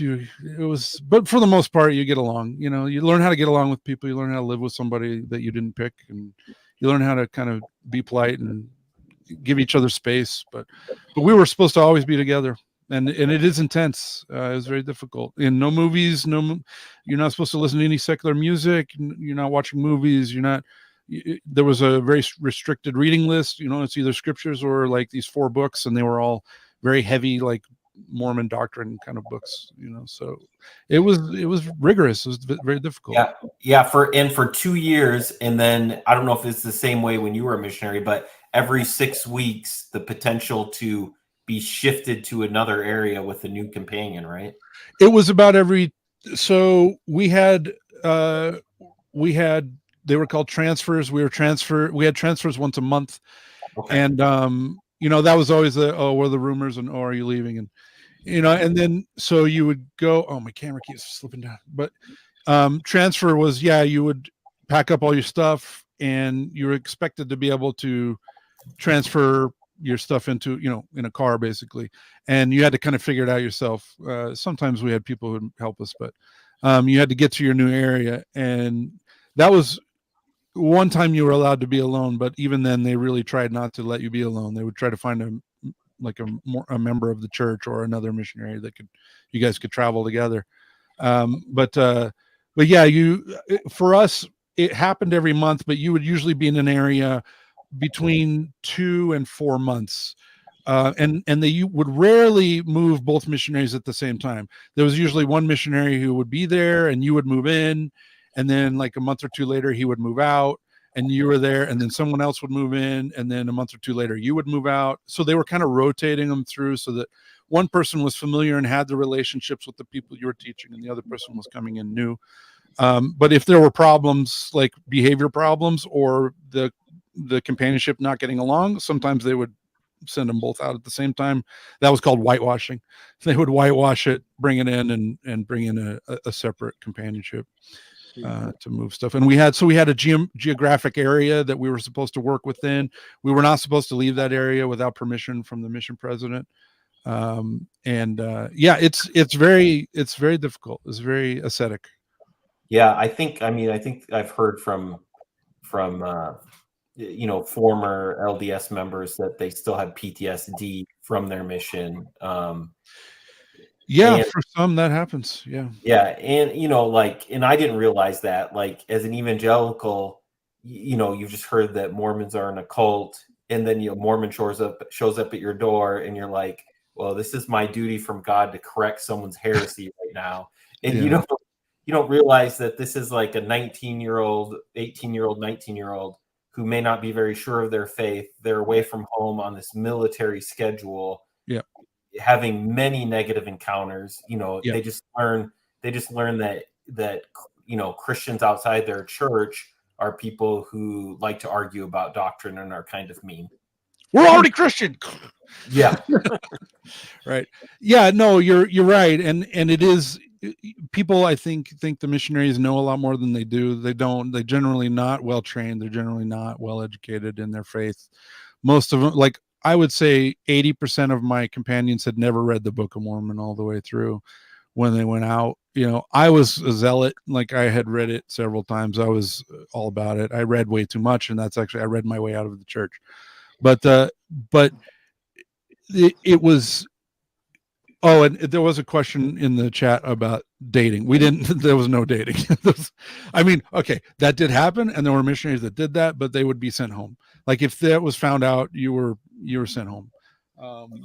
And being sent home at that time was much more of a stigma, you know, because girls all wanted to marry returned missionaries. Returned missionary meant you returned with honor. You were out for 2 years, and that's what they were looking for. So you want that beautiful wife, you got to stick it out. That means you got to be tough, and you got to don't, you know, you got to keep your eyes down at the ground.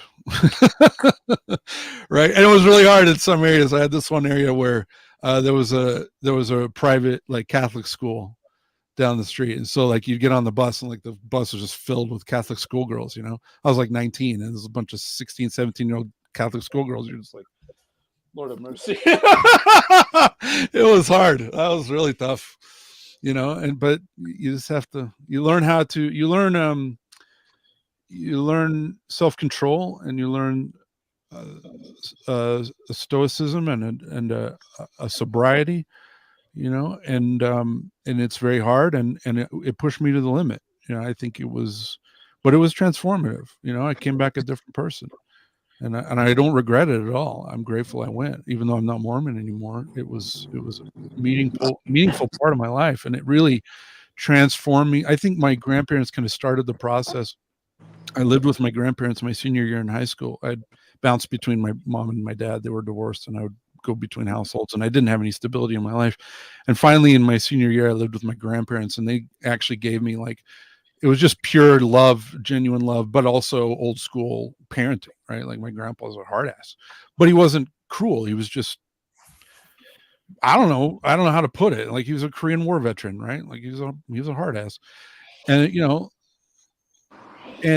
but it's what I needed. Like he transformed me into being a young man instead of being a boy, you know. Like he taught me responsibility, and like, you know, we were living on a farm, so my actions had consequences. You know, you forget to leave the gate, you forget to close the gate, and then the sheep get out, and then you have to get up in the middle of the night and get all the sheep back in the fence, you know, because there's no one else is going to do it. Who's going to do it? You're going to do it because you're the one who screwed it up, you retard.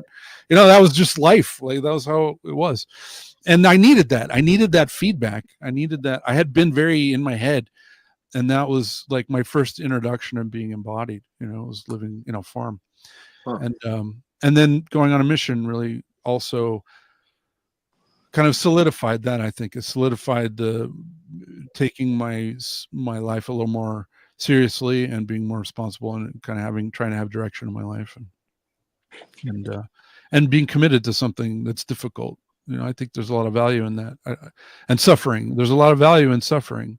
You know, now it's anathema. Like young people just think it's the greatest sin to suffer anything, right? And they're always seeking comfort. And I think that's very dangerous spiritually. Yeah.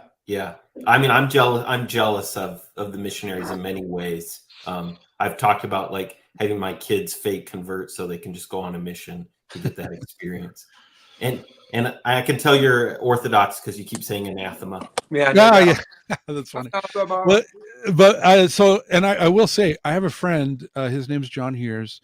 He has a foundation called the First Things Foundation, and he basically gives the missionary opportunity for people. You don't have to be Orthodox. He's Orthodox.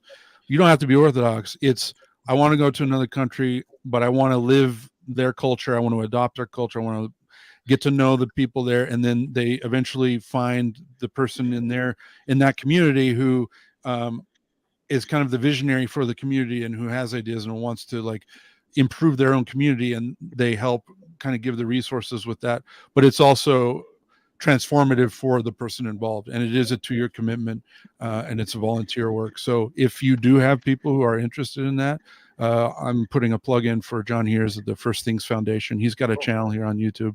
Go check it out. Does he know Peter Heers? Yeah, his brother is Peter Heers. His brother is Father Peter Heers. John is the older one, and John is the only person I've seen who can get Father Peter to laugh, which is great. Oh.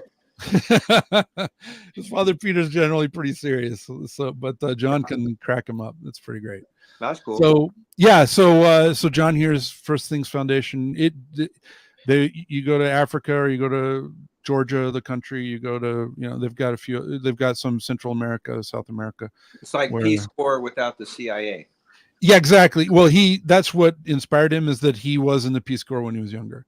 But he saw the problems with that, because he saw that it was the white savior attitude that he abhors. He just really is not about that at all. It's more like, I'm going to go and I want to drop my own culture and try to adopt this culture for 2 years to see things. I want to learn the language, and I want to see things in a different way. I want to open up to the experience, and I want to be a part of what is going on here, and I think it's a really good approach. So anyway, I did something like that for 2 months, and it was pretty formative for me. Yeah. As a 17-year-old. What was your experience? Called Amigos de las Americas. Okay. So it's private American thing, but we would coordinate, obviously for visas at least, but for some resources to do some kind of work for 2 months in the summertime.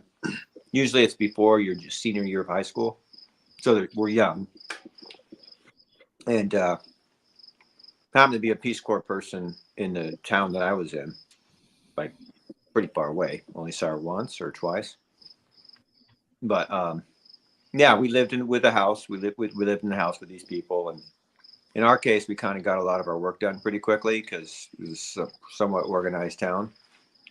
And so, like the second half, we actually kind of came up with some more stuff to do at the school, and just I was cutting sugarcane, Mm-hmm. And it was a pretty formative experience for me, I'd say.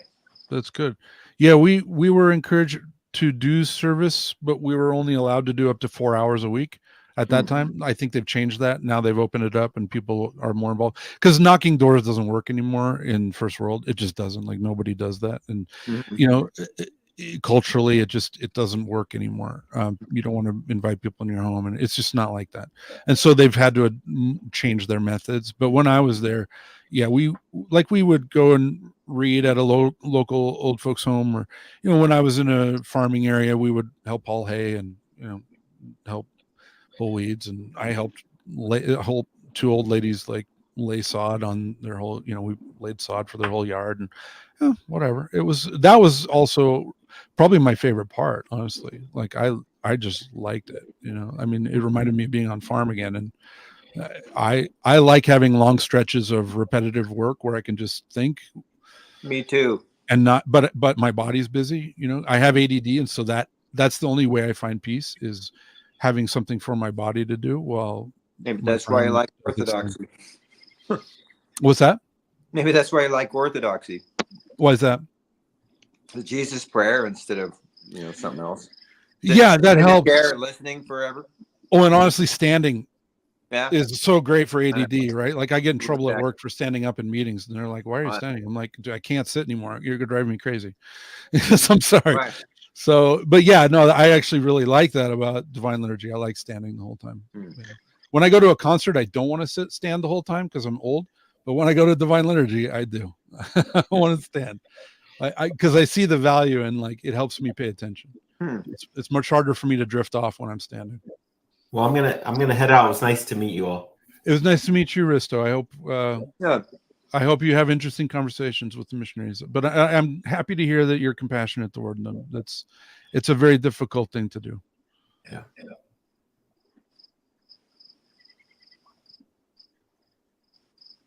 Can you hear the crickets? I hear them. Nice. It's nice. They're loud. You can tell the temperature by the number of times they chirp in a minute.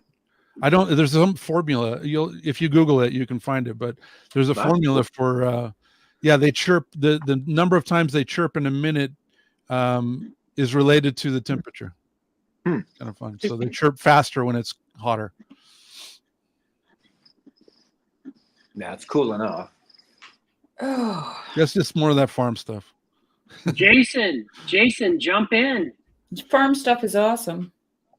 I love It it. changed my life. I think I think I mentioned it before. Like one thing I really loved was the way my grandmother like moved through the year. I know. I love that. You'd come in the house and she'd be like, "Oh, I saw the first robin today. Springtime." And she's like, "Oh, now we've got a mayfly hatch coming in 2 or 3 weeks." And oh, there's this thing, like That's she me just too. knew the cycles and knew what was coming next, and she was always anticipating. And when you're farming, you're always planning, you're always working to get ready for the next season. Always. Right. Well, they're always indicators of other things too, right? Like whenever something new is emerging, and I like. Oh yeah, when it's emerging, now it's time to do this. Right. Oh, Yeah, we because saw the you only mayflies. We saw the first robin. Now it's time to plant the potatoes. Yep. Yeah, because you only have this much time left. Like, we've had a really weird spring this year, and my husband's just like, oh man, I wish it would just settle in, because my sister lives at 4,000 feet, but she's only 2 hours away, and she sent a picture yesterday, and they had like this much snow. Oh yeah. And at our place, it was cold and raining, right? Yeah. But really cold, like it was like 5 degrees Celsius. So, it just makes for we only have, like I said to him, we can't blink and then it's over. Yeah.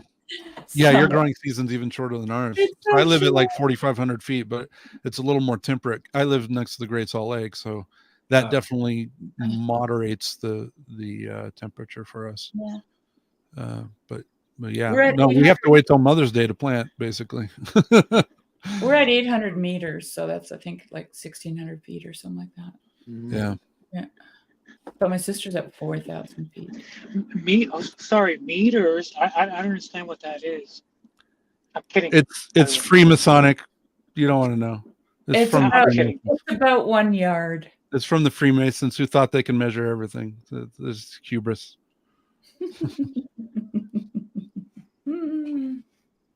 I remember something that already exists and divide it by 10. I remember when Canada switched on the shoulders of metric giants. system.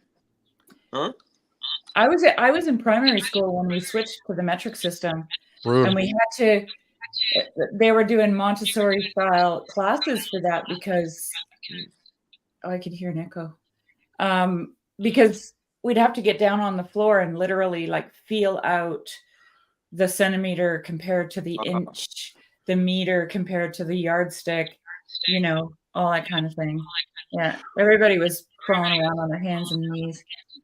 I'll make a case for a dozen versus 10. And everybody was against it. Alex, I think you have to mute yourself. There's an echo. Yeah. It might be me. So yeah, it is. Yeah. So I'll make a case for the dozen versus metric. It isn't Alex. I'll Sorry. turn mine down. Maybe it's me. Lance? Jeremy? It's not you, Jeremy. Lance, it's you. It's you, Lance. Okay. There we go. So a dozen is divisible by 2, 3, 4, and 6.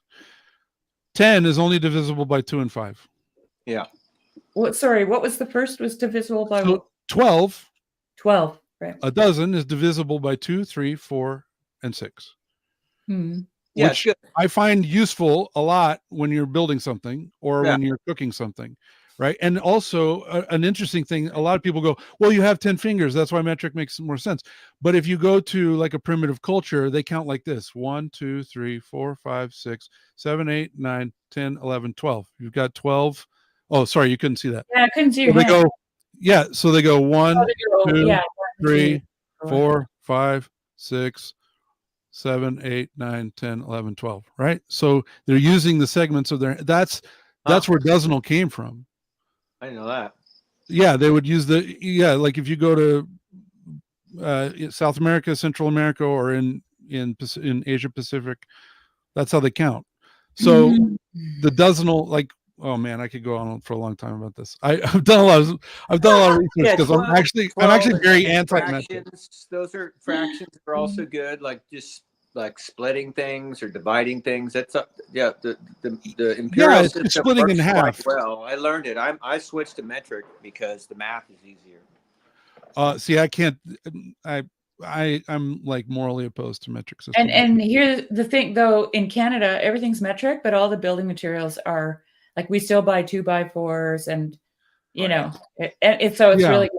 My husband was so frustrated because he's Swiss, so he's completely metric because all of Europe is metric, and he can, like, I find the metric system really easy to think in because it's in groups of 10, right? So it's just like super easy.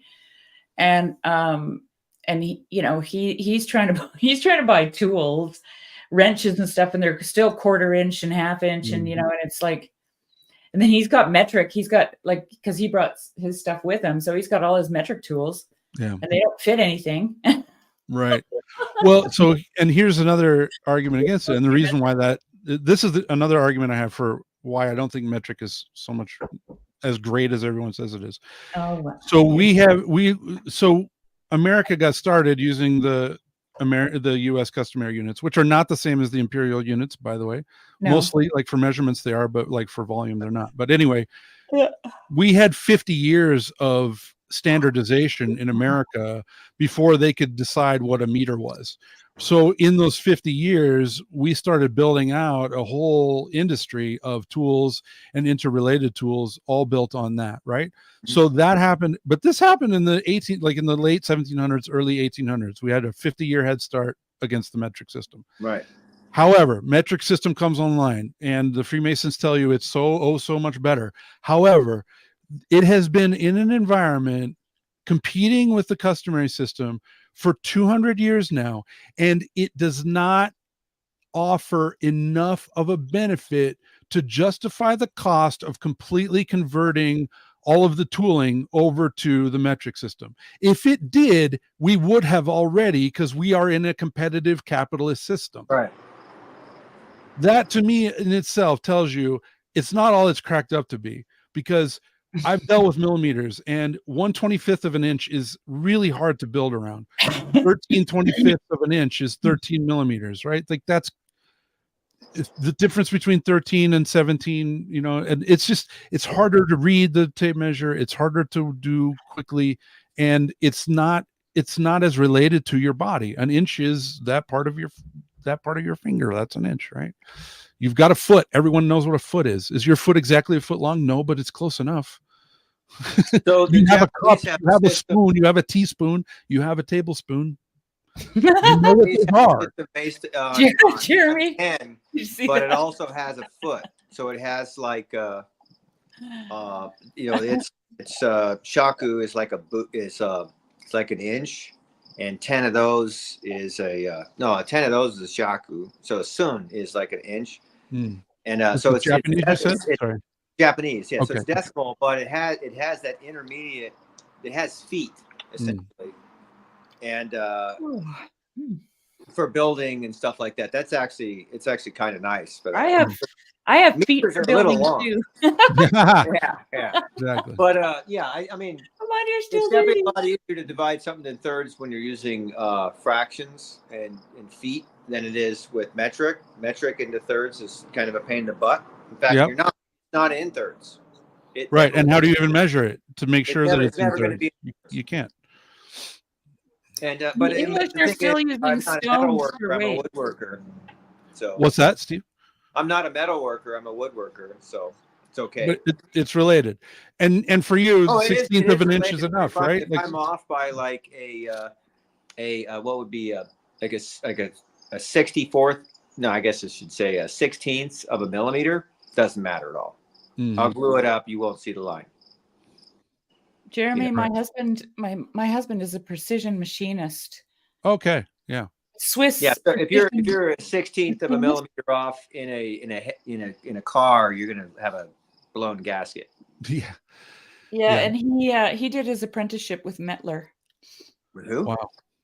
Mettler. That's that's the industry. I work in. We have a precision machining within our fab shop. And that's a whole different world, and it's fascinating. But even then, those guys don't think in metric. Like everything is in thousands and 10,000. Well, my husband does. He thinks in metric, and he's super annoying because he's so caught up in the details. That's why he's good at what he does. Like you have to be to be a machinist, right? Whenever I do anything, he does it over. Yeah. Yeah. Except for my wool and stuff. I worked with a Swiss. So Brooks is talking about the Swiss. I worked at a cabinet shop recently, and which is basically precision machining for wool. We were all metric, and the guy that he was in his department. I took his department was he was Swiss living up here, and man, that guy was he was impressive. Yeah, I know they're really impressive. They can't settle for not even a half a millimeter less. It's just terrible. Half a millimeter is huge. And whenever we talk about measurements, I'm like, yeah, it was about that big. He goes, no, it was this big. Yeah, half a millimeter is huge. And I'm like, no, yeah, anyway, the guy would just walk around and fix all the machines, including like the $1 million robotic, like automatic sanding machine, and he just like be tweaking with it and calling the Italian maker. Well, there's like 2 in the world, and he's like calling them like, well, you need to like change the software in the box, and it's like, how do you know that? That's cool. How do you know any of this stuff? He's a pretty impressive guy. Very humbling. Yeah. My husband actually took apart a clock that his grandfather had that had, what do you call it, seized? So the spring seized, but it was wound when it seized. Oh. And so it was winter, Telegraph Creek, minus 38 degrees Celsius. So he gets this thing out on the kitchen table, right? And he opens it up and I'm in the kitchen working, and he's like, he's touching it and jumping and touching it and jumping. And I'm like, what are you doing? He goes, oh, it's going to go. It's going to go. And then all of a sudden it just goes boom. And all these tiny little pieces just fly all over the room. Yeah. That's what happens when I mess with machines. And I'm like, you're not going to ever put that back together again. And he goes, oh, well, see. And he's on his hands and knees, and he's got his little magnet thingy out, and he's finding all these pieces. And then he got that thing going again. Yeah.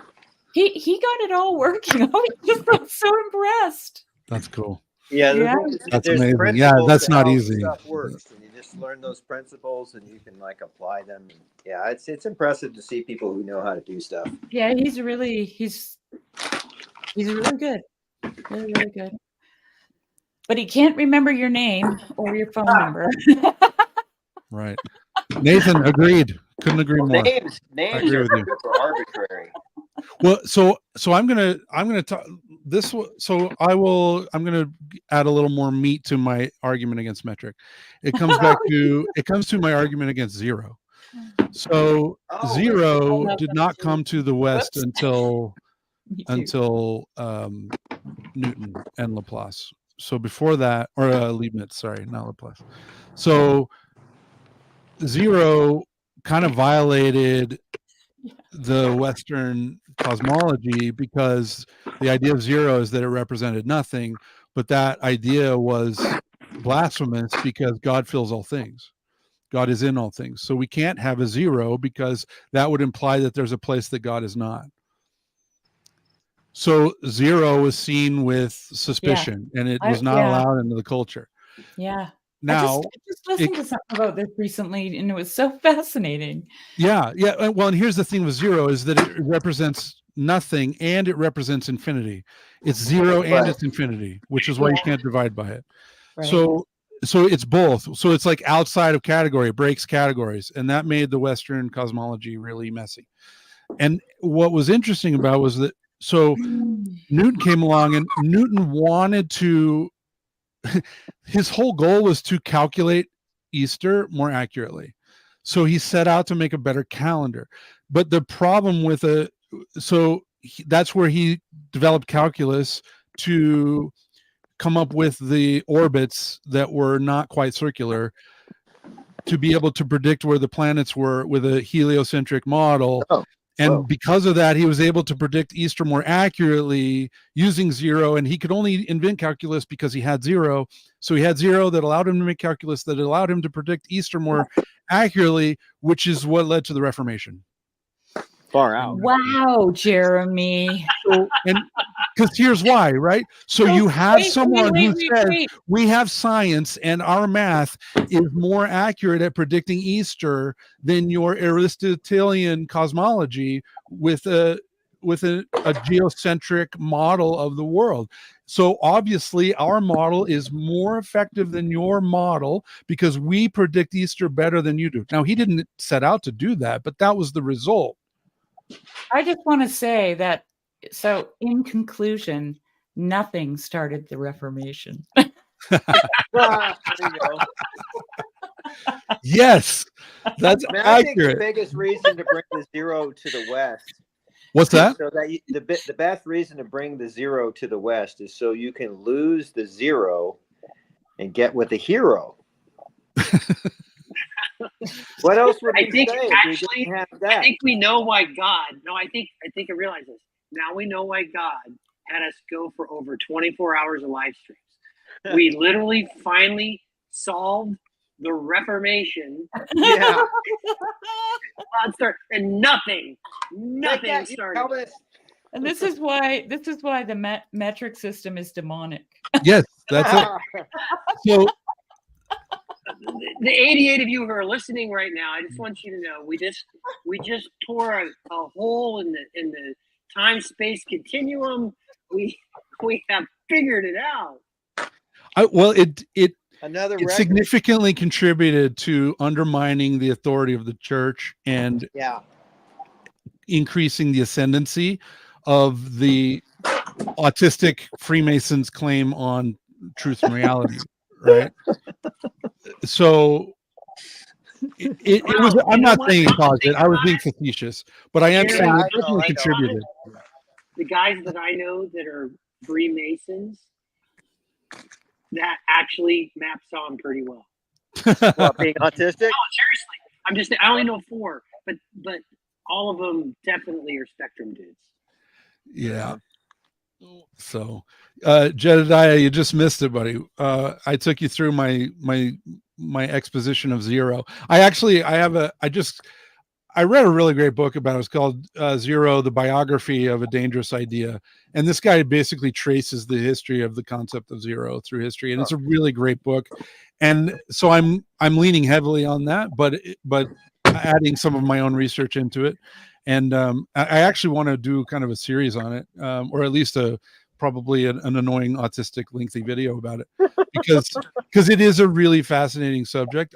So it goes back to Pythagoreanism, right? So it goes back to Pythagoras and the mystery religion, and it's been a part of it, and it's been very difficult to reconcile. And it, like I said, it undermined the Aristotelian cosmology, and the Roman Catholic Church had firmly latched on through scholasticism onto the Aristotelian cosmology.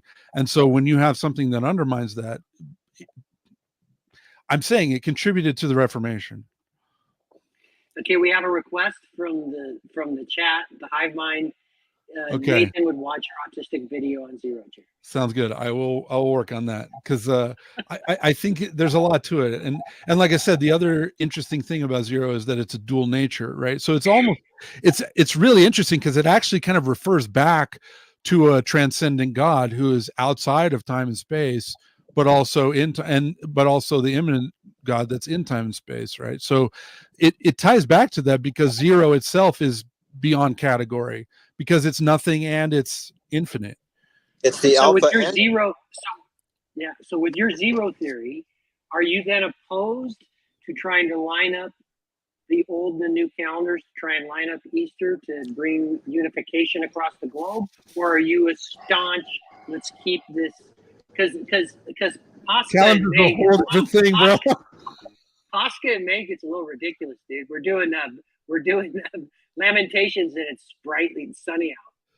Yeah, no, I know. So that was the original, like originally Pascha was, the argument was, should it be always on Sunday or should it be on Pascha, which was, you know, the first full moon after the spring equinox. And then, so it was, Pascha was first full moon after the spring equinox. And then it was, because that's from the Jewish calendar. That's what it was. And then it moved to, no, it's got to be on Sunday for all of the symbolism related to that. And because the first one was on Sunday. So let's always make it on Sunday. And so it was always been the first Sunday after the first full moon after the spring equinox. But you had the Julian calendar and then you have the Georgian calendar. And the Julian calendar thinks that the first day of spring, it's not related to the astronomical first day of spring. And so that's why we have the drift between the two, because half the Orthodox Church is on the Julian calendar and half of it is on the Georgian calendar. So yeah, no, that's way above my pay grade. Calendars are another fascinating thing for me, right? So like before Julian calendar, the calendar was 364 days long, so that it was always 52 times 7, so that all of the holy days fell on the same day of the week every year. But you drifted, your calendar drifted away from or around the astronomical events. So your calendar wasn't really related to astronomical events, but this holy day was always on this day every year. So there were no leap years, right? And that's actually what caused the Essenes to split off, right? So you had the Pharisees and the Essenes. The Pharisees said, we're going to adopt the Julian calendar because they were trying to cozy up with the Romans. And the Essenes were like, that's anathema, that's heresy. We're keeping the calendar that was given to our fathers. And they traced it all the way back to Adam, said, this was the calendar, the holy calendar Adam was given. We're keeping it. And they went off into the desert. And that's where the Dead Sea Scrolls came from. But it was, that schism was over a calendar, right? So the Orthodox are the Hey, Jeremy, do you mind if I jump in here just because I'm limited on time and I just, no. You said 0 and sorry, I got the sun coming in here. You were talking about 0. Yes. All right. I'm going to throw something out at you because I've been on that subject. Just it comes up in meditation for me all the time. Interesting. So I was trying to get into how oneness gets experienced, and so the oneness to me, there you kind of have this obverse relationship between the 1 and the 0. Right. Okay. Because the 1 contains all other numbers. And then the 0 is the negation of number. But they're related. So they just seem related. So it kind of fits into like an idea of like a kind of like a binary monism. Yes. And one defines the other, but it's an interrelated definition, right? Like there is no 1 without 0, and there is no 0 without 1. Yes. That is basically the worldview of the people who invented computers, that you could capture reality just with 0 and 1, right? Like all of reality can be modeled with 0 and 1, which I don't agree to necessarily, but that was their worldview. Well, I think that like what's missing in that kind of that computerized version of it is that it's actually just like one essential whole. In a sense, like that binary is the 1, if that makes sense. Yes, because they're interrelated definitions, right? Yeah, you can't you can't have one. It's an observation issue for us. Yes, so I agree with you. It's the observational problem. We're collapsing a wavefront essentially, and it can only be observed as 1, or it has this observational issue, but that doesn't mean that it's not. But one contains the other. Yes, I would agree with that. So anyway, I just have been thinking about that, and I don't know how that connected to what you were talking about with 0, but you're dialing into the tricky nature of 0. So here's the thing, right? Like math people love 0 and they've got to have 0, but 0 breaks their system at the same time. You can't divide by 0, and 0 can't be defined. 0 is nothing and it's infinite, and there's different kinds of infinite that it is. So at the same, while being instrumental and key to a mathematical worldview, it also at the same time undermines it. You know, Right. it's basically, zero is like the smallest manifestation of Gödel's incompleteness theorem, basically. Okay. Right. So Gödel's incompleteness theorem says I can either, well, hold on. I'm trying to think of how to articulate it. Do you know what I'm talking about? Yeah. Okay. So I'm It trying to. reminds me of almost like the event horizon of like a black hole. Like at the edge of zero, everything, it can contain all the information, but then the information just evaporates. It disappears. Yeah. At the Yeah. event horizon. And so, yeah. So Gödel's incompleteness theorem is, I can, if my system is complete, then it's incoherent. If my system is coherent, it's incomplete. And that's the paradox that's at the basis of mathematics. Right. Right. And it undermines mathematics and it breaks mathematics, but the math guys don't want to talk about it. Well, what is that? How does that fit in with when, by the time you introduce things like chaos theory into the equation and come up with things like fractal geometries and that kind of stuff? So this is how this is what this is what deconstructed my materialist worldview. This is how I became orthodox. I discovered chaos theory unintentionally on my own by studying the production. I was a project manager, and there were two questions every week: how many are we going to ship next week, and when is this one going to ship? Mm-hmm. So I asked my mentor, who had been a project manager for 40 years, how many were going to ship next week? And he said between 60 and 150. And I said, when is this going to ship? And he said, when it ships, and we won't know it ships until it ships. And I was like, you can't predict it? And he was like, no. And so I was like, well, that can't be right. So I set out to try to answer those questions, and I studied math, and I got into probability, and I had a background in probability because of a gambling addiction.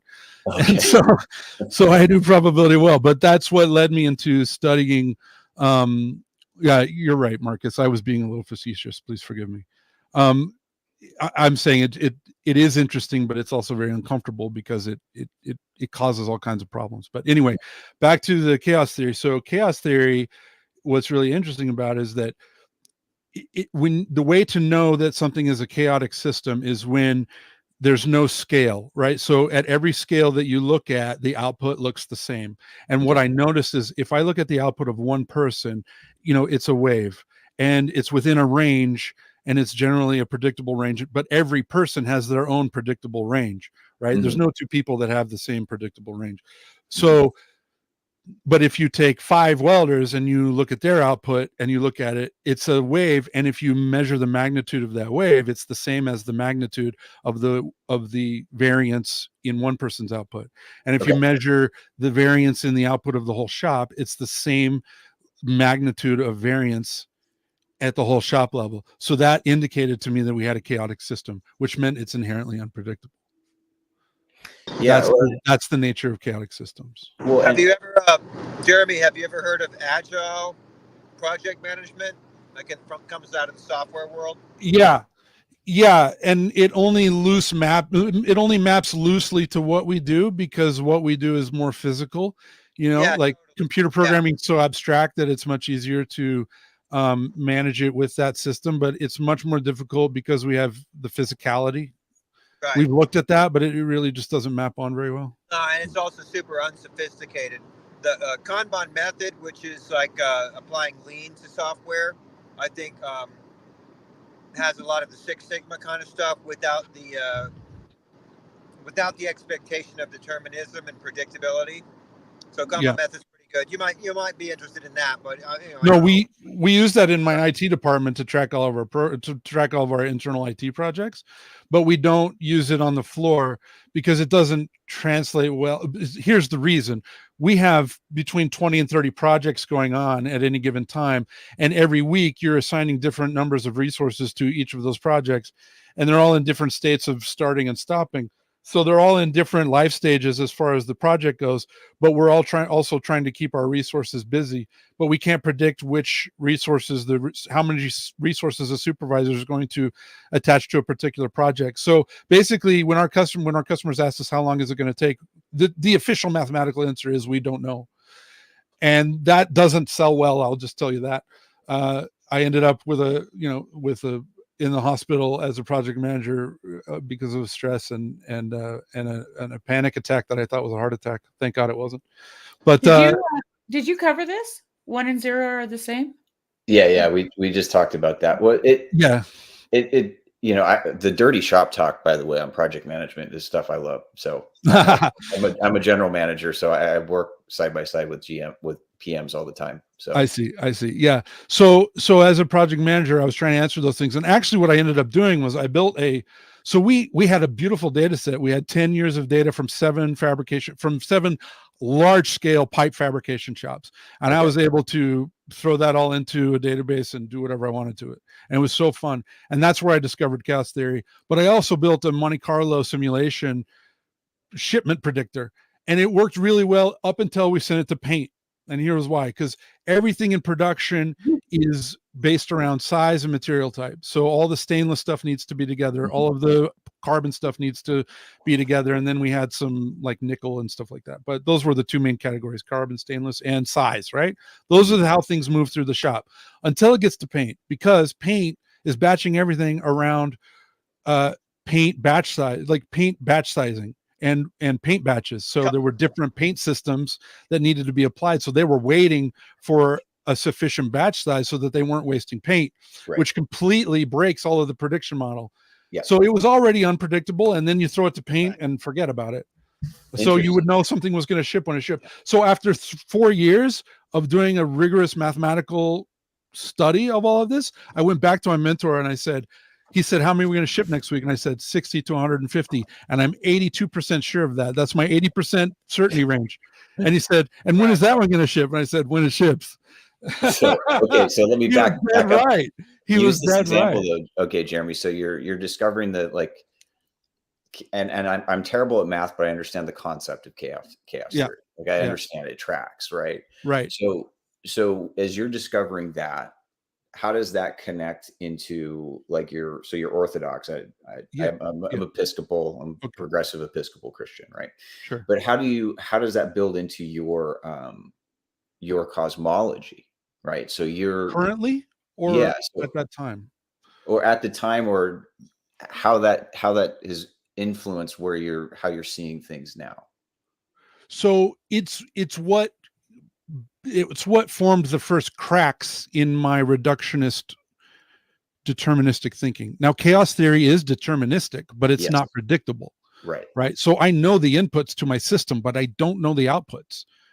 And also the crazy thing with chaos systems is that you can change one small thing over here and it has this huge effect over here, and that's unpredictable.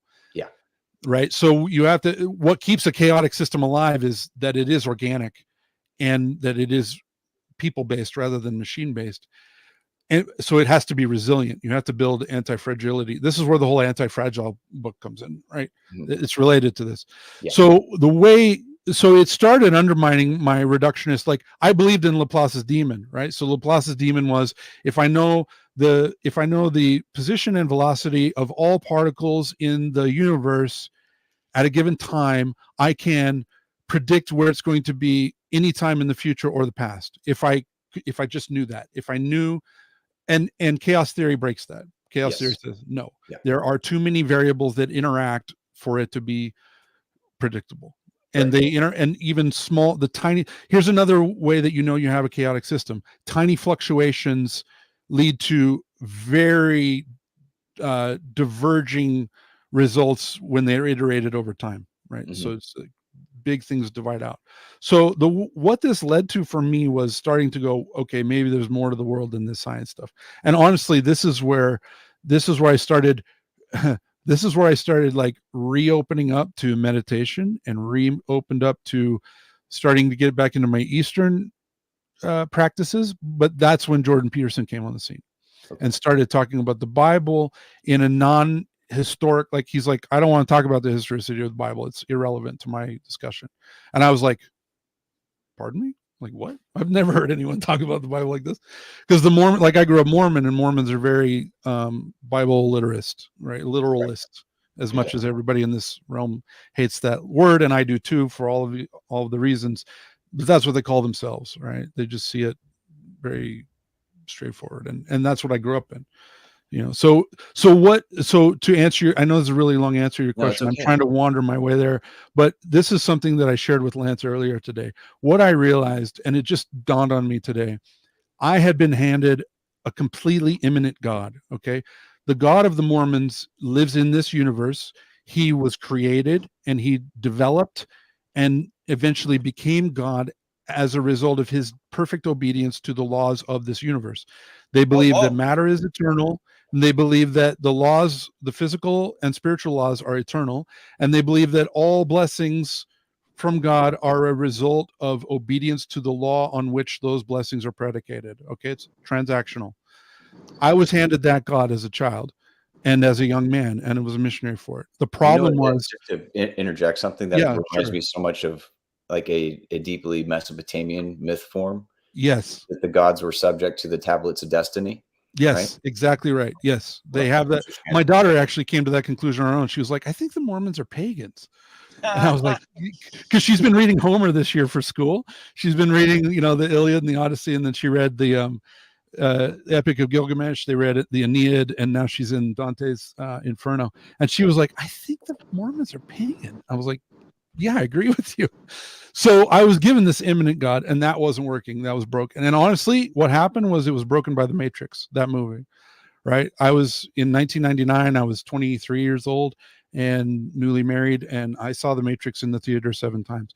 What was so transformative for me is that it points at the transcendent God, and transcendence is the truth, right? And that's the kind of the Eastern monism approach. So I started getting into martial arts. I started practicing martial arts, and I fully engaged with the transcendent God, and the Gnosticism and the New Age and the Taoism and all that. And then that was deconstructed one time by a speech where a woman was sharing that she had a stroke on the left side of her brain, and she was having these right brain experiences, and she was explaining experiences I had had in my meditation. And I was like, oh, that just means it's just a product of my brain. And I went right into materialism and gave up immanent God, gave up transcendent God. Then chaos theory showed up and started undermining that. Jordan Peterson shows up, starts undermining that. Jonathan Peugeot starts undermining that. And I start getting the symbolic worldview. And all of a sudden, I'm being introduced to a transcendent God who's immanent. Okay. He's outside of category. He's outside and above all things. And he's in all things. And let everything that hath breath praise the Lord. Right. Awesome. So I think everything participates in the divinity now. Okay. So I've got a question that I kind of want you to problematize, but Steve, it sounds like you might have had something to say. Oh, Did you have something? I just didn't want to interrupt you. No, it was just what martial art. I was curious. Which martial art, Jeremy? Oh, I did. It was called Ninpo. So it was ninjutsu, but it was an old family line of ninjutsu, and there had been like a split. There had been a schism in the ninja world, and Not and I had. I know what you mean, but Japanese. Yeah, it was Japanese. Okay, so here's it's interesting because I think based on what we're talking about, I think you'll probably be able to track. I want to present a cosmology to you. Okay. So my practice, I would say, is like Christian mysticism. So I'm very influenced by the Eastern theologians, Dionysus and Maximus and Gregory of Nyssa, and these guys are very important. Yes. But I think I remember discovering chaos theory maybe 7 or 8 years ago. And so I'll take those concepts into meditation, and some of my meditation practices is just if something's sticking in my mind, I'll spend time kind of looking at it. And what's emerged is 2 things: is a principle of plenitude, that at an ontological level, there is not a distinction between possibility and necessity. So something, and by thing, I mean it must be perfectible or subject to theosis, right? It has to be, it has to reach. So if a thing can exist, it must exist, because that thing would then reflect the glory of God. So there's Yes. no lack in God, essentially. Right. So this is more of a theological point than anything else. But as I began to meditate on that, what emerges was, and mind you, this is at a symbolic level. I can't supply mathematics for it, but I've been thinking about some of these concepts that like Tegmark talks about, like this ensemble multiverse type thing of like, well, that would mean that if a world is possible, it's going to happen at some point, right? So what I was seeing was this, it's this fractal unfolding of, in a sense, universe after universe after universe. Like we reach the eschaton. This is the seed that blows the whole thing up, right? That ultimately, what ends up happening is the most coherent icon I can provide for a cosmology is actually the tree of life. Yep. It's this fractal branching, so it has it has an order and a structure, but it's an organic order and structure that repeats on that self-similar concept within chaos mathematics and within fractal geometry. Is this principle of self-similarity, is that there is the world that God creates unfolds to the superlative degree that it can unfold. And so it's a cosmology that I think, where in some senses, like if you take the concept of theosis and maybe even say that, guys like Joseph Smith were actually not bold enough in their eschatological imagination because they didn't account for what theosis, like in the Orthodox sense, would actually look like. Mm-hmm. Is that in some way we will be participating in the lives of not just this world, but whatever worlds would unfold from that. I don't have a problem with that. The way I was explaining theosis to my daughter was that she had just learned about asymptotes in school. So an asymptote is something that it goes up very rapidly at first, and then it starts curving off. Like if anyone has started lifting weights, like the weights you're lifting go up really quickly, and then they start kind of leveling off, and then you have to do a lot more work to get it to go up a little bit. Mm-hmm. That's an asymptotic relationship. Yeah. But the idea behind an asymptote is that it gets closer and closer and closer to one, but never becomes one. It just infinitely goes closer and closer and closer. And you have to go further and further out in time, and you have to go do more and more, expend more and more effort to get closer to one, but it can never reach one. Mm-hmm. And that to me is theosis, right? Theosis is getting closer and closer to one, but we can never, this is the difference between our cosmology and Mormon cosmology, is that in Mormon cosmology, they see that as a repeating pattern. They believe God was created. Right. And he lives within that pattern. For the Orthodox, God is outside of time and space and above it because he's the source of it and he's uncreated. And we are created. And because we are created, we will never be able to fully bridge the final divide between created and uncreated. We will never be able to participate in that. Here's a metaphor that I would like to stack. I would stack on that, is that you kind of have the regressive infinite. Yes. Right. That you're talking about, like the asymptotic, right? Yes. And then you have the progressive infinite, right? And they're, I guess a way you could say is overlapping, right? Is that the progression that I see within theosis is that you have arrived at a union such that your progressive experience is fully divinized, but you're never arriving at the regressive point. Right. That's the point. That's the journey that this never ends quantitatively, but this is, in a sense, the journey deeper into the mystery where there is no ultimate arrival. Yes. And there doesn't need to be an ultimate arrival. Yes. This is relationship. Yeah, this is sainthood, right? Sainthood. Yeah. And this, so a saint has gotten close enough to that to understand a particular domain of the Logos and participates in a way that aligns with God, the way Adam did when he was in the garden, and God would bring him the animal, and whatever Adam named it was appropriate because Adam saw the world the way God sees the world. Mm-hmm. That's what sainthood is. That's what theosis is. Theosis. So there's 9 levels of contemplate. There's 9 levels of prayer in the Orthodox tradition, and the final level is called contemplative prayer. But it's actually not even prayer. It's just called God's vision. It's the vision of God, and it's not you seeing God. It is you seeing the world the way God sees the world. That's the final layer of prayer, right? And so yeah, this totally maps on what you're saying. And I also believe in a recursion, right? So the fractal can go up or down, right? That fractal goes up and down. Right. You know, and this is kind of what I was trying to explain the other day, where like a fractal, like another way to think of a fractal is, so instead of saying, okay, when your capillary, like capillaries are a good example of a fractal. When your capillary gets 1 centimeter long, split it, and then when it gets down to 3.8 centimeters long, split it. There's not enough room to store all of that information, and so your genetics they store fractals. So what your genetics say is, when your blood vessel has gotten the length of 5 diameters of the blood vessel split into something that's like 80% of the size of or like 70% of the size of the original one.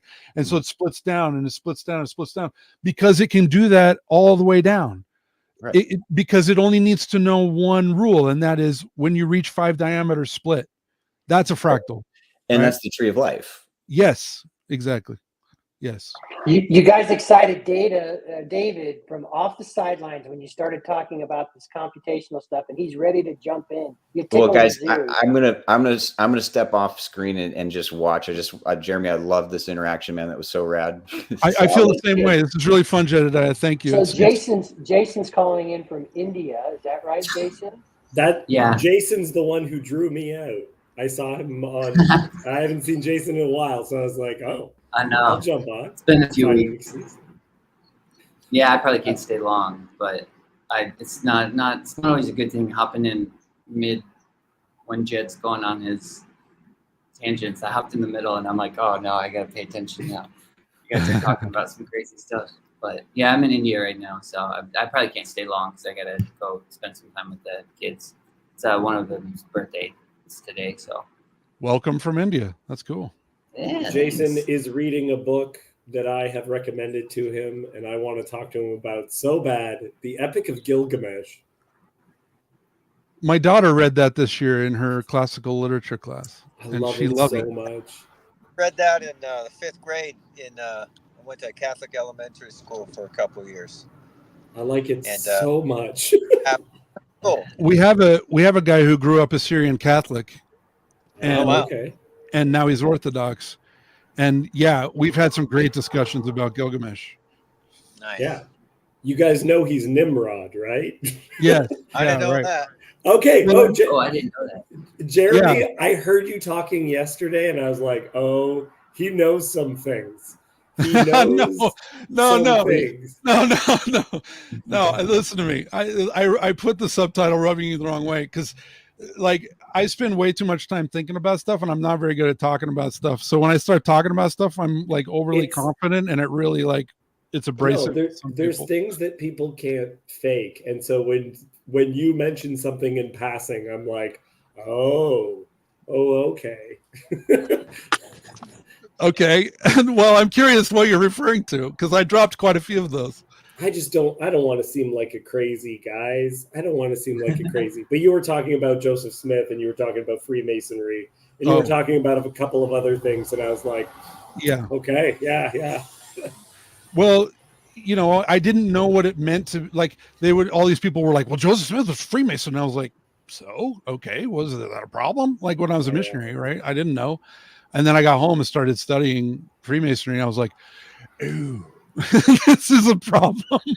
Right. Yeah, right. So, and to be clear to the audience, if you haven't studied Freemasonry, it's Luciferian. So what does Luciferian mean? Luciferian means you are manifesting your will in the world. That's the difference between magic and mysticism. Mysticism is a surrender to God.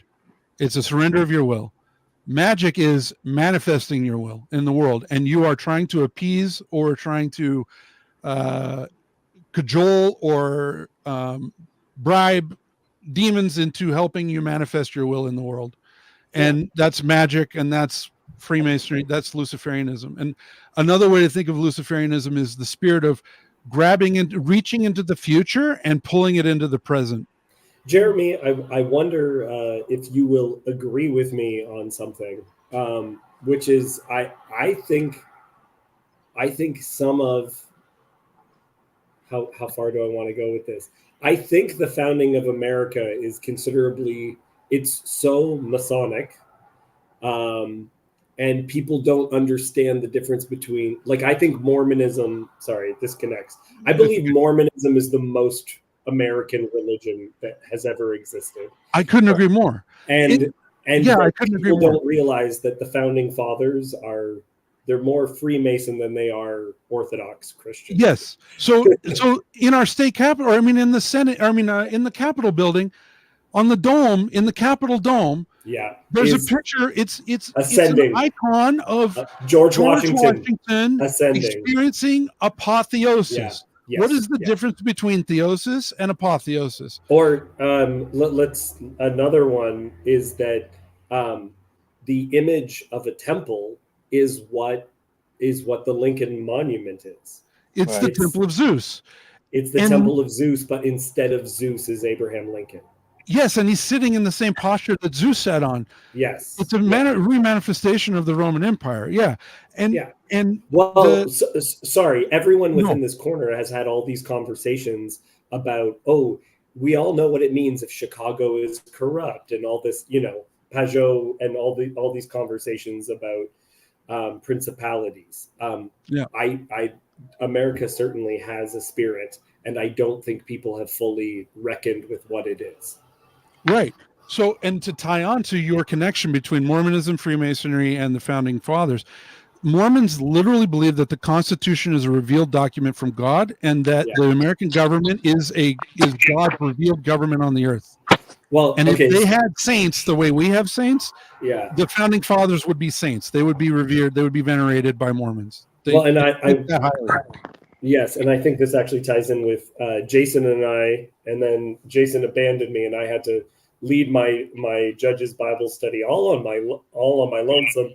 Though Sandy joins in. Sandy does such a great job. But a lot of people have said, and it was written directly, that manifest destiny, and during the time of the founding of America, the indigenous people were referred to as Canaanites.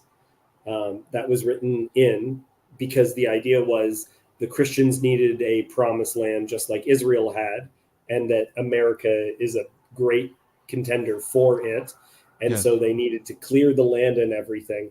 And here's the thing, is I read Judges over and over again, and I've studied it immensely, is that, please bear with me because I'm going to say something crazy and then I'll back it up.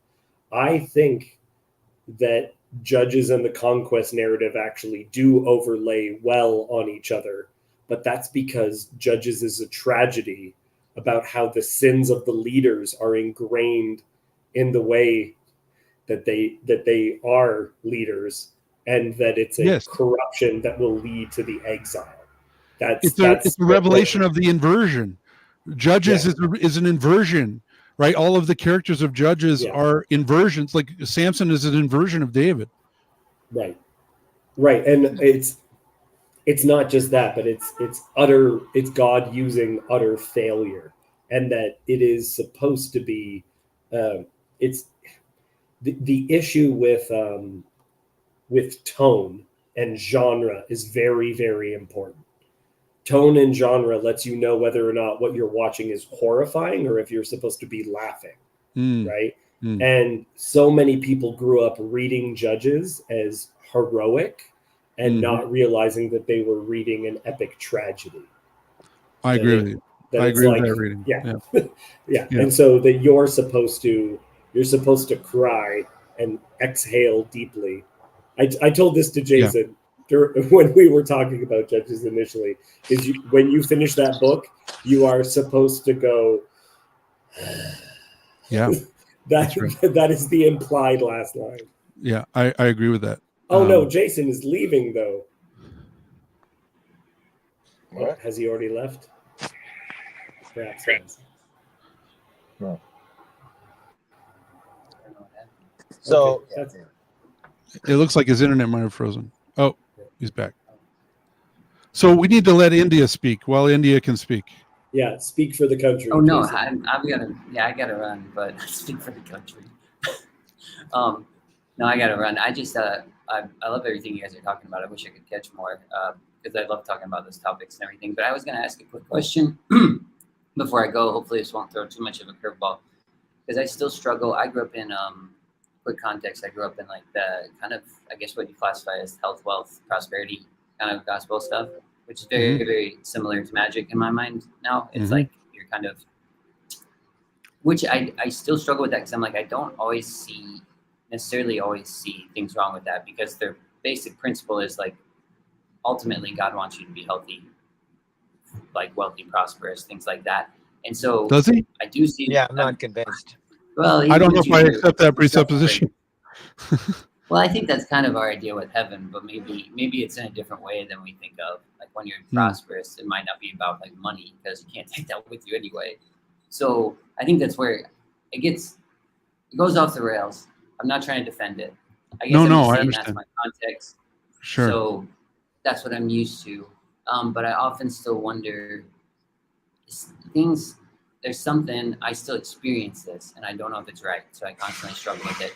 But when you see somebody struggling with an illness, I have that inside of me where like I want to almost be like, if this is God's will that they die, like if they get cancer and if they go on to get sicker and sicker and die, if that is God's will, there's something still inside of me that wants to be like, I'm going to draw my circle and I'm going to pray fervently against this. Even if it is God's will that they die, I'm going to pray against it. And like that feels to me like magic, but something about it still feels like it's almost coming from a pure place because you don't want, because what we know of death is departing and you don't want them to depart. And it is selfish in some ways, but I still struggle with it. And I think the only places I maybe could justify it in the scripture is like where there's one place in Ezekiel where God says, I sought for a man to stand between me and the city that I wouldn't destroy it, but I found no one. So he's almost like looking for a man to stand in between his judgment and so like that's what I still struggle with. Is there a time and place to actually draw your circle and perform your, like, you know what I mean? Like even that's probably the worst way to phrase it, but yeah. No, I mean we're told. I mean, there's the parable of the unjust judge, right? Where the widow is knocking on his door, knocking on his door, and finally he's just like, "Fine, please." So I hear where you're coming from, but also I will say a couple of things from the Orthodox view that have helped me with what you're troubled with. One is they teach that God takes us at the best possible moment for our salvation, right? So when you die, that was the best, like the most merciful moment, the most repentant time for you as a person, that he can give you all the benefit of the doubt. So when someone dies, we see that as a mercy, regardless of when it happens, regardless of the age. Not that it's easy. We see it's still a tragedy. Death is a tragedy. It's a fallen nature, right? But it's still, we are taken at that time. So second of all, I would say that there's another tradition there's a story of a saint who his spiritual father had died and came back to him. Oh no, it was a woman, and she came back to her spiritual daughter and told her, if I would have known when I was alive what I know now, I would have prayed for more suffering.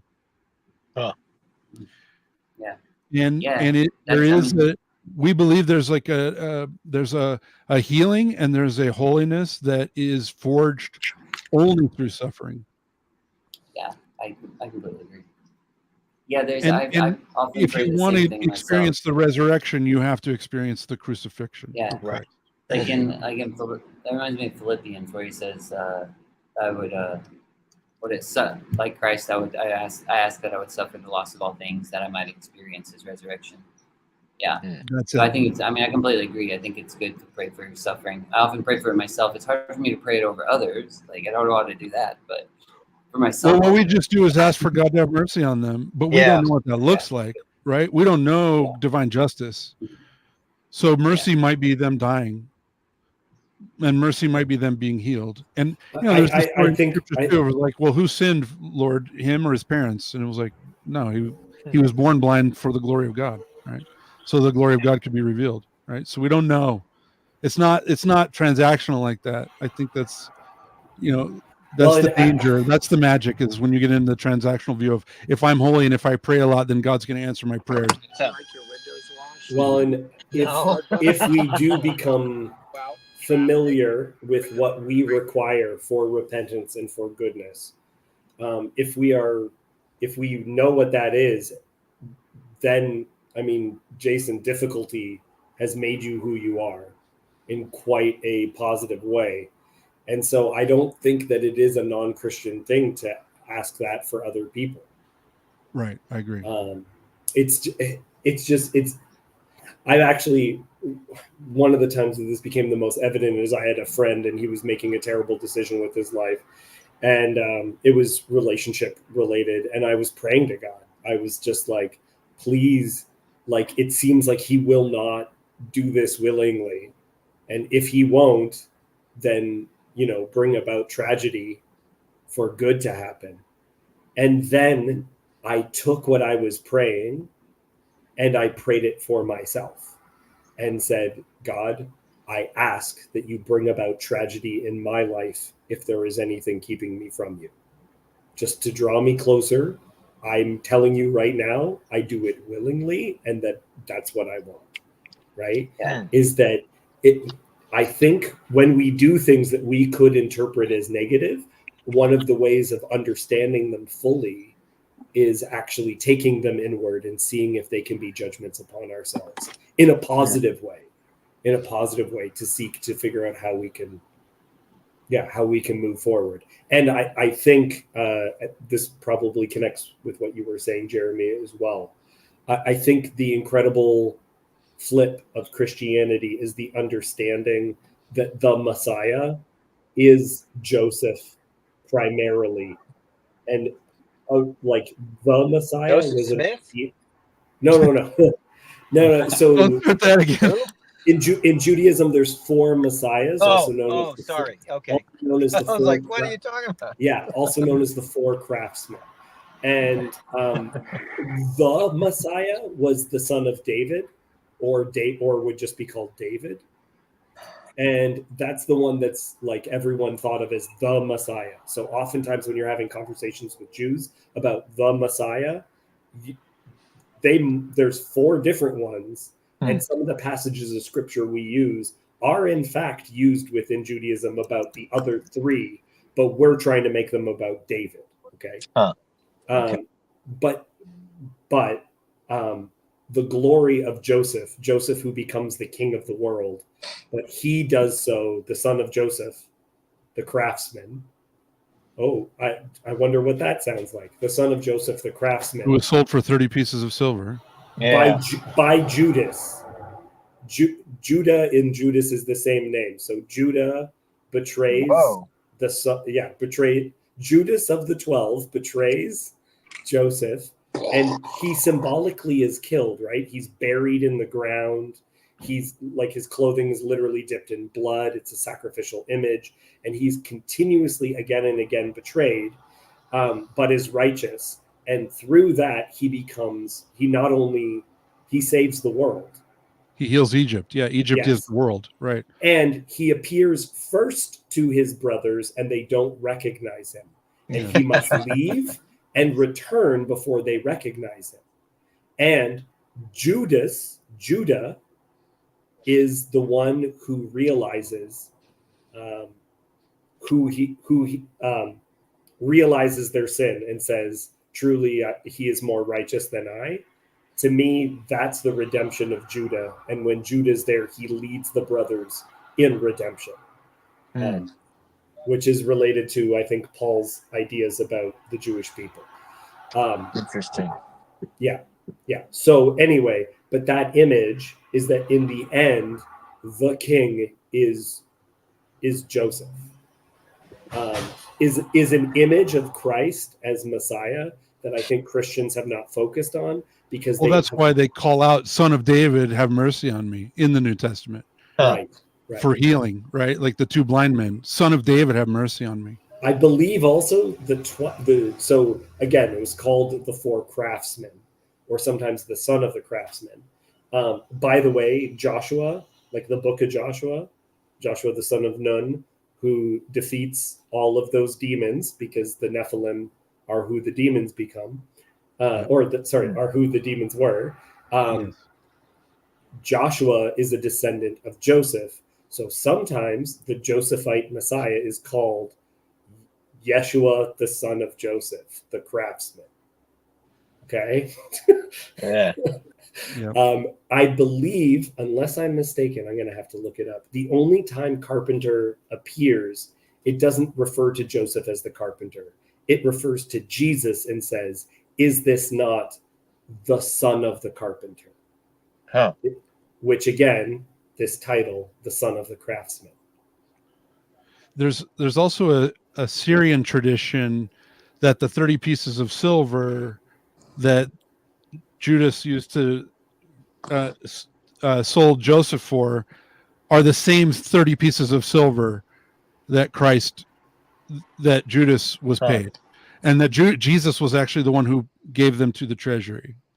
He gave the 30 pieces of silver, and it's the same 30 pieces of silver that were created by, or they were made by Abraham's uncle. So I can't remember the tradition, but yeah, if you look that up, Syrian tradition of 30 pieces of silver, that's a fun read, because it all ties. They tie it all together, and it's a Syriac tradition. Sorry, not Syrian, but a Syriac tradition of it being the same 30 pieces of silver. Yeah. So they were also involved in like the Temple of Solomon, like they were in the doorway of the Temple of Solomon. The two references in the New Testament to a carpenter it says, "Is this not the carpenter's son?" And "Is this not the carpenter, the son of Mary and brother of James and Joseph and Judas and Simon?"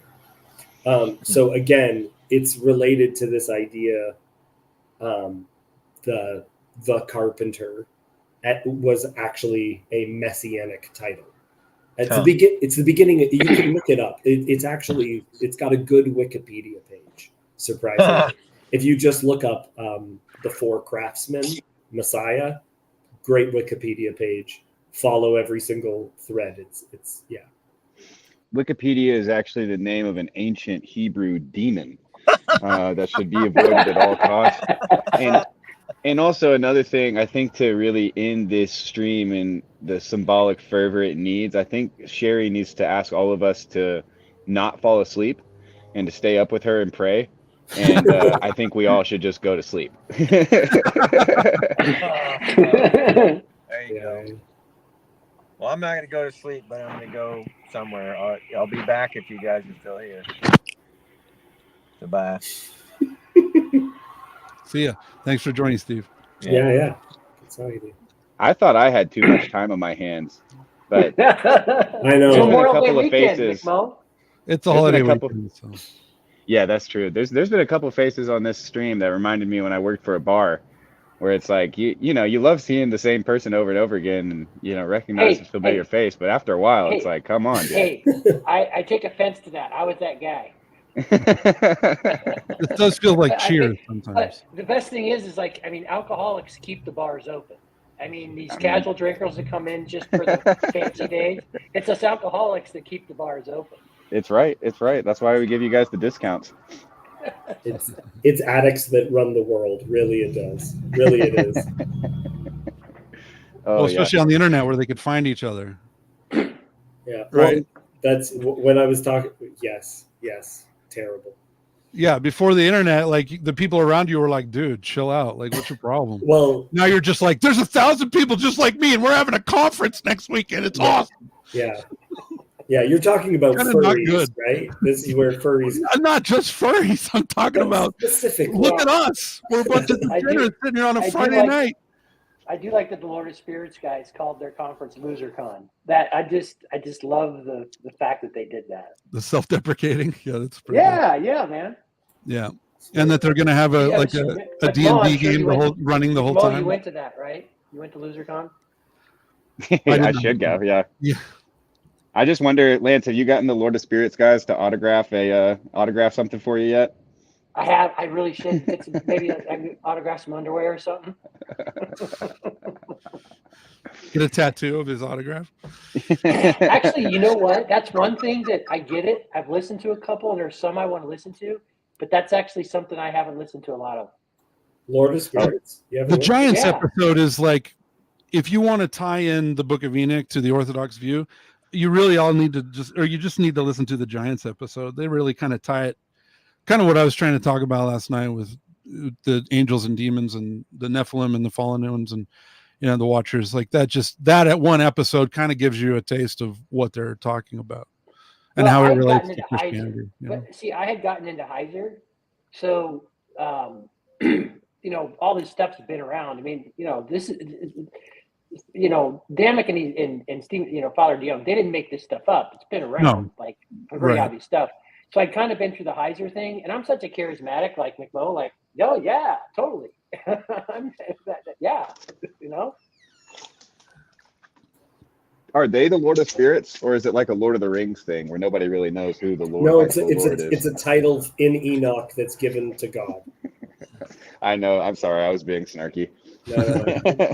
Well, and this was a conversation. Not too many people saw it, but me and Michael were talking about that both C.S. Lewis and Tolkien had an understanding of what would be considered unseen realm, and so Sauron is very clearly a Nephilim. He's an ancient king, but actually an embodied fallen angelic figure. And once he dies, he possesses people through temptation. That's yeah. And Gandalf is also a spiritual being. Yeah. He's an angel. Very clearly, and appears like a human being, a taller than average human being. But there it is. Yeah. Yeah. Yeah. No, it's. I mean, I get the difficulty in encountering that stuff, but for me the easiest way to enter into that space is to just tell people, look, Monsters Inc. isn't so crazy, and it's not just a kids movie. I'm sorry. Well, I don't know how it's going for other people, but I know that some of this stuff might seem deeply intimidating for people, but look, I know a lot of people that got closer to the gospel because of the revelations of Jeffrey Epstein, where it was just like, well, that's terrifying, and you just go, yeah, seems kind of strange, because aside from all the evil stuff, it also seemed effective. What do you? Doesn't that seem kind of strange? And that opened up a lot of scary but very important questions. And that just ties in. I'm sorry to interrupt, but it reminded me that Sandy asked a very long time ago, theosis and apotheosis. So, and this relates to what you're talking about.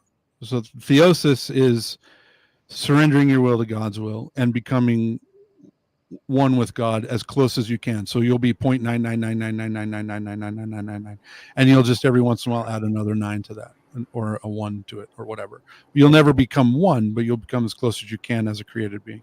I hate that. I hate that definition of theosis. But keep going, Jeremy. It's very mathematical. I love you. Keep going. I know. Thank you. I love you too. It's my left brain, autism, right? It's my math brain, right? It's coming closer and closer to God through eternity, right? Deeper communion with Him. Apotheosis is basically what Prometheus did. He stole the fire from the gods, gave to the people to manifest his will in the world, right? Like he saw the world as an unjust place and that the gods were being tyrannical. And it was the same story with Lucifer, right?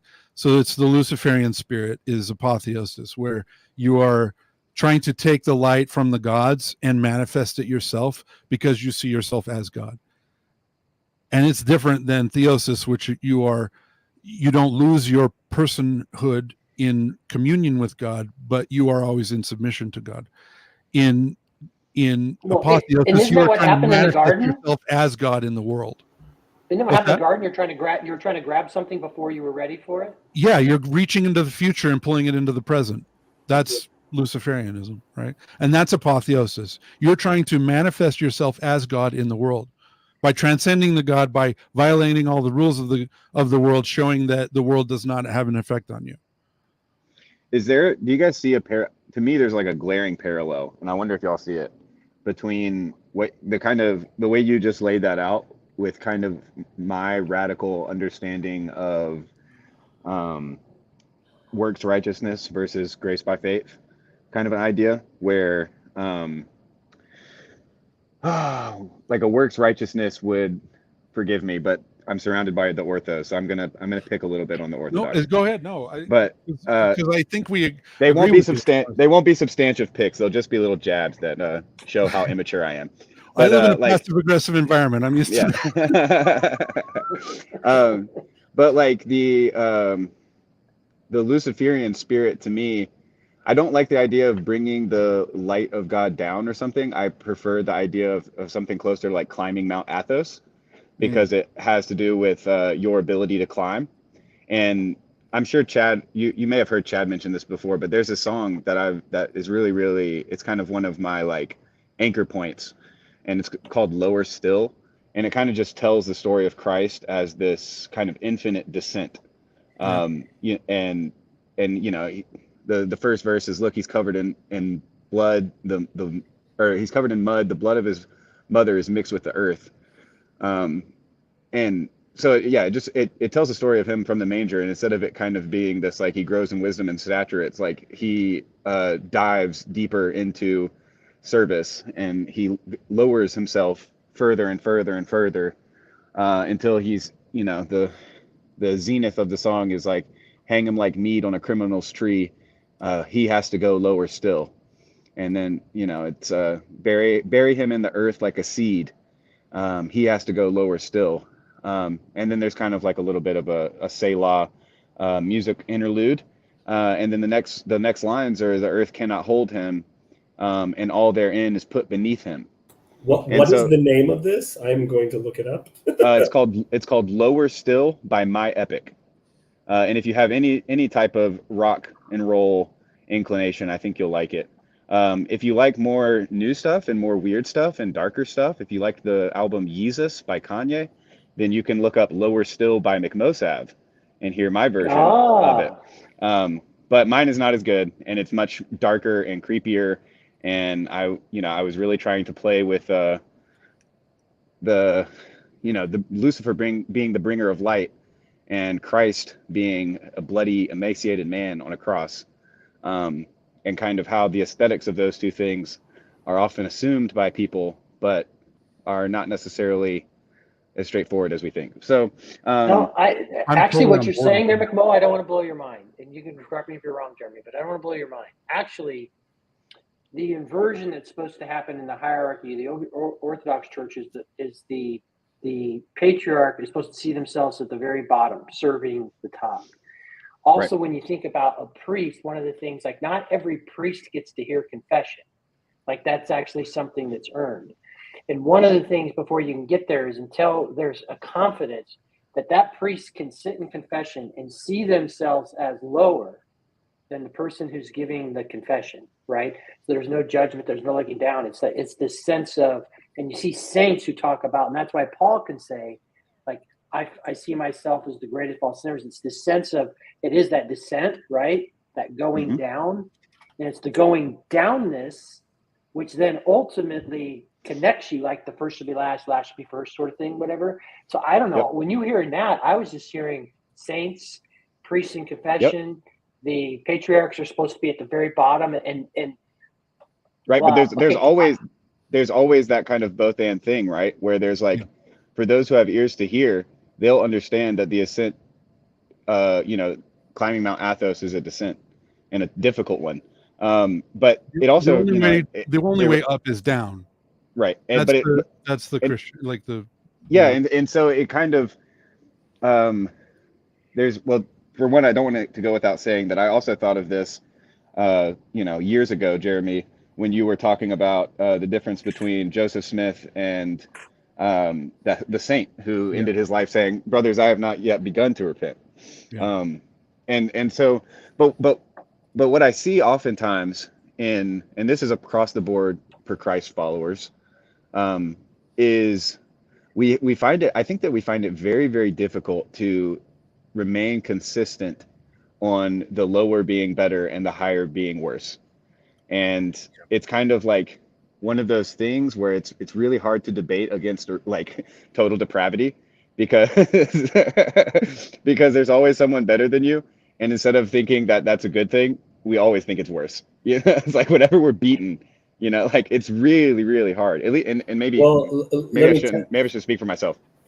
I was really meditating on this a lot when I was a lay pastor at a church that was heavily involved with the homeless. Like we had homeless drop-in, and we had food, and we had dinner and lunch, and we had an arts drop-in. We had a whole bunch of different stuff that was going on. And while I was within that community and I was focusing on these things, what I realized was this weird irony of the fact that I started judging people for their strengths and not for their weaknesses. Because what I would see is, first off, I would see people who were, I also came up with an expression that's kind of funny that it's just an extension on an expression that we've all heard, which is beggars can't be choosers. It's just beggars can't be choosers, but they are. Because we had to have a vegetarian option, because people would come for dinner and they'd be like, this is bullshit, I want a vegetarian option. And I was just like, but they are. Only in America, dude. Yeah, choosers end up begging. Yeah. But it's also this thing that I started realizing, that people would take the things that were their weaknesses and they would use that as an out, as an excuse, as all these other things, right? Where people would give them sympathy, they would then weaponize that sympathy one way or another. And that to me really showed just how corrupt people were, was that they were willing to take this thing that they were pretending to be humble with, but they were actually using that as a way of clawing for more. And what I started seeing as well was that people's strengths were almost necessarily their vices. And I was on earlier talking about personalities of pastors, and a lot of pastors for evangelical churches, you have to be a workaholic. If you are healthy, you are not going to be successful.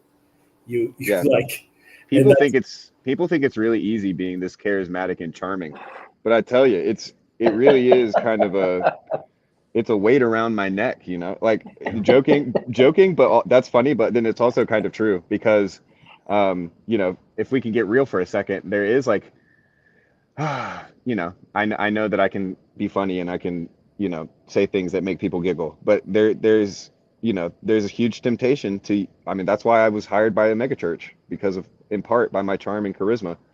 And that, you know, there's a lot of people like me who were hired by the megachurch who are workaholics, passionate, charming, attractive. But then there's also this, you know, but the thing that's good news about that is that, like, there's nothing that saves you from suffering. And so, except for Christ, but Christ saves you through suffering.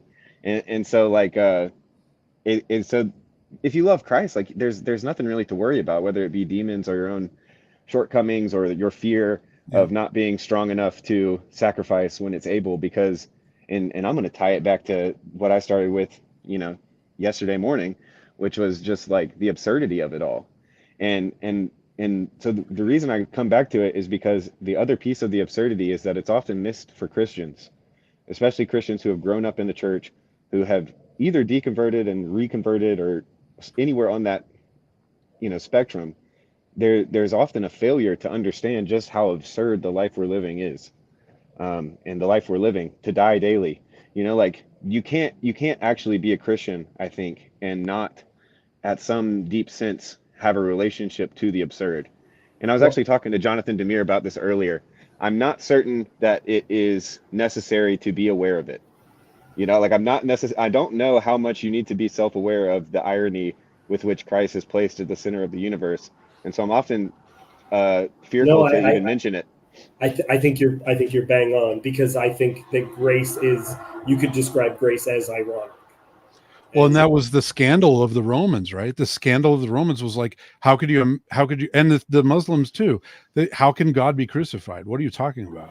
How can God even enter a body? That's disgusting. Jeremy, I'm wondering your thoughts on this, that on the idea that I believe that the North American church, I'm in Canada, so I bring myself into it, even though blame Canada. Yeah, it's look. I'm part of this too. Our first prime minister was also a Freemason, so it's fine. I'm dealing with the same demon, guys. Okay, the Windsors, City of London, etc., etc. Yes. I grew up in a place where Stephen Colbert made a reference to Windsor, Ontario, and he referred to it as Canada's taint, I think, because we were in between. Anyway, doesn't matter. But with that idea of manifest destiny, what manifest destiny means is that the North American church does not understand itself in exile.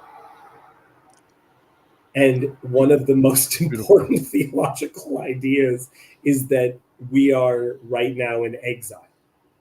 We are not in the promised land. So I would agree with that. But I would also take it a step forward, which is to say that no church understands anything about itself, because the church does not have understanding. Individuals have understanding, but I don't want to get off on the whole, like, I'm a super hyper Protestant. I think God saves everybody because of his individual relationship with each of them. And the fact that it's diverse is just a testament to the infinite nature of God, et cetera, et cetera. I'm getting sleepy and I am going to sign off with that, but thanks for letting me hop in and keep this thing going a little bit longer.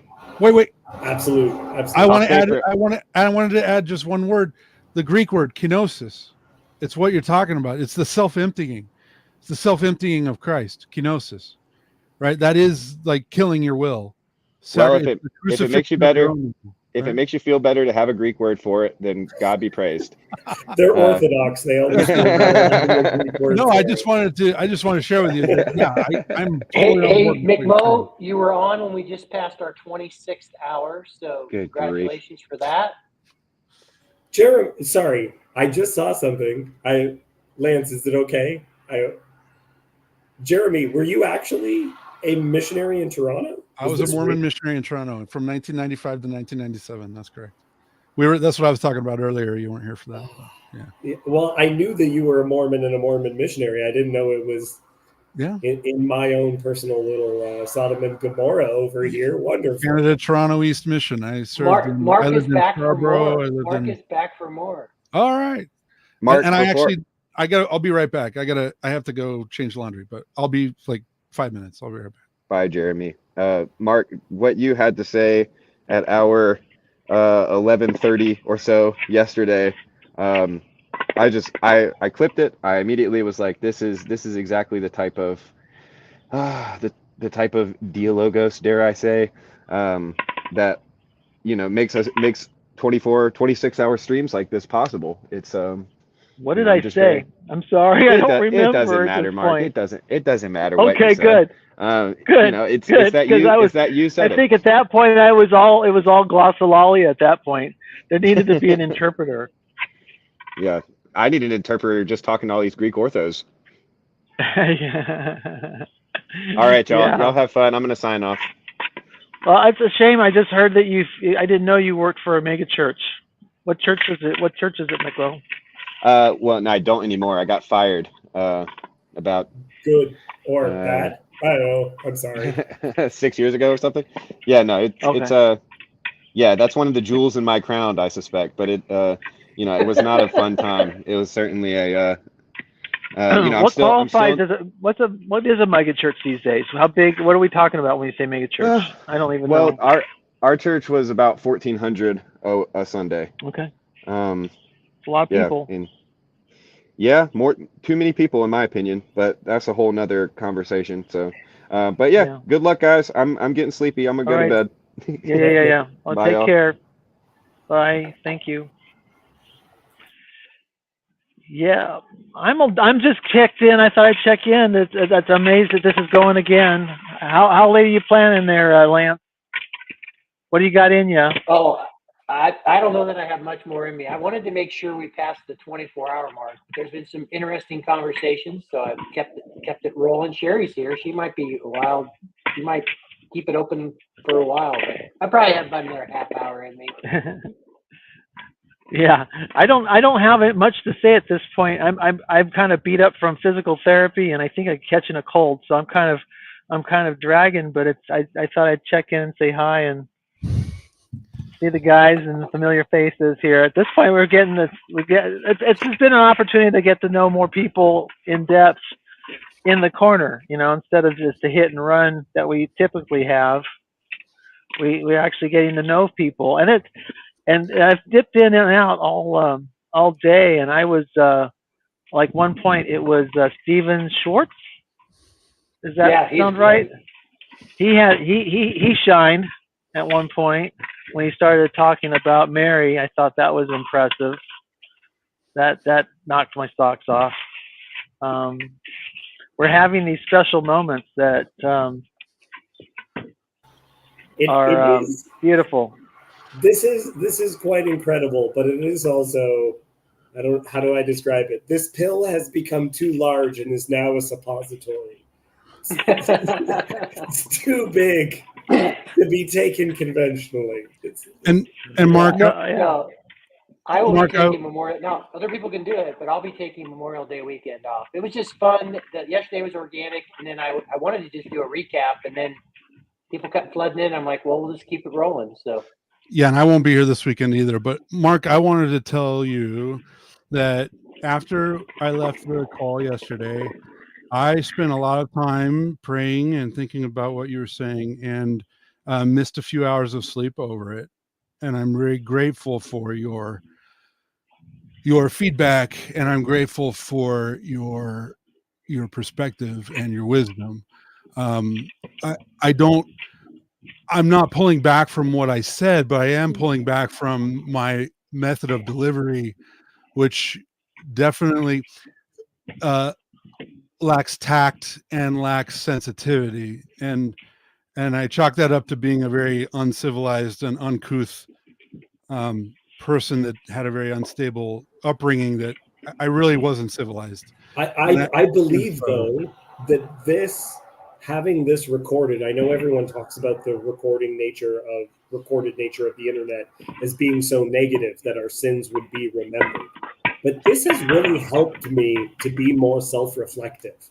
I do the Bible study on Jacob's channel, and I watch every single episode and ask myself if I'm actually listening, how am I doing? And I feel like this could be a kind of a tool for self-reflection, where we may not have it if this was instead a community center where we were meeting, or a bar, if I might be so bold, Lance. I was in England, and in England, they actually use their bars as public houses. So we went, and there was, on a Sunday, we arrived, and there was a family who showed up with board games and the card games, and like a whole family. And they sat for an hour before they even ordered. And when they ordered, they got like family roast, like it's a big thing in the UK. Right. And so that I saw that as so beautiful, that you actually had these public houses, hubs. But the other part of it is that how good would it be for us if some of our worst arguments were recorded, not to rub it in anyone's faces, but for us to see ourselves more clearly. Well, I appreciate the generous statement, Jeremy. I don't want to let that pass without acknowledging your kindness, and I'm sorry you lost sleep over it. I'm pretty thick blaming skinned. you for that. It was self-reflection. It was am I speaking in the spirit that I want to be speaking? And it's easy for me. Like, I'm a passionate and a loud person, and I always have been. And I've also known that people either fall in the category of loving me or really being annoyed by me, and it doesn't take long for that sorting filter to turn on. And so but I don't necessarily want to be that way for the rest of my life. And your feedback definitely served as a good feedback to me on how I can be a better member of this community. I don't need to sacrifice my experience or my point of view, but I can definitely be more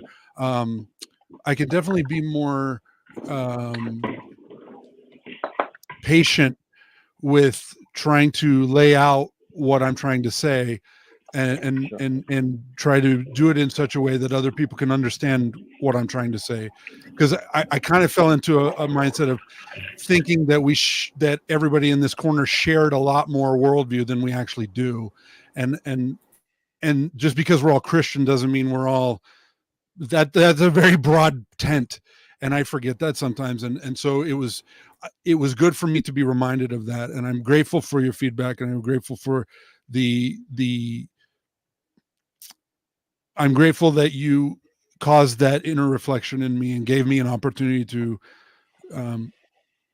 reevaluate how I'm approaching joining and being a part of this community. So thank you. And I'm grateful. Which isn't just Christian as well.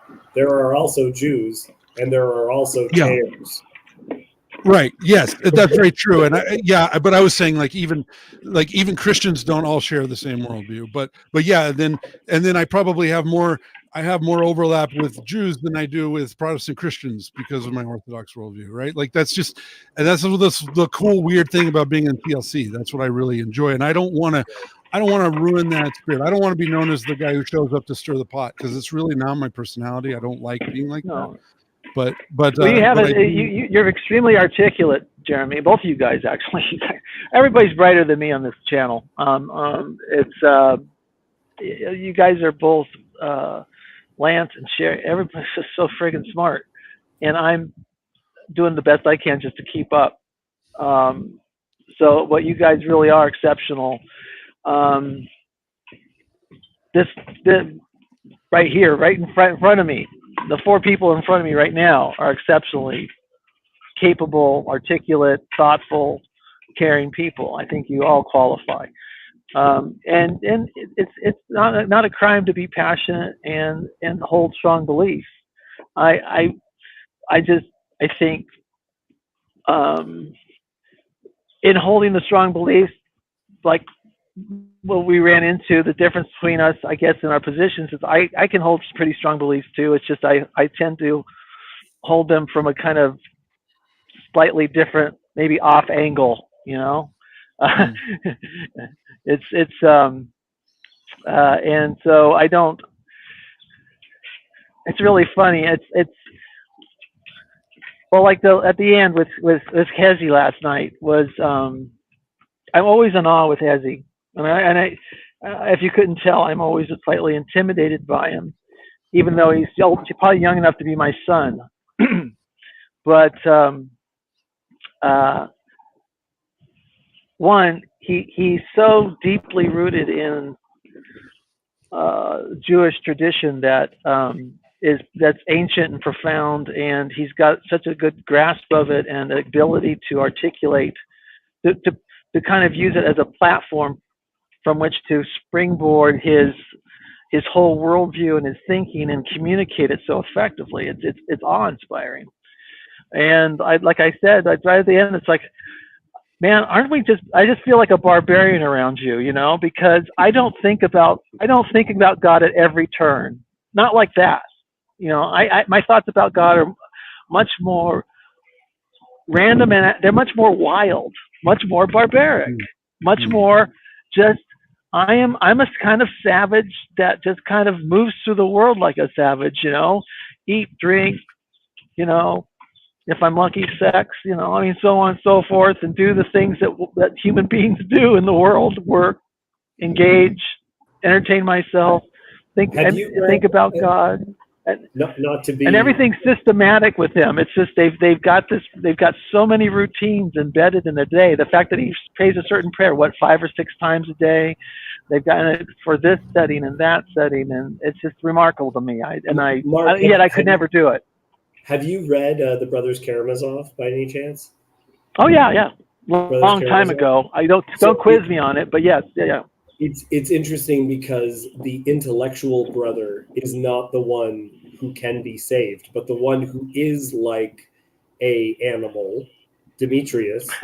he is a man who's so inspired by his gut and just seeking after these things, and that passion which he leads his life utterly destroys him, but also is what leads him to repentance and regeneration.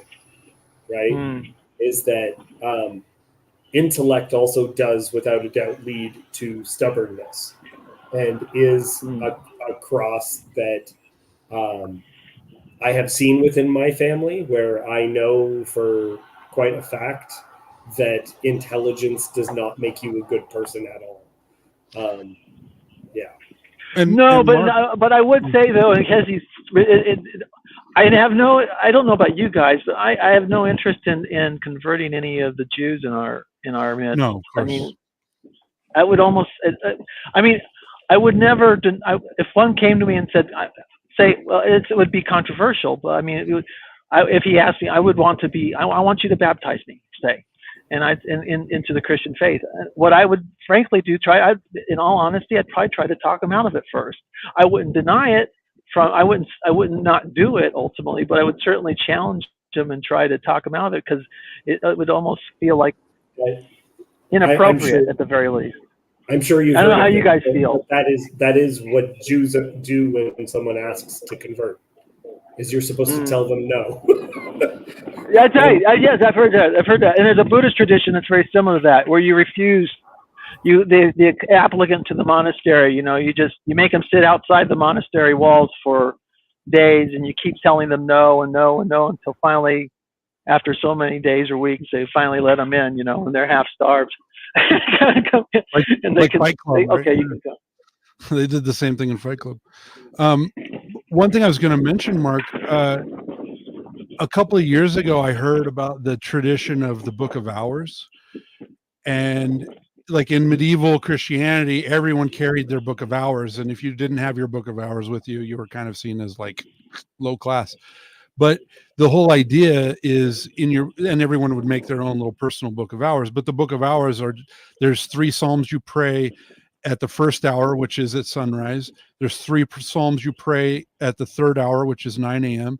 3 Psalms you pray at noon, which is the 6th hour. And then there's 3 Psalms you pray at the 9th hour, which is 3 p.m. And then you have Compline, which is your evening prayers.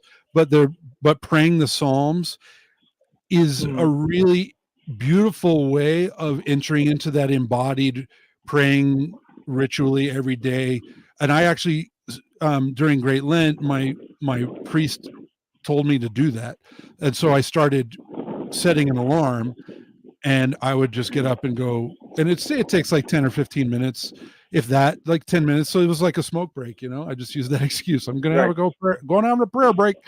And, but entering into that space is another way of like entering into that ritualized, repetitive, but deeply meaningful practice of prayer that's been part of Christianity since the beginning. Yeah. Oh yeah. It's a big. You're right. There's no question that we have that in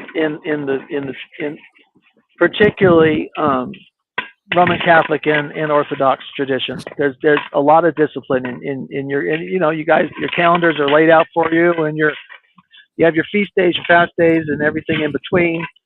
And what are you up? I mean, it's not quite every day as a saint. You have a saint attached to it, but it's over 200, isn't it? Oh no, we have saints every day, and there are multiple saints. Oh, you have a saint for every day. Okay. Oh yeah. Okay. Yeah. Yeah. I've looked at all of it, and I just am where I'm at. I'm afraid I'm a hopeless Protestant, not even Protestant, evangelical, whatever you call it. And I wasn't trying to convert you. I was just trying to say that one thing you could try is picking up the Psalms and trying the Book of Hours. Like if you look up Book of Hours, you can see what the Psalms are that you read during those times, and it's a really great practice, even if it's something you just take up for a week as a that's what I meant to say is I've tried all of that. I've done all of these. I've really tried ritualizing my spiritual practice, and to date, it's yet to work. What generally works best for me is running much more intuitively. Like I'm in the Psalms right now. I have been for several weeks. Funny that you mention it, and am trying to teach myself how to pray by reading the Psalms. And sorry about my dog. She's German Shepherd puppy is a little crazy. She's banging around with her toy. But it's if I ever sit down and say I'm going to follow this routine, this practice, maybe it's the authenticity problem. Maybe it's just my lack of self-discipline. It never works. It always falls flat. Whereas if I just follow where I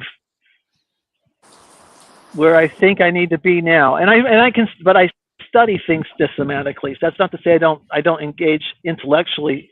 You know, when I take on a book, I take on a book. But but to do something like the whole who's the father who has got his Bible in a year program. It just becomes like torture after a while. I don't know what it is about it. It's like I can't do it. Yeah, my wife did that February, one I'm year, dying. and I couldn't keep up. I was like, this is too much. It's But we stuff do like live- that. we But do I listen appreciate to the the lives of the suggestion. saints every morning, and that's been really meaningful. On our commute to work, there's like a recording of the lives of the saints of that day, and it's Oh, okay. usually about between 15 and 25 minutes, which is my commute time. And so my wife and I, when we were commuting together, we would listen to that. Now we commute separately, but at that time, for a couple of years, we were listening to it every morning, and that was a really meaningful way to kind of start the day as well. It was really nice, and it was just stacking it into our already routine. Right, we already have to drive to work. We might as well listen to something helpful. Yes, that's always helpful. I'm going to switch. Are you guys still going to be around for a few minutes? I'm going to switch to go inside and go to my desktop. If you're going to still be around, is everybody going to be around for a little longer? I'll be around for at least 10, so hopefully we see you. Okay, I'll see you guys in about 5 minutes. Great. Chad, you're the other person I want to apologize to. Oh, you don't have to apologize to me. You didn't do anything I know wrong. I don't have to. I'd like to, though. I just want to say, I think you and I have a lot of similarity in our background, and I love that you do tile for a living, and I wish I could do a physical job, because I took a desk job because I didn't want to have a physical job that would destroy my body, and so now I have a desk job that destroyed my body. So but I love doing stuff with my hands. I love building stuff, and I really miss it. But I just wanted to tell you that I don't mean to be the ortho bro, and I don't ever mean to be that way. I'm coming just because I was excited to find Christ again. And I was excited to be able to find him in an embodied way that's transformed my life and my family.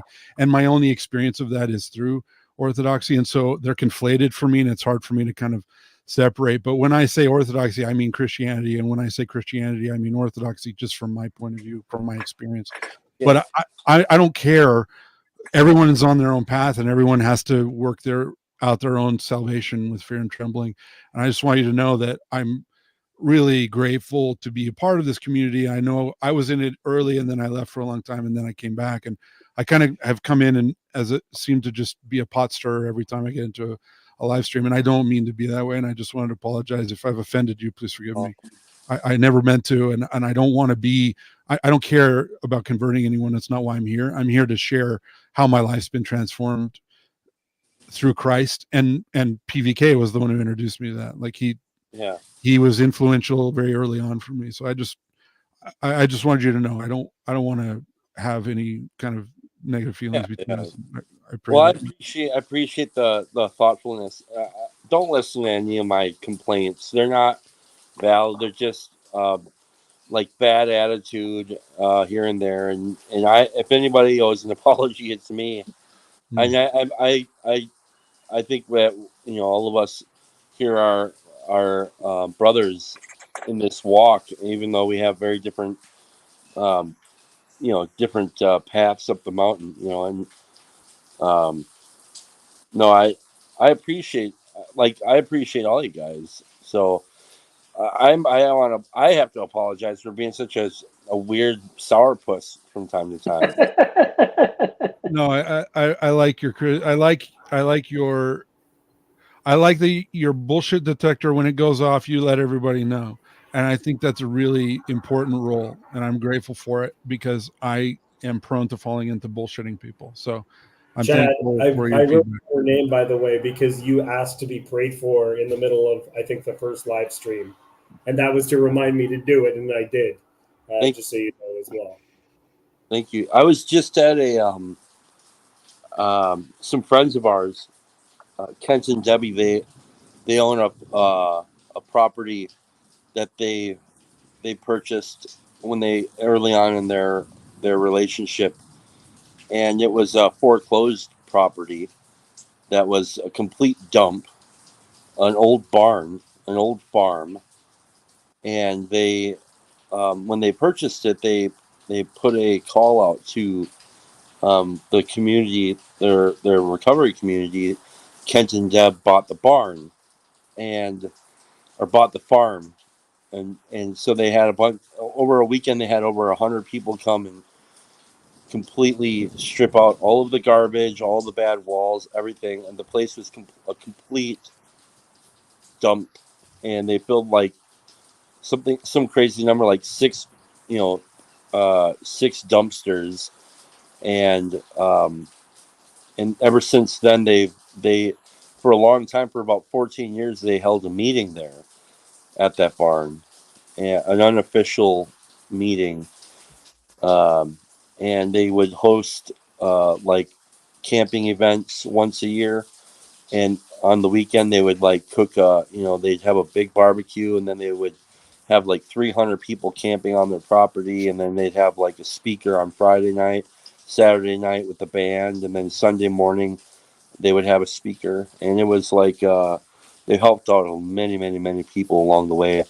And that's the first place where I ran into my wife in AA. That's where I met her in AA. I met her at the restaurant first years before, but when she came to AA, that's where I first learned of her being in recovery.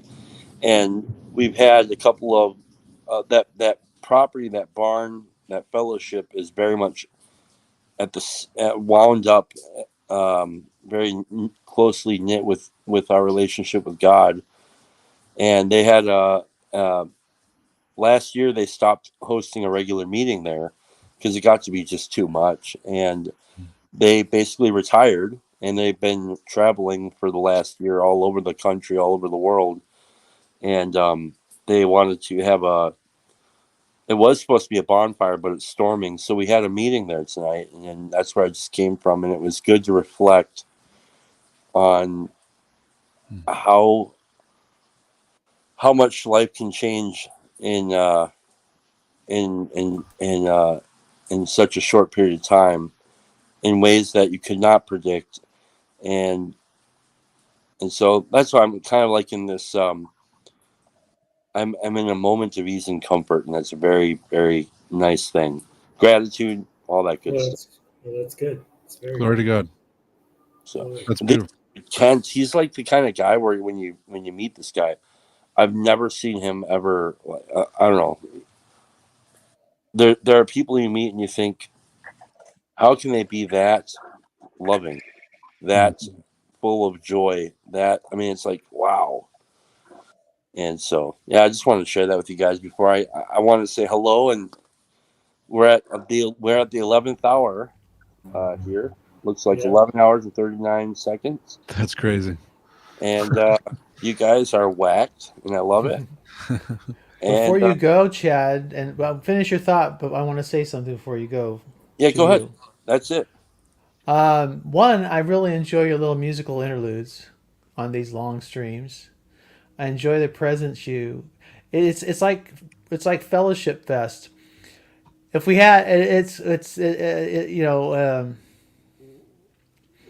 but I don't think. I think there's something about the work you've been doing. I know you kind of went through a little discouragement phase recently, but it seems like this is the fruit of your labor, because you more than anybody else, you've worked hard at this, in addition to working physically hard in your daily career.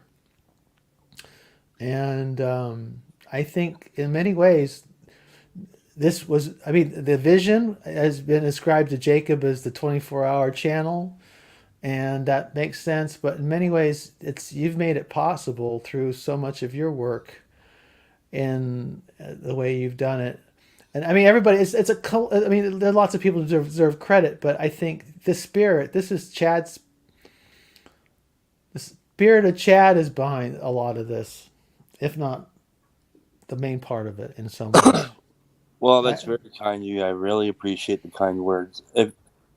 What I do want to say is, we need to find a way to rally around Grizz and do our best to figure out how we can encourage him to tap into something greater. And I love Grizz, and I don't know why. And I'm telling you, if that guy stops doing this, this is going to be a very different place. Mm-hmm. And so whatever we can do I'm trying my best to do what I can do to help. But so whatever you guys can do to encourage him to keep trying to fight the good fight, that would be very appreciated. Keep him in your prayers, please. Please, I mean that very deeply. So, love you guys. Love you Good too. night. Thanks, Chad. Words. Good night.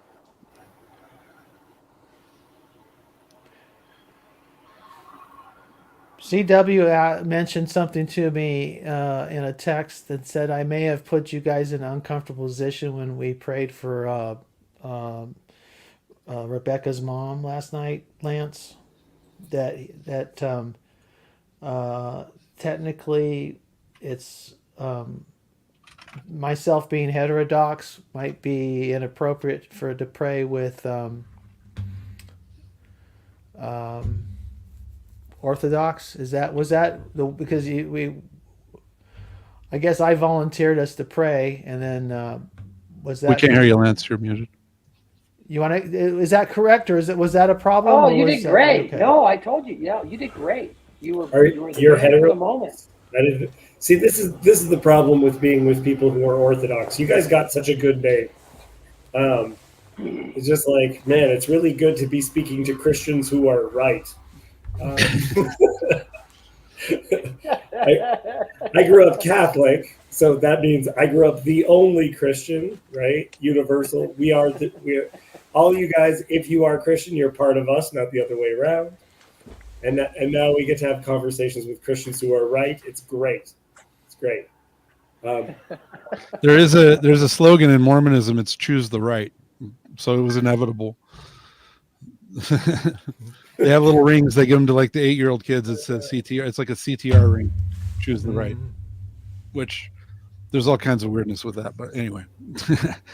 Mark, seriously, are you heterodox? What do you mean by that? I'm not Orthodox. I'm not officially Orthodox, and I'm probably I am.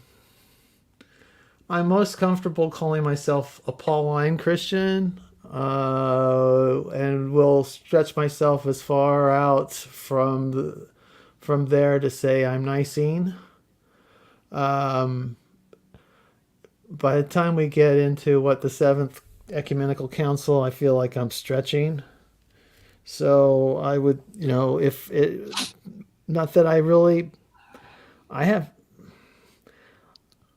Like I said, I tend to hold I am in every way a very conventional Christian, except how I got through the door,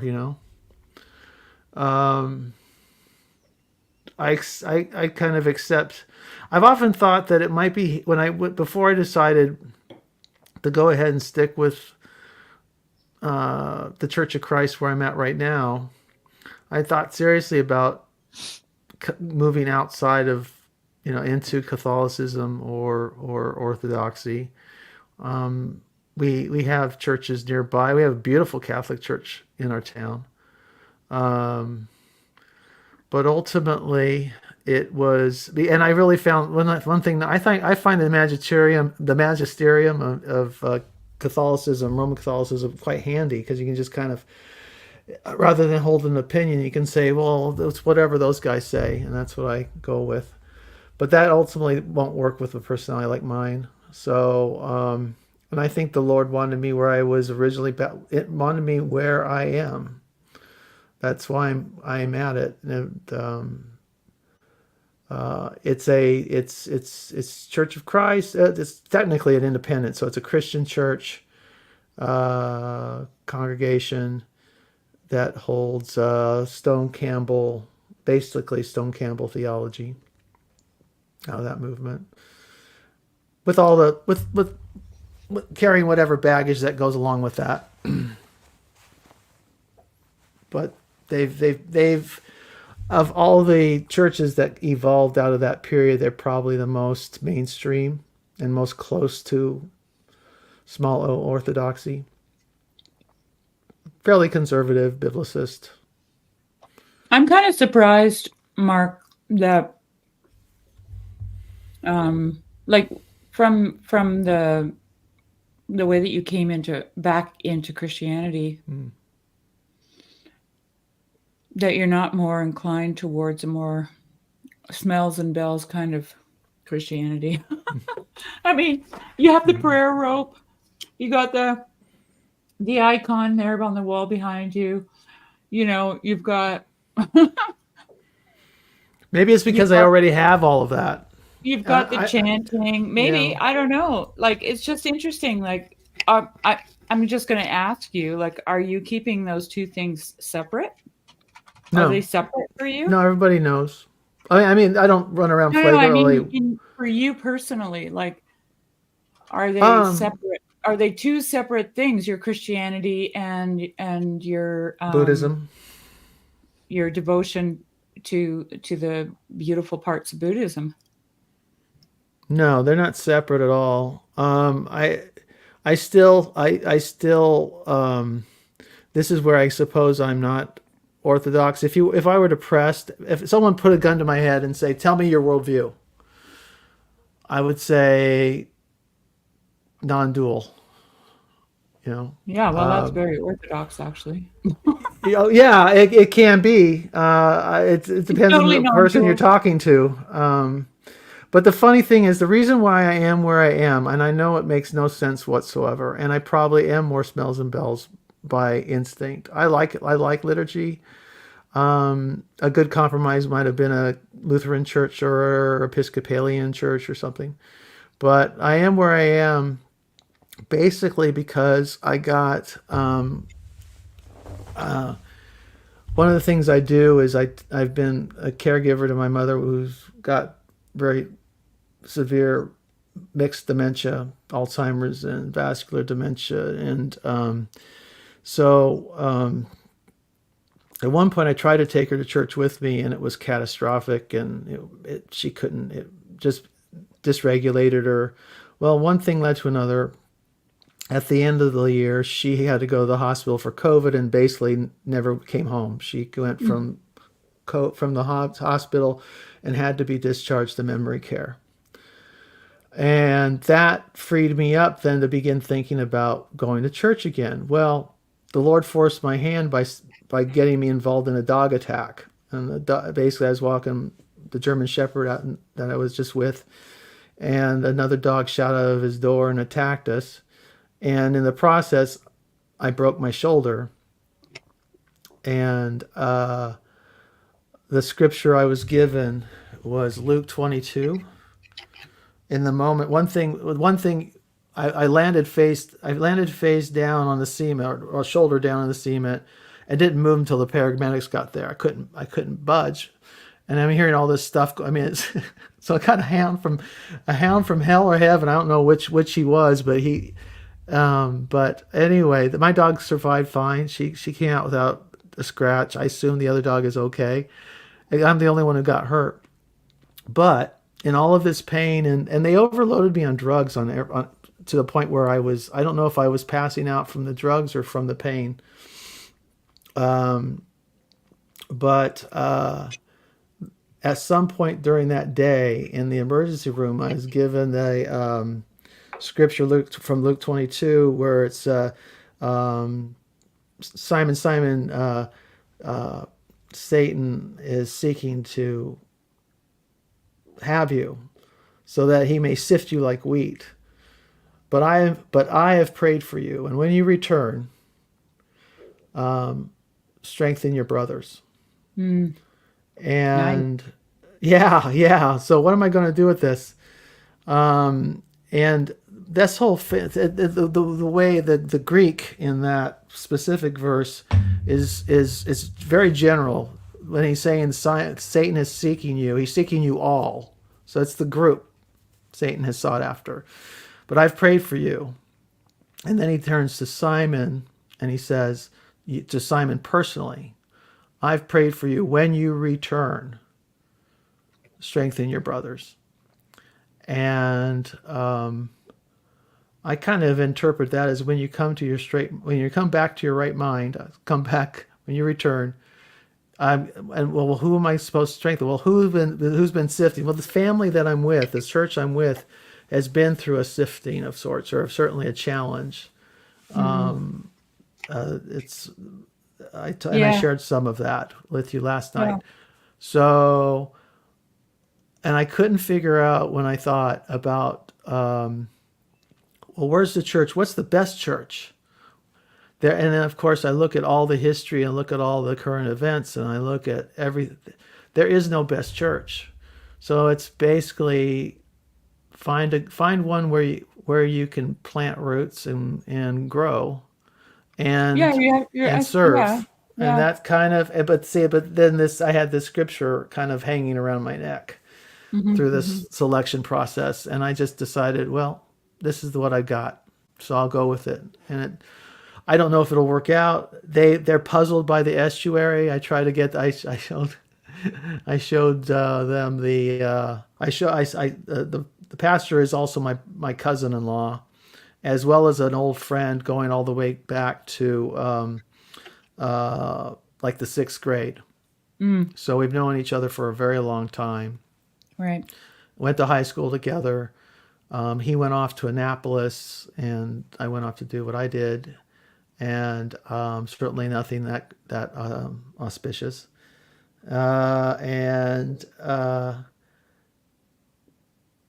So he's had this. He in many ways is a perfect candidate for kind of pastor in many ways, but he has no official training. But he was put in this position, basically was going to be mentored by my uncle, who is his father-in-law. But my uncle died 2 years ago from COVID, and just as before he really had a chance to get trained, the whole thing was just dumped in his lap. And so it's a challenge. So I feel like I'm there to support them.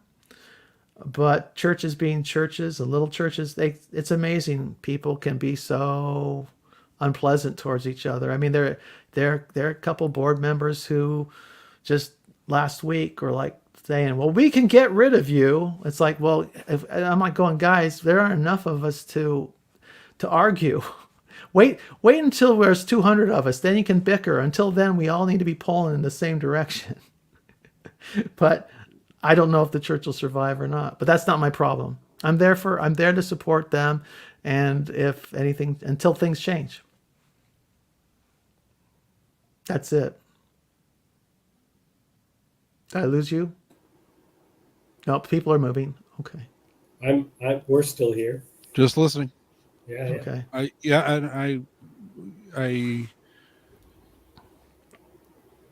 I totally respect that. I don't know. Like I tried going back to the Mormon Church when I started coming back to Christianity, and I couldn't do it. because it was like trying to wear the suit from when I was 18 years old, right? It just doesn't fit anymore. I had moved into a different direction that I couldn't integrate it.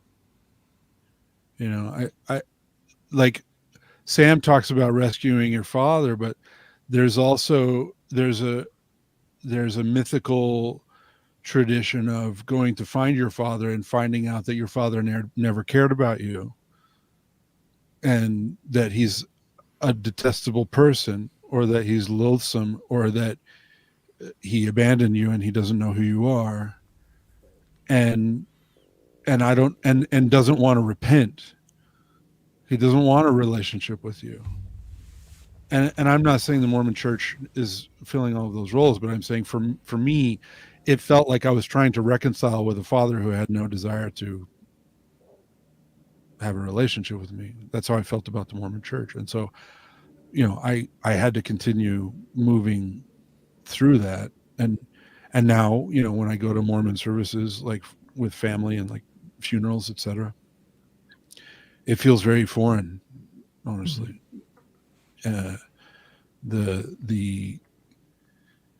I was asked to say the opening prayer at my grandmother's funeral, and I told them I can't pray that way anymore, and the way I pray will just be a distraction to you from this funeral, and I don't want to do that. Please forgive me. I said, but I would love to read a psalm instead. And I didn't pray the psalm. They had someone else say the opening prayer, and then during the service I read Psalm 51, which Mormons generally haven't encountered. And it's a deeply moving psalm about repentance and calling on the mercy of God, and having God will not despise a contrite heart, and that was fine. And they welcomed my contribution, and I felt like I could be a part of it, but I couldn't be a part of it in the same way that I was when I was young, because it wasn't, I could see it for what it was, and I couldn't connect to it anymore because of that. Right. It's interesting because I feel this way having conversations with people within the corner, and I feel this way having conversations with you, Mark, and these conversations about orthodoxy and my own feelings about orthodoxy. It makes me, I am not a Calvinist, okay? I need to say that. But it feels like we can't choose what we are compelled by. We feel God beckoning us, and we're kind of going in these directions, and we hear what compels other people, and we go, yeah, but do you find this compelling? And we mention the things that we ourselves, the beauty that has drawn us. But it's like there's no argument, it feels. Right. It's like I don't know what to say. And I mean, for some things, God, please make me humble. Please make me humble. And then I have the conversations that I try to review in my heart. Okay, am I not opening myself up to something? Am I not seeing this in its full light? And that's the best I can do, in Acts, where Philip is just seemingly transported to minister to the Ethiopian. He serves the Ethiopian, and then it's God's using him like a puppet in ministry, and that's how it feels like sometimes. It's just like and that's where I'm really happy if I can when I can have that. That's where I really feel blessed, and when I don't have it, I just pray for endurance because I know I'm going to make messes. And I do. I mean, it's not like it's not. I don't have that sense. Like I really feel very sound in the choice I made regarding the church I'm in right now. And if all that were to end, I wouldn't know. I have no idea what would happen after. I mean, I have no plan B, zero. But then on the other hand, there are times like I jump in on a stream and I go, oh, that was a mistake, because I feel like, oh, I'm going to make a mess, you know. But sometimes it's like, oh, it's really interesting, you know. Or I will. Have you ever? I think it was yesterday. Sherry missed, and she doesn't. She has experience being homeless and with homeless people, and doesn't generally give money to homeless people. And there have been times when I'm more reckless. I'll just, you know, again, just go by my intuition. And there have been times when I know that was probably a big mistake. But it's like, and then you kind of say, Lord, forgive me, and go on.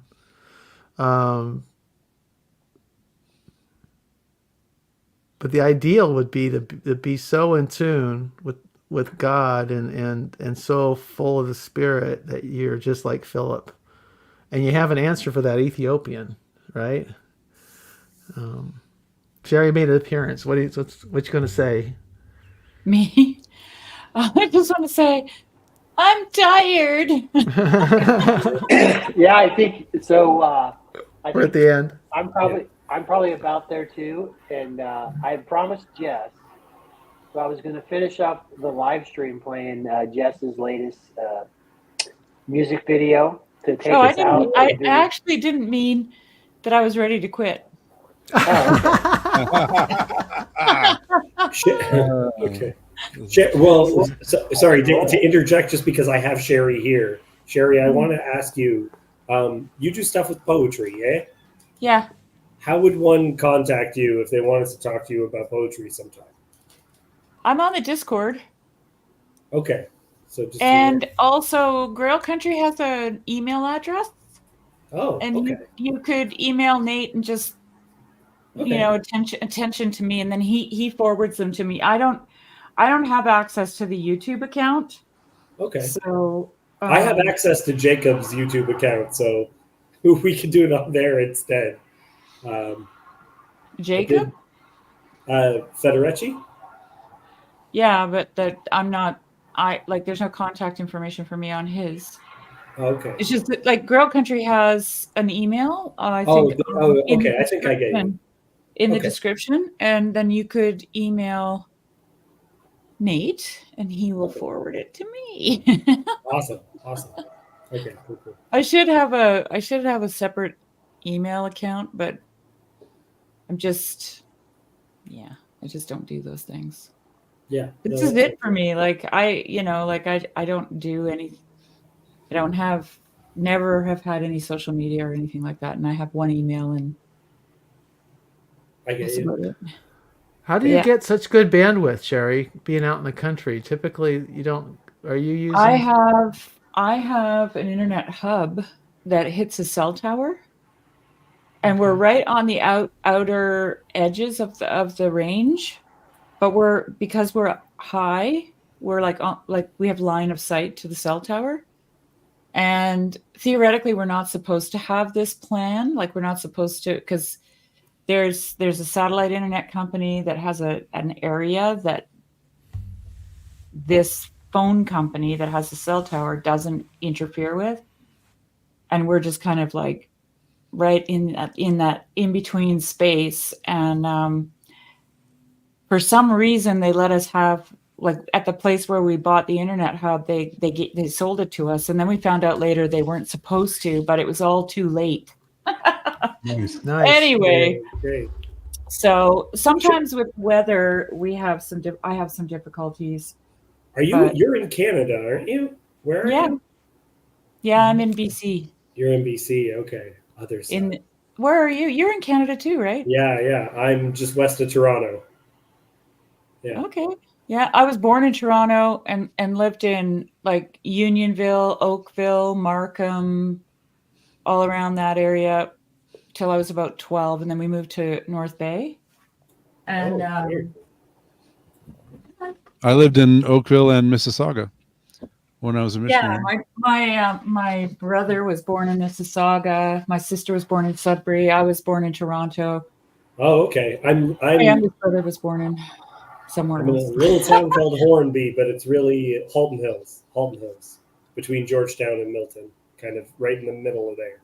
I went to school. I went to public school from grade 1 to grade 4. That was the longest I was ever in one school. In Palermo. You know where Palermo is? Yeah, Palermo yeah. used to be a place. Like it used to be, it was a tiny little farming community. And I can remember, like I was there in, 68, 69, kind of thing. Way back there. My teacher, I remember my first grade teacher, and she had the poofy, like, hairdo, black hair, and it was short. She looked like what was that woman's name? Anyway. And and the kids used to boast about how many acres their dads owned. Like, Yeah, all those farming places community, have right? all been, they've all been swallowed now. So it's like, Yeah, and we lived on this. Oh man, this is where my imagination went absolutely wild. And I was a wild child. Like, my mother had postpartum depression for those years, and it was just really weird. Like, I can remember being like knocking on the window in the house at the big picture window, and my mother's on the couch and she wouldn't let me in, kind of thing. Goodness. And so I was just outside. We rented and it was a 55-acre property, but get this.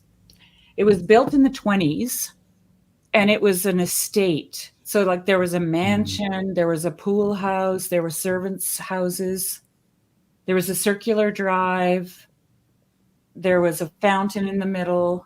There were huge willow trees that grew all around the circular drive. It was all landscaped with flowers everywhere.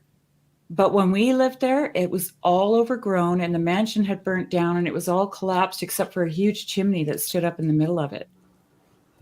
And so it was like living in Narnia. I was just going to say Narnia. I was going to be like, if going there through isn't the a gateway wardrobe. to Narnia in there. Like I used to hang out in these giant, then the willows by then were huge, right? And the branches had grown into the ground because nobody looked after the place. The pool was filled with frogs and all kinds of things, and the pool house was my laboratory. Like I had everything in there. I had spiders in jars and frogs, and I had a rabbit in there. I just, and one of the servants' quarters was my dad converted it into a barn. So it was actually a house. Like we'd bring the horses in through the front door, park them in the living room kind of thing. And then our house, the one we lived in, was also a servant's quarters way back in the day. And it was insulated with straw and newspaper. Wow. And it burnt down one day. My mother was baking something in the oven, and she left the house. She just went outside to get me. And I think it was the birthday party. It might have even been my birthday party. And we were driving back the car past the house to go out the driveway because it was like a mile to the highway. And we saw these flames shooting out the front door. And my dad was on the roof fixing it. It's like up there hammering. And so we lost everything, like everything. And then but after the fire, like the community got together and, helped us out. And there was another house on that property. And after we got recovered from that, we moved into this other house on that same property. So we ended up on that property for like 4 years.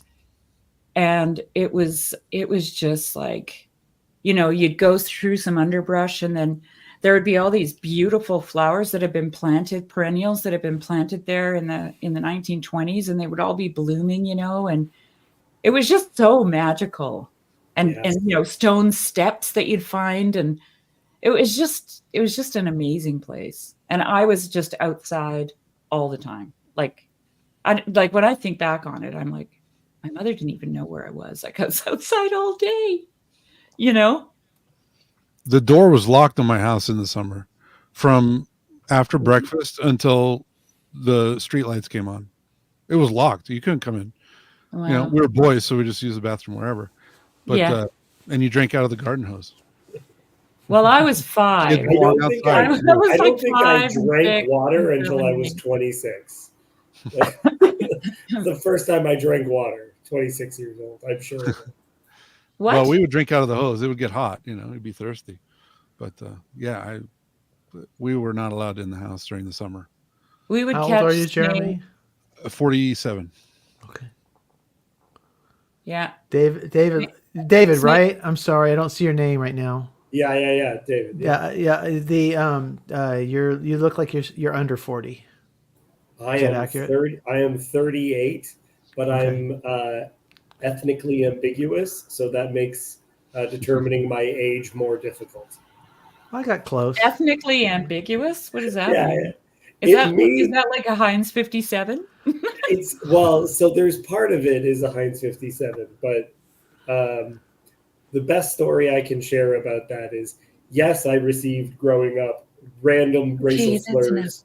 Like white people would use racial slurs at me, at whatever they thought I was, sometimes very wrong. But this one time I'm in an ethnic grocery store, and this Indian woman starts speaking to me in Punjabi. She's asking me a question because I'm in this grocery store, but it just happens to be like an ethnic grocery store. And I look at her and I just go, "What?" And she just goes, "Punjabi?" And I just go, "No." And she went, "Ah." And I remembered the face that she made, because what it clearly communicated to me was, how dare you have that face but not speak my language? You, sir, either learn the language or get another face. So yeah, I wouldn't have put it that now that you said it, now I can't unsee it. So what is your ethnicity, David? So my mom is Irish, Scottish, German, British. She's Canadian, right? Yeah. And my dad is Maltese. Okay. Mediterranean. Cool. That's what I was thinking at first. Yeah, so he was born in Malta, but because of that, I have my mom's nose. If I had my dad's nose, it'd be one of these guys, and I could be hired at Pearson Airport sniffing luggage. But I don't. I have my mom's nose, but that just makes me even more racially confusing. So depending on how much facial hair I have, people speak to me in different languages. You know, when I was at different times, and people would associate me with all kinds. Busatil is Maltese. How did you do that? You actually pronounced it correctly. Because I speak German. Oh, okay. All right. Yeah. My dad was born there. He came over when he was about 12 or 13. Yeah, interesting. Yeah. So, but also as a result, because of the way I look, I don't know if you can tell how dark I am. I think the lighting might be throwing it off. I'm darker than khaki. I'll just say that. And when I was in Toronto, when I was in university, I grew my hair like down to my shoulders. And people, more than once, someone walked up to me and asked me if I played Jesus in their Easter play. They're like, and I was, which was funny because they didn't even know that I was a Christian. And I was just like, I don't know your Well, church. at least you were trying to be authentic. Yeah. Finally. Has anybody seen The Chosen here? That series? I've seen little bits and pieces of it. Jeremy, I'm sure, has very strong feelings about this. I'm being quiet. I'm being respectfully quiet. Jeremy, I don't have to like it. No, one scene. This is what turned me off. The one scene where it shows Christ like rehearsing the Sermon on the Mount before he goes out on stage to deliver the Sermon on the Mount. I was like, I can't. I'm sorry. You can't do that. Isn't Angel Studios Mormon?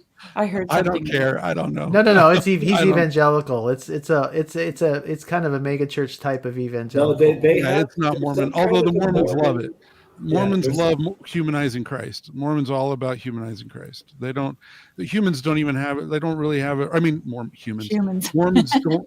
Mormons don't really have a transcendent God. They have an immanent God. You know, who's in creation and was created. Like they believe God was once a man, and was created and became God over time, right? So they think that God is like an office in the priesthood, and that it's a repeating pattern, basically. Like it's like eternal regression, or they would call it eternal progression. So, but anyway, so yeah, they really like humanizing Christ, and so they're all about that series. But I find it really problematic. The only reason I brought it up was the one thing that there are these moments, they are these interludes that just knock you out of the narrative, because they're kind of like contemporary interjections into, like for example, they're promoting, and maybe it is the Sermon on the Mount they're trying to promote. They're trying to get the crowd, and they made little handbills, and they're out there passing out flyers to promote the sermon, which is in what is basically an illiterate culture. It's a hysterical series scenes. Yeah. It's in the show. It's probably the worst written of all the episodes. It is particularly bad, but there's little things like that. But the one thing I thought that the one mistake they made is I never understood why they didn't go with would have been Aramaic or Jewish name of Jesus. Why do they call him Jesus? But Jesus, that's Greek. Yeah. Yeshua. If you're going to give people, if they're going to be speaking English, he should be Joshua. Yeah, it should and pronounced. I would have at least. I know you're gonna do the dialogue mostly in English. I get all that. Yeah. But but for movie purposes, why wouldn't you do the name correctly? Yeah. Because that alone would make it so much more Yeah. easier to buy. Well, and honestly, I want something that calls him Joshua. I know that everyone's crazy about the Yeshua thing, running into. You think a good compromise would be Joshua for English ears, American ears? I think so one of the problems that I have with the use of the name Jesus, this is just like, it's not a problem I have. I have no issue using the name. It's that one of the points of the name is that it's a name. It's a common name, right? Like that to me is like, that is the incarnation, not this man that's floating that far off the ground. That Jeremy, I completely understand what you're saying, especially coming from a Mormon context. But you know, there's a lot of biblical traditions that make Jesus non-human, that it's not a full incarnation. And to me, part of the incarnation is that, guys, our God was a construction worker named Josh, right? like that to me, it's just like, that is very humanizing. The name in and of itself humanizes him, I think. And ties it to the book of Joshua, right? Yes, and connects it with Joshua. I had a long conversation with somebody once about calling Jesus Jesus. She was Swedish, actually not a Christian, not raised in a Christian family or anything. She converted to Orthodoxy after Buddhism for some time, and it was just interesting. We both felt like, whenever I'm talking about the gospel, something that Jesus said in the Gospels, I say Jesus. But whenever I'm talking about Jesus in a more transcendent way, or I use the word Christ, and it's actually not something that I'm really like making an effort to do. It just kind of happens that way. I'm not comfortable with the familiar language in certain contexts when I'm talking about Christ. And but if I'm quoting him, then I'm calling him Jesus, right? And the two of us were talking about it. We were just kind of wondering at how we just naturally gravitated to those things. It's just interesting. Yeah. there's some real questions as to how we understand some of that stuff. Because part of how I understand the Trinity for myself, and I'm trying to parse this out, is that I see the Father as God above us, the Son as God equal to or below us, and the Spirit as God within us. And so Christ takes on the position of the lowest. And we were talking before about this, like that God is all in all, like this bringing everything together. And for that, I'm still trying to work this out, because Jacob has this big issue with not that God is three. He's like, sure, God's three, God's five, God's right. In Kabbalah, you have the Sophia-Ros, so you have like all these different, what I guess the Orthodox would call emanations. But he's like, why three canonical? That's the problem I have. And I think that because as human beings, we can experience God in one of three ways. And that's him above us, him like the God who is incarnational at our level, or sometimes even below us. And then there's how that is communicated to us, which is within us.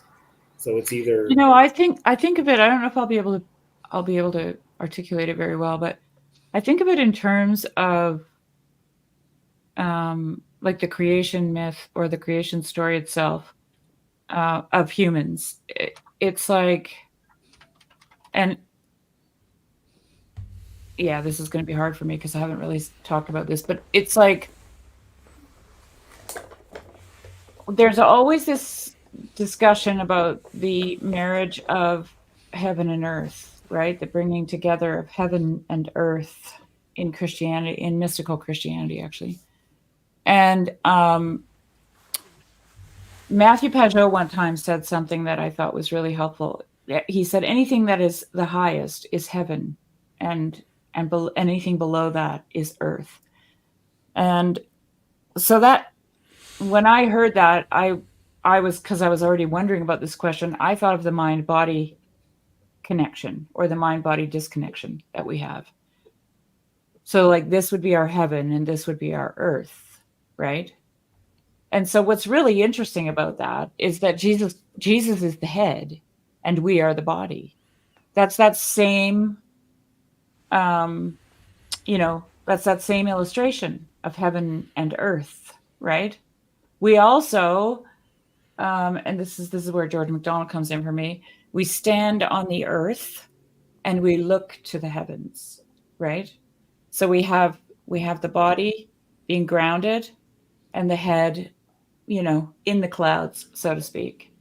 And then in the creative, when we are co-creating, which is any kind of creativity that we exercise, we take from the imagination, which is here, right? And it's infinite, and we bring it into our body and we create. So we take the infinite and we make it finite. So we have all this kind of language of that which is above us being incarnated into our bodies, and then emanating out. And especially if you think about like the basics of creativity, which I think would be what we're doing here, what we've been doing here for how many 27 hours is talking, right? Which is breath. Yeah. And so like in the Garden of Eden, we have God making something from the earth, right? So heaven coming to earth, and then breathing his breath into us. And I see the Trinity as an expression of that continual, theme of heaven and earth and breath. So if I can just connect with that, I think you'll really like the poetry of this. If I want you to think of something, right, I speak to you, I use a word. So the word appears in my mind, then I physically manifest it in my mouth, right? So I have this physical shape that my mouth and my tongue takes, and then my breath pushes out. And you have to imagine, if we were in the same room, my breath literally goes into your ear. So you literally become possessed with my breath, and that's how you in your head then think what I was thinking, right? It's so crazy because speech is essentially telepathy. It's like so nuts, but that idea of three different.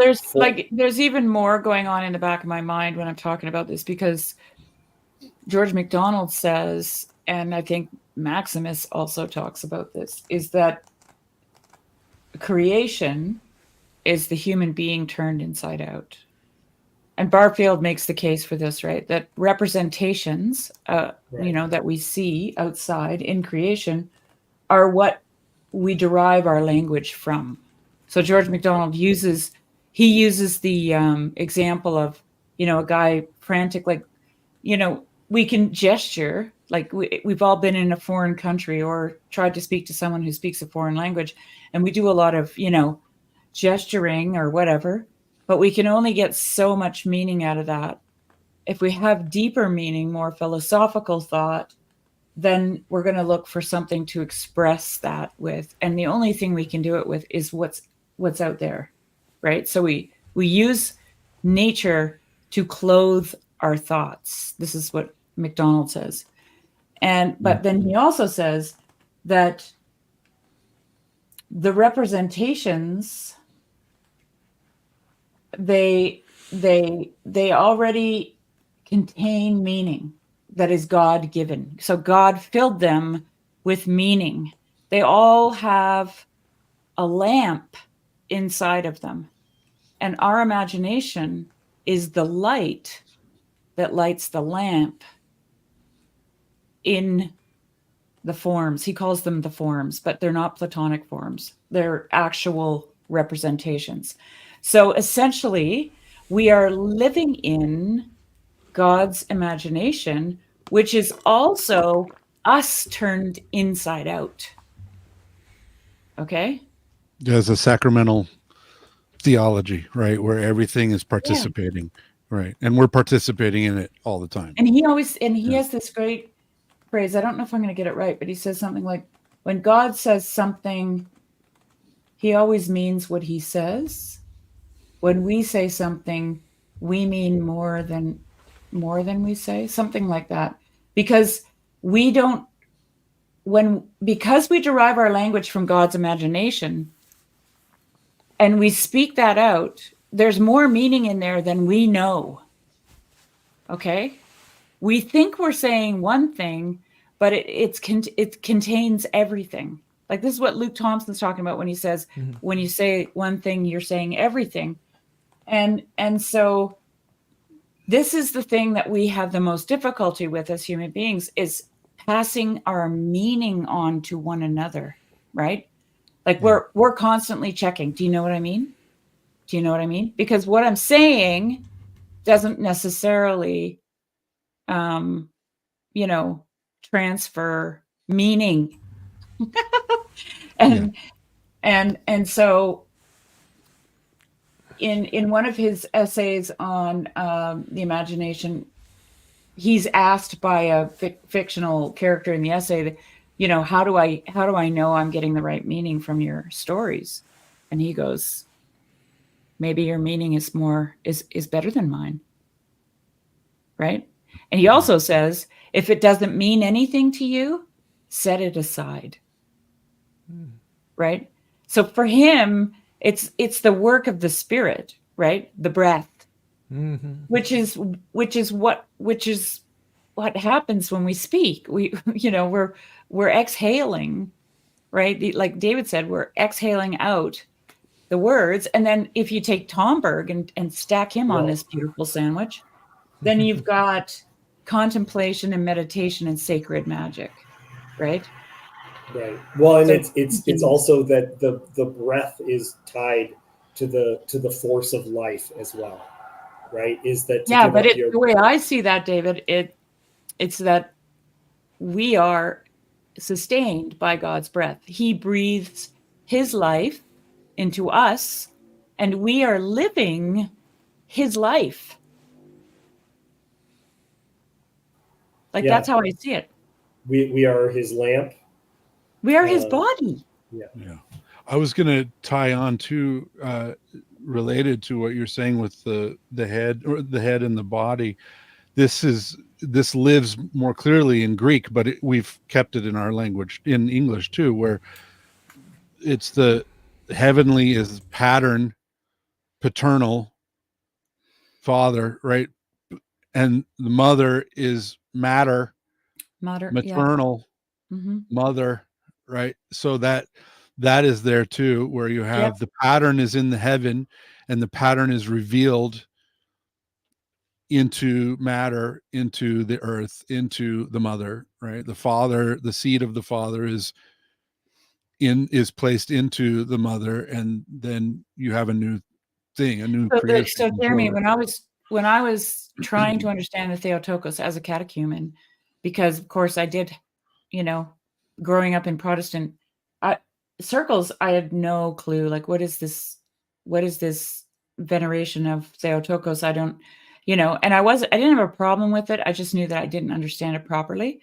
And it was during COVID, and the priest was doing a liturgy on Zoom, but he did it in his office. He said, if nobody can be in the church, then I won't do it at the church. I'll just do it in my office, and we'll do a matins, and that's it.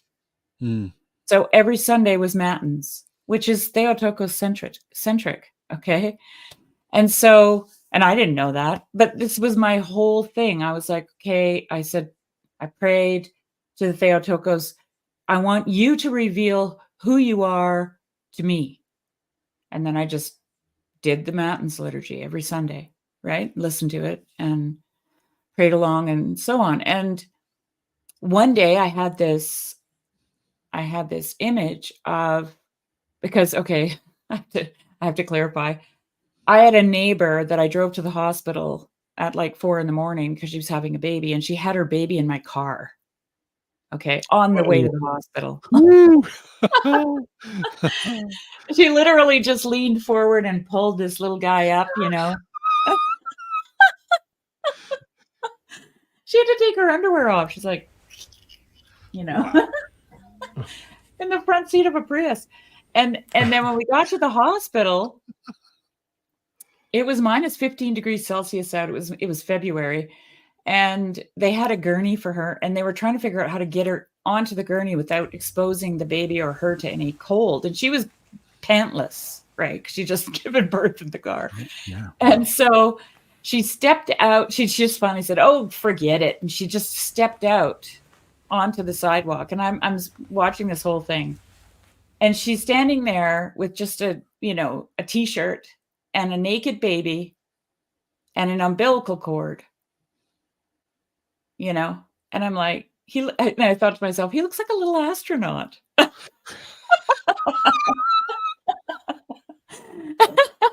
So I'm doing the matins, and I realized, I was like, wait a minute, it is the Theotokos that tethers us to the earth. She is what tethers us. And Christ is tethered to her.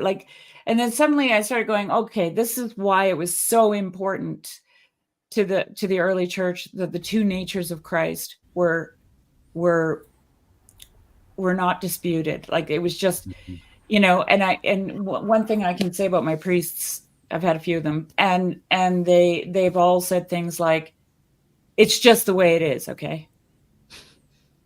It's just the way it is. Like, there's two natures and they're equal, and that's it, and what they're doing is they're handing me this paradox, which is what I've talked about earlier.